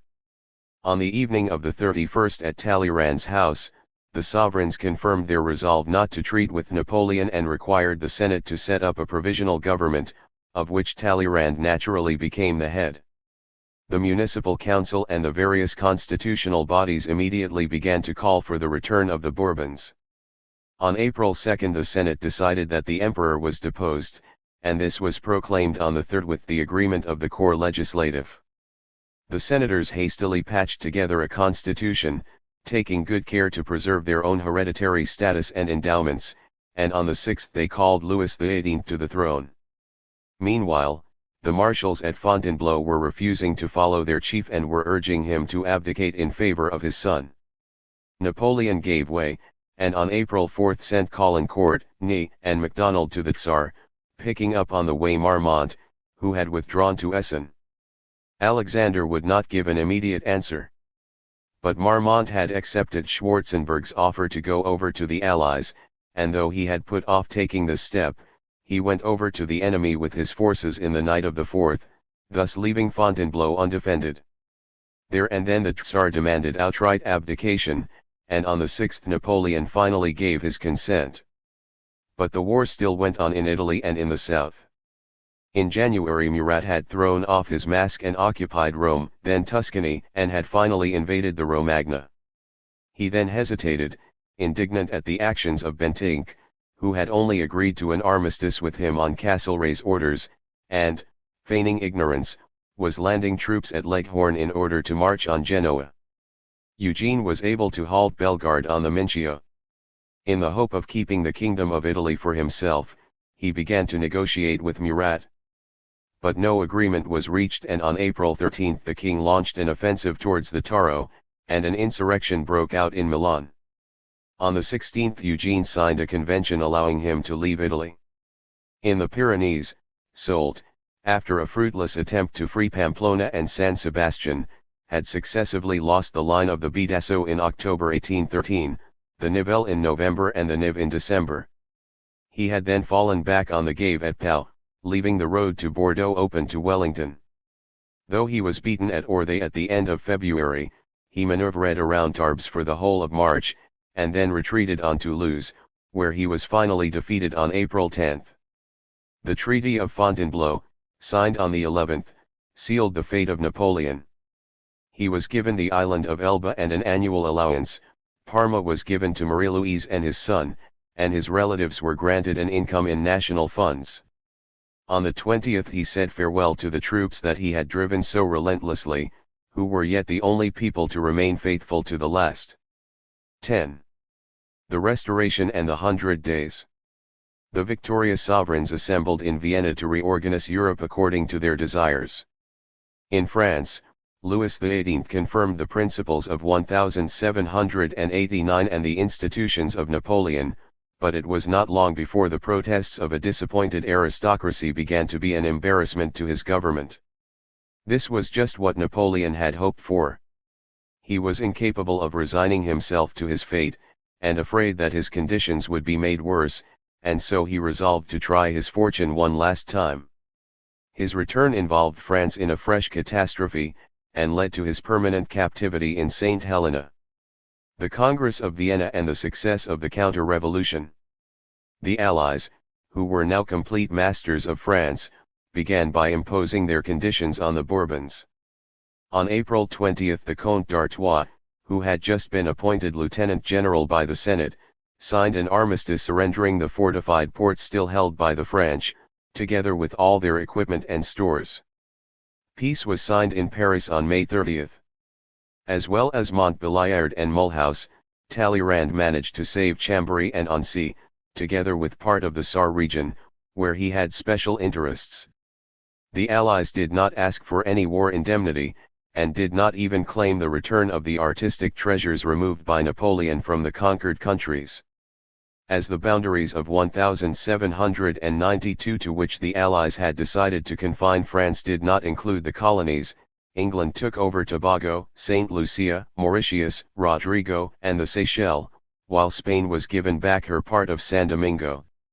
France accepted in advance any decisions the Allies might make on the territories she had seized in the Congress that would meet at Vienna.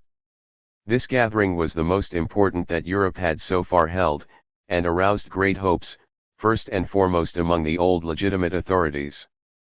The more important among the dispossessed princes resumed their places. Napoleon had himself set Ferdinand VII free by the Treaty of Valenciennes as early as December 11, 1813, and had sent the Pope back to his Papal States in January 1814. The Elector of Hesse, the King of Sardinia and the Dukes of Modena and Tuscany all went back to their capitals, and the King of England resumed possession of Hanover, which now became a kingdom. But would Napoleon's former allies restore what he had given them? In Germany more especially, the Ritterschaft and the ecclesiastical princes were asserting their rights. There was no less anxiety on the part of the peoples who had fought for their independence, and not in order to re-establish the ancien regime, especially as they had been promised their freedom. The German patriots claimed unity, though without quite knowing how to define it, and from the beginning of the year Gors had been conducting a vigorous campaign in the Rheinisker Merkur against the selfishness of the princes. The Italians were delighted to have got rid of the French, but were afraid the Austrians might return. Moreover, the middle classes and peasants set free by the French did not intend to sink back into a state of dependence. On May 22, 1815, on the eve of the new campaign against Napoleon, the King of Prussia himself promised a constitution. But whether it was those who adored the past, such as Bader, who urged the sovereigns to base the new political order on the principles of religion, or those who looked to the future, like Saint Simon and Augustin Thierry, and who wanted at last to organize a European society, there was common agreement that what was required of the Congress was peace, a long, if not an everlasting, period of peace. Castlereagh, Metternich, and the Prussians did not look so far ahead. Even the Tsar, though he might listen to the vaticinations of Jung-Stilling and Madame Krudener which reached him through one of the Tsarina's ladies-in-waiting, followed his usual habit of using the mysticism to further his ambitions. He was to say to Talleyrand before long, "The habits of Europe constitute its law." The four powers intended the Congress to limit itself to ratifying their decisions, and before the Congress England, still claiming the right to mediate, invited the Allies to come and settle them in London. Alexander interposed in a lordly fashion, annoying the Tories by flattering the Whigs, and offending the Regent. The discussion broke up without reaching agreement, and the September meeting in Vienna was no more successful. The Congress was then adjourned, and although Talleyrand, with the support of Spain, won a moral victory by fixing the opening for November 1, the Congress never really came together. Everything took place in committee, and the important questions were decided by the four. The chief bone of contention continued to be the Duchy of Warsaw, which Russia wanted to keep, and Saxony, which she intended to make over to Prussia. There was steady resistance from Metternich, while the English government showed itself indifferent, merely insisting on avoiding all discussion on the freedom of the seas and reserving its rights to decide the colonial question. England appropriated Malta and Heligoland, and took over from the Dutch the Cape, Singapore, and a part of Guyana. She also obtained the condemnation of the slave trade, without however being able to secure its immediate abolition, owing to the non-cooperation of Spain and Portugal. On continental matters, she was prepared to leave Castlereagh a free hand. Castlereagh did not think it possible for his country to stand aside. Of all British statesmen, he was the most European-minded there had ever been. His first concern was to encircle France by organizing the Low Countries, installing Prussia on the Rhine and settling Austria in Italy, yet he also thought it advisable not to allow the Tsar to acquire hegemony. He thought it essential to fortify Germany against France and Russia by bringing Austria and Prussia together. At first, he seemed to be succeeding, and Metternich agreed to leave Saxony to Prussia if the Prussians would desert Alexander. But Frederick William, overwhelmed by his friend's reproaches, disowned his minister's decisions. The situation seemed so serious that Castlereagh took it upon himself to sign a treaty of alliance with Metternich and Talleyrand on January 3, 1815. "The coalition has been dissolved," wrote Talleyrand, who took the credit for the success, and has since persuaded a good many people to believe him. To be sure, he showed great adroitness, but the principles of territorial impartiality and legitimacy with which he made such play did not have as much effect as has commonly been believed. No one dreamed of granting him anything, and if he defended legitimacy, everyone knew that this was only in order to flatter Louis XVIII, who wanted to reinstate his relations in Naples and Parma. The truth is that he complied with Castlereagh and Metternich in order to get them to throw over Murat. Moreover, the Allies had no intention of breaking up their coalition.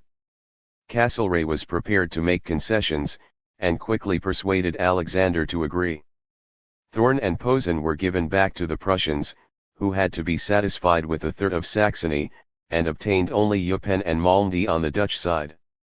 Failing any better offer, they accepted the Rhine provinces. Castlereagh thus followed Napoleon's footsteps in the unification of Germany. By agreeing with Talleyrand in his refusal to let the King of Saxony be brought onto the Rhine, he effectively prepared the way for him to come under Prussian influence. Once this matter had been settled, he left Vienna. Napoleon's return did not interrupt the work of the committees, and the final treaty was signed on June 9. This settlement has been looked upon as a masterpiece, but in fact it left the way open for rivalries in the East, which might well lead to further wars. The Turks had seized the opportunity to reoccupy Serbia between July and October 1813. Then in November 1814, as a result of a fresh revolt, they found themselves shut up in their fortresses. The Tsar maintained that by virtue of the Treaty of Bucharest, the Serbs had a right to autonomy, while the Sultan persisted in disputing the Tsar's right to his conquests in the Caucasus. It was easy to foresee that some time or other the Tsar would demand Constantinople in return for the services he claimed to have rendered to Europe. This was why Metternich had suggested to Mahmud that he should get the powers to guarantee his territories. But the Russians opposed the suggestion, and the English, oblivious of future dangers, also refused to give their consent. Furthermore, it was natural that the diplomats of the Ancien regime should be proud of their work, since they had divided the various lands and souls according to their cherished principles of equilibrium. For that very reason, the work of the Congress ran counter to the new European tendencies, for it completely ignored the feelings of nationality which the Revolutionary Wars had aroused. In spite of the Whigs' protestations, on this particular point Castlereagh was just as blind as Metternich. With the Lombards and Venetians handed over to Austria, the Belgians unwillingly subjected to the Dutch, Poland once again partitioned, and even the Germans brought together into a paralytic confederation torn between Austria and Prussia, it was obvious that the victims would not be long in reasserting their rights. The political, administrative, and social reaction was also taking its course. In May 1814 Ferdinand VII had annulled the constitution of 1812 before entering Madrid, and Ferdinand of Sicily followed his example.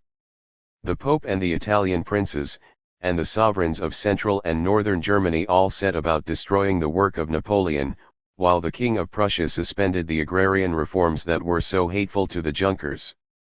Metternich reckoned that he would certainly also be able to make southern Germany return to sound doctrine.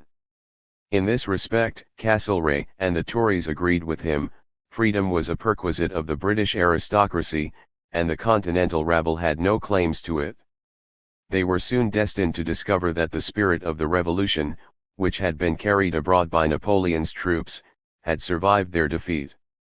Even at the present moment, the aristocrats of Europe were furious to observe that the revolutionary spirit was being given its share of good things. Several usurpers were allowed to keep their thrones, which to the aristocrats seemed symbolic. True, Murat was condemned, because he obstinately insisted on retaining the marches, thus alienating Metternich, who handed the matter over secretly to Castlereagh and Talleyrand in January 1815. But Bernadotte remained in possession of Sweden, and with English support compelled Christian of Denmark, who had been elected king by the Norwegians, to cede him the crown in November 1814. Bonaparte himself reigned over Elba, and his bastard, as Wellington called him, would one day be Duke of Parma. The reactionary party considered it to be far more serious still that in the Low Countries, the Rhine provinces, southern Germany and Switzerland there should be an apparent obligation to respect the whole or at least part of the French innovations. In order to oblige William of Orange to have some regard for the Belgians, Castlereagh had thought it necessary to make him give them a constitution. The Tsar had also promised one to the Poles. In France, the legitimate king who had been restored with so much difficulty was very far from re-establishing the old absolutism and all its privileges. He had resigned himself to preserving the results of the revolution and the empire, and intended to share the work of government with the middle classes. The lightning return of Napoleon was to be another proof of the frailty of this moderate restoration regime. The first restoration in France and the return from Elba. Louis XVIII had reached Calais on April 24, 1814. It was hardly possible for him to accept the constitution drawn up by the Senate who had called him to the throne in the name of the nation. In a declaration made at Saint-Ouen on May 2 he treated it as no more than a preliminary sketch. He was prepared to keep its essential points, such as civil liberty and equality, the sale of national property, the retention of the imperial institutions and the principles of constitutional government, but the sovereignty of the people disappeared from the constitution, and in its place the king would grant a charter. This was drawn up by a commission sitting from the 22nd to the 27th. The political organization was borrowed from the English. The king exercised executive power through responsible ministers. He also had sole power to initiate legislation. Taxes were voted and laws passed by a chamber of peers and a chamber of deputies, the first chosen by the king, with the possibility of hereditary seats, the latter elected by a suffrage based on property qualifications. Anyone paying direct taxes of 300 francs or more would have a vote, and at 1,000 francs a man became eligible as a deputy. But for the time being, the core legislative of the empire became as it stood the Chamber of Deputies. The new aristocracy also provided the majority of the peers, 84 senators and several marshals. The charter was read before the chambers on June 4. The upper middle classes received the new constitution with some satisfaction, for on the one hand it was a barrier against a counter-revolution, and on the other it deprived the common people of all political influence.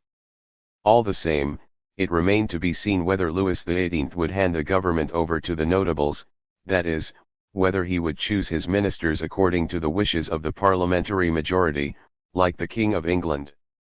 Well, he intended to do nothing of the sort. He had reconstituted the old Conseils des Hôtes and des Partis, and his ministers were nothing but superior clerks who dealt with him separately and did not form a like-minded cabinet with collective responsibility. The middle classes were disappointed.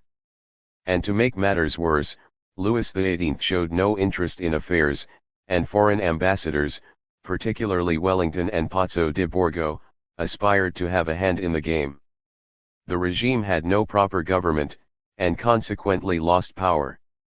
The mass of the nation remained indifferent, for the Bourbons no longer counted for anything in their eyes, as the allies and émigrés had been astonished to note.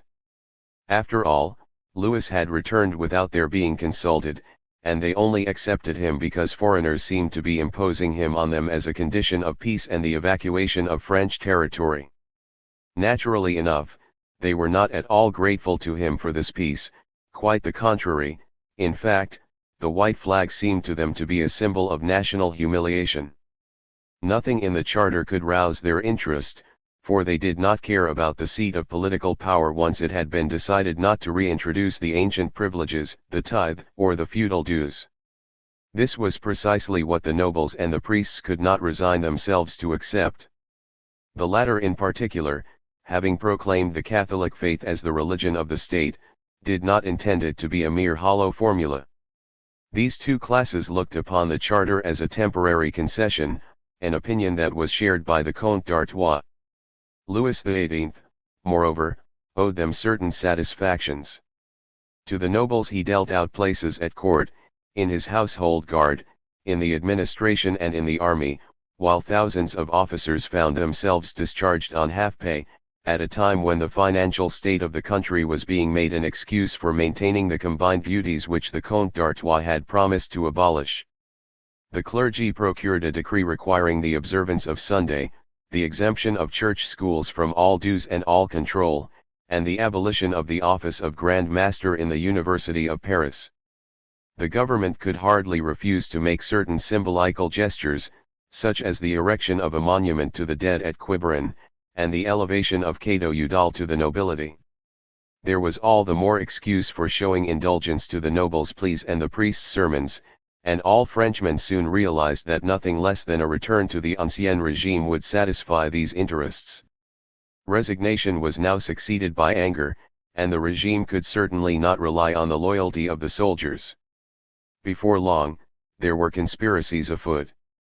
Fouché was confident that Europe would not tolerate the return of Napoleon and so was inclined to look to the Duc d'Orléans, or a regency under Marie-Louise with the support of Austria. Marat, on the other hand, was working for the emperor, and in February 1815 sent Fleury de Chaboulon to inform him of the state of affairs. Some generals were preparing a military rebellion, and L'Allemand and Drouet tried to provoke one in the north. They failed, but at the same moment the news spread that he had returned. Napoleon, for his part, had never resigned himself to his fate, and he had good reasons for complaint. The authorities refused to give him back his son, and Marie-Louise had already taken Nieperg as her lover. Louis XVIII declared he would not pay him the allowance that had been promised. Napoleon probably knew that there was talk at Vienna of banishing him to St. Helena. On February 26, 2 days after Chaboulon's visit, Napoleon embarked for France, on an adventure which could only bring him new misfortunes. On March 1 he reached the Gulf of Juan without let or hindrance. From there he marched upon Grenoble, where he was awaited by Colonel Lefebvre, who surrendered the place to him. On the 10th the workers of Lyon greeted him in triumph. Ney, who had promised to recapture him, also went over to his side on the 14th at Lons-le-Saulnier and joined up with him at Auxerre. In face of this blow Louis XVIII, who up till now had appeared to be confident, came to the conclusion that the game was lost, and in the night of the 19th left for Lille, from which he reached Ghent. The eagle and the tricolor were flying once more from belfry after belfry, and even from the towers of Notre Dame. The 100 Days. Napoleon met with no serious resistance. The Duc de Bourbon and the Duchesse d'Angoulême tried in vain to draw the troops away from the emperor. The Duc d'Angoulême advanced from Languedoc as far as Drôme, but he was soon surrounded, and found himself being shipped off to Spain. Although Napoleon met with few avowed enemies, he found France considerably changed. During the 100 Days political life gave signs of a revival that disconcerted Napoleon. The spirit of the revolution once more walked openly abroad and revived its traditions. In the course of his lightning journey, Napoleon had not scrupled to make use of it and to launch violent attacks upon the nobles and priests who wished to restore the ancien regime. "I shall string them up to the lamp posts," he exclaimed at Autun. There was, in fact, a sharp popular reaction against both these classes.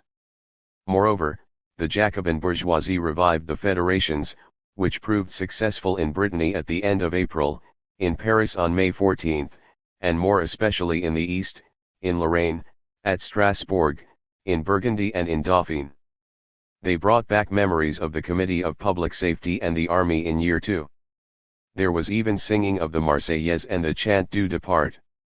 The government took alarm and conscientiously set about measures to ensure that this revival did not have any practical results. But Napoleon gave it his approval, though without the least intention of restarting the revolution. Hereditary and absolute monarchy had returned for good, all the people had to do was to keep quiet till they were required to fight. But he did not dare to treat the liberals so cavalierly.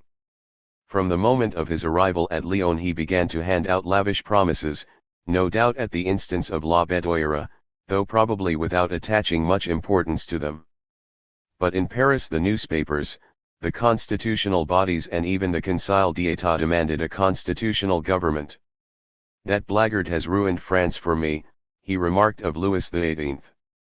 But the king had in fact been powerless, he had had to bow in spite of himself to the power which the notables partly owed to the imperial policy, and Napoleon, reluctant to base himself on popular support, was obliged to do likewise.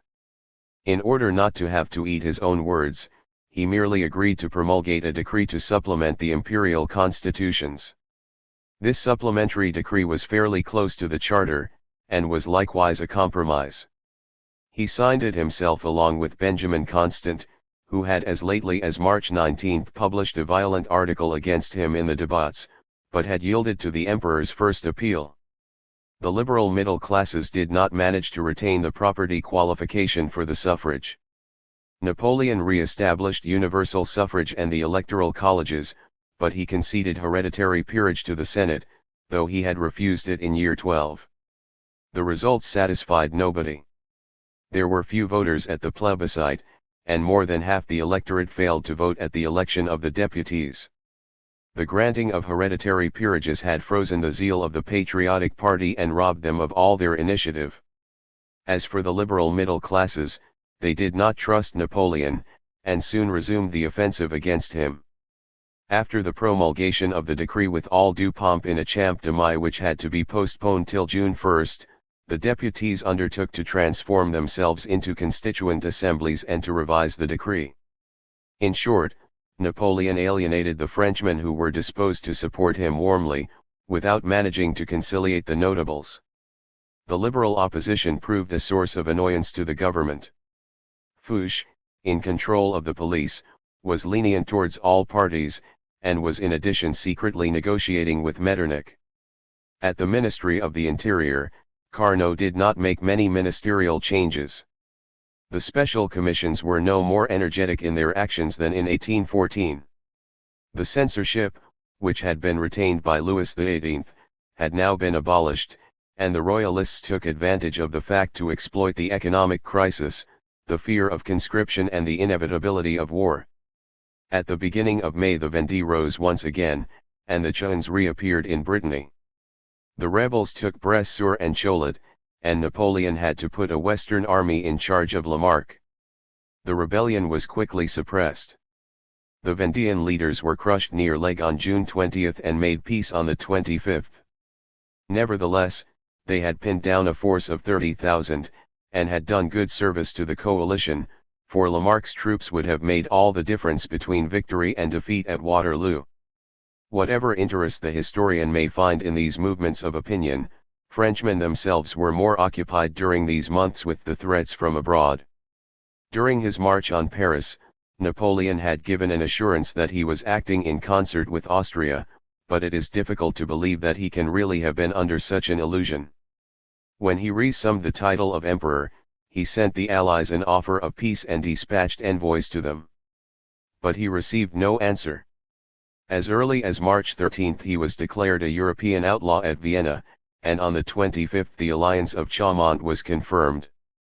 In this supreme and final struggle, the kings and the aristocracy once more posed as the defenders of popular independence and even the freedom of the French nation, which had been subjugated by a tyrant. They were in fact well aware that this was no longer the question at issue.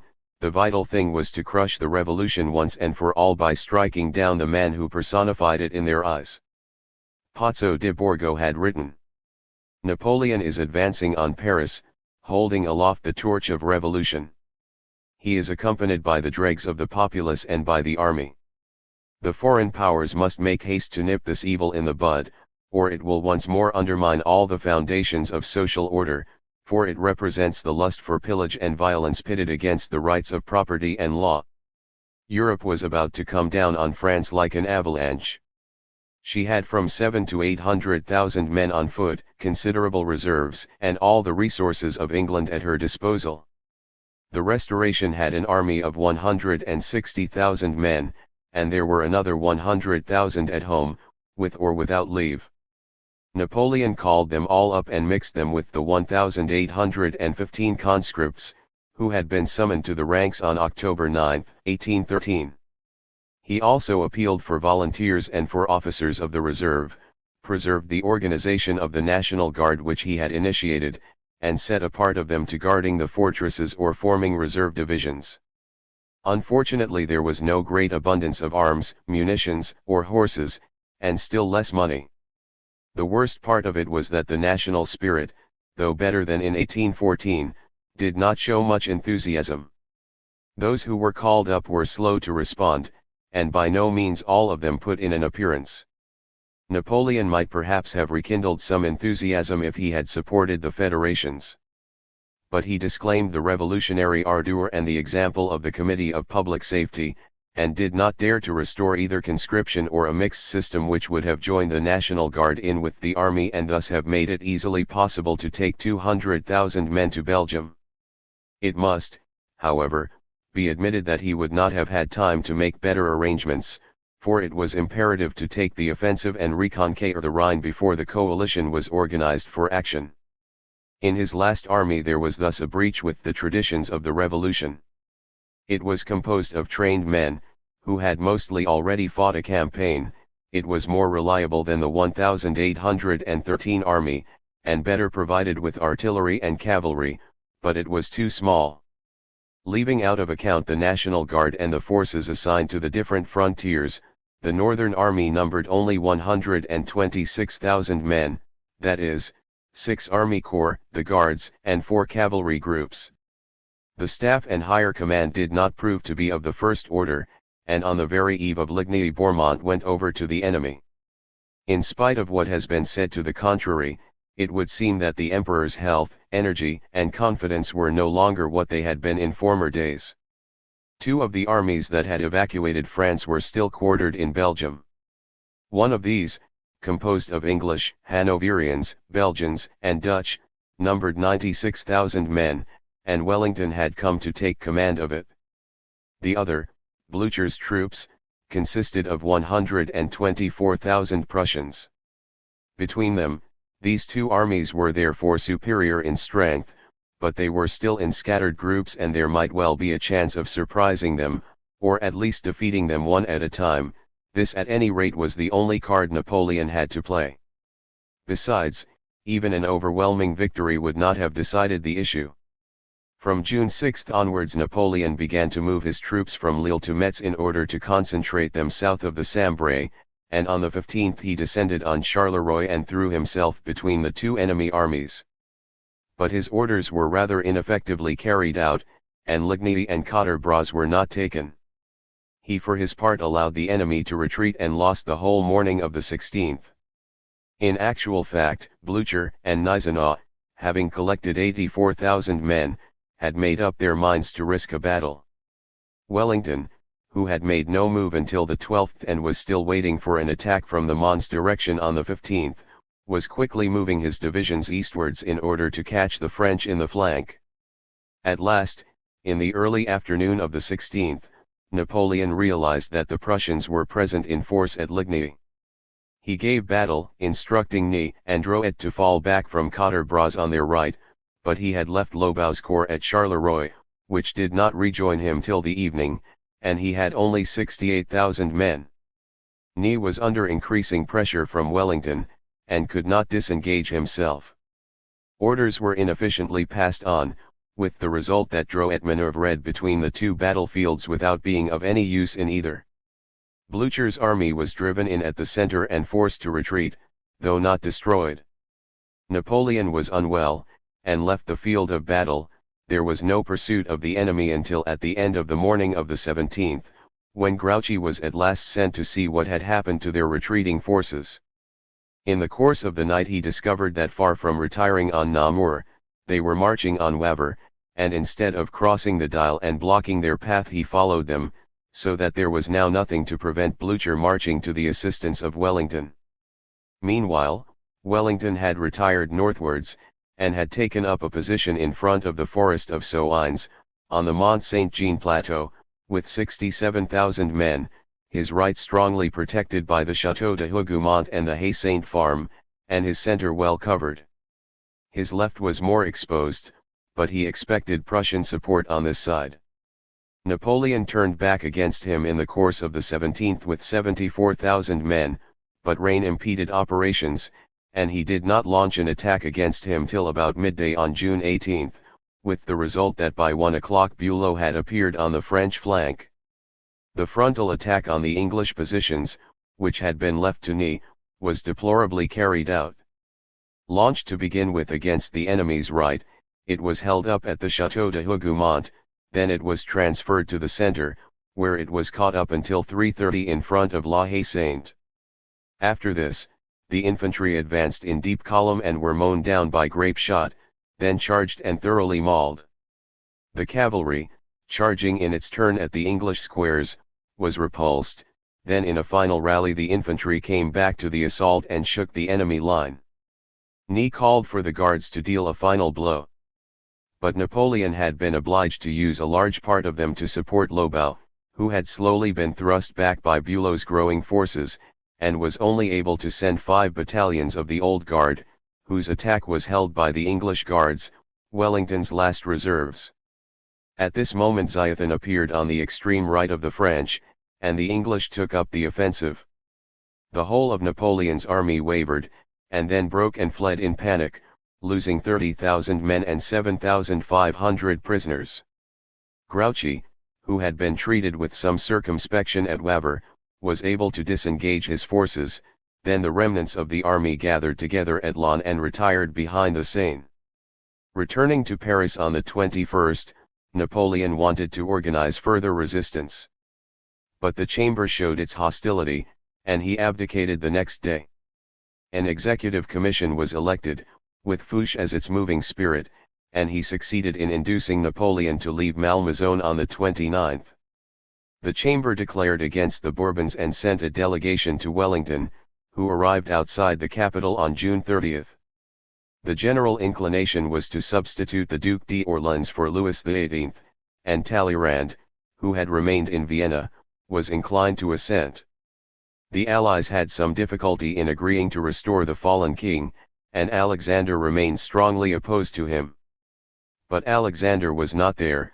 The unexpected disaster to Napoleon left the solution largely in the hands of Louis XVIII and Wellington. The king had set out at once, and from Cambrai on the 28th he promised to proclaim an amnesty. Wellington's reply to the deputies was that a change of dynasty would be a revolutionary act entailing the dismemberment of France, whereupon the Chambers and the Commission broke up. Davout, who had been put in command of the army, signed the capitulation of Paris on July 2, and then retired behind the Loire. Louis XVIII took possession once more on the 8th. Meanwhile, Napoleon had arrived at Rochefort on the 3rd. He had asked for frigates to take him to the United States, but the Executive Commission, intimating that there was an English cruiser in waiting, directed that he should go on board, and in fact held him as a prisoner. On the 15th, he surrendered to the captain on board the Bellerophon. The English government, the Prussians, and even Metternich were in favor of taking several provinces away from France. But Castlereagh, with Wellington's and Alexander's support, was firmly against this course. In the end, he won over Liverpool, while the Tsar persuaded Austria to change her mind. The Prussians found themselves alone, and had to give way. The draft treaty, produced on September 26, was rejected by Talleyrand, but Louis XVIII dismissed him and on November 20 signed the Second Treaty of Paris, which took away from France Philippeville and Marienburg, Saar-Louis, Landau and the Saar and all that was left of Savoy. An indemnity of 700 million francs was imposed upon her, in addition to 240 million in private claims. She was to be occupied by the Allies for from 3 to 5 years, and this time she was also obliged to give back the art treasures she had taken from other countries. On the same day the Allies confirmed their alliance and excluded the Bonapartes from the French throne in perpetuity. Castlereagh inserted the additional proviso that the Congress should meet together from time to examine the situation in Europe. As from September 26 Alexander had concluded a mystical pact with Prussia and Austria, the Holy Alliance, to preserve peace and ensure good government in Europe according to the principles of Christianity. Meanwhile, Napoleon was sailing towards St. Helena, where the Allies had decided that he should be interned. This tragic exile in a distant island, lost in the ocean, beneath a tropical sun, put the finishing touches to that romantic prestige which will always exercise such a fascination on the minds of men. It also helped to give birth to the legend which transformed the role he had played in history. In French eyes he became a victim of the kings, and was once again looked upon as the hero of a revolutionary nation. His captivity was not only due to the terrifying effects of his very name, it was also an expression of vengeance against the upstart soldier who had presumed to take an archduchess to wife. With the last but by no means the least of his strokes of genius, he succeeded in dictating his memoirs with a complete forgetfulness of everything personal in his policies, seeing himself simply and solely as the leader of a revolutionary army come to set mankind and all the nations free, an army which he had in the end persuaded to throw away its sword. Concluding remarks. The great Napoleonic achievement, the establishment of a new dynasty and the building of a universal empire, ended in failure. Hence the imagination of the poet has tended to see the emperor as a second Prometheus whose daring was punished by the heavenly powers, and as a symbol of human genius at grips with fate. On the other hand, some have seen him as the sport of historical determinism, on the pretext that the revolution was bound to lead to a dictatorship, and that the acquisition of her natural frontiers was bound to lead France on to perpetual war. Without rashly launching into metaphysical speculation, the historian would be inclined to agree with the former thesis. It would seem to him a fact that an authoritarian government was indispensable to save the revolution as long as its enemies were in league with the foreigner, and that the middle classes needed Napoleon to give this authority. It would also seem at least probable that the annexation of Belgium and the left bank of the Rhine would expose France to new attacks. But a military dictatorship did not in itself necessitate the re-establishment of a hereditary monarchy, still less an aristocratic nobility. Nor was the best means of defending the natural frontiers to be found in expanding beyond them and so giving rise to coalitions in self-defense. Yet this was what Napoleon was personally responsible for setting in train.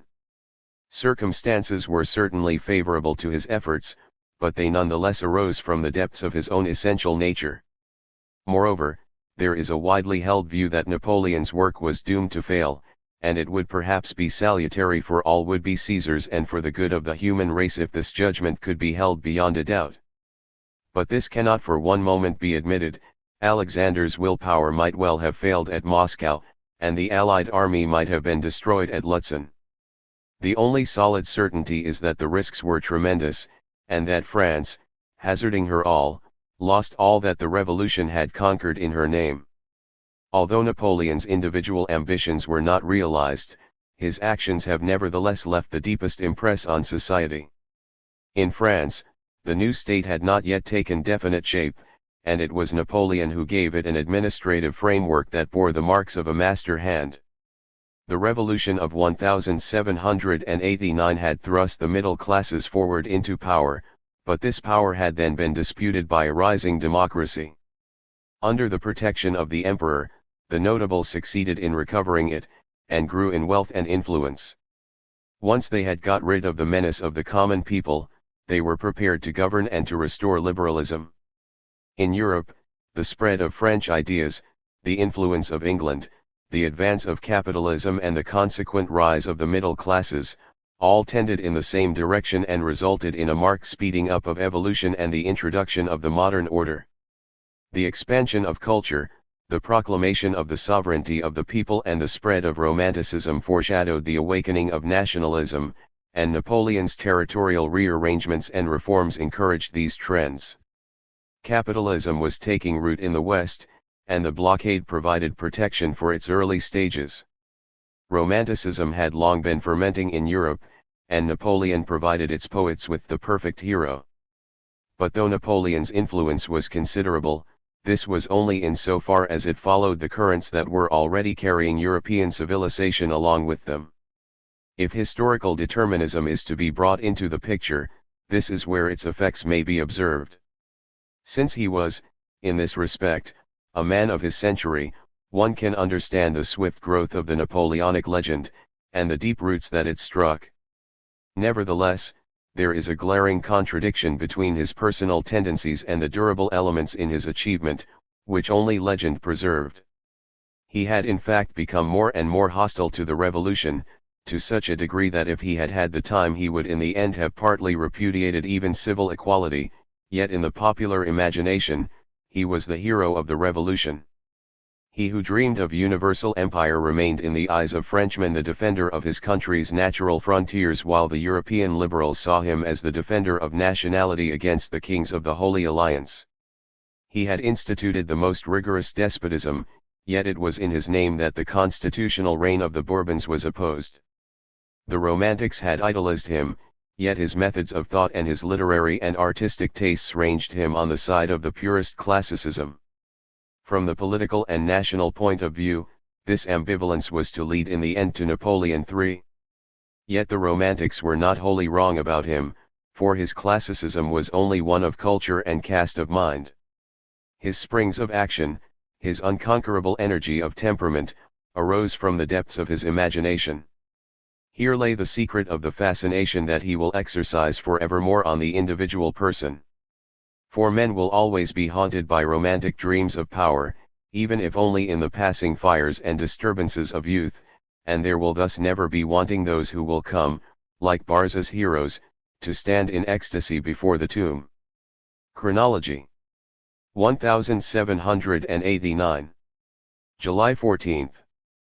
Fall of the Bastille, start of the French Revolution. 1792–5. The National Convention, start of Revolutionary Wars. 1792. 22 Sept. France becomes a republic. 1793–4. Dictatorship of the Committee of Public Safety, Reign of Terror. 1794. July 27. Thermidor, Fall of Robespierre. 1795–9. The Directory, First Phase of Revolutionary Imperialism. 1796. March 9. Napoleon Bonaparte marries Josephine de Beauharnais. 1796–7. Napoleon's First Italian Campaign. 1798–1801. Napoleon's Egyptian Campaign. 1799–1804. The Consulate, Napoleon comes to power, second phase of imperialism. 1799. 9–10 November. Coup d'état of Brumaire. December 25. Constitution of Year 8, Napoleon appointed First Consul, reorganization of administration, prefectures, taxes, civil service. 1800. 14–23 May. Start of Napoleon's Second Italian Campaign, French army crosses the Alps. June 14. Battle of Marengo, French defeat Austrians. December 3. Battle of Hohenlinden, French defeat Austrians. December 24. Attempt to assassinate Napoleon by bomb in the Rue Saint-Nicaise. 1801. February 9. Treaty of Luneville between France and the Holy Roman Empire. July 16. Concordat signed with Pope Pius VII. 1802. January 24. Napoleon accepts presidency of Italian Republic. March 25. Treaty of Amiens between France and Britain. April 8. Law implementing Concordat with Pope Pius VII passed. May 1. Restructure of the French educational system, establishment of lycées. August 2. Napoleon made consul for life. 1803. February 19. Act of mediation in Switzerland. May 3. Louisiana Purchase Treaty, Napoleon sells Louisiana Territory to the United States. May 18. Rupture of the Treaty of Amiens leads to the resumption of war with Britain. 1804-15. The Empire, French conquest and loss of Europe. 1804. February, March. Royalist plot to kidnap Napoleon leads to arrest of Generals Moreau, Pichegru, and Cateau Udal. March 21. The Civil Code of the French people, also known as the Code Napoleon, promulgated. May 18. Proclamation of Napoleon as Emperor. December 2. Coronation of Napoleon as Emperor at Notre Dame. 1805. May 18. Napoleon crowns himself King of Italy in Milan. August 9. Third coalition formed, Austria joins Anglo-Russian alliance against France. October 21. Battle of Trafalgar, British fleet defeats French and Spanish. December 2. Battle of Austerlitz, French defeat Austrians and Russians. December 15. Treaty of Schönbrunn between France and Prussia. December 26. Treaty of Pressburg between France and Austria. 1806. March 30. Napoleon appoints his brother Joseph King of Naples. June 5. Napoleon appoints his brother Louis King of Holland. July 12. Napoleon establishes the Confederation of the Rhine, effectively ending the Holy Roman Empire. October 14. Battles of Jena and Auerstadt, French defeat Prussians. November 21. Berlin Decree initiates the Continental System.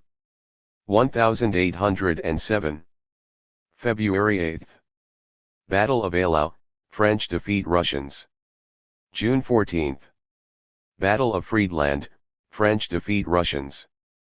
7–9 July. Treaty of Tilsit between France, Russia, and Prussia. October 27. Treaty of Fontainebleau between France and Spain.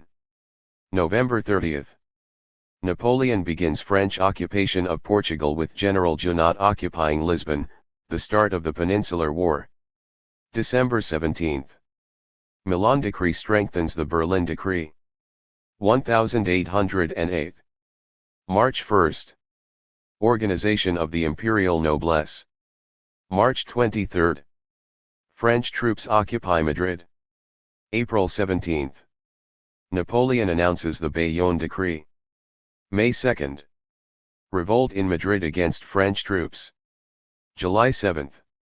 Joseph Bonaparte appointed King of Spain, succeeded in Naples by Joachim Murat. 16–19 July. Battle of Bailén, French surrender to Spanish. August 17. Battle of Rolica, British defeat French in their first battle of the Peninsular War. August 21. Battle of Vimeiro, British defeat French. August 30. Convention of Sintra. 27 September, 14 October. Congress of Erfurt between Napoleon and Tsar Alexander. December 4. Napoleon recaptures Madrid. 1809. January 16. Battle of Corunna, French held off by British. January 17. Napoleon leaves Spain. March 29. Battle of Oporto, French defeat Portuguese and capture city. May 12. Anglo-Portuguese army retakes Oporto. May 17. Napoleon annexes the Papal States. 21–2 May. Battle of Aspern-Essling, Austrians defeat French. July 6. Battle of Wagram, French defeat Austrians. July 28. Battle of Talavera, inconclusive battle between Anglo-Spanish and French. October 14. Treaty of Schönbrunn between France and Austria. December 16. Napoleon divorces Josephine. 1810. February 17. Annexation of Rome confirmed by Senatus Consultum. April 2. Napoleon marries Marie-Louise of Austria. July 2. Louis abdicates as king and flees from Holland. July 9. Holland annexed to France. July 25. French Empire's maritime trade put under state control. 27 Sept.